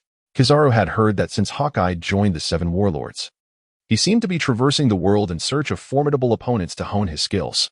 In other words, the inexperienced youth he had encountered in the training camp had now emerged as a figure of strength in the eyes of many, though ultimately he had narrowly lost to Haki. The fact that Ivan had managed to engage with such a powerful adversary and emerge unscathed indicated that he must possess at least the prowess of a rear admiral. Nevertheless, it must be noted that naval ranks are not solely attained through strength. One must continuously accrue military achievements, which is precisely what Ivan has been diligently pursuing. However, while we were sorting through the spoils, we did not discover the devil fruit mentioned in the intelligence report. That particular devil fruit was the true impetus behind their actions. If it were merely 5 pirate crews banding together to provoke the Navy, it would hardly warrant the participation of Vice Admiral Storyberry. Yet, in the aftermath of the battle, this devil fruit vanished as if it had never existed. Is that so? Kizaru appeared nonchalant, casually lifting a cup of tea and taking a sip, unfazed. What kind of fruit was it? I'm not entirely certain, but it should be a Zoan-type fruit, Storyberry replied. It must have been taken by Haki or hidden away by those pirates. However, you needn't feel too remorseful. If it's gone, it's gone. It was merely a Zoan-type fruit. The Navy does not lack for such items, and someone like Kizaru, possessing one of the most formidable Logia-type fruits, has no need for it. Moreover, among the 3 categories of devil fruits, aside from the largely ineffectual Paramecia type, Zoan-type fruits are likely the least valuable.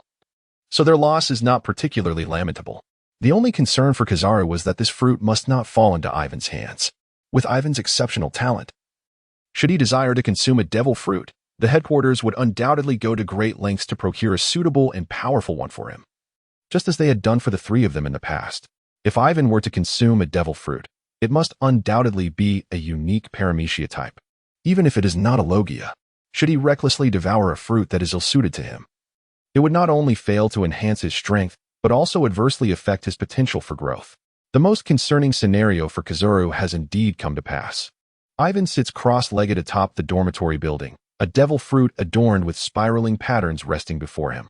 In his previous life, during his childhood, Ivan harbored a deep admiration for those in anime endowed with extraordinary abilities, often dreaming of the day he could partake in a devil fruit himself. Now, with the opportunity to realize that childhood aspiration laid out before him, he finds himself engulfed in hesitation, for he has no pressing need to consume a fruit any longer. With the aid of the system, Ivan can enhance his strength through methodical training. Even the coveted ability of the transparent fruit can be substituted with the camouflage provided by optical stealth. The fruit's greatest utility lies in presenting it to Vegapunk, who could assist in crafting a superweapon akin to Mr. Four's sausage cannon. Imagine, once Ivan has constructed the aerial combat machines, Storm or Gale, and subsequently infused them with a devil fruit, they would transform into a veritable humanoid mobile suit. No man can resist the allure of such power, and Ivan is no exception. I shall strike in my Gundam form. Just as Ivan indulged in his daydreams of the future, a sudden meow interrupted his reverie. When he regained his focus, the devil fruit that had been before him had vanished, replaced by a black cat perched at the edge of the rooftop, clutching the fruit in its mouth. Given the height of the building, ascending would have been a tremendous effort for Ivan, were it not for his moonwalk and individual booster.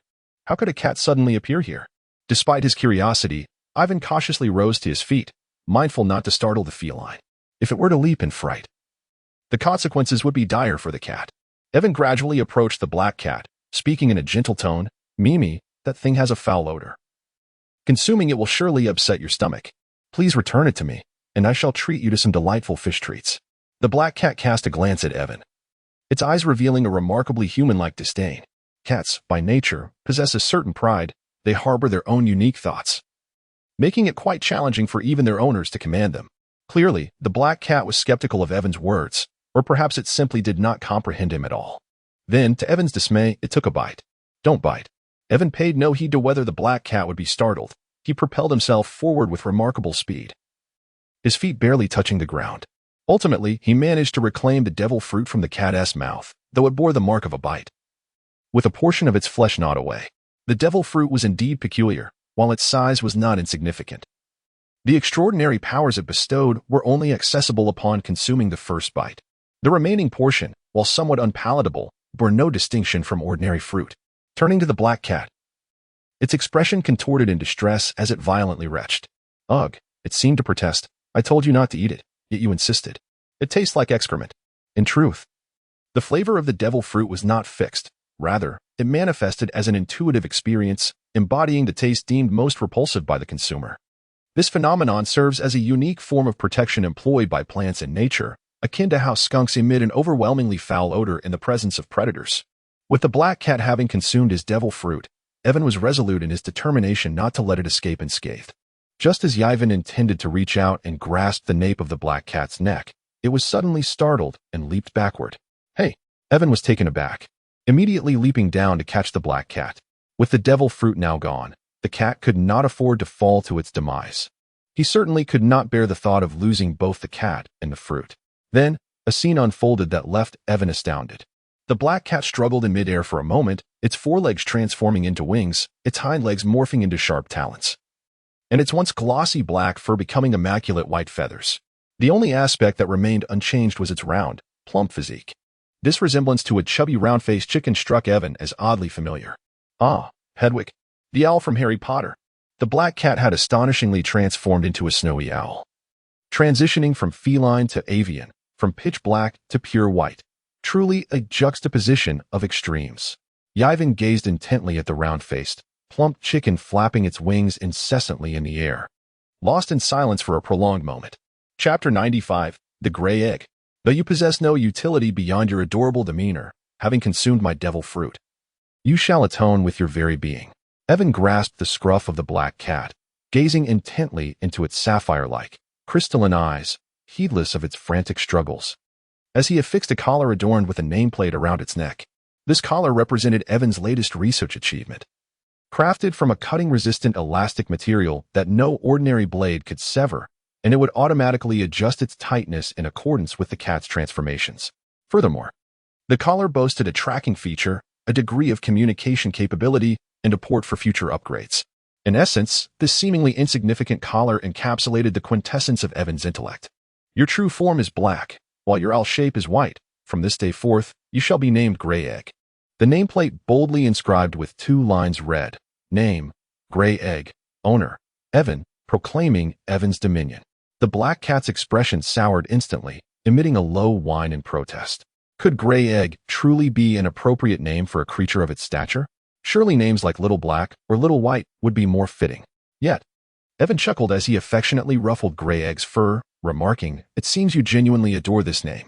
Hey, what makes you think this cat is fond of it? However, resistance proved futile. The name had already been etched into the nameplate, and Evan, without regard for Gray Egg's consent, had hastily finalized its designation. Upon being released, Gray Egg made several attempts to flee, yet regardless of whether it assumed its black cat form, snowy owl form, or cat owl form, it could not escape Evan's grasp. Once, Yiven tested the limits of the collar's positioning capabilities, allowing it to wander around the island in endless circles until it was utterly exhausted before he finally retrieved it. After all, the Gray Egg, having consumed the bird fruit of the snowy owl variety, was incapable of leaving this island, no matter how far it ran. It could always be caught. The previously mentioned cat-owl form is akin to the human-animal hybrid abilities of those who possess animal fruits. It amalgamates the strengths of both cat and owl, sporting a feline head and limbs, along with the body and wings of an owl. This unique combination grants the Gray Egg the ability to fly like a snowy owl while possessing the swift reflexes of a cat, coupled with formidable offensive power. However, Yiven prefers to refer to this form as the owl form, not for any particular reason, but simply because it rolls off the tongue more smoothly. After numerous futile attempts to escape, the Gray Egg resigned itself to its fate, often curling up in a corner to sleep, only stirring during mealtimes. With acceptance came a newfound tranquility, as having a caretaker was merely an added convenience. Over time, the Gray Egg became less resistant. Each meal included small fish treats. And there was a designated sleeping area. Was this not a far superior existence compared to its days as a stray cat? Time swiftly passed, and Yiven's life at the G2 branch was nearing its conclusion. A battleship arrived from the headquarters, gradually making its way into the harbor amidst the eager gazes of the trainees. Under Zephyr's direct command, The vessel returned the students in the same order they had arrived. Just as before, the usually elusive Kuzan, who often seemed to vanish, and several busy admirals were present at the harbor, awaiting Zephyr's arrival. Teacher Zephyr. Once the battleship anchored, Kuzan approached with a beaming smile, formally bowing. Rest assured, none of the students were harmed. Zephyr surveyed the students standing at the harbor, compared to their arrival. Their demeanor had undergone a remarkable transformation, each exuding the calmness of seasoned commanders. Yet, standing at the forefront, one retained his usual nonchalant demeanor, though standing properly. He still exuded an air of casualness. Thank you for your hard work, Zephyr acknowledged, nodding to Kuzan. Taken aback by Zephyr's gentle demeanor, Kuzan found himself momentarily unsettled. Why has the teacher scolded me today? Is the sun rising from a different direction? However, his joy was short-lived, for Zephyr soon adopted a stern expression and admonished. But how can you, the commander of this branch, neglect to discipline your subordinates? Kuzan understood that Zephyr's ire stemmed from the issue of Korea's unauthorized report. Given Zephyr's protective nature, he likely had several heated exchanges with headquarters over this matter. I apologize, teacher. I have already addressed the situation, Kuzan replied, accepting the reprimand before subtly adding, however, to be frank, your junior brother's temperament could benefit from a bit more guidance. Since he is a disciple of Zephyr, Kuzan has inherited the virtue of protectiveness. Even though Korea has been reassigned, he was once under Kuzan's command, and he cannot tolerate any disparaging remarks. Zephyr fell momentarily silent. He was aware that Ivankov had also erred, thus his tone softened slightly. Do I still need you to instruct me on what to do? At that moment, the trainees began to board the ship one after another, and Zephyr, not wishing to engage in further idle chatter with Kuzan, urged him to disembark. It is only when one is truly on the battlefield that these trainees comprehend the immense value of the lessons Zephyr had earnestly imparted to them. As they passed by Zephyr, the trainees would pause and salute him respectfully, to which Zephyr would respond with a warm smile and a nod in return. However, this cordial atmosphere underwent a dramatic transformation upon reaching Ivankov. There, perched atop Ivankov's head, was a slumbering black cat, which, in a most formal manner, rendered a salute to Zephyr. Yet, the scene appeared rather peculiar. What is the meaning of this? Zephyr inquired, somewhat exasperated. Oh, you mean this? Ivankov gestured to the fluffy creature atop his head. This is Gray Egg, my pet. He then poked the soft belly of Gray Egg and added, Gray Egg. Say hello to the teacher. Gray Egg lazily opened its eyes, glanced at the frowning Zephyr, let out a mewl, and promptly returned to its slumber on Ivankov's head. Hee. This fellow loves to sleep during the day. Cats are nocturnal creatures, and owls share the same trait, with both tendencies combined. One cannot expect Gray Egg to awaken during daylight. Enraged, Zephyr kicked Ivankov and snorted, Get aboard the ship at once. Don't embarrass me here. Evan deftly twisted his waist, evading Zephyr's kick, and then, with a mischievous grin, remarked, Hee, you missed. The sight of Evan's cheeky demeanor ignited Zephyr's fury, causing him to clench his fists and glare at him menacingly. Were it not for the multitude of onlookers, Zephyr would have undoubtedly unleashed his iron fists, pursuing Evan in a frenzied chase across the globe. Evan was aware that he needed to show respect to Zephyr in front of so many people. So he quickly composed himself and joined the group ahead. Chapter 96, Early Graduation. Upon Evan's return to the naval headquarters, he barely had time to rest in his dormitory before he was approached by Tina and Smoker, whom he had not seen for quite some time. I heard you've been thriving at the branch lately. I thought you might never return. Smoker's tone was rather unfriendly, yet his expression betrayed a hint of envy. Recalling their days in the training camp, they had once stood on equal footing, even engaging in fierce contests in the confinement room for a month. However, Evan now outpaced them by a significant margin, his figure almost becoming an elusive silhouette, while others still struggled within the training camp, agonizing over their assessment rankings. He had already carved a formidable reputation on the battlefield. Such a disparity was indeed disheartening. Tina, however, did not share such complex feelings upon learning of Evan's accomplishments. Her heart brimmed with joy for him. The focus of girls often diverges from that of boys. While Smoker could only perceive how much stronger Evan had become, Tina's keen eyes immediately noticed the adorable gray cat perched on his head. Oh, what a delightful little feline. Her eyes sparkled with excitement, as women often find it difficult to resist such charming creatures. May I pet it? Be careful not to get bitten. This little rascal can be quite fierce. In truth, the gray cat was not hostile to everyone. It only displayed its teeth at Evan, while regarding others with indifference. However, when Tina extended her hand, The gray cat unexpectedly leapt into her embrace and nestled comfortably in her soft arms, falling back asleep. Humph, sassy cat. Evan rolled his eyes and muttered softly, secretly deriding the lascivious behavior of the gray egg. Yet, who could resist the charm of youthful and radiant maidens? Evan would never admit to envying a meerkat. Tina, having overheard Evan's hushed remarks, shot him a glare before continuing to stroke the silky fur of the gray egg. The term graduation is invariably intertwined with the notion of separation. After departing from the elite training camp, the cadets would disperse to naval branches scattered across the globe, perhaps never to reunite in their lifetimes. Many sentimental cadets, adorned in cloaks of justice, shed tears mingled with excitement and sorrow upon receiving their commissions from the Marshal of the Warring States. In stark contrast to the bustling farewell gathering at the Marineford port, the training camp felt eerily desolate, almost abandoned. Teacher, aren't you going to see them off? Ivan climbed to the rooftop of the office building, approaching Zephyr, who was gazing out at the harbor. I will not go, he remarked. Zephyr withdrew his gaze and shook his head, replying, farewells should be accompanied by smiles. In my presence, they cannot find joy. Having served as the chief instructor for many years, one would expect Zephyr to be accustomed to partings. Yet, each year at this time, he feels a profound sense of loss. I am merely a harbor in your lives. Ultimately, you must set sail to conquer the vast and tumultuous seas. Zephyr spoke with calmness, devoid of any sentimentality, yet Ivan sensed the deep reluctance within him. So, have you made your decision? Zephyr turned to Ivan, abruptly shifting the topic. Decide what? To leave, of course. After all, such matters are inevitable. Thus, Zephyr spoke with a sense of tranquility. You have learned all you can from me. It is time for you to venture out on your own. Ewan fell into an immediate silence. The carefully rehearsed words he had prepared before arriving now escaped him entirely. Just as he contemplated speaking, Zephyr raised a hand to silence him and continued, speaking for himself. There is a piece of news you are likely already aware of. This year's outstanding graduates have yet to receive their titles. Ivan nodded slightly. He learned from Smog that Varric had not departed with the group of trainees. It seemed he was waiting for the commendation ceremony convened by the headquarters. Graduating from the elite training camp imposed significant restrictions on the trainees' awards. They could be promoted by a maximum of 2 ranks based on their original military titles. If a trainee held a branch rank, there was even a possibility of demotion. For individuals like Ivan, who held no rank, the highest attainable title would be that of a captain. However, the commendation ceremony conducted by the headquarters did not impose such stringent limitations.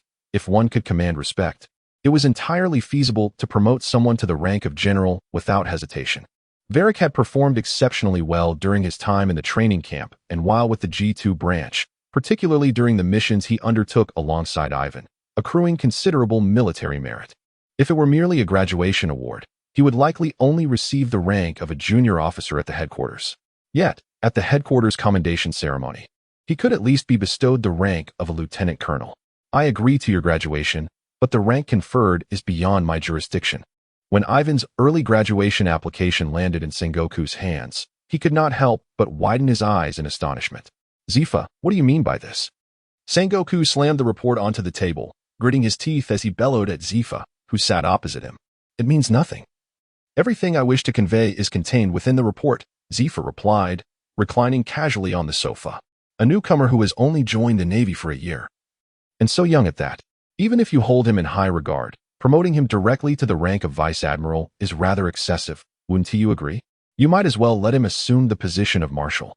Sengoku repeatedly pounded the table, producing a resounding thud, his fingers trembling with rage. If you wish. I have no objections, Zephyr retorted, straightening his posture and placing another report in front of Sengoku. Although he has only been in the Navy for a year. Just look at his accomplishments. I want to even mention his outstanding performance in the training camp. He was even highlighted as a typical example in the press. Sakazuki and the others didn't achieve such results back then. Meanwhile, Akainu, who was assisting Sengoku with paperwork, lifted his head, puzzled as to why the quarrel between the two old men had to involve him. In this regard, Sengoku had no counterarguments, as Ivan's achievements spoke for themselves. And what of the issue of qualifications? Zephyr, growing increasingly animated, stood up and glared at Sengoku. The incident at Devil S Island and his performance in the G2 branch, can those who have served in the Navy for 10 or 20 years claim such accomplishments? But rules, Sengoku began, only to be interrupted by Zephyr.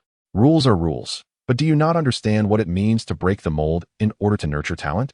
Compared to the pirates, our navy has indeed become somewhat feeble. Such caliber of talent must be retained through extraordinary means. Furthermore, do not presume I am unaware of your deceit in appropriating others' belongings without recompense. Zephyr, you old scoundrel, do not utter falsehoods. I have fulfilled all his demands. Our dealings are entirely equitable, yet you still exploit the youth. Sengoku, unable to counter Zephyr's assertions, could only darken his expression and declare, regardless. He cannot be granted the rank of rear admiral. At most, he shall be a commodore. Just moments ago, you proposed he be made fleet admiral. How swiftly you have changed your stance. Get out. Depart at once.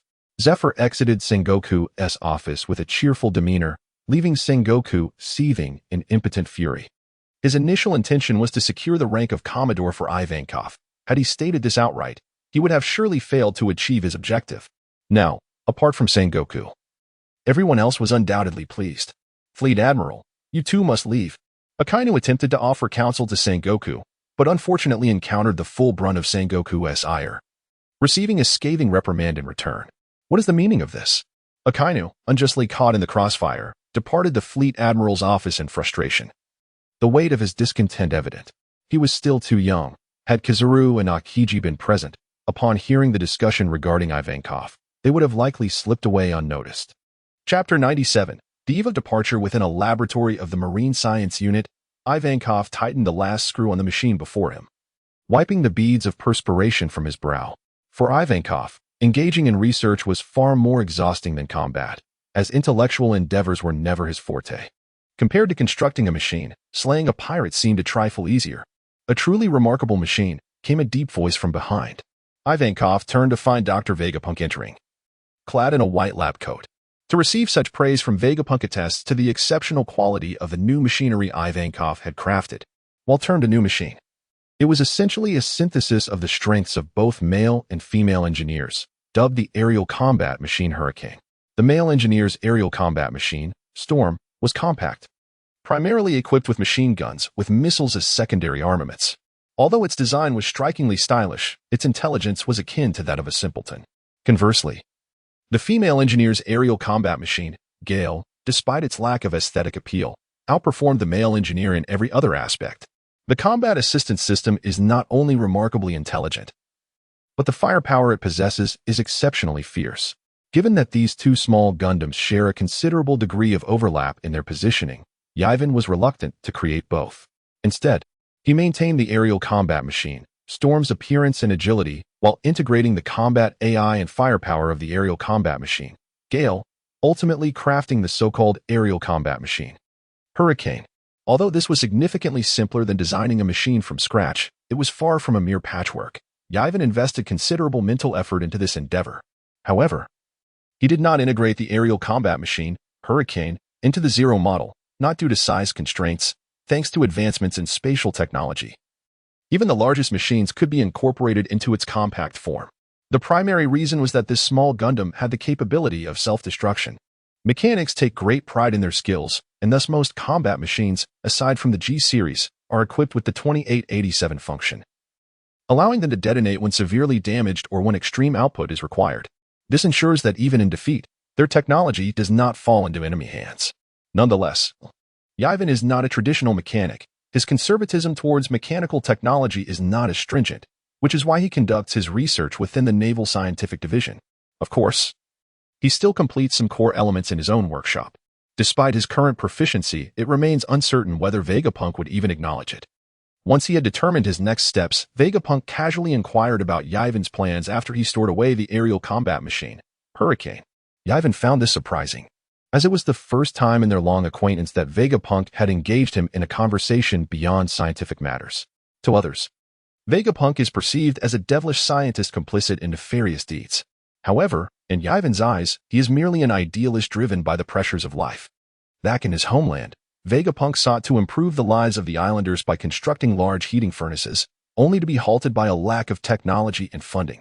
Later, to continue his research, he joined the world government, developing the Seastone technology that allows warships to navigate in windless zones, and unraveling the conditions for transmitting the powers of devil fruits, even enabling objects to possess such abilities. For Yiven, Vegapunk remains a competent mentor, providing him with invaluable guidance on his journey through mechanics. Although he was unsure of Vegapunk's motives for asking, Yiven sincerely replied, "I intend to return to the West Sea, for it is where everything began for me." Yiven possesses his own developmental plan, yet its execution necessitates a secluded location. The Grand Line is fraught with piracy, rendering any naval branch perpetually occupied.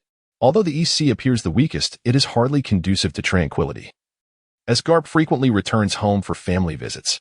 The North Sea, home to Germa 66 and the birthplace of Sengoku, is equally unsuitable for disorderly endeavors. This leaves the South Sea and the West Sea as viable options. However, Yiven has a proclivity for the tumultuous West Sea, with which he is more familiar. The West Sea, you say? Vegapunk nodded in agreement, remarking, "This choice is quite commendable, as it allows one to distance themselves from the tumultuous affairs of the Grand Line." Vegapunk had initially intended to persuade Yiven to join the Navy's scientific division, given that it is relatively free from unnecessary conflicts compared to the outside world. However, since Yiven has found a more favorable alternative, he deemed it unnecessary to further press the matter. As a parting gift, he presented Yiven with his extensive research notes on human modification. Holding the weighty manuscript, Yiven felt profoundly touched. Earlier, due to an enigmatic dream and an impending system upgrade, he had sought Vegapunk's insights regarding human augmentation, and he was surprised that Vegapunk had kept his inquiry in mind. Compared to Vegapunk, Tina's concern was even more overwhelming. Without any superfluous words, she simply stated, "Wait for me, Tina." Beneath the luminous moonlight, Tina's pure and ethereal visage easily captivated those who beheld her. "The moonlight is truly beautiful tonight," Yiven remarked unexpectedly. "What did you say?" Tina appeared not to have caught his words clearly. "Oh, it's nothing." Yiven hurriedly shifted the topic, asking if there were any words or letters that needed to be delivered back. In truth, this world does not possess Natsume's Seiki. Even if Tina were to hear such a statement, her thoughts would not wander in that direction. Yiven is neither a stereotypical masculine figure nor someone oblivious to Tina's feelings. He simply is yet to gain clarity about himself. Although Yiven's method of shifting the conversation is rather abrupt, the impact is unmistakable as Tina's expression grows increasingly melancholic. Tina has never met her parents and has spent her childhood growing up on a naval base. "I apologize." Yiven truly wished to slap himself, for he seemed intent on stirring up trouble, deliberately pricking at the tender spots of others. However, Tina had grown accustomed to it. She turned to Yiven with a radiant smile, feigning indifference as she remarked, "To Tina, the Navy is home, and comrades are family. Once emotions are laid bare, retracting them becomes an exceedingly arduous endeavor." Yiven, propelled by an inexplicable force, opened his arms and embraced Tina. For a brief moment, her body tensed, but soon it melted into him like water. The woman who exuded dominance like a fierce tiger before others had, in this instant, transformed into a docile little kitten. Yiven lowered his gaze to the enchanting face just within reach, his mind consumed by the allure of her crimson lips, while the air was filled with a fragrance reminiscent of orchids and musk. Chapter 98. Bestowal of rank on the rooftop of the elite training camp dormitory, Smog.